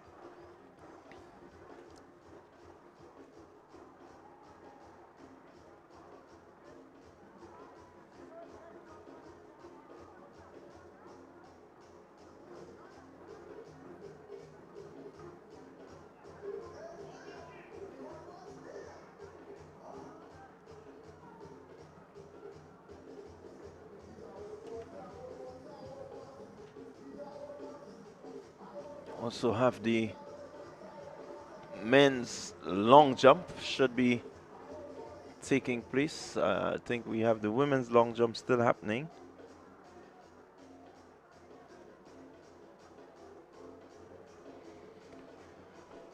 And as we said, next on the track will be the 400 meter under 15 girls. Yeah, this one should be a very close one. There's only one athlete who's coming into these finals. From the preliminaries earlier, that would have run under 60 seconds. In fact, her time, coming in with a time of 59.29 seconds, is Aria Carter from High Performance. And she's expected to start out of lane number 4. So the long jump continues. White flag there for the athlete from the Roses Academy.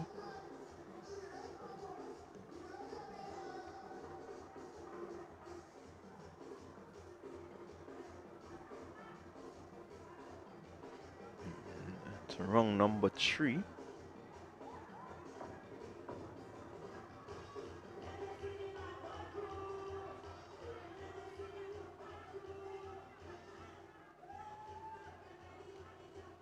Meantime, the athletes will get ready for the 400 meter under 15 girls. So 400 meters under 15 girls. Running out of lane number 1, Tristana Charles, Time and Track Club. They're running out of, they are based in Wester Hall. Tashanti Gibbs, Sprinters, lane number 2. Sophia Collins, lane 3. Araya Carter in lane 4. 5, Onisha Moore. Janaya McNeil, lane number 6. Representing Nevis. In lane number 7, Dominic Joseph from Fusion Athletics. Asia Marie Davis from Root Sports Club, lane number 8. Those are your starters. So you can keep your eyes on Carter. She's in lane 4. Fastest qualifier. And they only want to dip under 1 minute. She can repeat that sort of form. She certainly will be your winner here.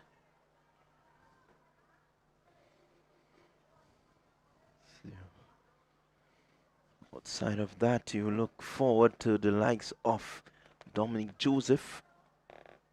She comes in with a time of 63.20. Mari Onisia Moore of Georgetown Secondary. She comes in with 62.36. She's one to look forward to. Tashanti Gibbs, 63.43. So you got to keep your eyes on her. She's in lane 2. So we expect some real competition.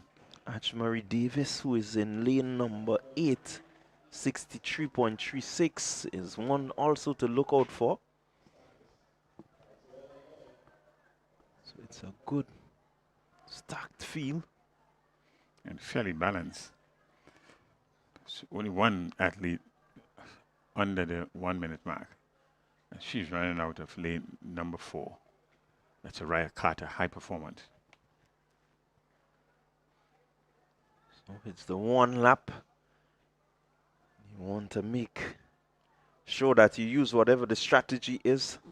Some persons tend to run the first 200 and then try to position themselves. Some may just ease through the first 200, keep a decent pace, and then try to get home as fast as they can as they come around that final curve.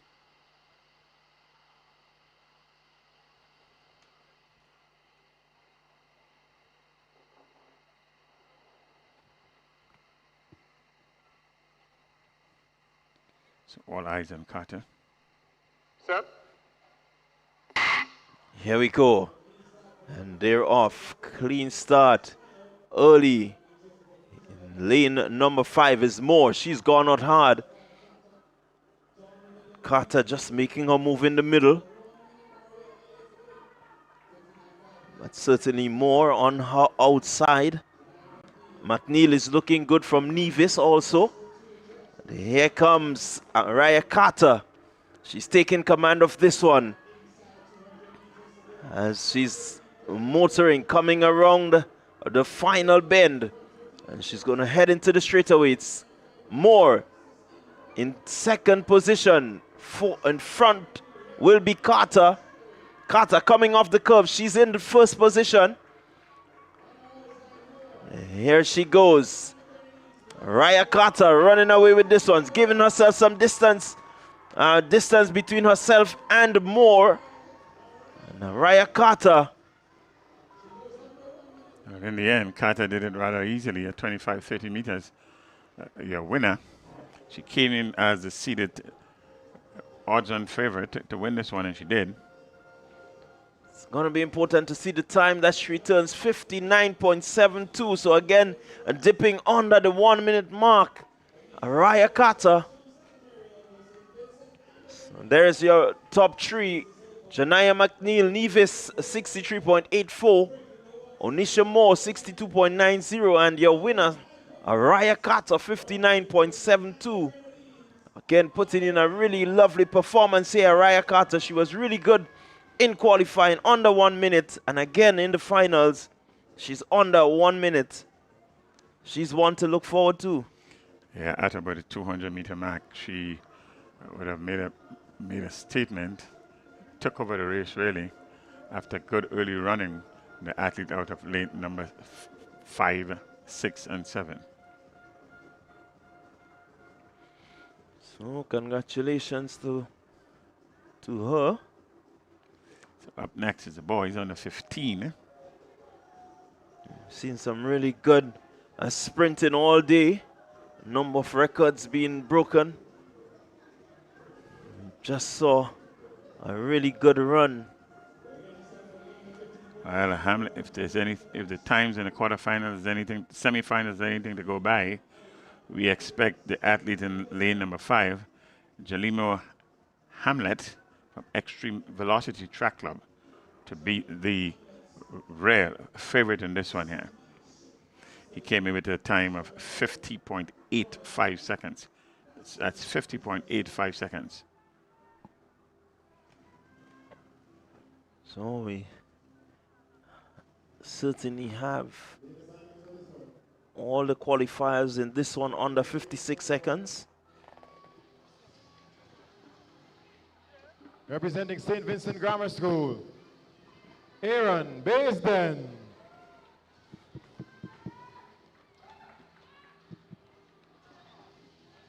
Lane number 2, St. Vincent Grammar School, Ethan Kent. Lane number 3, representing Biomechanics, St. Vincent and the Grenadines, Tyler Hercules.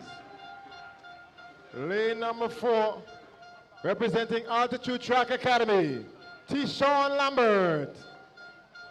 Lane number 5, fastest in qualifying, new record holder, Extreme Velocity, Barbados, Jolino Hamlet.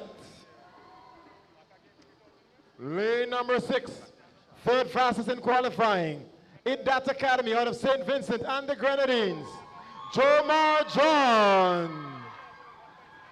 Lane number 7, Top Flight Athletics, second fastest in qualifying, Zelon Charles. And running out of lane number 8, representing the Grenada Boys Secondary, Andre Coutain. You have it there, 8 athletes facing the starters.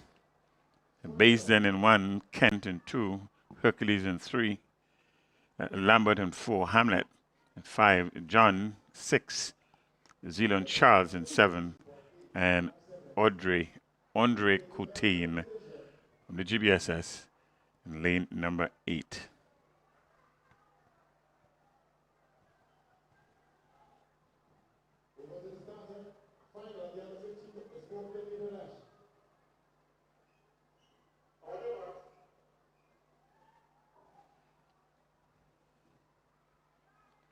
So we're getting ready for final of the 400 meter.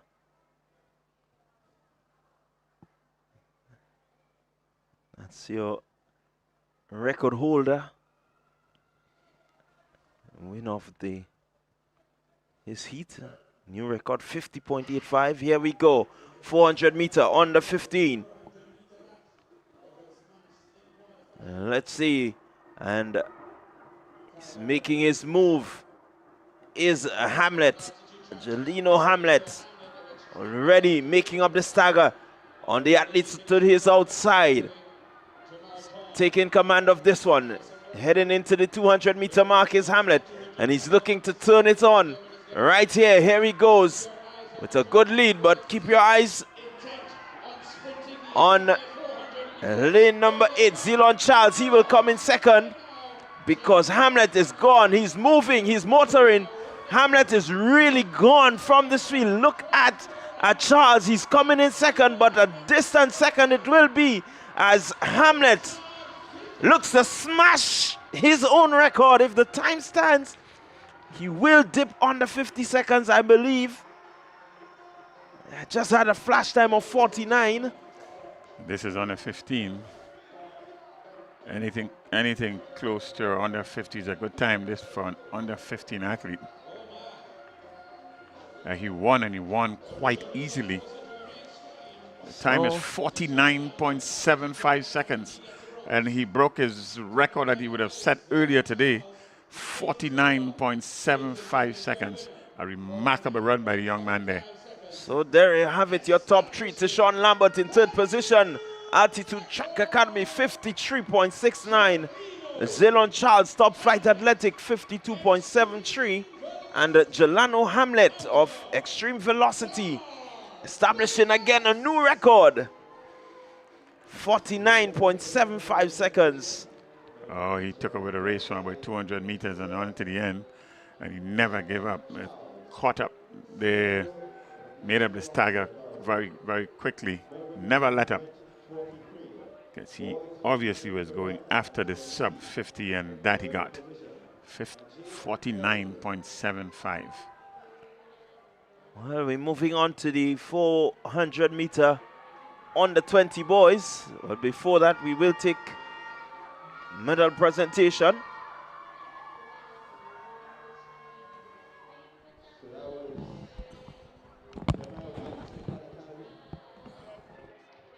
Setting a new record at 4 minutes, 17.68 seconds.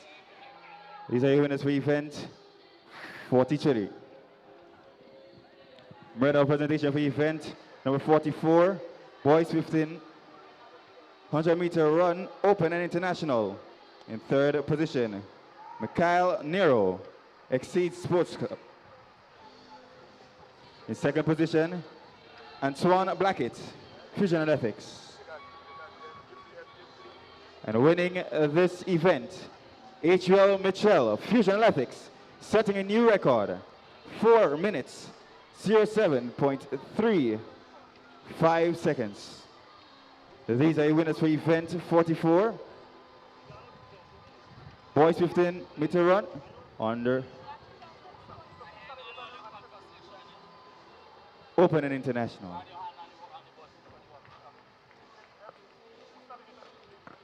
Medal presentation for event 4, girls 80-meter dash under 9. In third position, Jalea John, Mustangs.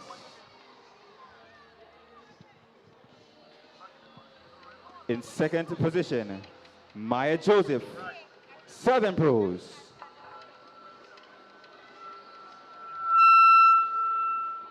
And winning this event, Sarai DeLeon, Classic Lighting, 4.7 MVP, at a time of 12.95 seconds.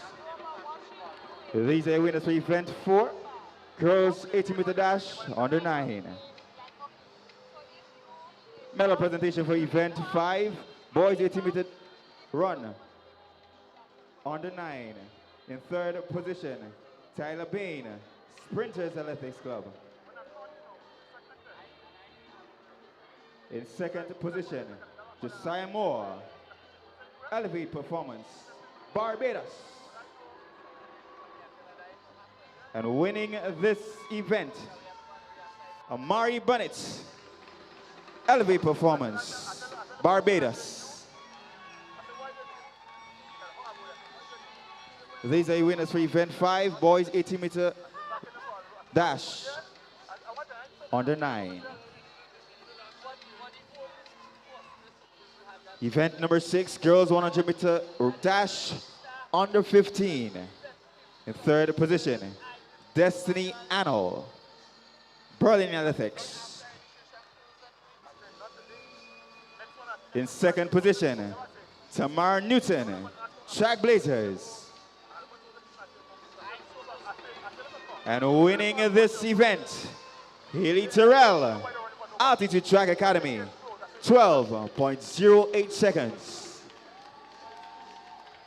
These are winners for event number 6, girls 100-meter dash, under 15. Medal presentation for event 7, boys 100-meter dash, under 15. In third position, Christian Collins, Trailblazers. In second position, Zakai Wan, Extreme Velocity Track Club. And winning this event, Roy George, Idat Academy, 11.16 seconds. These are winners for event number 7, boys 100-meter dash, under 15.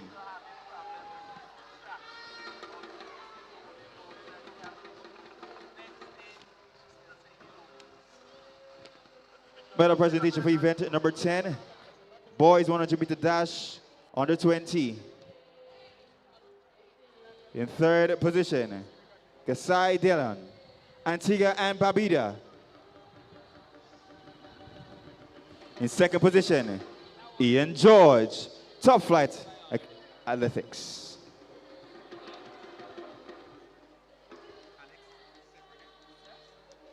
And winning in this event, Alex Sipersad, Phoenix Athletics Club, 10.46 seconds.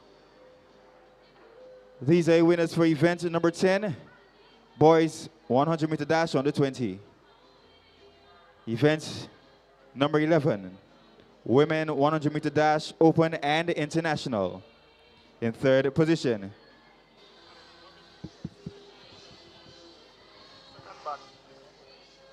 Tia from Mustangs. In second position, Kashia Husbands, Extreme Velocity. And winning this event, Noemi Theodore, Phoenix Athletics, 11.76 seconds. These are your winners for event number 11, women 100-meter dash, open and international. Medal presentation for event number 17,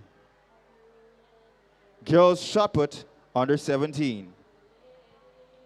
In third position, Dashara Joseph, Classic Lighting Finish Line. In second position, Tabitha Francis, St. David's Track Blazers. And winning this event, Fiona Jackson, Altitude Track Academy. These are winners for event number 17, girls shot put, under 17. Medal presentation for the 100-meter Paralympic.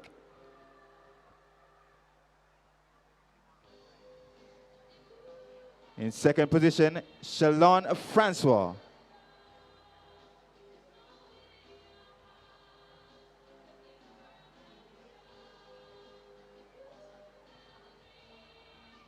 And winning this event, Paul Sargent and his guide, Ethan Edwards.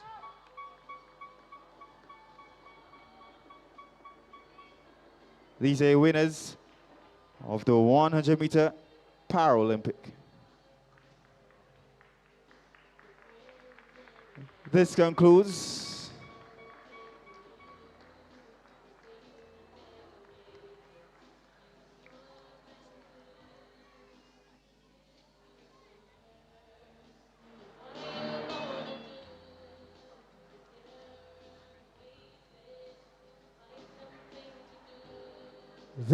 the medal presentation. Thank you to Miss Giselle Blackman-Charles, CFO of the National Lottery Authority.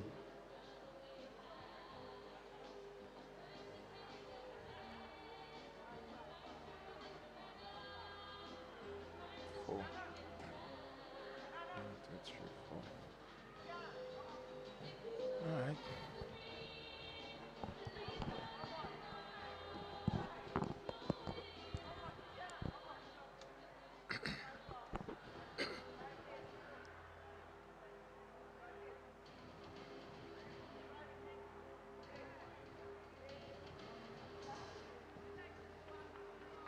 So congratulations to all of our medalists as we get set to head back to the track for the under 20 boys 400-meter dash.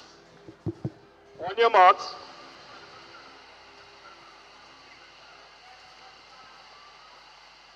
That's the control.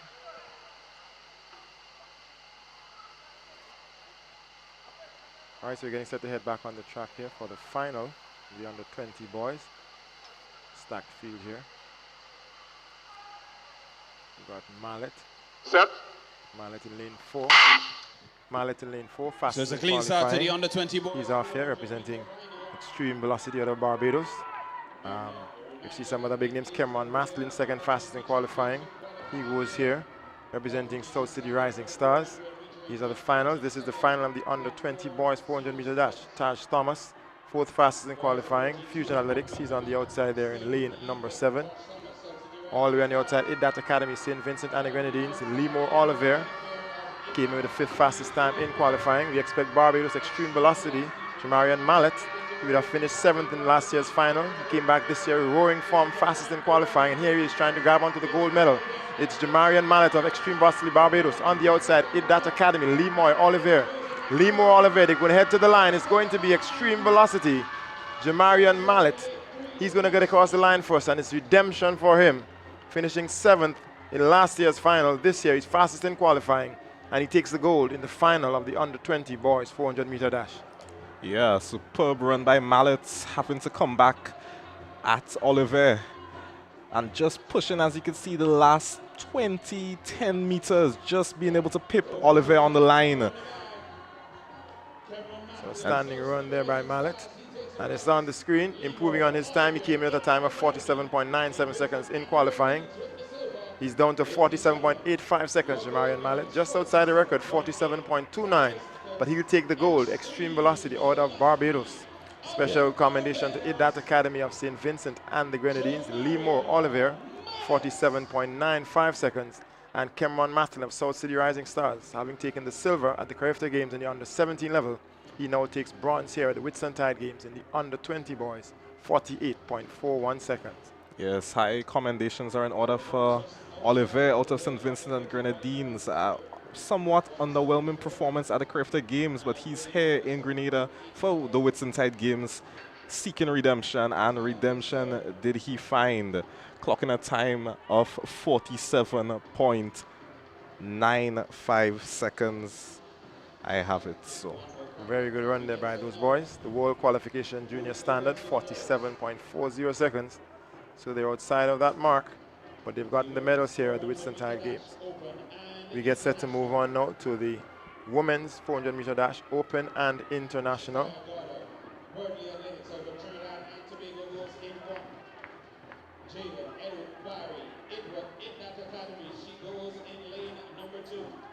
And here they are.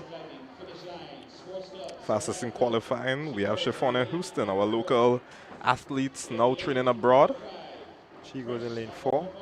Run you through all the lane assignments. Lane 1 is the Fire God out of Burnley Athletics out of Trinidad and Tobago, 8th fastest in qualifying. Lane number 2, Jaden Edwards-Barry of IDAT Academy, St. Vincent and the Grenadines. Lane 3, Classic Lighting Finish Line Sports Club here in Grenada, Soraya Phillip. Lane number 4, as we said, fastest in qualifying, Ace Track Club, Shafania Houston. She's the defending champion in this event. Lane number 5, we've got Annie Logie, Classic Lighting Finish Line Sports Club, third fastest in qualifying. Lane number 6, Kishana Phillip of Ace Track Club, second fastest in qualifying. Lane number 7, Zakisha Kelly. She represents Mustangs from St. Vincent and the Grenadines, fourth fastest in qualifying. And we're not going to see lane number 8, Phoenix Track Club of Antigua and Barbuda, Destiny Jacobs. So they're getting set to contest this one here. Shafania Houston, defending champion, the only one returning from last year's final in this, the women's 400-meter dash, open and international.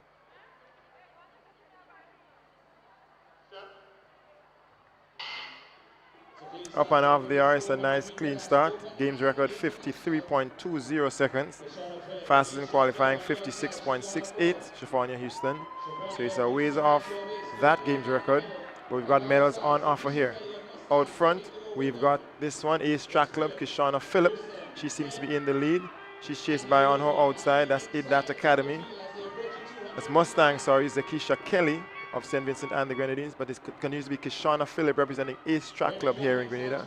She leads the field, 56.81 in qualifying. She seems to be looking for more here, looking for the gold medal. Here comes Shafania Houston, Ace Track Club, defending champion and fastest in qualifying.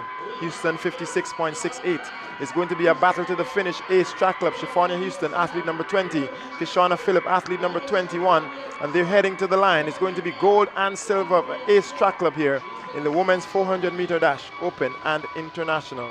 Yeah, fine run by Shafania Houston out of Ace Track Club, showing that although she seems somewhat disappointed with her time, well, at least the flash time that is, of 56.09 seconds, seemed to be somewhat stagnated at that 56-second mark, but hopefully, as they say, progress is not linear, and coming further along in her career, she could finally have that breakthrough to elevate her to run those elite times. Well, she's made some progress here. She took gold in 56.32 in 2025, and she's taken gold here in 56.20 seconds. So congratulations to Shafania Houston. Right. Silver medalist Kishana Phillip, Ace Track Club, 57.63 outside of her qualification time. And the bronze goes to home girl Annie Logie, Classic Lighting Finish Line Sports Club, 58.14 seconds. All right, so a clean sweep by the Grenadians, claiming first, second, and third in this 400-meter event. Very outstanding running. And these athletes continue to show their prowess. Annie Logie recently committing. She's going to go off to in the United States in the very near future. She's committed for the upcoming semester. Shafania Houston already outside there on the circuit. She had a stint in Jamaica. So our girls continue to show that they're making progress, and we hope to see the times continue to cut down gradually and get into that 55, sub-55 time in the very near future.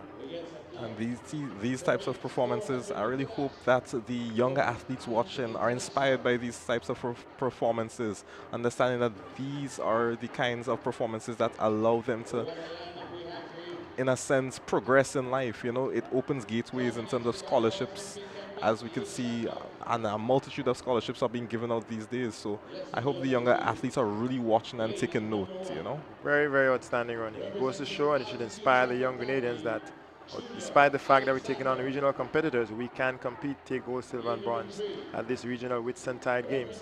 You would have seen the Guyanese dominating the 400s in Carifta, Malachi Austin for the boys and Tiana Springer for the girls. But here the Grenadians are Shafania Houston, Kishana Phillip, and Annie Logie representing for this one. Next up on the track, you're seeing the men's 400-meter dash, open and international. And it's a very high quality field, loads of Grenadians in here. Let's run you through them for your pleasure. Lane number 1, Altitude Track Academy, that's Junior Alexander. Lane 2, Ace Track Club. Sorry, lane number 3, Ace Track Club, that's Troy Mason. Troy was 5th fastest in qualifying. Lane number 4, defending champion, 2nd fastest in qualifying, Ace Track Club, that's Michael Francois. Lane number 5, fastest in qualifying this time around, only 21 years of age, Shaquane Toussaint. Lane number 6, Ace Track Club, Matthew Paul, 4th fastest in qualifying. Lane number 7, we saw his heroics at the Carifta Games 2024. Ace Track Club is Josham Sylvester, he's back here on home soil. lane number 8, Burnley Athletics of Trinidad and Tobago. That's Kyle Williams. Yes, this race promises to be a scintillating race indeed. You don't want to take your eyes off the track. I'm hoping you get a sub 46 time here. We know Michael Francois is a 45-second man at his best. We've seen Josh M. Sylvester run very low 46 at the collegiate scene in the US in just the last few weeks. Hopefully the quality of the field sparks this type of performance. So up they are, and they're going around. 5 athletes represented in this field. Junior Alexander of Grenada in lane number 1, Altitude Track Academy, and the lone non-Grenadian Burnley Athletics outside there in lane number 8, Kyle Williams. Williams is only 20 years old, so he's the youngest in this field, but he'll be looking to make a mark here at these Whitsuntide Games. So it's Josh M. Sylvester on the outside there in lane number 7. Mengi, as he's affectionately called. Remember him on the 4x4 ankle leg at the Carifta Games. He's going to fight all the way to the line. We've got coming through Shaquan Toussaint and Michael Francois. These are the boys in the middle. Michael Francois, athlete number 30. Shaquan Toussaint, athlete number 41. The defending champion, Michael Francois, fastest in qualifying, Shaquan Toussaint. But Michael Francois is going to hang on and repeat, defending his title successfully. And this is somewhat an unsurprising result, considering that Francois has consistently gone sub 45, more consistently so as opposed to the other athletes, you know. The other athletes just kind of dancing with that 46 second mark. So typically these types of events favor the more consistent athletes, and that athlete today was Michael Francois.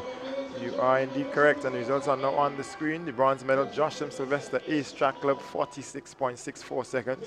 Silver medal, Shaquan Toussaint, Ace Track Club, 46.27 seconds.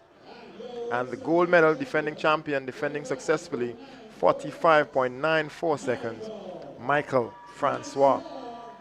It speaks to what we can look forward to as Team Grenada in a 4x400 meters in the very near future.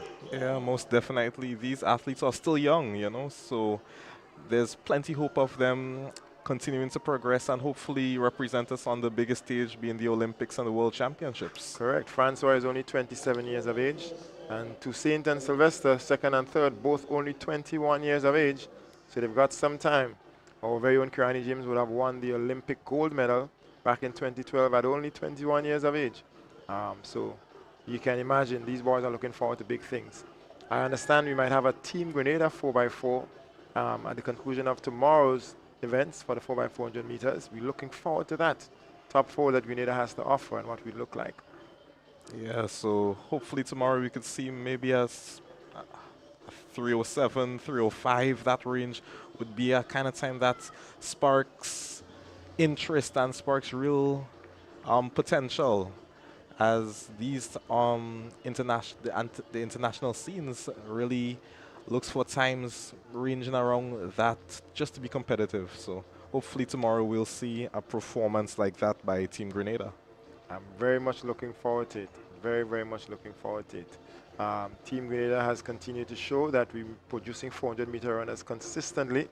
Imagine if we were to add in the likes of a Kirani James, who's on the back end of his career now. Not forgetting the likes of Braylon Taplin, who's going to come back from his ban any minute now. We would have seen the likes of Rondell Bartholomew, Aline Francisque setting the pace way back when. We'd have Kimon Harry and some of the others. I think we can say we've had a solid cadre of 400-meter runners, men in particular, for Team Grenada in the last decade or so. And this speaks to our somewhat nickname, the Isle of the Quarter Milers. So hopefully that legacy could live on through the athletes of today. Indeed, I think between the 400 meters and the javelin throw, Grenada seems to be making a name for itself on the international scene. We have Anderson Peters, who's world champion, Olympic bronze medalist, and we have coming through our current Carifta gold medalist at the under-17 level, Deshaun Smart. Yes. So there's pedigree in Team Grenada. Yes, indeed. A scintillating prospect in young Smart, only a first-year junior, so he still has another year to go. Hopefully he can eclipse that 68-meter or 68 point, if I can recall correctly, 68.7 something meter performance by the Antiguan, and establish his own record in the Carifta under-17 javelin throw. I feel like he's thereabout. I mean, he's been pushing. He's won gold at the first time of asking at the under 17 level. He'll be under 17 again next time the Carifta Games come around, and so we look forward to good things from him. You're watching on screen the women's long jump, open and international, and the here as the action continues. The athlete out of Exceed Track Club, St. Vincent and the Grenadines.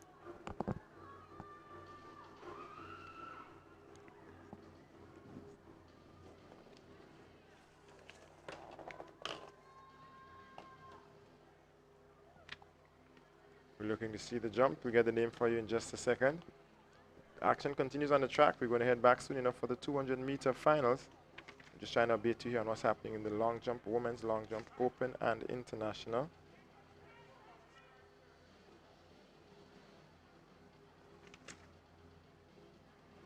It's a lovely sight here at the Kirani James Athletic Stadium. It's day number 1 of these Whitsuntide Games. We've got 2 days of action for you. 2 lovely days. I hope you can join us at some point at the Kirani James Athletic Stadium. So next up on track here is athlete number 570. That's Kayana John of 8 That Academy, St. Vincent and the Grenadines. Here in the women's long jump, open and international.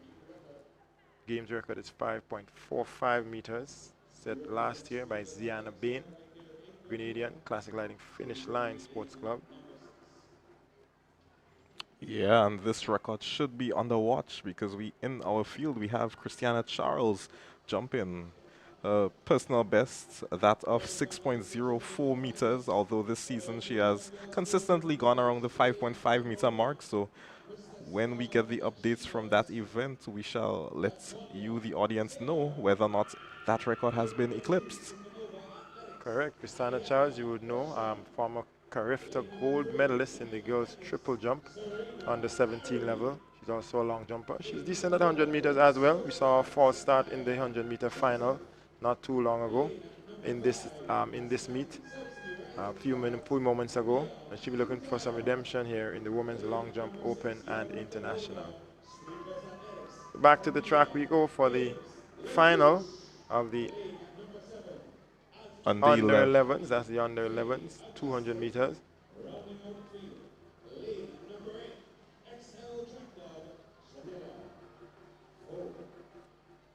So here we go. We've got some returning finalists in this event. It's Antonia Taylor of Princestown Achievers in lane 1, Trinidad and Tobago. Lane 2, Supernova Athletics out of Antigua and Barbuda.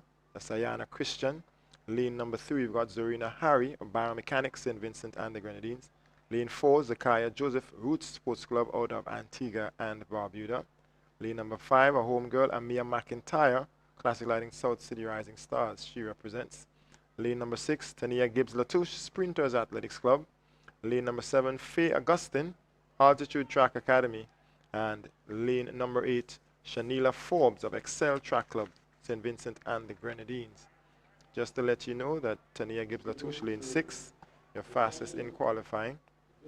Not only the fastest, but establishing her own new record in the event, clocking a time of 28.53 seconds. A simply superb time for young Gibbs. She'll be challenged by the 2 athletes on her flank. We've got Amia McIntyre, 28.90 in qualifying, coming in, and Faye Augustine, 28.70. They're up and they're off officially here now. It's the final of the under 11 girls 200-meter dash. It's Faye Augustine, she's Sprinters Athletics, Amia McIntyre chasing. We've got on her outside Excel Track Club. It's Faye Augustine of Sprinters Athletics, she's trying to come on down. We've got challenges from Amia McIntyre. We've got Princess Town on the inside. They're trying to come on down. Antonia Taylor in lane number 1, but it's going to be Tania Gibbs Latouche, Sprinters Athletics Club, fastest in qualifying, and she does the business here in the final of the under 11 girls 200-meter dash. Yeah, the official time of 28.68 seconds, not eclipsing her record in the preliminaries, but still a wonderful time posted by young Gibbs. These girls have run outstandingly well today in particular. So the results are on screen. Bronze medal, Faye Augustine of Altitude Track Academy, 29.68. Silver medal, Amia McIntyre of South City Rising Stars, 29.47. And your gold medalist, 28.53 in qualifying. She was only able to manage 28.68. Brilliant nonetheless. Sprinters Athletics Club, Tania Gibbs Latouche. Yeah, excellent performance by our young athletes. As we move on to the male counterparts of this event, the 200-meter under 11 boys. So here the boys are going to come. We've seen them go through qualifying in the morning session, and the top 8 have now been decided. They're going to go here. Saw the record broken in the preliminary round.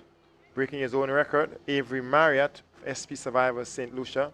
He goes in lane number 7. Starting lineup, the lane assignments for this one. Lane number 1, we've got Kaylee Stewart of Barbados. That's the lead. That's Elevate Performance. We've got Hansel Sanderson in lane 2 of Classic Lighting Finish Line Sports Club. Got lane 3, Tellan Yard of Elevate Performance. Rashad Rubin of Altitude Track Academy. Amir Rene, Peak Performance. Cadmiel Graham of Burnley. Khalil Howell on the outside is the national champion, Fusion Athletics. Here they come, Avery Marriott looking for more than just the record. He wants more records. He wants the gold medal. He's going to push here. He represents SP Survivors out of St. Lucia. Down he comes around the bend, lane number 7.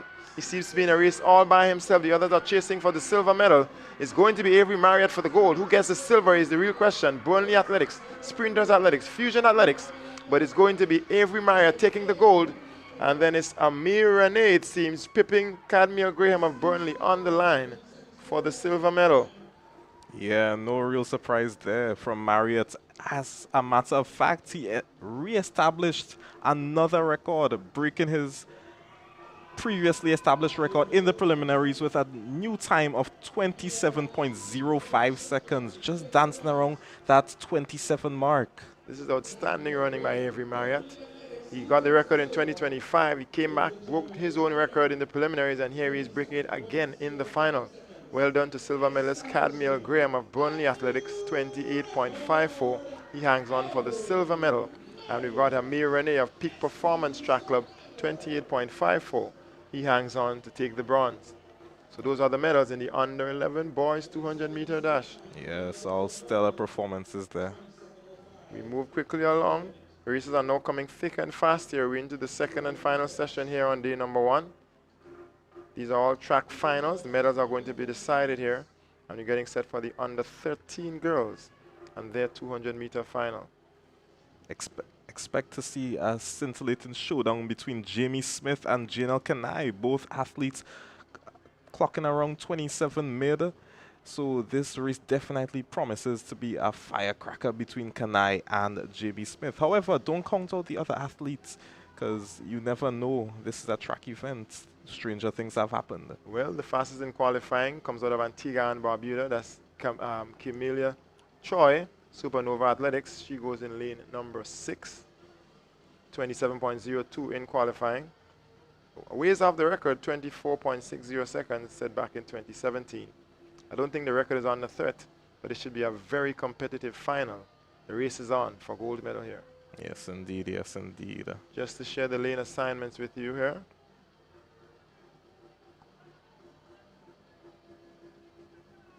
We've got them here listed. Lane number 1, Sky Kane, representing Excel Track Club out of St. Vincent and the Grenadines. Lane 2, MVP, Tavia Modeste. Lane number 3, Sprinters Athletics Club, Khaleesi Walcott. Lane 4, Shia Pierre. She's also representing Sprinters Athletics. Lane 5, Janelle Kanai, representing Altitude Track Academy here. Your fastest in qualifying, Camilla Choi of Supernova Athletics. She goes in lane 6 out of Antigua and Barbuda. Lane 7, Jamie Smith, Classic Lighting Finish Line Sports Club, your second fastest in qualifying. And lane number 8, representing Rising Champs here in Grenada, St. John's, and Leah Francis.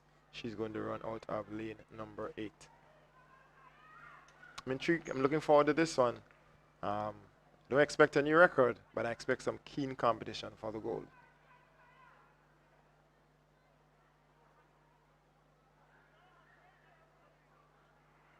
Clean start it is. We've seen a couple of false starts today, but not here, not this one. They're kicking off early. You see her in the black tights and the orange sides. It's Camila Choi of Antigua and Barbuda, Supernova Athletics. She gets out early and she does the running early. She wants charge of this race. She wants the gold medal. Here comes on her inside, Janelle Kanai of Altitude Track Academy. She pulls up, she can't hang on, she feels it. Jamie Smith of Finish Line on the outside in lane number 7. And Excel Track Club, Sky Kane, she goes in lane number 1. Yes, no surprise there coming from Koi with coming in with a PB well over a fifth of a second faster than the rest of her field. So that is Koi out of Supernova Athletics. She does look head and shoulders above the rest. She looked quite comfortable and commanding in the preliminaries. And again here in the final. A wind of plus 2.1 meters per second. So these are wind assisted times, but nonetheless impressive. Bronze medal Sky Kane of Excel Track Club, St. Vincent and the Grenadines, 28.04 seconds. Silver medal Jamie Smith Classic Lighting Finish Line Sports Club, 27.59 seconds. And Camila Choi of Supernova Athletics, Antigua and Barbuda, 27.03 seconds. Yeah, you really have to feel it for Janelle Kanai. This seems to be the second time I can recall seeing her pull up. So maybe this season she's been dealing with a couple maybe hamstring injuries. So hopefully by next season she can get that aligned, because she is a superb talent. We'd love to see her back and at her best, especially as she nears the end of her primary school career and heads into secondary school and the Intercall Games and the championships coming up. All right, so up next on track, the under 13 boys 200 meters. Keep your eye on JDL Andrew, another extremely amazing talent out of Sprinters Athletics Club.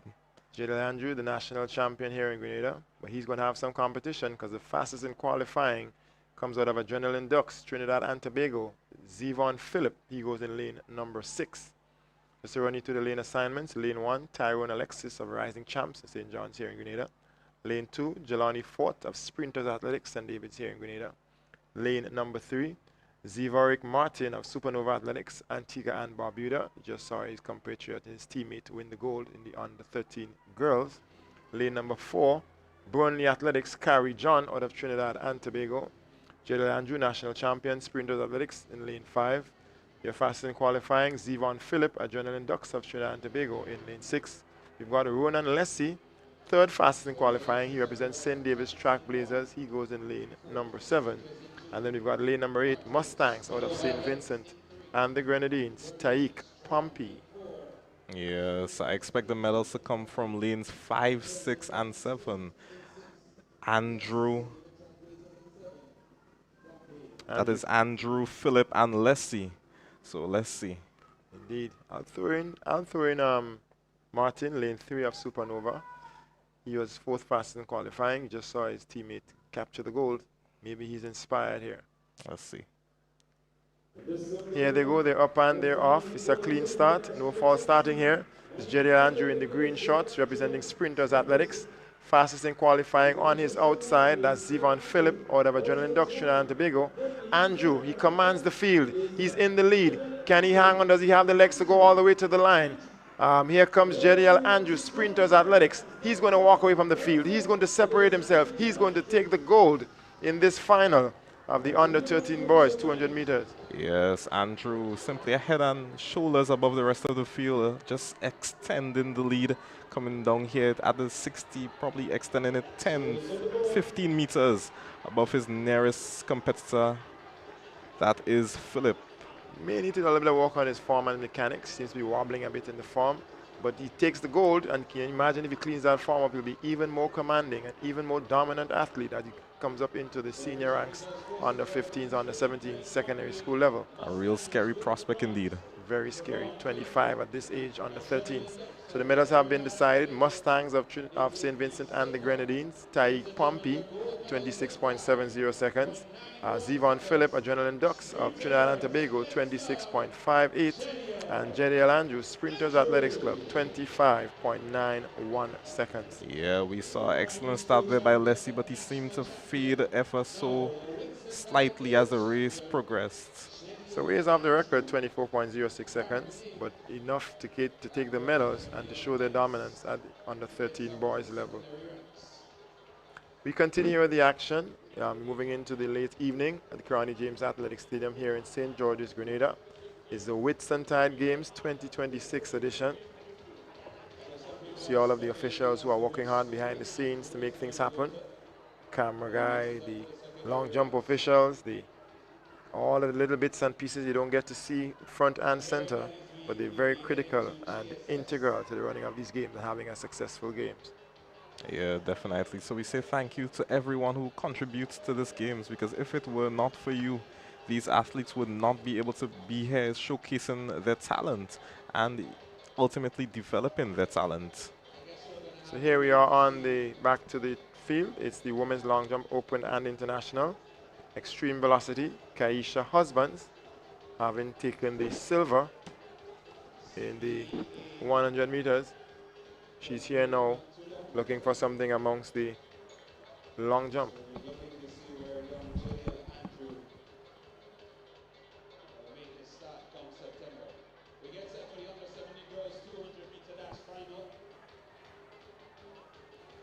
Here she is making her way down the runway. Extreme velocity out of Barbados.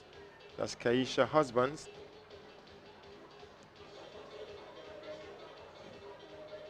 She'll be looking to get herself in and amongst the mix as they're in round number 6 here. 6th and final round of this competition.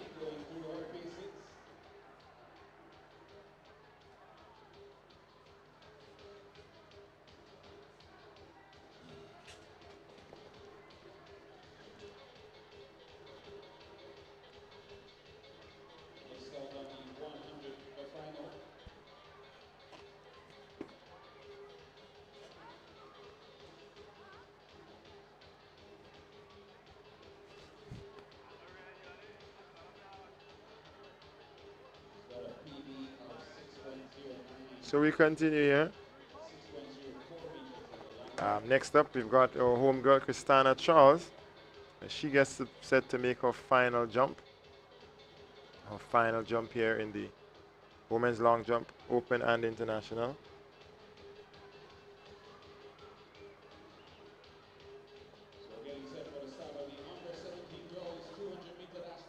Charles, having not quite the best season. She's had a few false starts in some big championships and some big finals. Trooper nonetheless. She's been to the Carifta Games this year. A little bit disappointing just to miss out on the medals. She was 3rd heading into the final jump of the Carifta Games.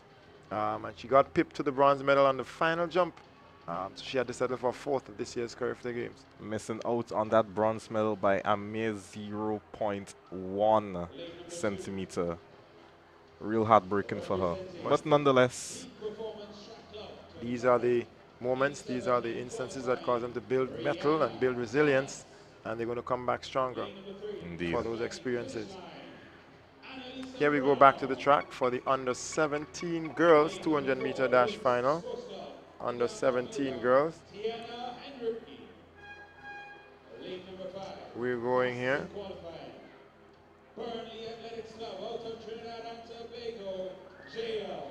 Got some big names here. Lane number 6, Momentum Track and Field out of St. Mark. In Grenada, Micaiah Frederick.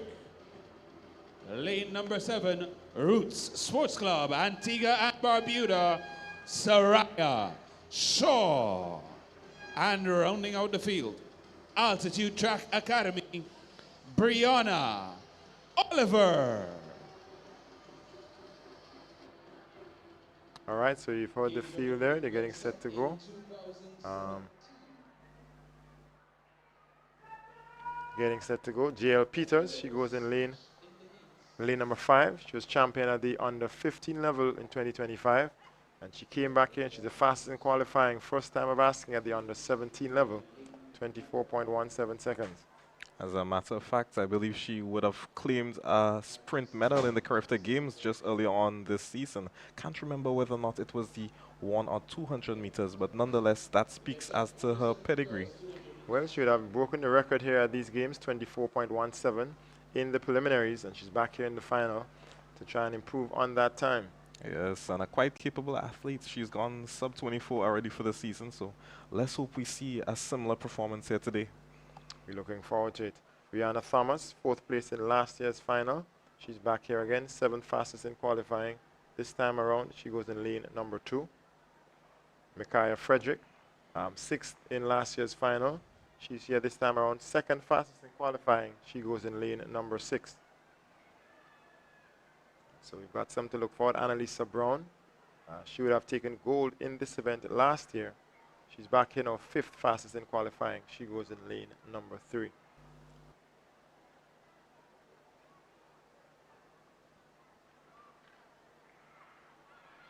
Clean start it is. Timing Track Club in lane 1, Kevon Joseph. We see Annalisa Brown, Classic Lighting Finish Line Sports Club, making a move in lane number 3. It's JL Peters of Burnley Athletics Trinidad and Tobago, establishing a dominance. She goes in lane number 5. Annalisa Brown, she responds here. JL Peters, she has to do something, and she kicks on the afterburners. She's going to change the gears, and she's going to walk away. JL Peters, Burnley Athletics Trinidad and Tobago. She'll get to the line first, your current record holder from the preliminaries. She takes the gold, and she's looking for a new record here in the final. Yes, a time of 24.15 seconds, establishing a new record once more. That is young Peters, a real firecracker. What is even more impressive is the wind reading of minus 0.1 meters per second. She was running into the wind, the headwind we call it. She still managed able to break the record, shave off 0.02 seconds off of that record. So congratulations to Burnley Athletics, Trinidad and Tobago, JL Peters. And most so impressive is that she is only 15, meaning that she has another year in this competition at this category. So a real prospect indeed out of Trinidad and Tobago. Correct. Well done to the silver medalist, Annalisa Brown, Classic Lighting Finish Line Sports Club, 25.17 seconds. More known for her 800-meter and middle distance running, Annalisa Brown, the Carifta silver medalist in the 800 meters. But she takes silver here at the 200 at the Whitsuntide Games. Yes, also a commendable performance by Rihanna Thomas. Seemed to have some issues early on in the season. Couldn't really get into form, but now she claims the bronze medal with a time of 25.71, and I believe that would be a PB for her. Correct. Rihanna Thomas continues to push along. You would have seen at the Intercall Games representing the Anglican High School, representing peak performance at the club championships, and she's expected to do big things, flying the flag high for the Anglican High School in 2027 as she moves on up to the senior ranks. Yes, but up next on track we have what I would put it to be the most interesting 200-meter event here for the afternoon, the under-17 boys 200. Well, the showdown between Phillip and Green continues. Well, the most disappointing thing for me was not to have seen Kashir Mitchell on the start line for the preliminaries. He was listed to go, didn't appear in the preliminaries, so he's not in this final. It would have been nice to see the three-way competition again on this local scene. But we've got some regional counterparts here who are going to have something to say about that. Yeah, I think Kashir is just doing some, how would you put it? I mean, he has some work to do, I think it's clear. Yeah. And when you look at last year's results and how you would have dominated the likes of Philip Mitchell in the under-15 category, the roles have now been reversed, and Philip Mitchell has undoubtedly sealed himself as the man to beat in this under-17 category. Giovanni Green would have traded places with Philip Mitchell on a couple of occasions, gold and silver Intercall National Championships. And so that is now more of the rivalry. Green being a second-year under-17 and Philip Mitchell being a first-year under-17. Yeah, but I've really been impressed with young Philip. Athlete that last year couldn't break 23 seconds, and now he has consistently gone around 21.5 seconds. There is 21.56 in Intercall, and now in earlier today, his 21.46. So let's see if he can replicate that performance. And if he can, I believe that he will come away with a victory here today.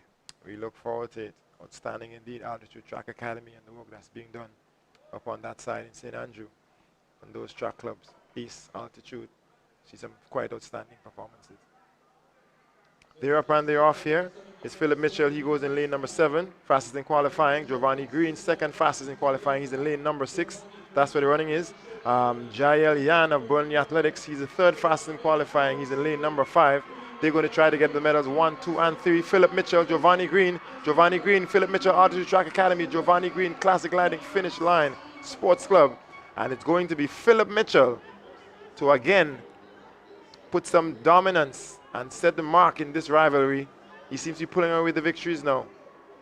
Yes, as I saw him come around the 200-meter bend, once he was level with Green around the bend, I knew it would have been his race, because he has that endurance, that finishing speed that I think Green just somewhat lacks. And a PB for Green, so a real commendable performance for him. But Philip Mitchell, just a class above the rest. Very impressive. This time around, it's the legal win for Philip Mitchell, 21.62 seconds. So this might be his PB on a legal win. Artistry Track Academy, commendations to him. Giovanni Green, 21.79, Classic Lighting Finish Line Sports Club. The roles were reversed at the Intercall Games. Green took gold and Philip Mitchell took the silver. Commendation to bronze medalist Burnley Athletics, Gill, out of Trinidad and Tobago, 22.54 seconds. Yes, Trinidad and Tobago should feel proud, because Gill has been one that has been ever so frequently knocking on that door. Couldn't break through last year with the likes of Jaquan Douglas, but now is his opportunity, and he seized it with a time of 22.54 seconds. So very, very good performance by the boys at the under 17 level. We're getting set to head to the track now for the 4x100 meters finals, beginning with the mixed under 9 relays. You see the athletes there in the athletes village at these Whitsuntide Games. Quite a number of athletes registered and representing, over 1,100 this time around, up from just over 900, 960 odd in 2025. So these games continue to grow. We've seen more and more countries participating. It's a total of some 7 countries involved now. Nevis, I'm also a part of it, in addition to Trinidad and Tobago, Antigua and Barbuda, St. Vincent and the Grenadines, St. Lucia. We've seen quite a bit more of the clubs getting involved. We have more foreign clubs than we do have local clubs here in this competition. And we're very happy to see all of that. Some 36 foreign clubs to some 24 local clubs. It's an atmosphere here at the stadium you do not want to miss. I encourage you all, if you missed today, day number 1, try and come on down to the stadium for day number 2, second and final day at these 2026 Whitsuntide Games. What would you say, Lewis, would be one of your standout moments of today's games? Which of the athletes overperformed in your mind, or would have impressed you particularly? Overperformed. I mean, I was quite pleased with the performance by Roy George. I knew he was an exceptional athlete out of that academy, but I did not know he had a sub 11.2 within him. I really thought that Warren out of Extreme Velocity Barbados would have clinched the gold medal, but commendations to Roy George out of that academy, a real standout performance in my opinion. Well, you picked my mind. It was the very same thought I had for the outstanding performance. Coming into these games, I was thinking about Tyler Hercules and Deshaun Oliver to capture gold in that under 15 boys category. And when I saw Roy George dominate Deshaun Oliver in the preliminary round, then I realized this is a name to watch. This is a big one. Came back in the final, and he would have done the bit, taking the gold over Zakai Warren of Barbados, who would have finished 4th in 2025, Warren, but now back to take silver in 2026. Yes, I believe he was in St. Vincent and the Grenadines. He was more so a 400-meter runner, but here in the Whitsuntide Games, he stepped down to the 100-meter and really dominated the field. So that speaks as to his pedigree, meaning that he can dominate the competition regardless as to the distance. Yeah, it's good to see how these games are bringing out the best out of these athletes. You would think at those age levels, under 15s, they haven't quite found their best event just yet. And so you find that athletes continue to... I remember Kirani James in his younger days, he was a 100-meter runner, 10.6 at his best. But he's now only 400. He was a 200-meter runner, 20.6 seconds. Outstanding running, but he's now only 400-meter runners. You think of the likes of Deshaun Oliver at the Intercall Games, running the 1, the 2, the 4, the hurdles, 110, 400. But he's now, you can imagine as time would go on, he'd settle down into his best event, best 1 or 2 events. Oliver also breaking the high jump record at the Intercall Games. So at that age, under 15s, they're dabbling in everything. And it's only when they get to the 20s, perhaps 20 plus, you get to begin to see them specializing in an event or two. So we're looking forward to that. Yes, yes, yes, of course, of course. This is just the experimentation phase in these young athletes' career. So here we go into the track again for it's called the men's 200 meter dash Paralympics. Although lane number 6, Sheldon Francois, would be competing at the Special Olympics were he to get to that stage, while Paul Sargent would be competing in the Paralympics. Special Olympic athletes would be the ones who have psychological issues, while Paralympics are the ones who have physiological or physical issues. You see the guide runner there, Ethan Edwards, standing next to Paul Sargent. They allowed these runners in official competition. The runners are meant, Paul Sargent is visually impaired, so he needs sight to see, ensure that he stays in the lane and he's going around in the right way, and that's the role of Ethan Edwards here. They're off here, 200 meters, Paralympics. It's Sheldon Francois on the outside, 11.46, that's the athlete number. Paul Sargent, 11.47. He's there with the shades on, visually impaired. His guide runner, Ethan Edwards, staying with him, trying to look at the motion and the synchronization, something of a three-legged race, if you will. Ethan Edwards and Paul Sargent, they're going to head to the line. They're pulling away from Sheldon Francois, and Sargent is going to get to the line first. Double gold, having taken the gold in the 100 meters over Sheldon Francois. He gets gold here again in the 200 meters. Yeah, real inspirational performance by these athletes, showing that despite their challenges, they are not gonna quit. They are persistent and they want to taste that level of success. So really inspirational performance by these athletes here today. I love the opportunity they're given. We've seen them at the national championships. We've seen them at the Intercor Games. We've seen them at the Carifta Games. Now we're seeing them here at the Whitsuntide Games. They're getting more and more of an opportunity to perform at these big stages, these Special Olympic athletes and Paralympic athletes. And it's quite a sight to behold. We're getting set to head back down to the house announcers now for medal presentation here at these Whitsuntide Games, day number 1. We're going to head down to the rostrum for the medal presentations.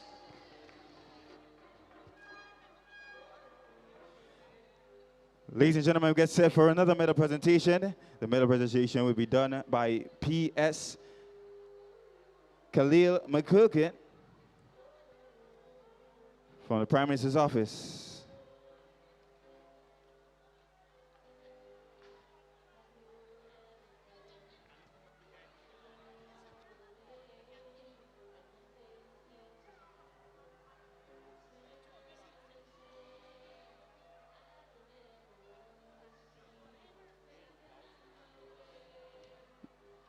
Medal presentation for event number 14, girls 400 meter dash under 15.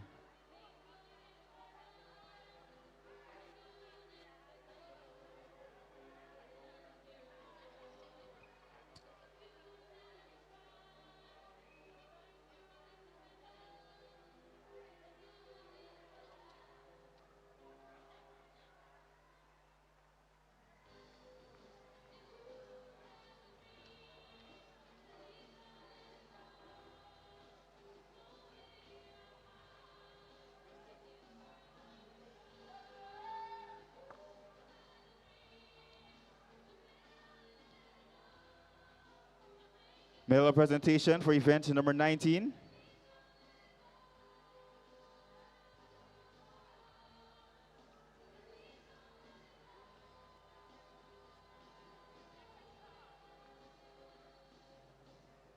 Medal presentation for event number 14, girls 400 meter dash under 15. In third position, Janelle McNeil, Nevis. In second position, Onisa Moore, Georgetown Secondary School.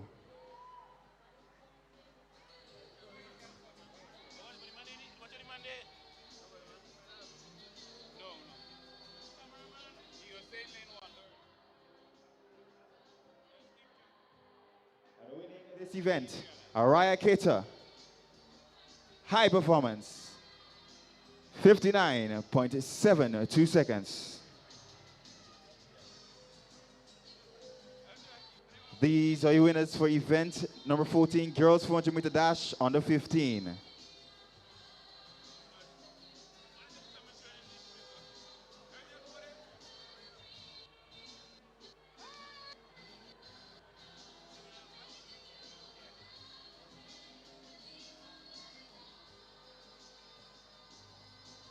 Medal presentation for event number 19, women 400 meter dash open and international. In third position, Annie Logie, classic lighting finish line. In second position, Kishawan Philip, ace.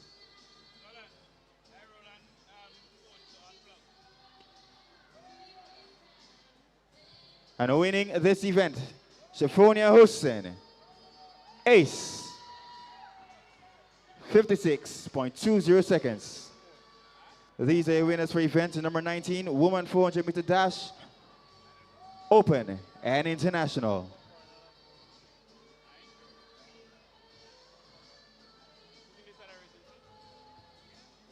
Medal presentation for event number 16, boys 400 meter dash under 20. In third position, Kimran Mathlin, South City Rising Stars. The time of 48.41 seconds. In second position, Limor Oliver, Idat Academy, 47.95 seconds.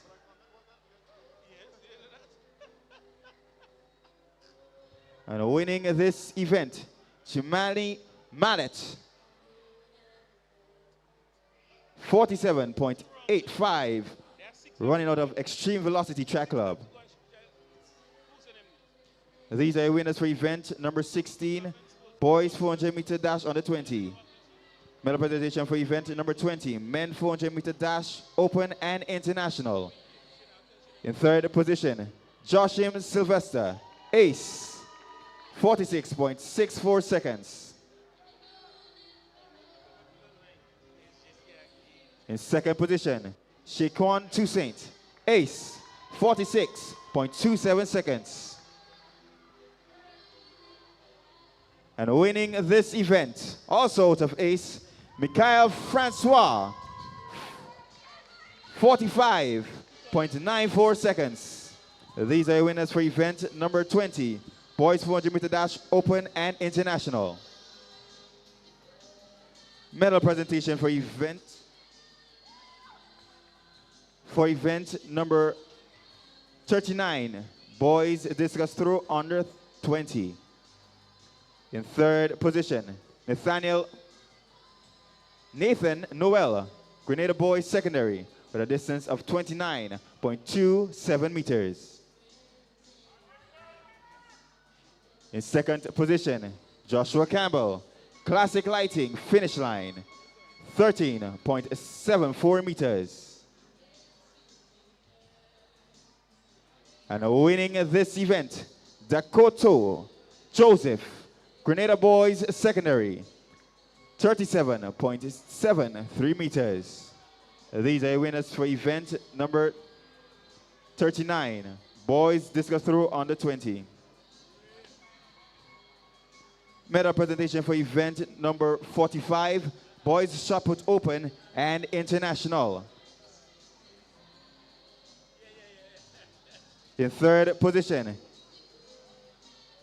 Lyndon Victor, Track Blazers, 13.16 meters.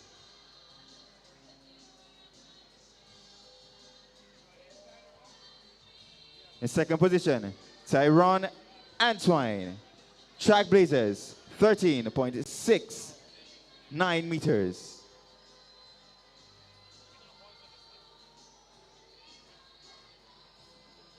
And winning this event, establishing a new record, Ezekiel Monroe.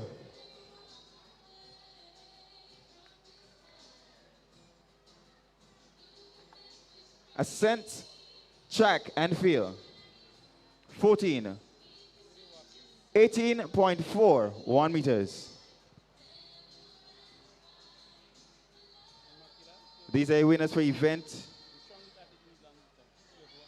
Head on to event number 21, girls 200 meter dash open under 11. In third position, Faye Augustine, Altitude Track Academy, 29.68 seconds. In second position, Maya McIntyre, South City Rising Stars, 29.47 seconds.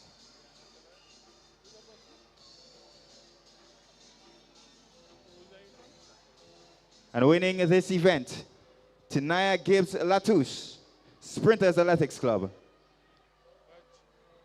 28.68. And that is a new record. These are your winners.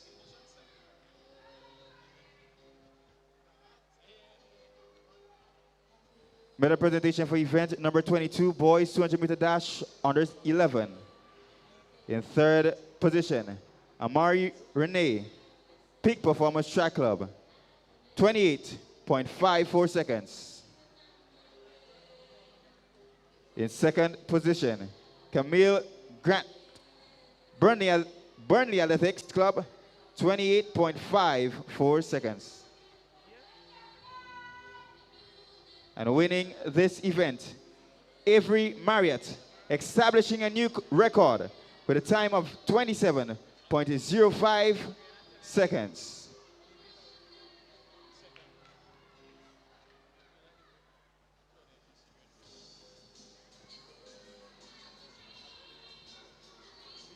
These are winners for event number 22. Medal presentation for event number 23, girls 200 meter dash under 13. In third position, Sky Kane, Excel Track Club, with a time of 28.04 seconds.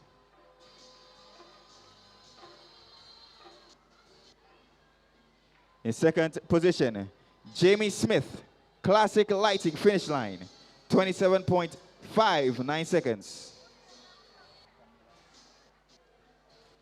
And winning this event, Camilla Troy, Supernova Athletics, with a time of 27.03 seconds. These are your winners for event number 23.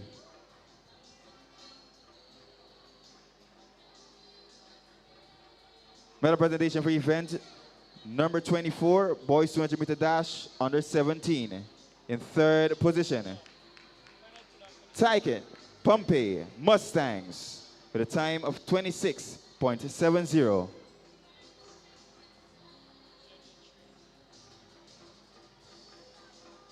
In second position, Zevion Philip, with a time of 26.58 seconds.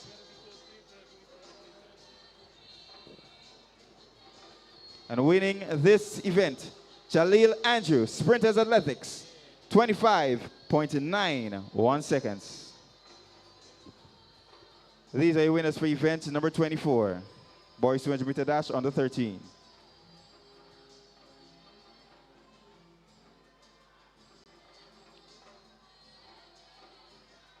Medal presentation for event number 28, girls 200 meter dash under 17. In third position, Renaya Thomas, Peak Performance Track Club, 25.71 seconds. In second position, Annalisa Brown, Classic Lighting Finish Line, with a time of 25.17 seconds.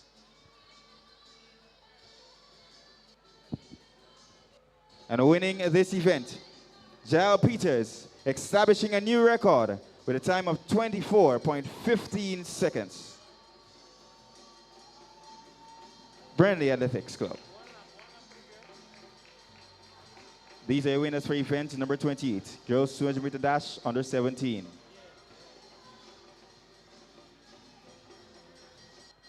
Medal presentation for event number 29, boys 200 meter dash under 17.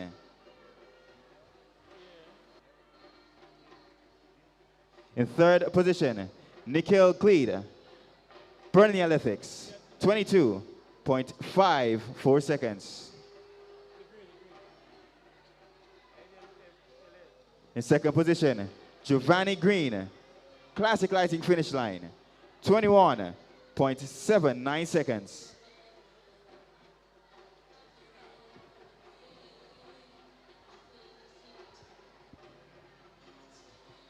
And winning this event, Philip Mitchell, Altitude Track Academy, 21.62 seconds.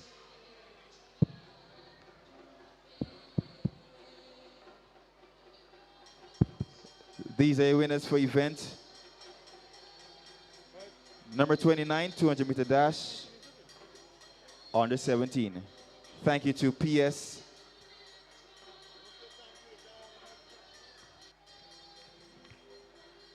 So, ladies and gentlemen, on the track, we can see the completion of the final leg by Samara Pierre. Samara Pierre, she's completing the 3,000 meters open. And this is the final 40 meters. Put your hands together. Welcome her. It's 7.5 laps. She's down to just 30 meters. Samara Pierre, Roses Academy, St. Vincent on the Grenadines. We still have Makila Ibrahim of SJC. She sits in third position. Behind, we have Rihanna Teles of Nevis. She sits in second position. We still have two athletes from St. Joseph's Convent, Grenville. Selena Niles and Micaiah Mitchell. So just about, so 4 athletes on the track. Teles accomplished just about 200 meters. On her heels is Makila Abraham. It's a 3,000 meters. It's an open international. It is Teles, just about 150 meters to go. It is Rihanna Teles, Nevis. Final bend onto the home stretch. Let's welcome home, ladies and gentlemen. 3,000 meters. Final 100 meters for Rihanna Teles of Nevis. Teles, Nevis. She's closely followed by Makila Abraham. St. Joseph Convent, Grenville. It is Rihanna Teles, Nevis. Rihanna Teles. Makila Abraham. Makila Abraham, SJC Grenville. We still have 2 athletes on the track, both representing St. Joseph Convent, Grenville. And they are completing the 3,000 meter run, open and international, at the Whitsuntide Games 2026.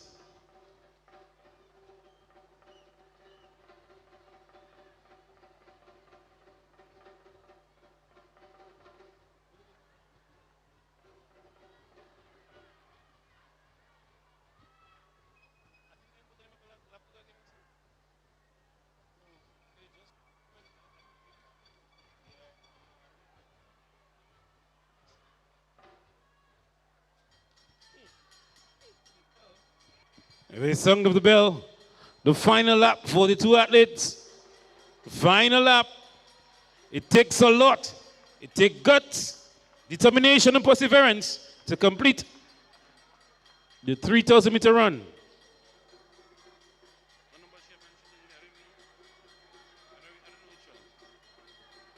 Final lap.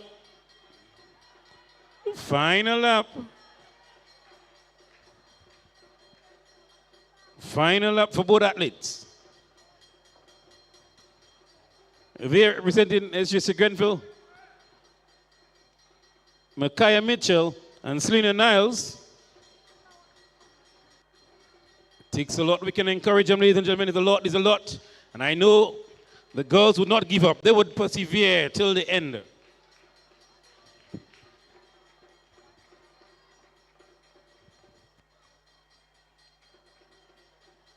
Some 400 meters to go.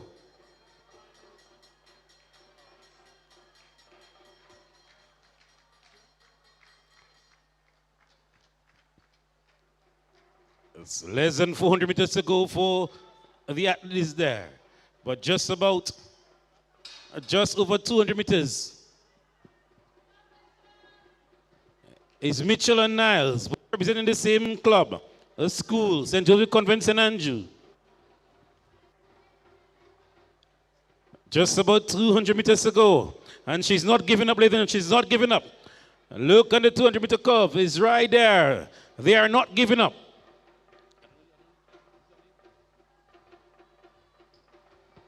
It's Michaela Mitchell, Selena Niles.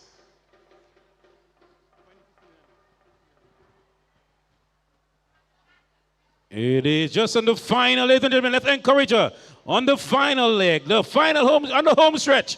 She's on the home stretch. 3,000 meters. It's down to the final 100 meters. Let's encourage her. Put your hands together as she completes. Selena Niles, SJC Grenfell. Selena Niles. She represents, finished. What a race, what a run. And we still have one more athlete. Just about 150 meters to complete. It was Makaya Mitchell who have completed Makaya Mitchell. And now we have Selena Niles. Stand for correction. Final 100 meters to go. She did not stop. She continued running for 3,000 meters. Let us encourage her as she completes a spirited run. Selena Niles, SJC Grenville. That is it. That is the determination and perseverance we need. What a race. Well done, young lady. So we have just seen the completion of the 3,000-meter run. That's women, open and international.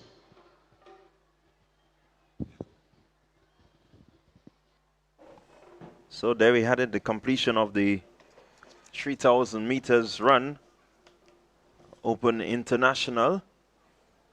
Your winner, Samara Pierre, out of Roses, followed by Rihanna Tellers and Michaela Abraham out of the... Ladies and gentlemen, that was the final individual event of Whitsuntide. So we're day number getting one. ready for the culminating of day Relay number action one. Up next, the 4x100 We have a number of relay events to come.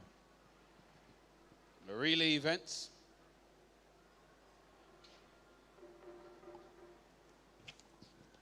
So we're gonna get to the relay action. It's all about the team effort from here. We'll be kicking things off with the mixed 4x1.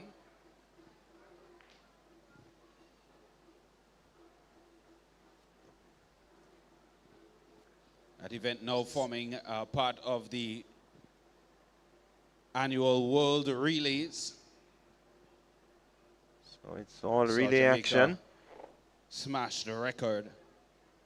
Yes, The indeed. World The Relays first of this which year will be the in 4x1 Botswana. under 9. 4x1 mixed relay 4x1. under 9 relay. Teams all should be ready and geared up to go. And the relay action tend to bring a lot of excitement to the fans.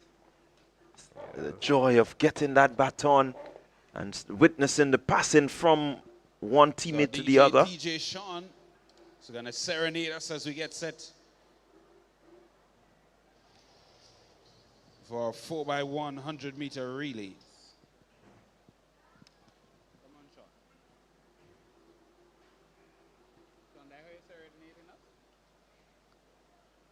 So, while we will see the teams coming out, but certainly Joel, today has been a day when many records were broken, new marks established, and so we can safely say that day one was a success. Yeah, definitely a profound success, may I add. I feel like the athletes' performance was superb with a number of records going down. This really speaks as to the quality of the games we have here. And not only are any old records being established, but the records being broken are long-standing records by great athletes in the past. So this really sheds light as to what we can expect for our future in terms of track and field here in the Caribbean and in the Spice Isle.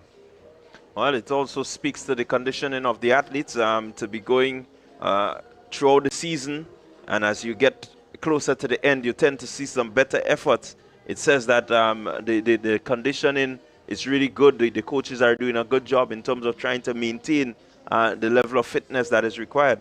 Yes, because this is relatively late into the athletic season, so to see such performances being put on display here at this stage in the year really speaks volumes as to what coaches have been doing, and coaches would be encouraged looking forward into next season. Reason being that they know that there is a strong base there to build upon for the next season, and hopefully to lower their athletes' time even more. And it does give you a chance to really put into perspective the new season ahead, begin to plan as to the different events, and look towards maybe setting your athletes loading, especially as it comes to competition and you know, just preparation. You have to break down all the stages. Yes, now many persons may see this event as a kind of measuring stick for the athletes themselves, but coaches also get a sense of experience, some competition experience, managerial experience under their belt. So it is beneficial to not only the athletes but the coaches as well. So really big props to all the coordinators, all the persons who allowed for this event to even be possible here today. So you're not really missing anything as yet. You with the teams that will come out for the mixed relay 4x1, and that will be the under 9 mixed relay. So we have a number of relay events to come: the under 15 girls, boys, the under 17s. They will give us some action. Then we have the women 4x1, and to close off day number 1 will be the men's Open International 4x1. Yes, so we really don't want to take our eyes off our television, phone, cellular, or even tablets, because there is still a lot of action, and may I add, scintillating action to come. So please stay tuned.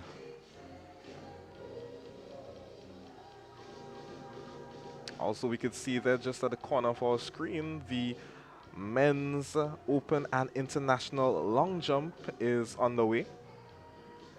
We have the likes of Christophe Calise, Joshua Richard, Lyndon Victor, Micah Campbell, Timothy Greenidge, Rick Cadet, amongst others, competing in this event.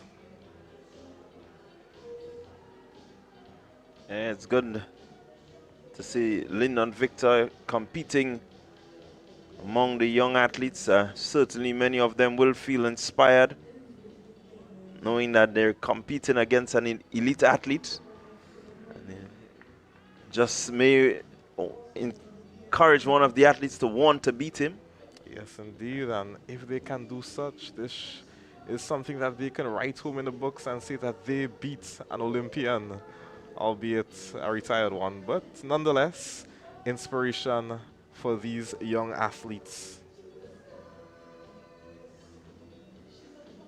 Yeah, it's always good to see that, you know, the athletes can come back and really bring that measure of inspiration. You get to get some tips from them at the same time while you compete against them.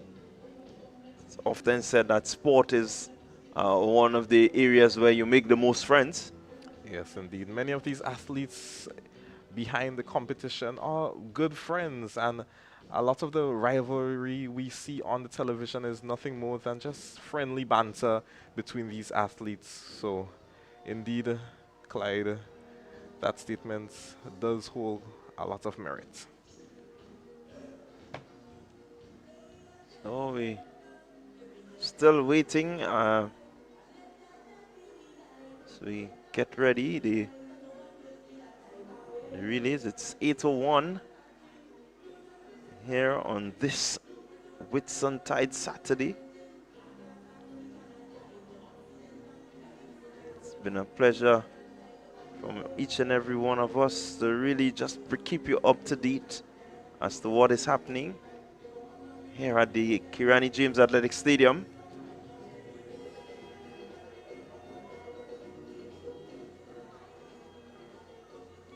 So what we will do in the meantime is that we're going to take a short break, and we're going to be back with you momentarily as the relay action comes to you from the Kirani James Athletic Stadium.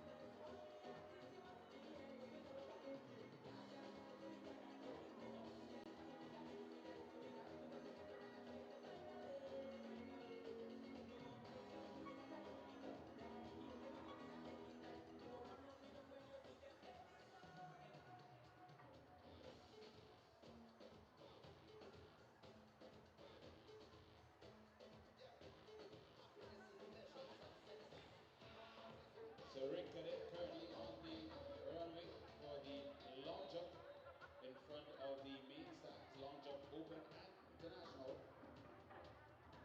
7.44 meter, the record for this event. Rick Cadet calling for some support. Let's give him some.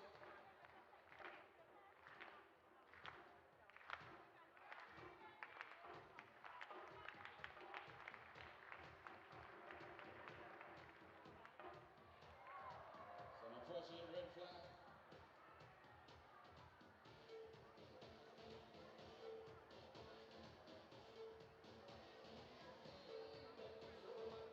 Chevelle Sylvan of Exceed.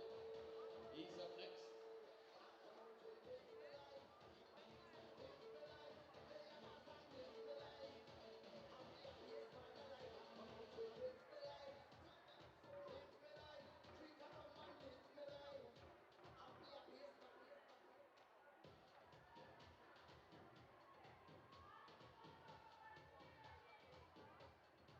I don't know if it's just me, but it's 8:12 p.m.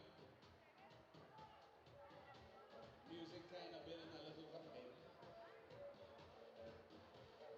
I don't know, I feel like a conga line. The thought just came to mind. I wonder if any of our supporters, I wonder if the Bayshot posse would do a conga line up top. I don't know, I'm just asking. Somebody say ask the Vincentians instead, they have better vibes. I don't know. Would the Vincentians do a conga line?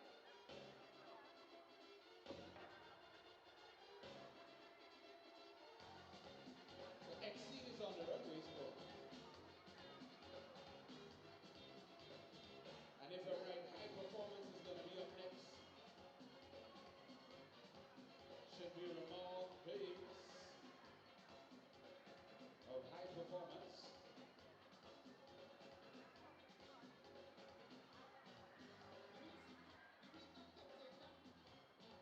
I wonder if our Antiguan posse would take up a conga line challenge.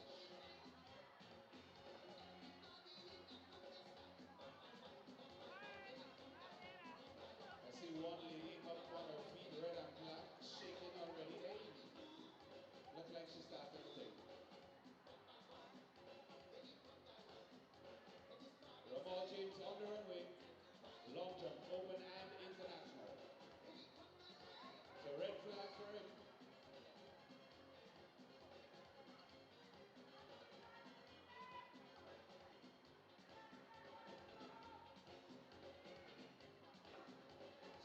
visitors from the other islands. During a number of our meets this season, we crowned what we call a Vibe Champion. That's the crowd or posse bringing the most vibes to the event. The 2026 Vibe Champion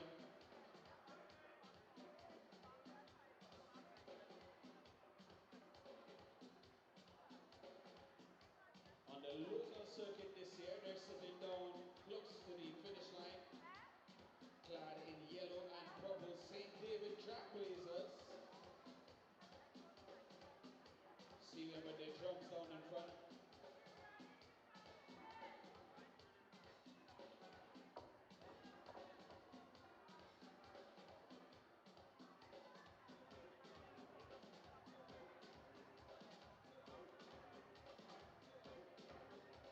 Nathaniel Douglas of Fusion Athletics, currently on the runway, long jump open and international.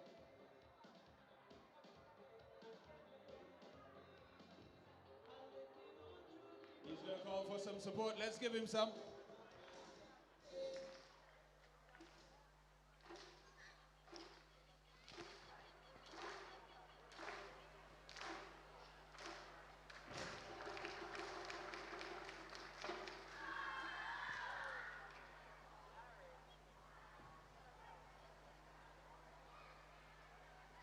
It's a white flag, legal jump. A legal attempt there from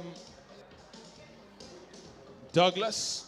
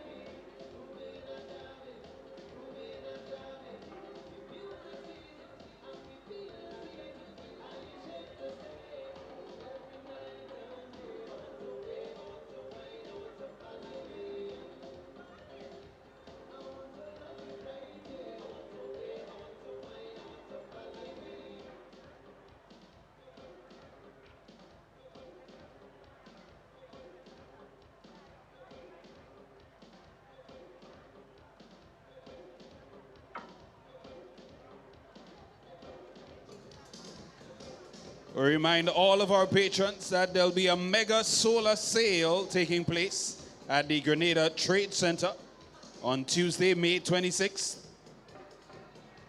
That sale is going to continue all day Tuesday, all day Wednesday, all day Thursday, from the 26th all the way up to the 28th. A mega solar sale. Special rates on home solar systems, solar generator, solar fans, solar floodlights for all sizes. There'll be super inverters on sale, solar radios and charging systems for homes, and lots more. It's a pre-hurricane sale. Given the price of gas right now, it's a pre.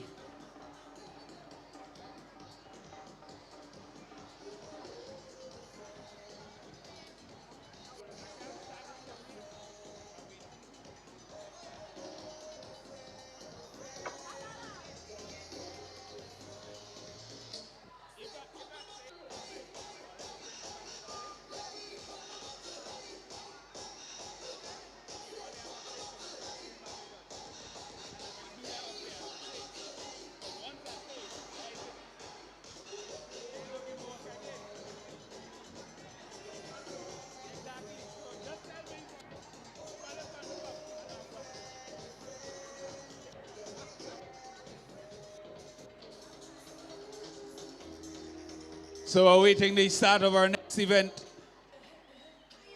We're scheduled to have the under 9 mixed 4x100 meter relay. First of 6 relays.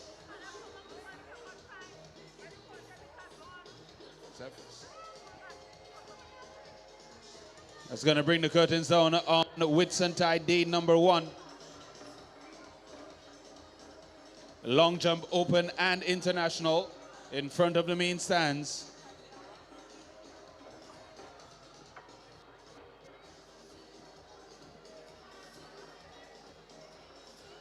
As we're here inside the Karani James Athletic Stadium, Whitsuntide Day number 1. Remind you of the mega solar sale taking place at the Grenada Trade Center, May 26 to 28.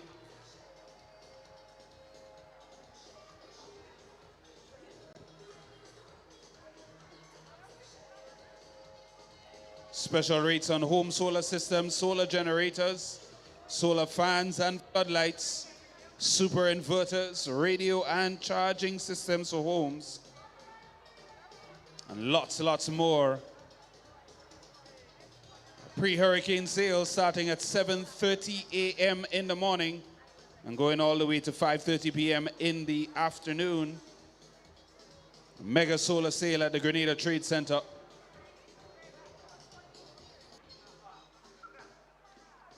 Given the price of oil and gas these days, switching to solar might just be your best bet. So go ahead, head down to Grand Dance to the Grenada Trade Center, check out the mega solar sale. Compliments Classic Lighting Caribbean, sponsor of some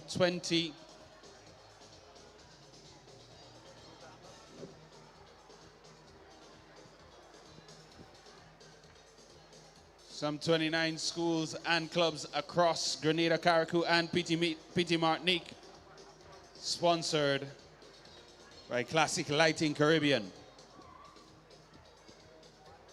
So as they have contributed to the development of athletics here in Grenada, we'll do the same, contribute to the company mega solar sale, May 26 to 28. We're awaiting the start of our next event. It's the Under 9 Mixed 4x100 meter relay.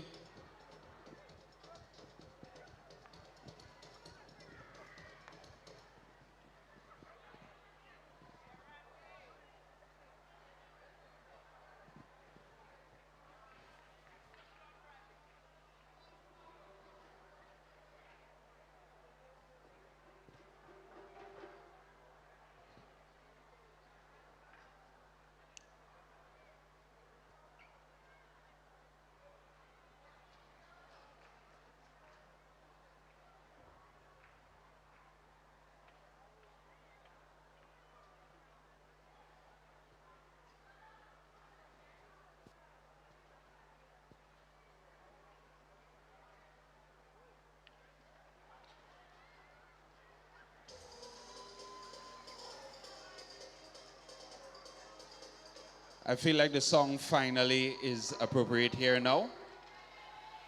So if I could make a request of the DJ that song Finally.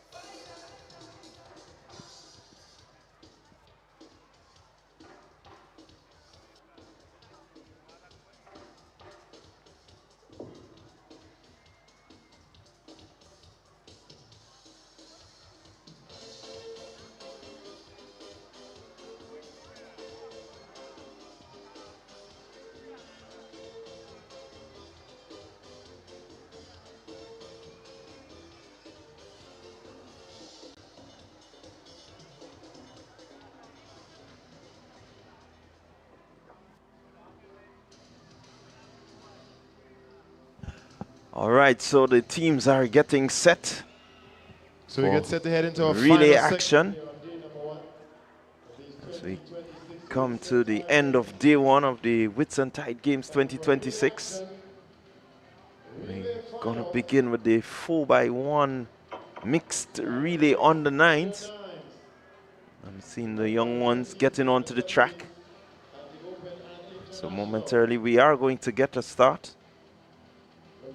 Yeah, this event is going to be contested by 8 teams.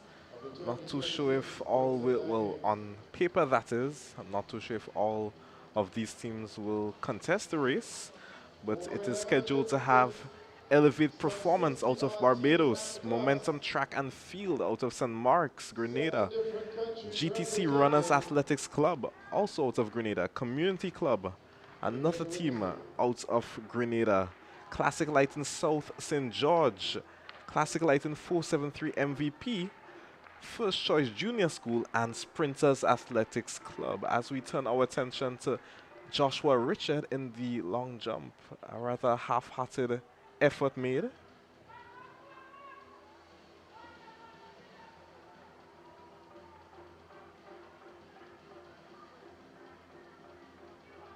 And he receives the red flag.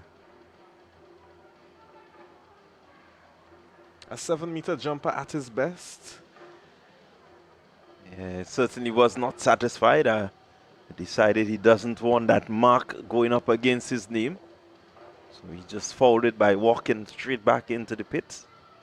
Yeah, up next we have Kalis out of the Altitude Track Academy. So they're making their way out. Barbados is in the building. Lead number 1, Elevate Performance. 7:02 at his best this season. However, he's more consistently around the 6.5 meter mark. Let's see what he can do for his attempt.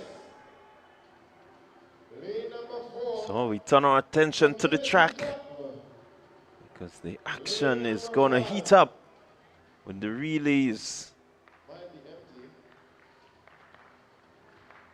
Relay number 6, Class Atlantic 473 MVP.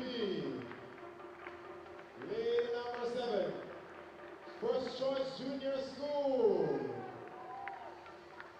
Seems to be a decent effort there by Kalis.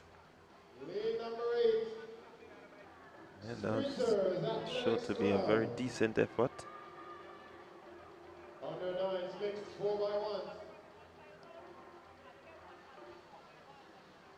Getting set to kick off the relay action. Lead number 1.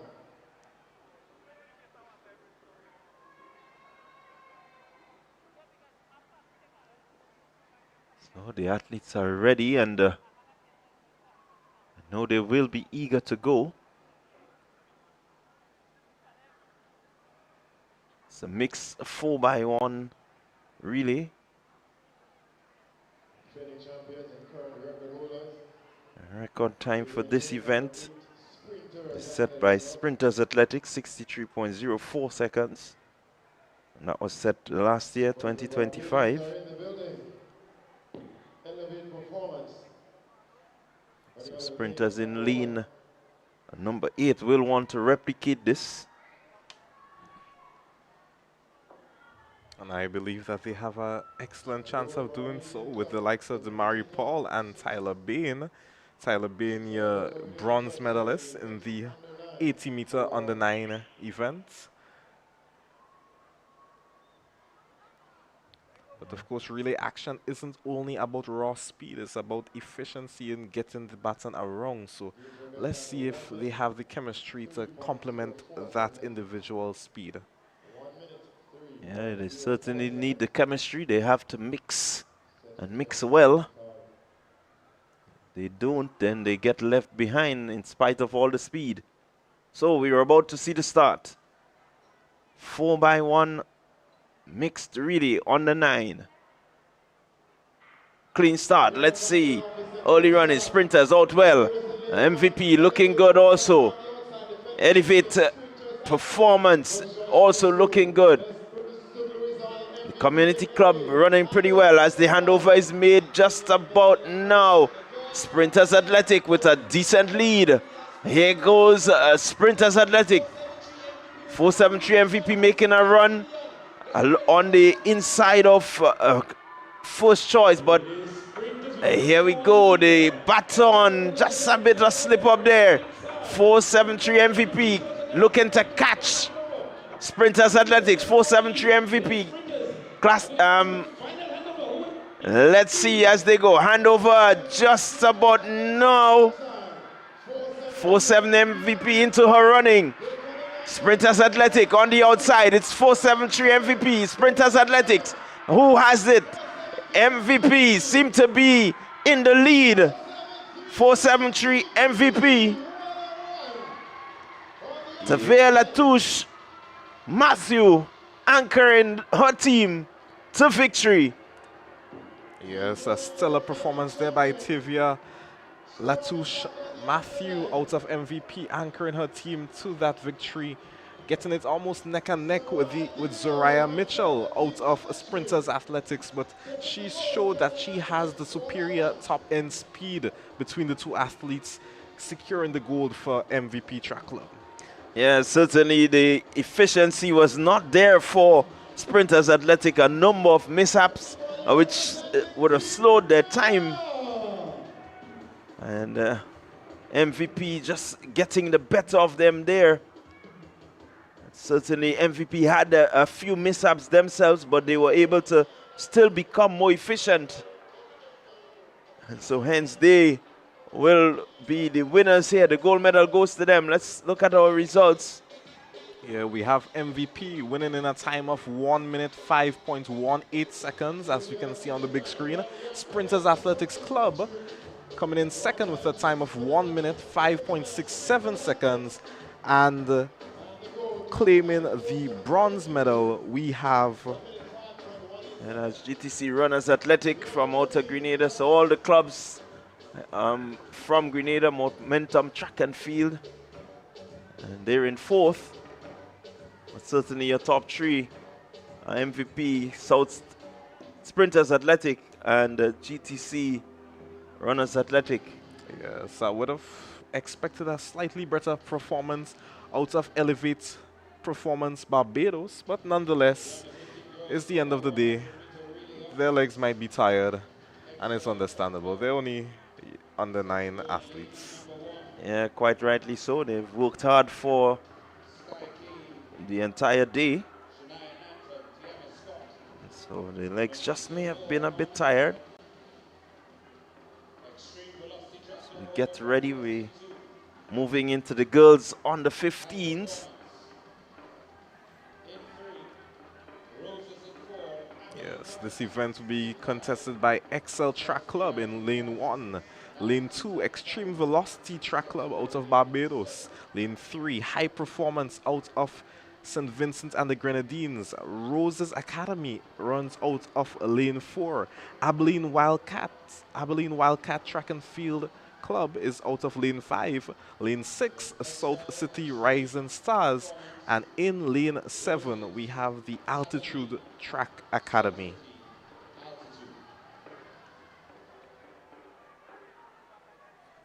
So Excel will look to certainly excel through this 4x1 extreme velocity. They're looking good. So a number of clubs, Aberdeen Wildcats, can boast of some notable names. Out of Antigua and Barbuda, but I think they would be hard-pressed to beat Altitude Track Academy with the trio of Denise Mitchell, Kelina Modeste, and Haley Tyrell. This team comprises of 3 of the 4 members of that winning 4x1 sub-junior squad in Intercall. So let's turn our attention to the track. Clean break, here we go. And out front, quickly, Altitude Track Academy looking to establish a lead. And let's see, first handover. Altitude Track Academy. Not as smooth as expected, but yet still they seem to have gotten through. And Altitude Track Academy, South City Rising Stars in second. Handover being made just about now. Altitude Track Academy, they're running well. Here comes South City Rising Stars chasing. Keep your eyes on Excel. And it is Haley Tyrell on the anchor. Here go Haley Tyrell. She's going to anchor Altitude Track Academy. South City Rising Stars, Ava Plenty looking to anchor her team as Tyrell strides home. And then High Performance seem to have the third. Now we wait for the official times and results. Officially, it's Altitude Track Academy with a time of 50.76 seconds. Followed in second, we have South City Rising Stars with a time of 53.31 seconds. And out of St. Vincent and the Grenadines, it is High Performance with a time of 54.31 seconds. Well, to tell you what, that run from Altitude Track Academy is a new record for the under 15 girls 4x1. St. Andrews Anglican Secondary School, they were the previous record holders, 51.51. So Altitude Track Academy 50.76 will become the new mark. A really good quartet, as you rightly said, Joel. Yeah, I had no doubts about it. Seeing those three members on the team, plus Janelle Kanai, almost confirmed it in my mind. Once they got that baton around, they will definitely gain that gold medal, and so did they in a record-breaking time at that. So we're going to be getting ready for the male 4x1 on the 15.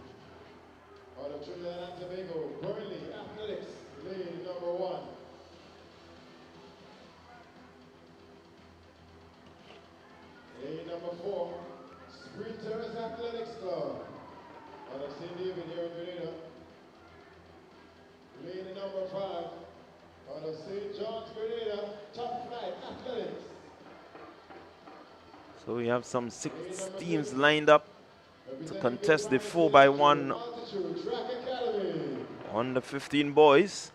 Lane number 7, out of Barbados, Extreme Velocity. Yes, important to note, we have the record holders in this event, establishing it early on today.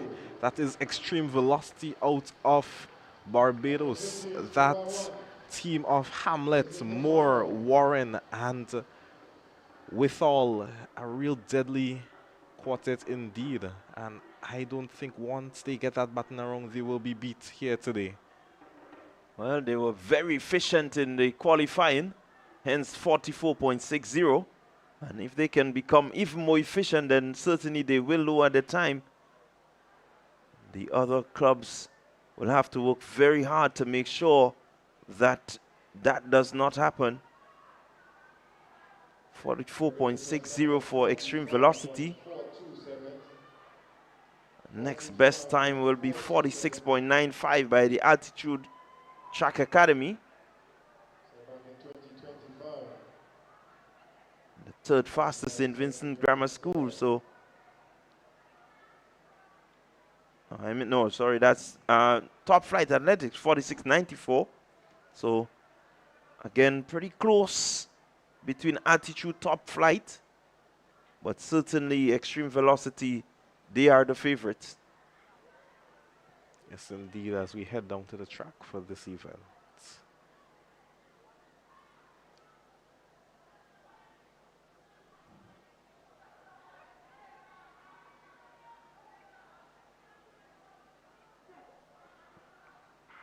Here they go, clean start. Let's see what happens here.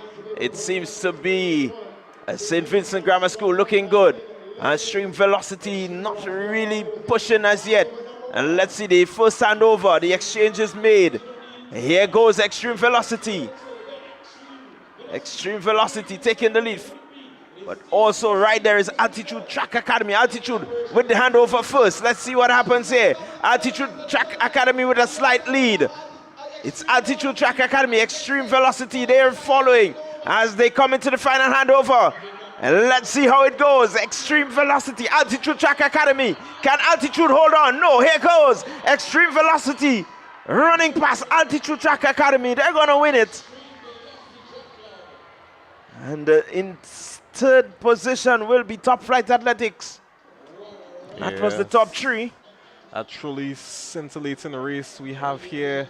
But of course, once that baton got to Jalino Hamlet, it was indeed over. The quality that Hamlet possesses was simply too much for young Callis to overcome.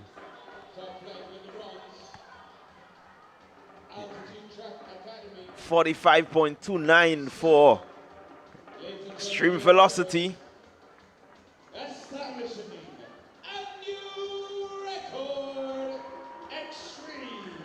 Yeah, you know, he was not around earlier, so you would know that the record stands at 44.60. Was all established by Extreme Velocity. Again, the baton passing was not as efficient as the earlier round, but certainly they had the pedigree to end the relay. Yeah, definitely the baton passing needed was much to be desired, but still the quality of that quartet was just simply too much for Altitude to overcome. Nonetheless, a good performance by Altitude Track Academy, lowering their heat time by nearly an entire second. So that is indeed commendable. And in third position, somewhat disappointing, is that of the Top Flight Athletics Club, but they had some serious baton issues with that handover from second to third. So we're moving swiftly. We're going to be getting into the 4x1 on the 17s. Yes, this event will be contested by what is marked on the schedule as 8 teams. Out of lane 1, we have Top Flight Athletics. Lane 2, Root Sports Club. Lane 3, Track Blazers. Lane 4, It That Academy. Lane 5, Roses Academy. Lane 6, Classic Lighting South City Rising Stars. Lane 6, that is, Classic Lighting South City Rising Stars. Lane 7, Classic Lighting Finish Line Sports Club. And also for Lane 8, High Performance Track Club. Yeah, the record for this stands at 49.45, set by Burnley Athletics in 2025. So we'll be looking to see if any of these teams can go better than Burnley Athletics. Top Flight, Root Sports Club, Track Blazers, It That Academy, Roses Academy, Classic Lighting, South City Rising Stars, Finish Line, and High Performance. Yes, this race is somewhat of a unknown, as there were no prelims for this event, so all of the teams competing here would be the first time that we are seeing them. Well, not the individual athletes, but the combined team, the first time they will be running together on track. So we have no gauge as to how their chemistry would be in this race. So it is indeed a toss-up. However, we have significant talent coming out of It That Academy, South City Rising Stars, Classic Lighting Finish Line Sports Club, and High Performance. I would say look out for these squads, especially that of the Classic Lighting Finish Line Sports Club, because they boast a quartet of Sophia Stephen, Michaela Patrick, Kia Swan, and Anna Lisa Brown. A deadly quartet indeed. Yeah, they certainly boast of a good quartet.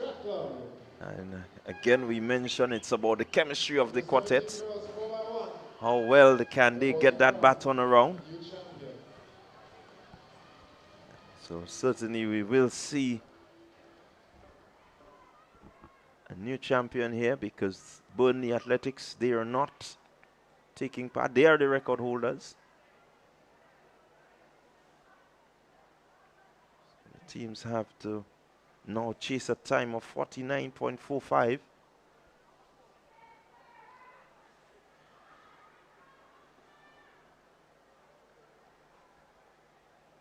Top Flight Athletics, they will be running in lane 1.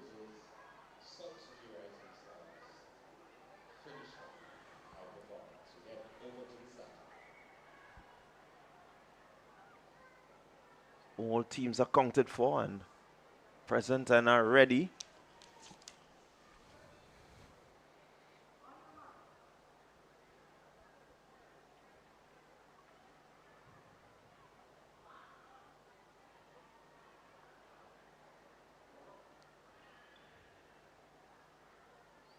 Just this hush around the ground.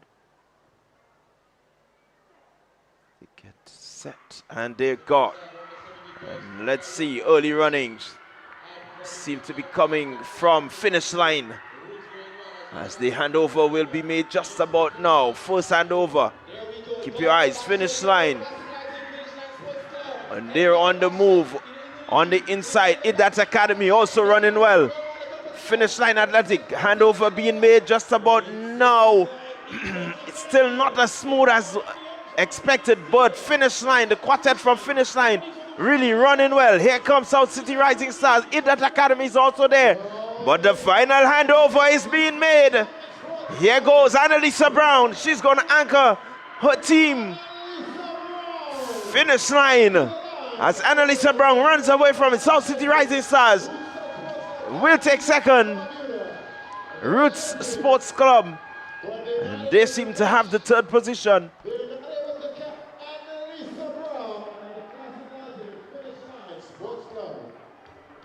49.39, and tell you what, that is a record-breaking performance from the quartet, from the Finish Line Sports Club. Yes, and that record could have been even quicker had Annalisa not slowed down with about 10 meters to go to the finish line. Nonetheless, a new record. Second position, we have the South City Rising Stars with a time of 50.88 seconds. And third position, Roots Track Club with a time of 51.25 seconds. All stellar performances all around here on display. Another record goes into the books. This, the Whitsuntide Games 2026. Yes, indeed, the records have been falling left, right, and center for the entire day. Will we see more with the latter relays to come? So we look at Annalisa Brown with some 10 meters between herself and the South City Rising Stars. So congratulations to the quartet, Sophia Stephen, Michaela Patrick, Kaya Swan, and Annalisa Brown. They have just established a new record in the 4x1 under 17 girls. Yes, and I also believe that they had the not a seamless transition all around, but they had the most seamless transition out of all the other competing clubs, getting that baton around relatively smoothly. And so we're moving on to the boys on the 17s.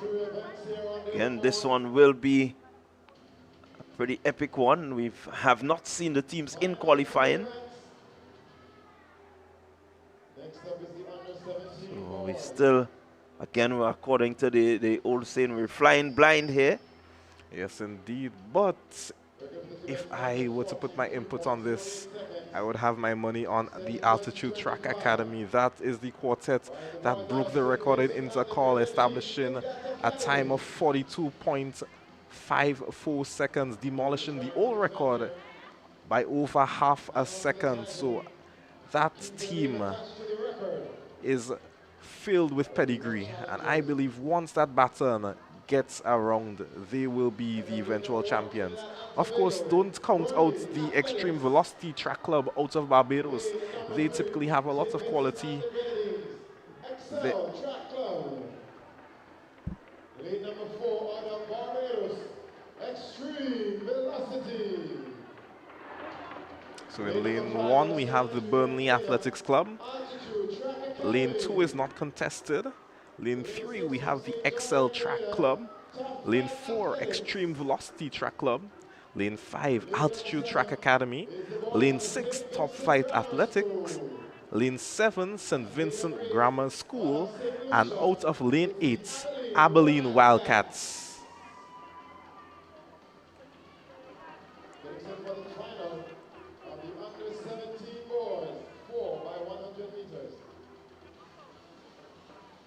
So we're looking forward to this showdown here. We've not see the likes of Classic Light and Finish Line.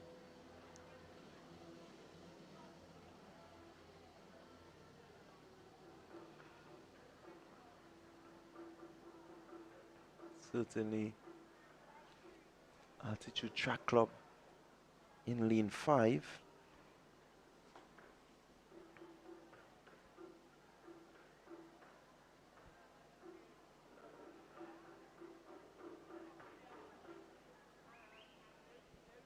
So Burnley in 1. Extreme Velocity, they were going 4.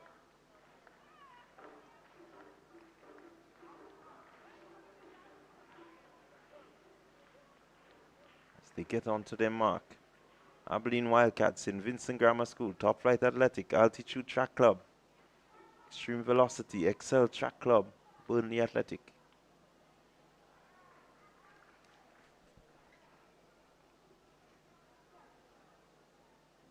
Here we go, clean start. Let's see who makes up the stagger early. It seems to be Altitude Track Academy. They're making up the stagger as they go for the first handover. Handover made just about now. Keep your eyes on the outside. Abilene Wildcats, they have a good start and they're motoring pretty well as the handover is made just about now. It's Abilene Wildcats. Here comes Altitude Track Academy. And the final handover to be made. Philip Mitchell, Altitude Track Academy. Look at Burnley on the inside. But there's no catching Philip Mitchell. He's going to run away with this one. Altitude Track Academy, 43.14 on the flash time. And the record, 43.08. So they just miss out on the record there, 43.17. So you look at the replay here, Mitchell really moving quickly. Athlete there from the Abilene Wildcats, really giving it some good effort.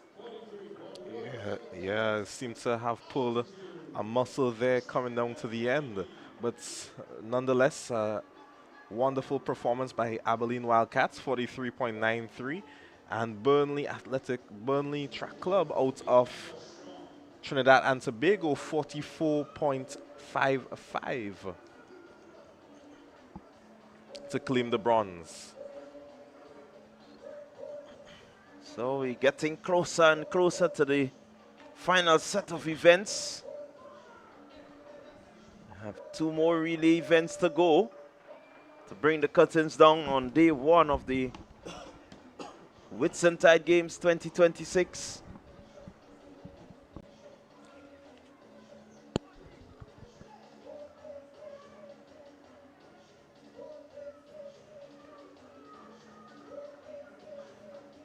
Yes, now only 2 events left on track. The penultimate event coming up, the women's 4x1 100-meter relay, open and international. This event will be contested by 8 teams. Out of lane 1, we will have the Altitude Track Academy. In lane 2, we would have Mustangs. Lane 3, Burnley Athletic Club. Lane 4, Stallion Athletic Club. Lane 5, Extreme Velocity Track Club. Lane 6, Exceed Sports Club. Lane 7, It That Academy. And Lane 8, Ace Track Club.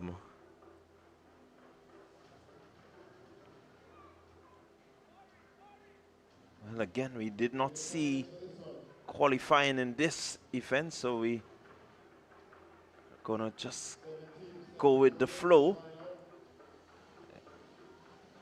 Looking at your start list here, I'm not seeing the defending or the record holders. The defending champions, Classic Lighting MVP. I'm not seeing them in the start list here. So it means that we will have new champions. Will we have a record-breaking run? We wait to see. But certainly Classic Lighting MVP not present.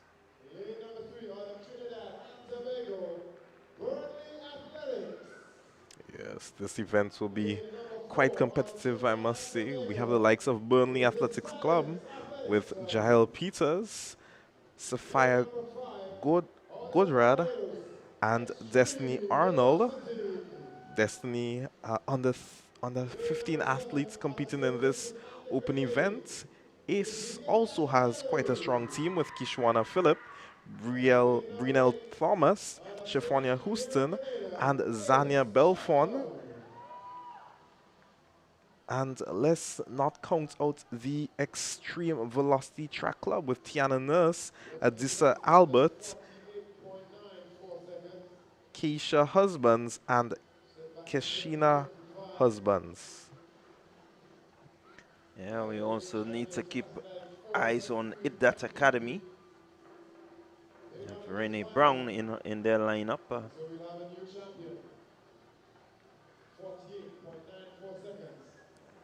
Altitude Track Academy also boasts of Haley Tyrell, Peaches Panchu, Brianna Oliver, and Christina Charles.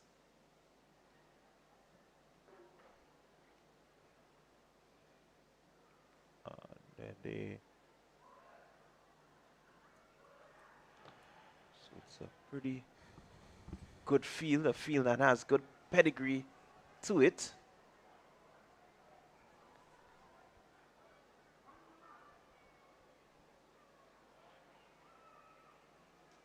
Mustangs have a pretty good squad also. They get ready.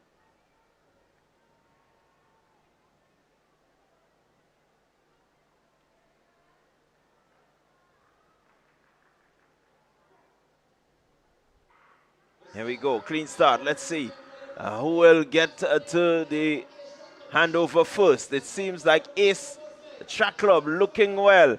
Handover made just about now. Ace flying. Shephonia Houston.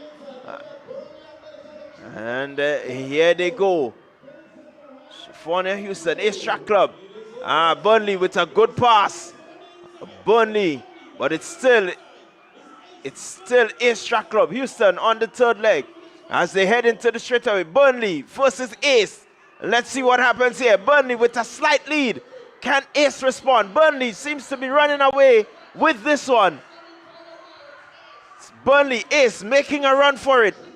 She's not going to catch Burnley from out of Trinidad and Tobago.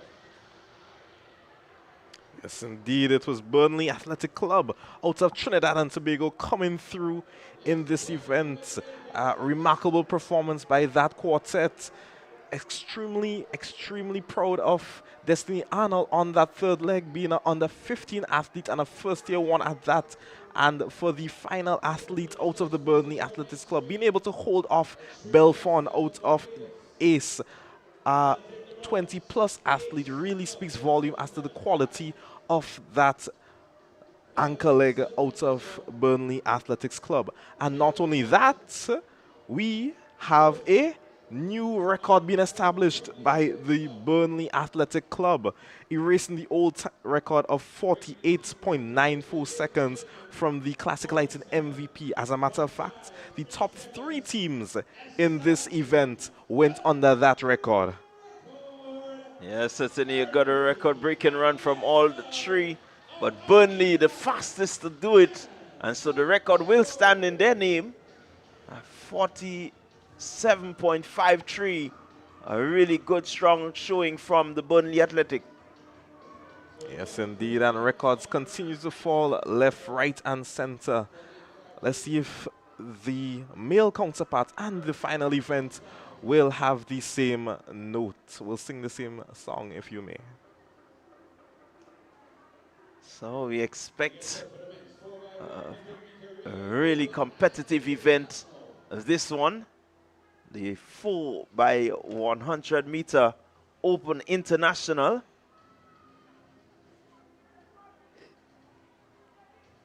Let's see who we have here. All 8 teams should be present. We wait to see. I don't seem to see Exceed Sports Club out of lane 4. Yeah, lane 4 seemed to be vacant. As to, oh no, lane 8 is there, Barbados.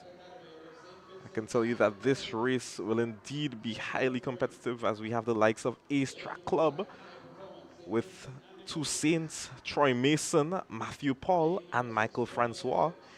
Antigua and Barbuda will also be extremely competitive in this event, with the likes of Jalen Diet, Keziah Daly, and Justin Wilson. That Academy also boasts a quartet of Kareem Clark, Keo Davis, Jamar Saunders, and the Sori Kwame. High Performance Track Club has Lavia Jr. Mozart, Darren Morgan, Kyle Derrick, and Romal James. Burnley Athletics Club has Isaiah John, Samuel Stewart, Kyle Williams, and Omari Brown. Mustangs with Romario Horn, Delron Delpesh, Matanaya Stapleton, and AJ Delpesh. And out of lane 8, we have Terrell Johnson Rose and Jakai Brewster listed here, with the 2 other members not stated. But nonetheless, Barbados would definitely have a competitive squad. So yeah, again, no preliminaries for this event, so we do not have times for all the teams. Antigua and Barbuda. Barbados is there. Burnley Mustangs.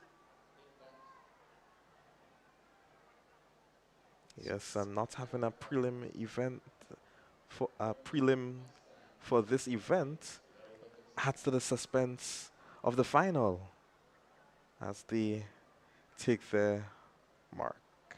So the record stands at 40.21. Ace Track Club there, the record holders. And again, that record breaking performance was last year. So the Ace Track Club, they are the defending champions. Can they defend their title and the record? Here we go. 4 by 1. Ace already making up some stagger on the inside. And let's see, the handover will be made just about now. Ace seem to have the handover made pretty early. Barbados, they're flying. They're looking good on the outside. So too is that Academy. As the handover is made just about now. On the inside, Ace Track Club, Barbados looking well. Inside of Barbados is the Mustang team. As the final handover, Michael Francois. And there he goes, Ace Track Club, defending champions. They will be defending their champions. There's no catching. Michael Francois, a flash time of 45, and an official time of 40.08 seconds, establishing another new record to culminate the day. A simply superb run and a fitting way to end these track and field events. Well, they have broken their own record. The Ace Track Club, anchored there by Michael Francois. 40.08 seconds. Barbados, they are the bronze medalists. Antigua and Barbuda, they get the silver.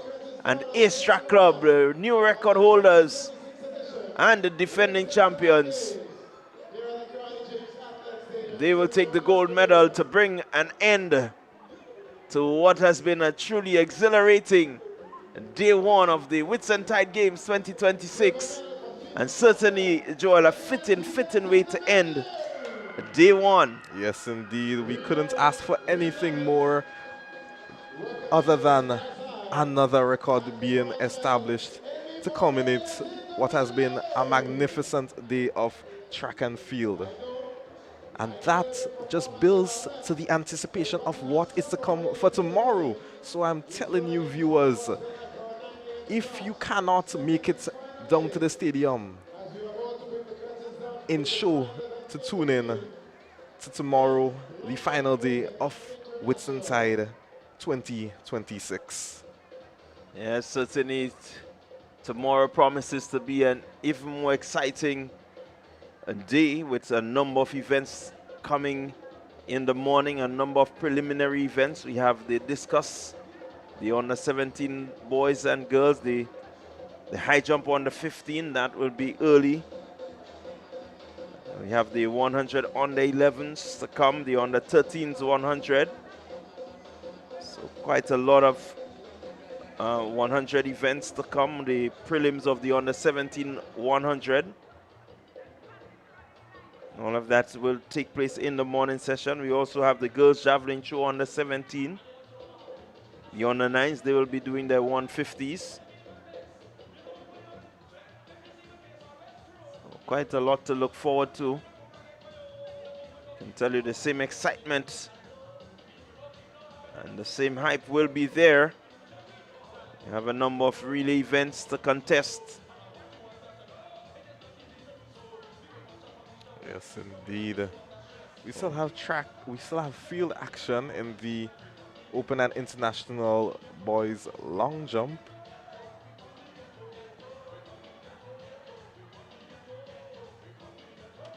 So let's see if we can get an update as to where the competition is in that long jump event.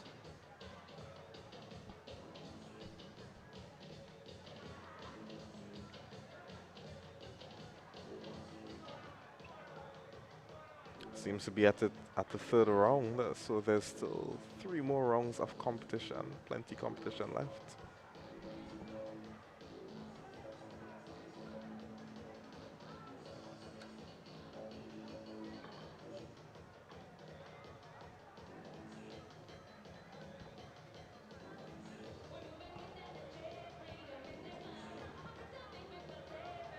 So that's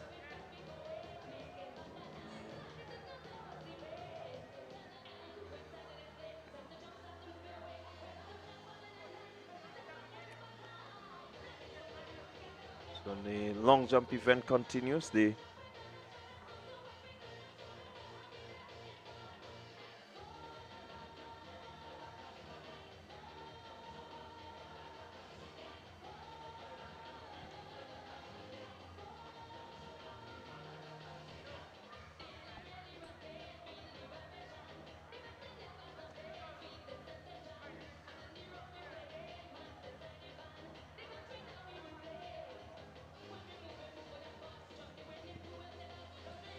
So the long jump event still being contested.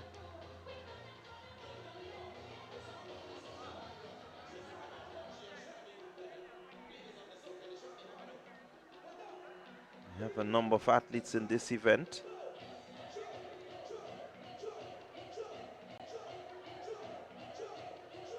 More James of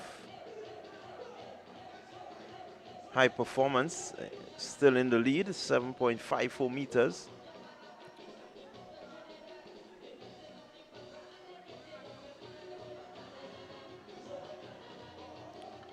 I think that 7.54 meters seems to be his seed mark. Oh, yeah. We don't have the live distances as of right now, but we just saw Randy Jones make his third attempt, jumping a distance of 6.53 meters. That is Randy Jones out of the Altitude Track Academy. The record holder in this event is that of Sheikh Toussaint. We just recently saw him on the track establishing a record of 7.44 meters in 2025, just last year. So young Toussaint is a multi-talented athlete. However, he decided to specialize into the 200 and 400 meter events. Nonetheless, a really, really talented athlete. Yeah, certainly. Toussaint has that speed and still has that jumping ability. Normally we'll find that many of our good sprinters are good long jumpers. Yes, indeed, because you need that speed to translate, to give you that forward momentum when you land on the board. Without that speed, you won't go anywhere. So that is indeed true. Yeah, I've seen quite a number of athletes transition from the track and decide to just focus on the long jump as their major event. Having that speed to get onto the runway is a plus. Yes, indeed.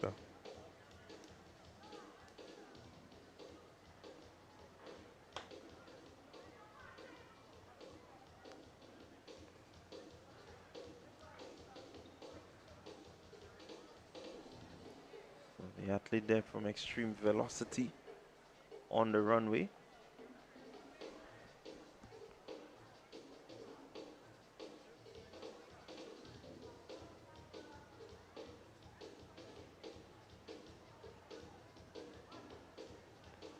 Seems to be Malik Hall out of Extreme Velocity Track Club. That attempt there lacking a bit of height. A key component of the long jump if you want to make a great mark. You need to get that height when you spring off the board. You certainly need to get a bit of air time. Don't want to be landing too quickly.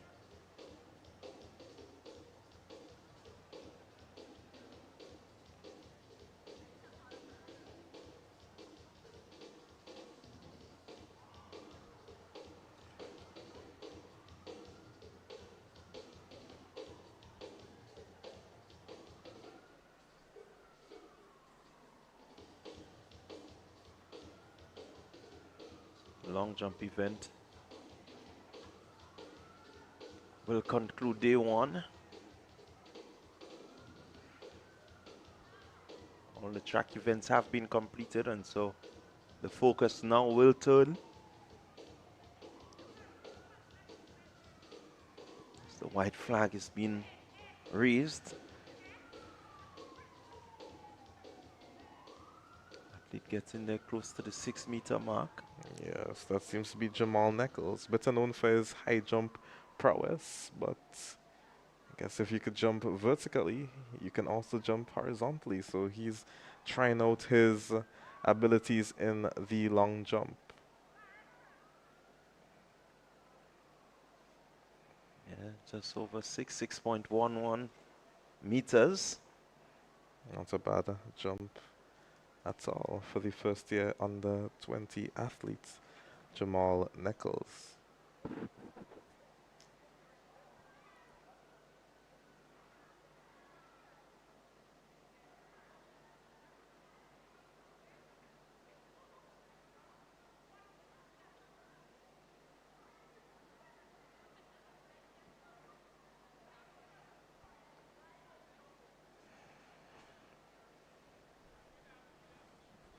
We wait to see if that will be the end of the event. Not seeing anyone on the runway, so it just could be. Or they may just be sorting out the top 8. Let's look to see what happens here.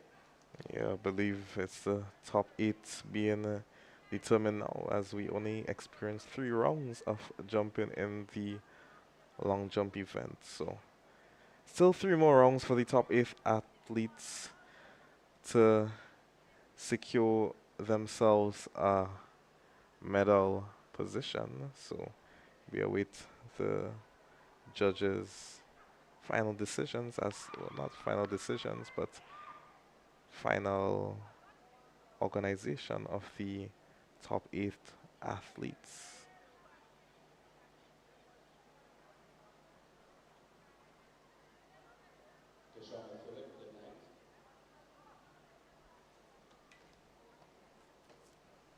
So as I was saying, we can look forward to a lot more action both on the track and in the field come tomorrow. Certainly today has been a day filled with records and records galore.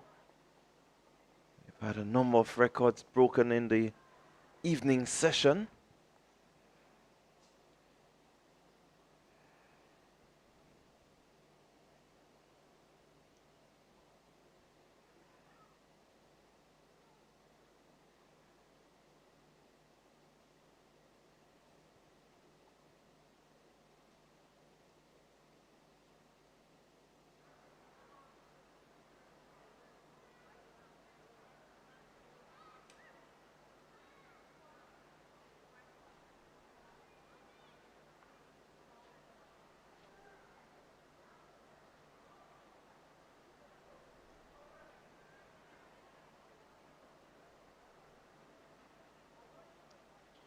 So the athletes will go back. They will get some much needed rest. Come back again tomorrow.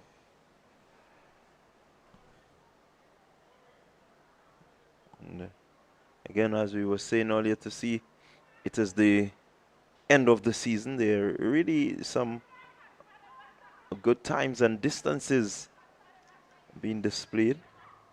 Yes, indeed. That gives a lot of promise to the coaches, seeing that there is a lot to build upon for the next season, showing that the athletes are still in somewhat good form.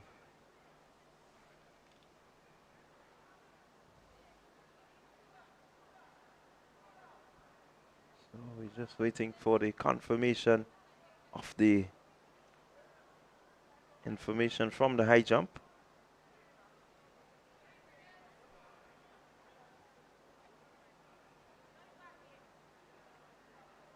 The long jump, rather.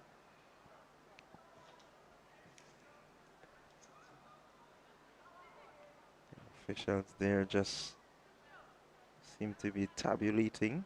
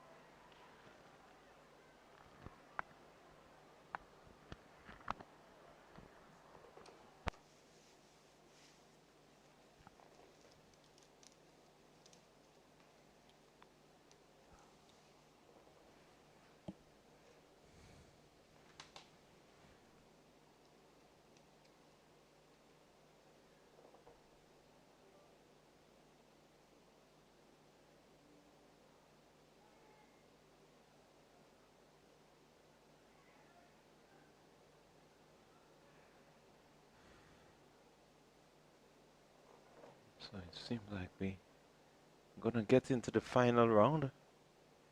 The athlete there from Trailblazers just taking over his mark. Seems to be Richards. Richards out of the St. David's Trailblazers. Means the officials have created their final list. And we should see the last 3 rounds of jumping competition here today.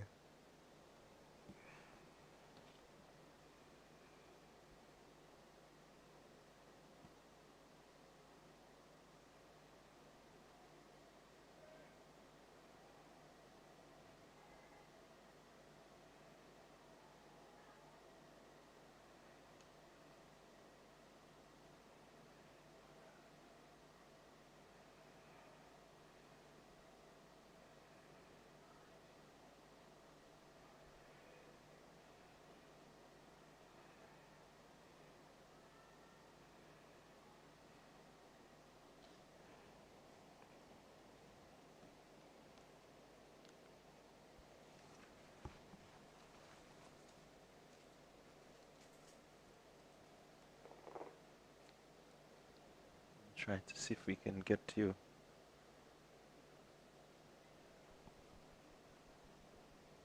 Not sure if they will be posting it, but if we can get the names of the qualifiers, Khalees seem to be there. Yeah, that three in the back seems to be Khalees, Jones, and a cadet, all out of the Altitude Track Academy. With the purple and orange, purple and yellow, sorry, that seems to be Richards. The purple and white, that seems to be Timothy Greenwich.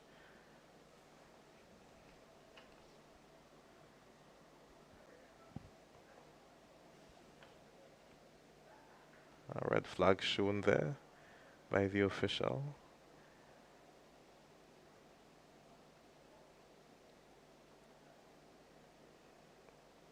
That indicates a foul jump. So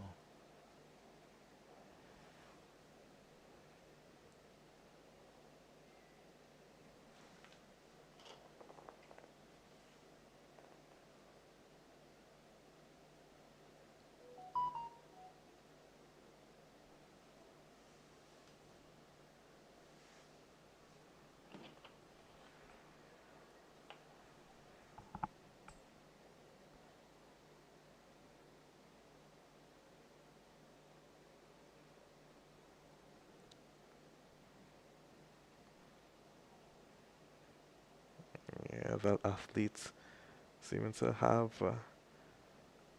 overstepped or miscounted his steps in his run-up, leading to running through instead of taking an actual attempt.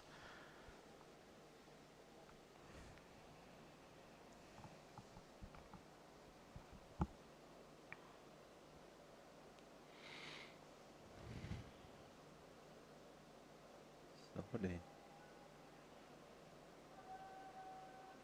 Altitude Track Academy, that's cadet.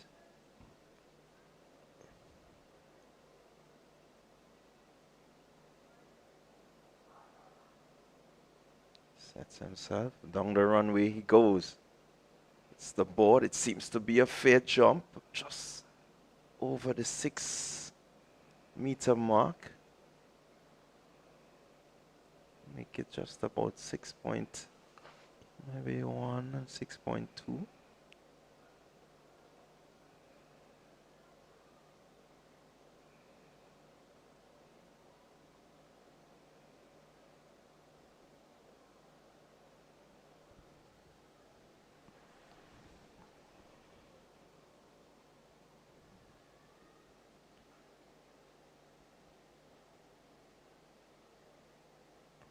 Uh, 6.6, not a bad jump indeed by Rick Cadet out of the Altitude Track Academy.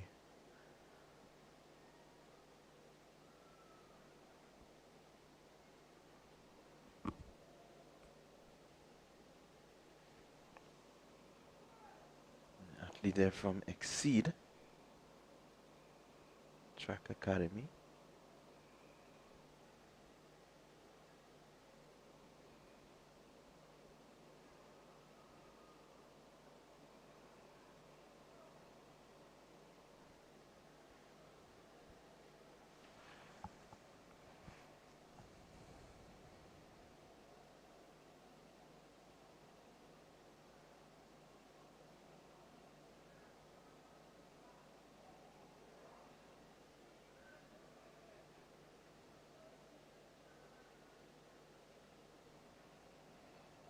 Seem to have a good jump in there. A white flag.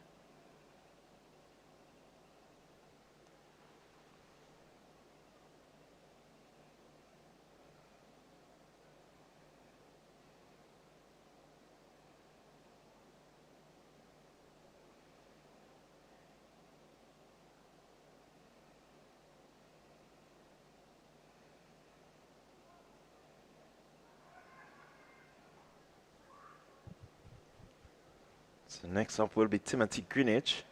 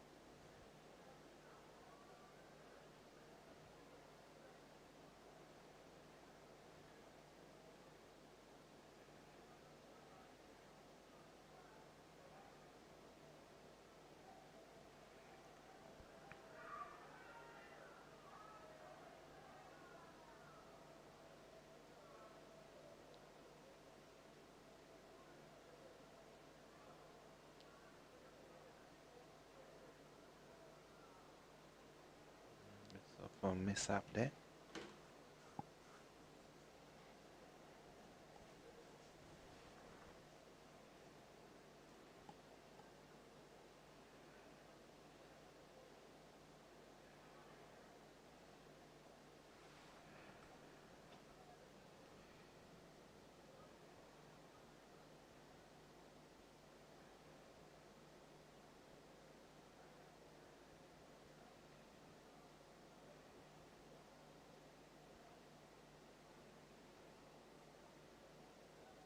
Greenwich on the runway. It's the board. That seems to be a good jump there. Got a lot of height on that jump.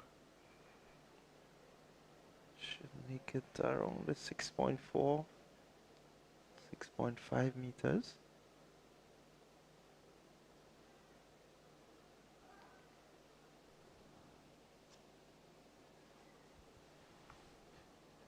Yeah. 6.3, 4.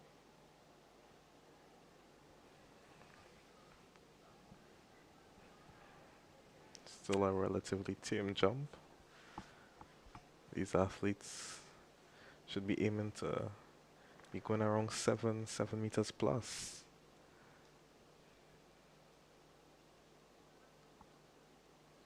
It's Randy Jones.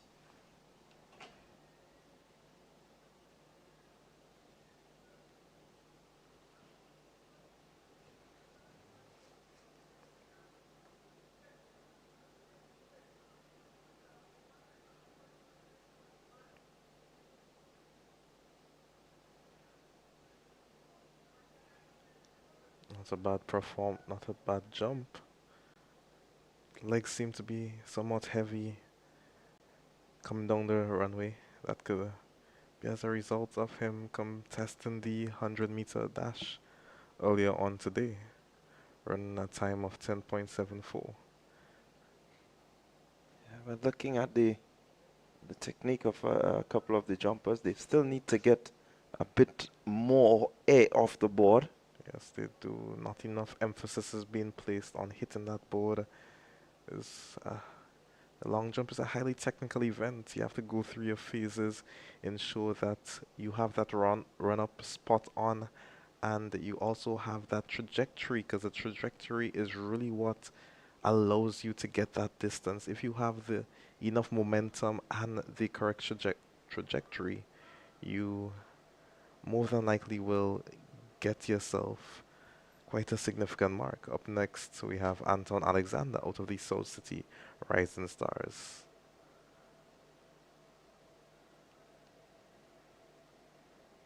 Alexander is in, hits the board, gets some good height right there. Let's wait and see what the flag will be. It will be white flag. Got some good height from that jump. Yeah, and you can see a better entry technique when landing on the sand. I tell that he has been training specifically for this event, so let's see what mark he puts down. 6.60 meters, not bad at all. It's been in and around that range for the latter part of the season. Based on the order of jumpers, one would assume that Caliste would be in the lead. One would assume that Caliste would be in the lead, huh? Yes, possibility exists that he's the current leader. Yeah. So after him, the round should start again. Fall jump there by Caliste. Yeah, must have overstrided. Maybe not not lengthened his stride enough to hit the mark where he would have liked to.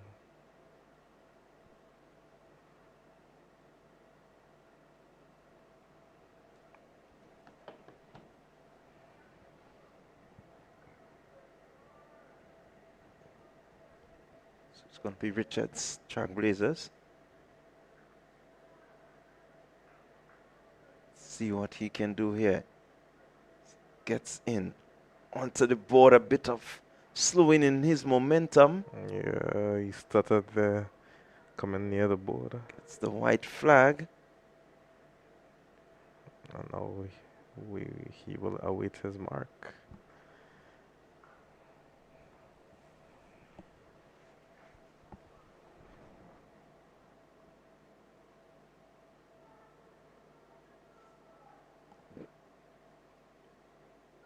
So we're into round number 5.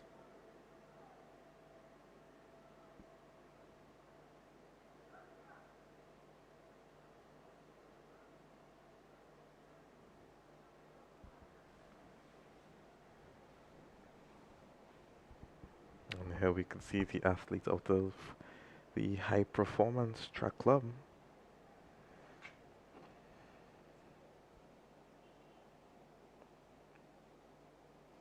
And that should be Romal James.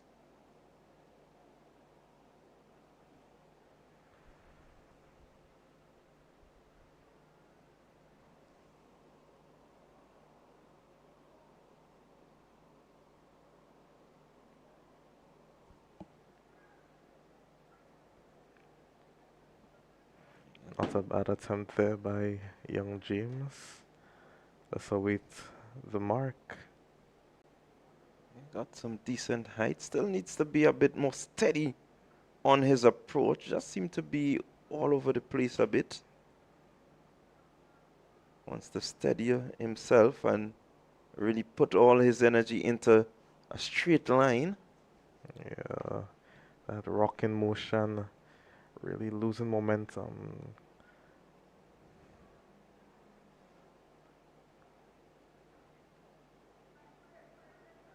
6.36.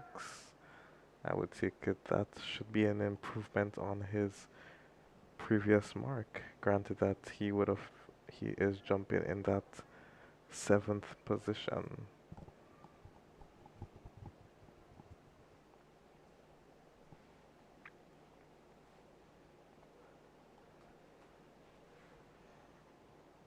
Up next we have Ricardo. So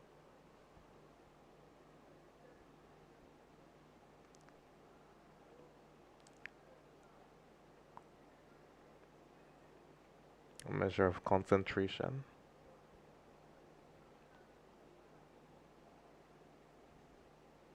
Good movement there from Cadet. A white flag is raised. Got some good height off the board. Let's see if it's an improvement on his previous mark.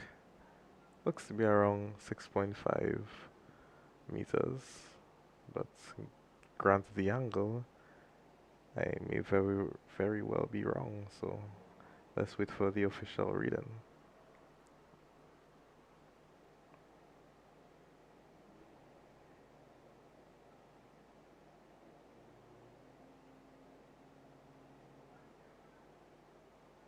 All right. 6.62. 6.62 indeed.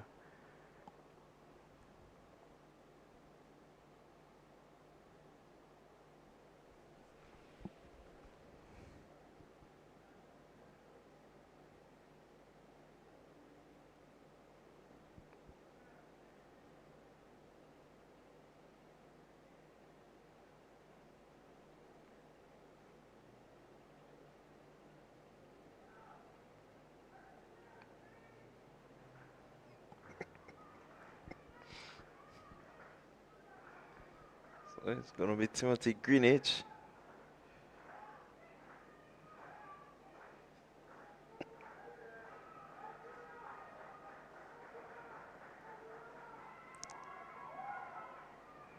Yeah, a lot of vertical height on that one, not much horizontal distance. Nonetheless, he seems to be enjoying himself, and that is what really matters at this level, you know. Once you enjoy your craft, what more could you really ask for? Yeah. Having a good laugh at him summoning the crowd for that jump. Again, you look at the technical competence needed. I've seen him just slowing there, trying to make sure that he gets the board. So that loss in momentum really would not have helped in terms of his distance.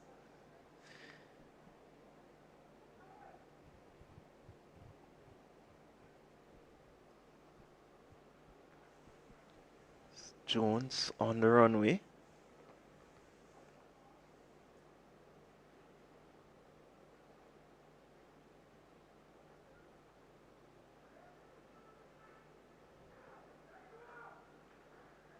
To set themselves. One run remain.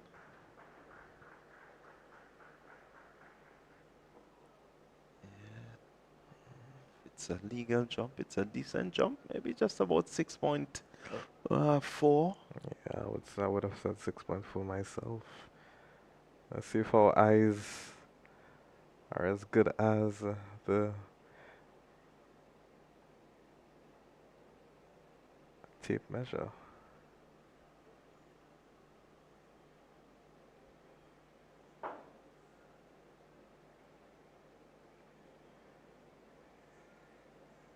Six 6.58. A decent effort there. Yes, indeed. Up next seems to be Alexander, Anton Alexander. Let's see what mark he can put down.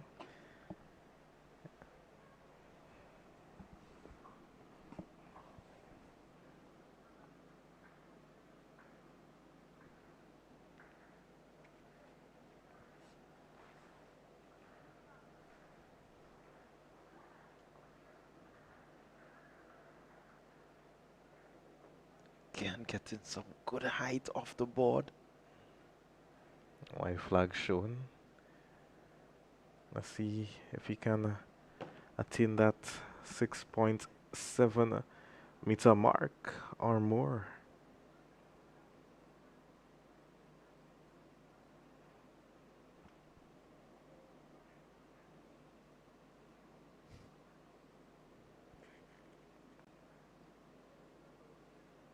.68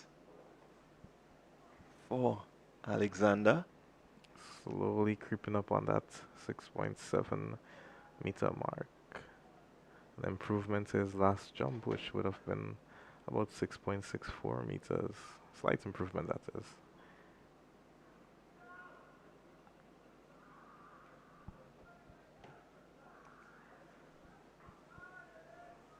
So Caliste still at his 5th attempt.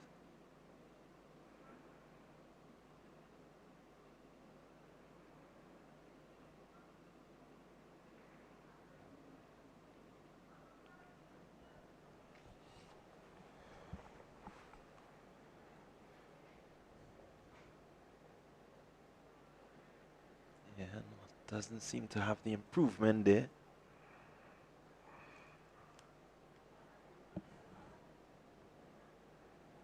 Not at all. So now the athletes get into the 6th and final round of jumps.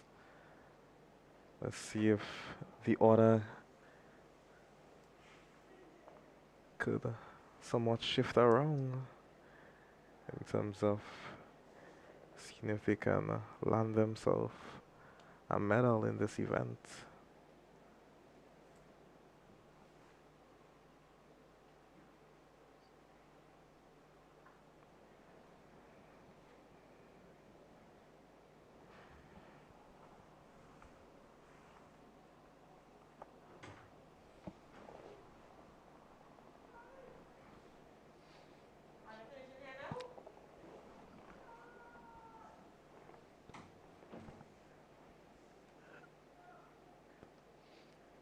So Richard, Trailblazers, looking for that one last bit of support. Here he goes down the runway.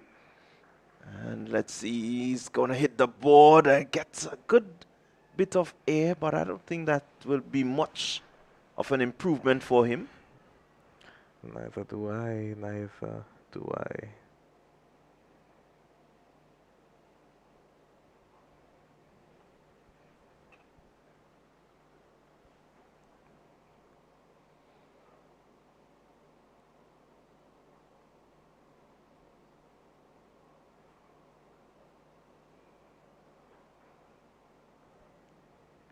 6.28 meters. Yeah, just around the similar regions to what he's done before.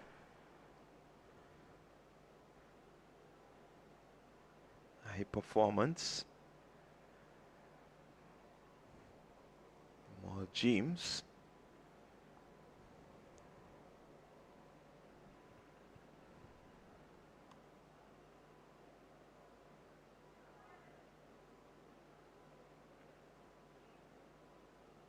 Will want to make his biggest jump yet.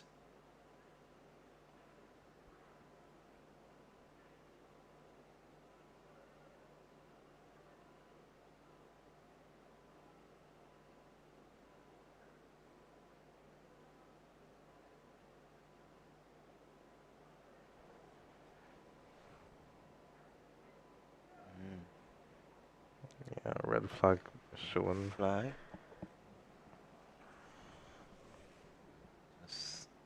Didn't seem to have everything correct there. James.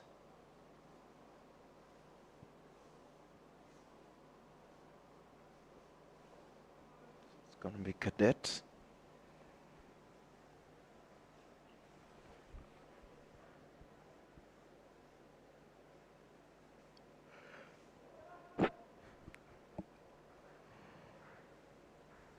Looking for the support there, Cadet.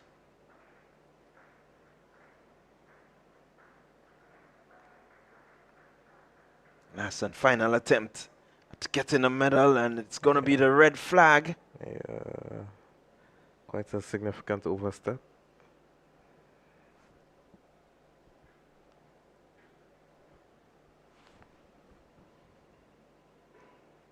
Needed to keep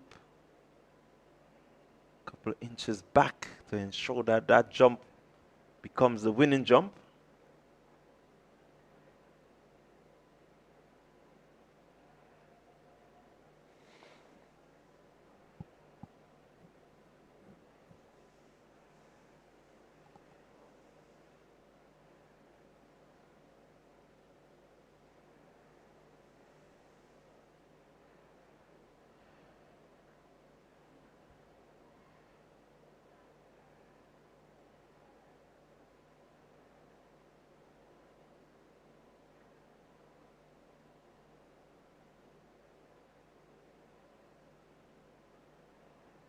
There from Exceeds Sports Club.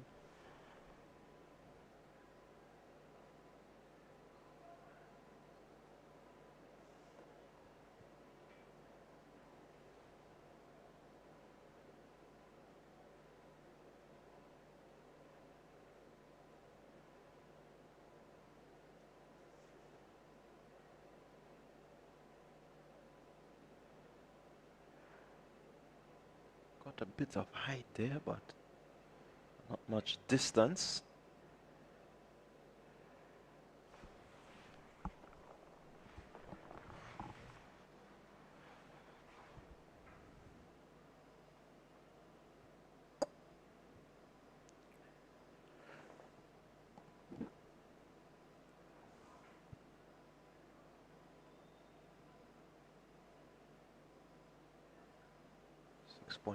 .14 meters.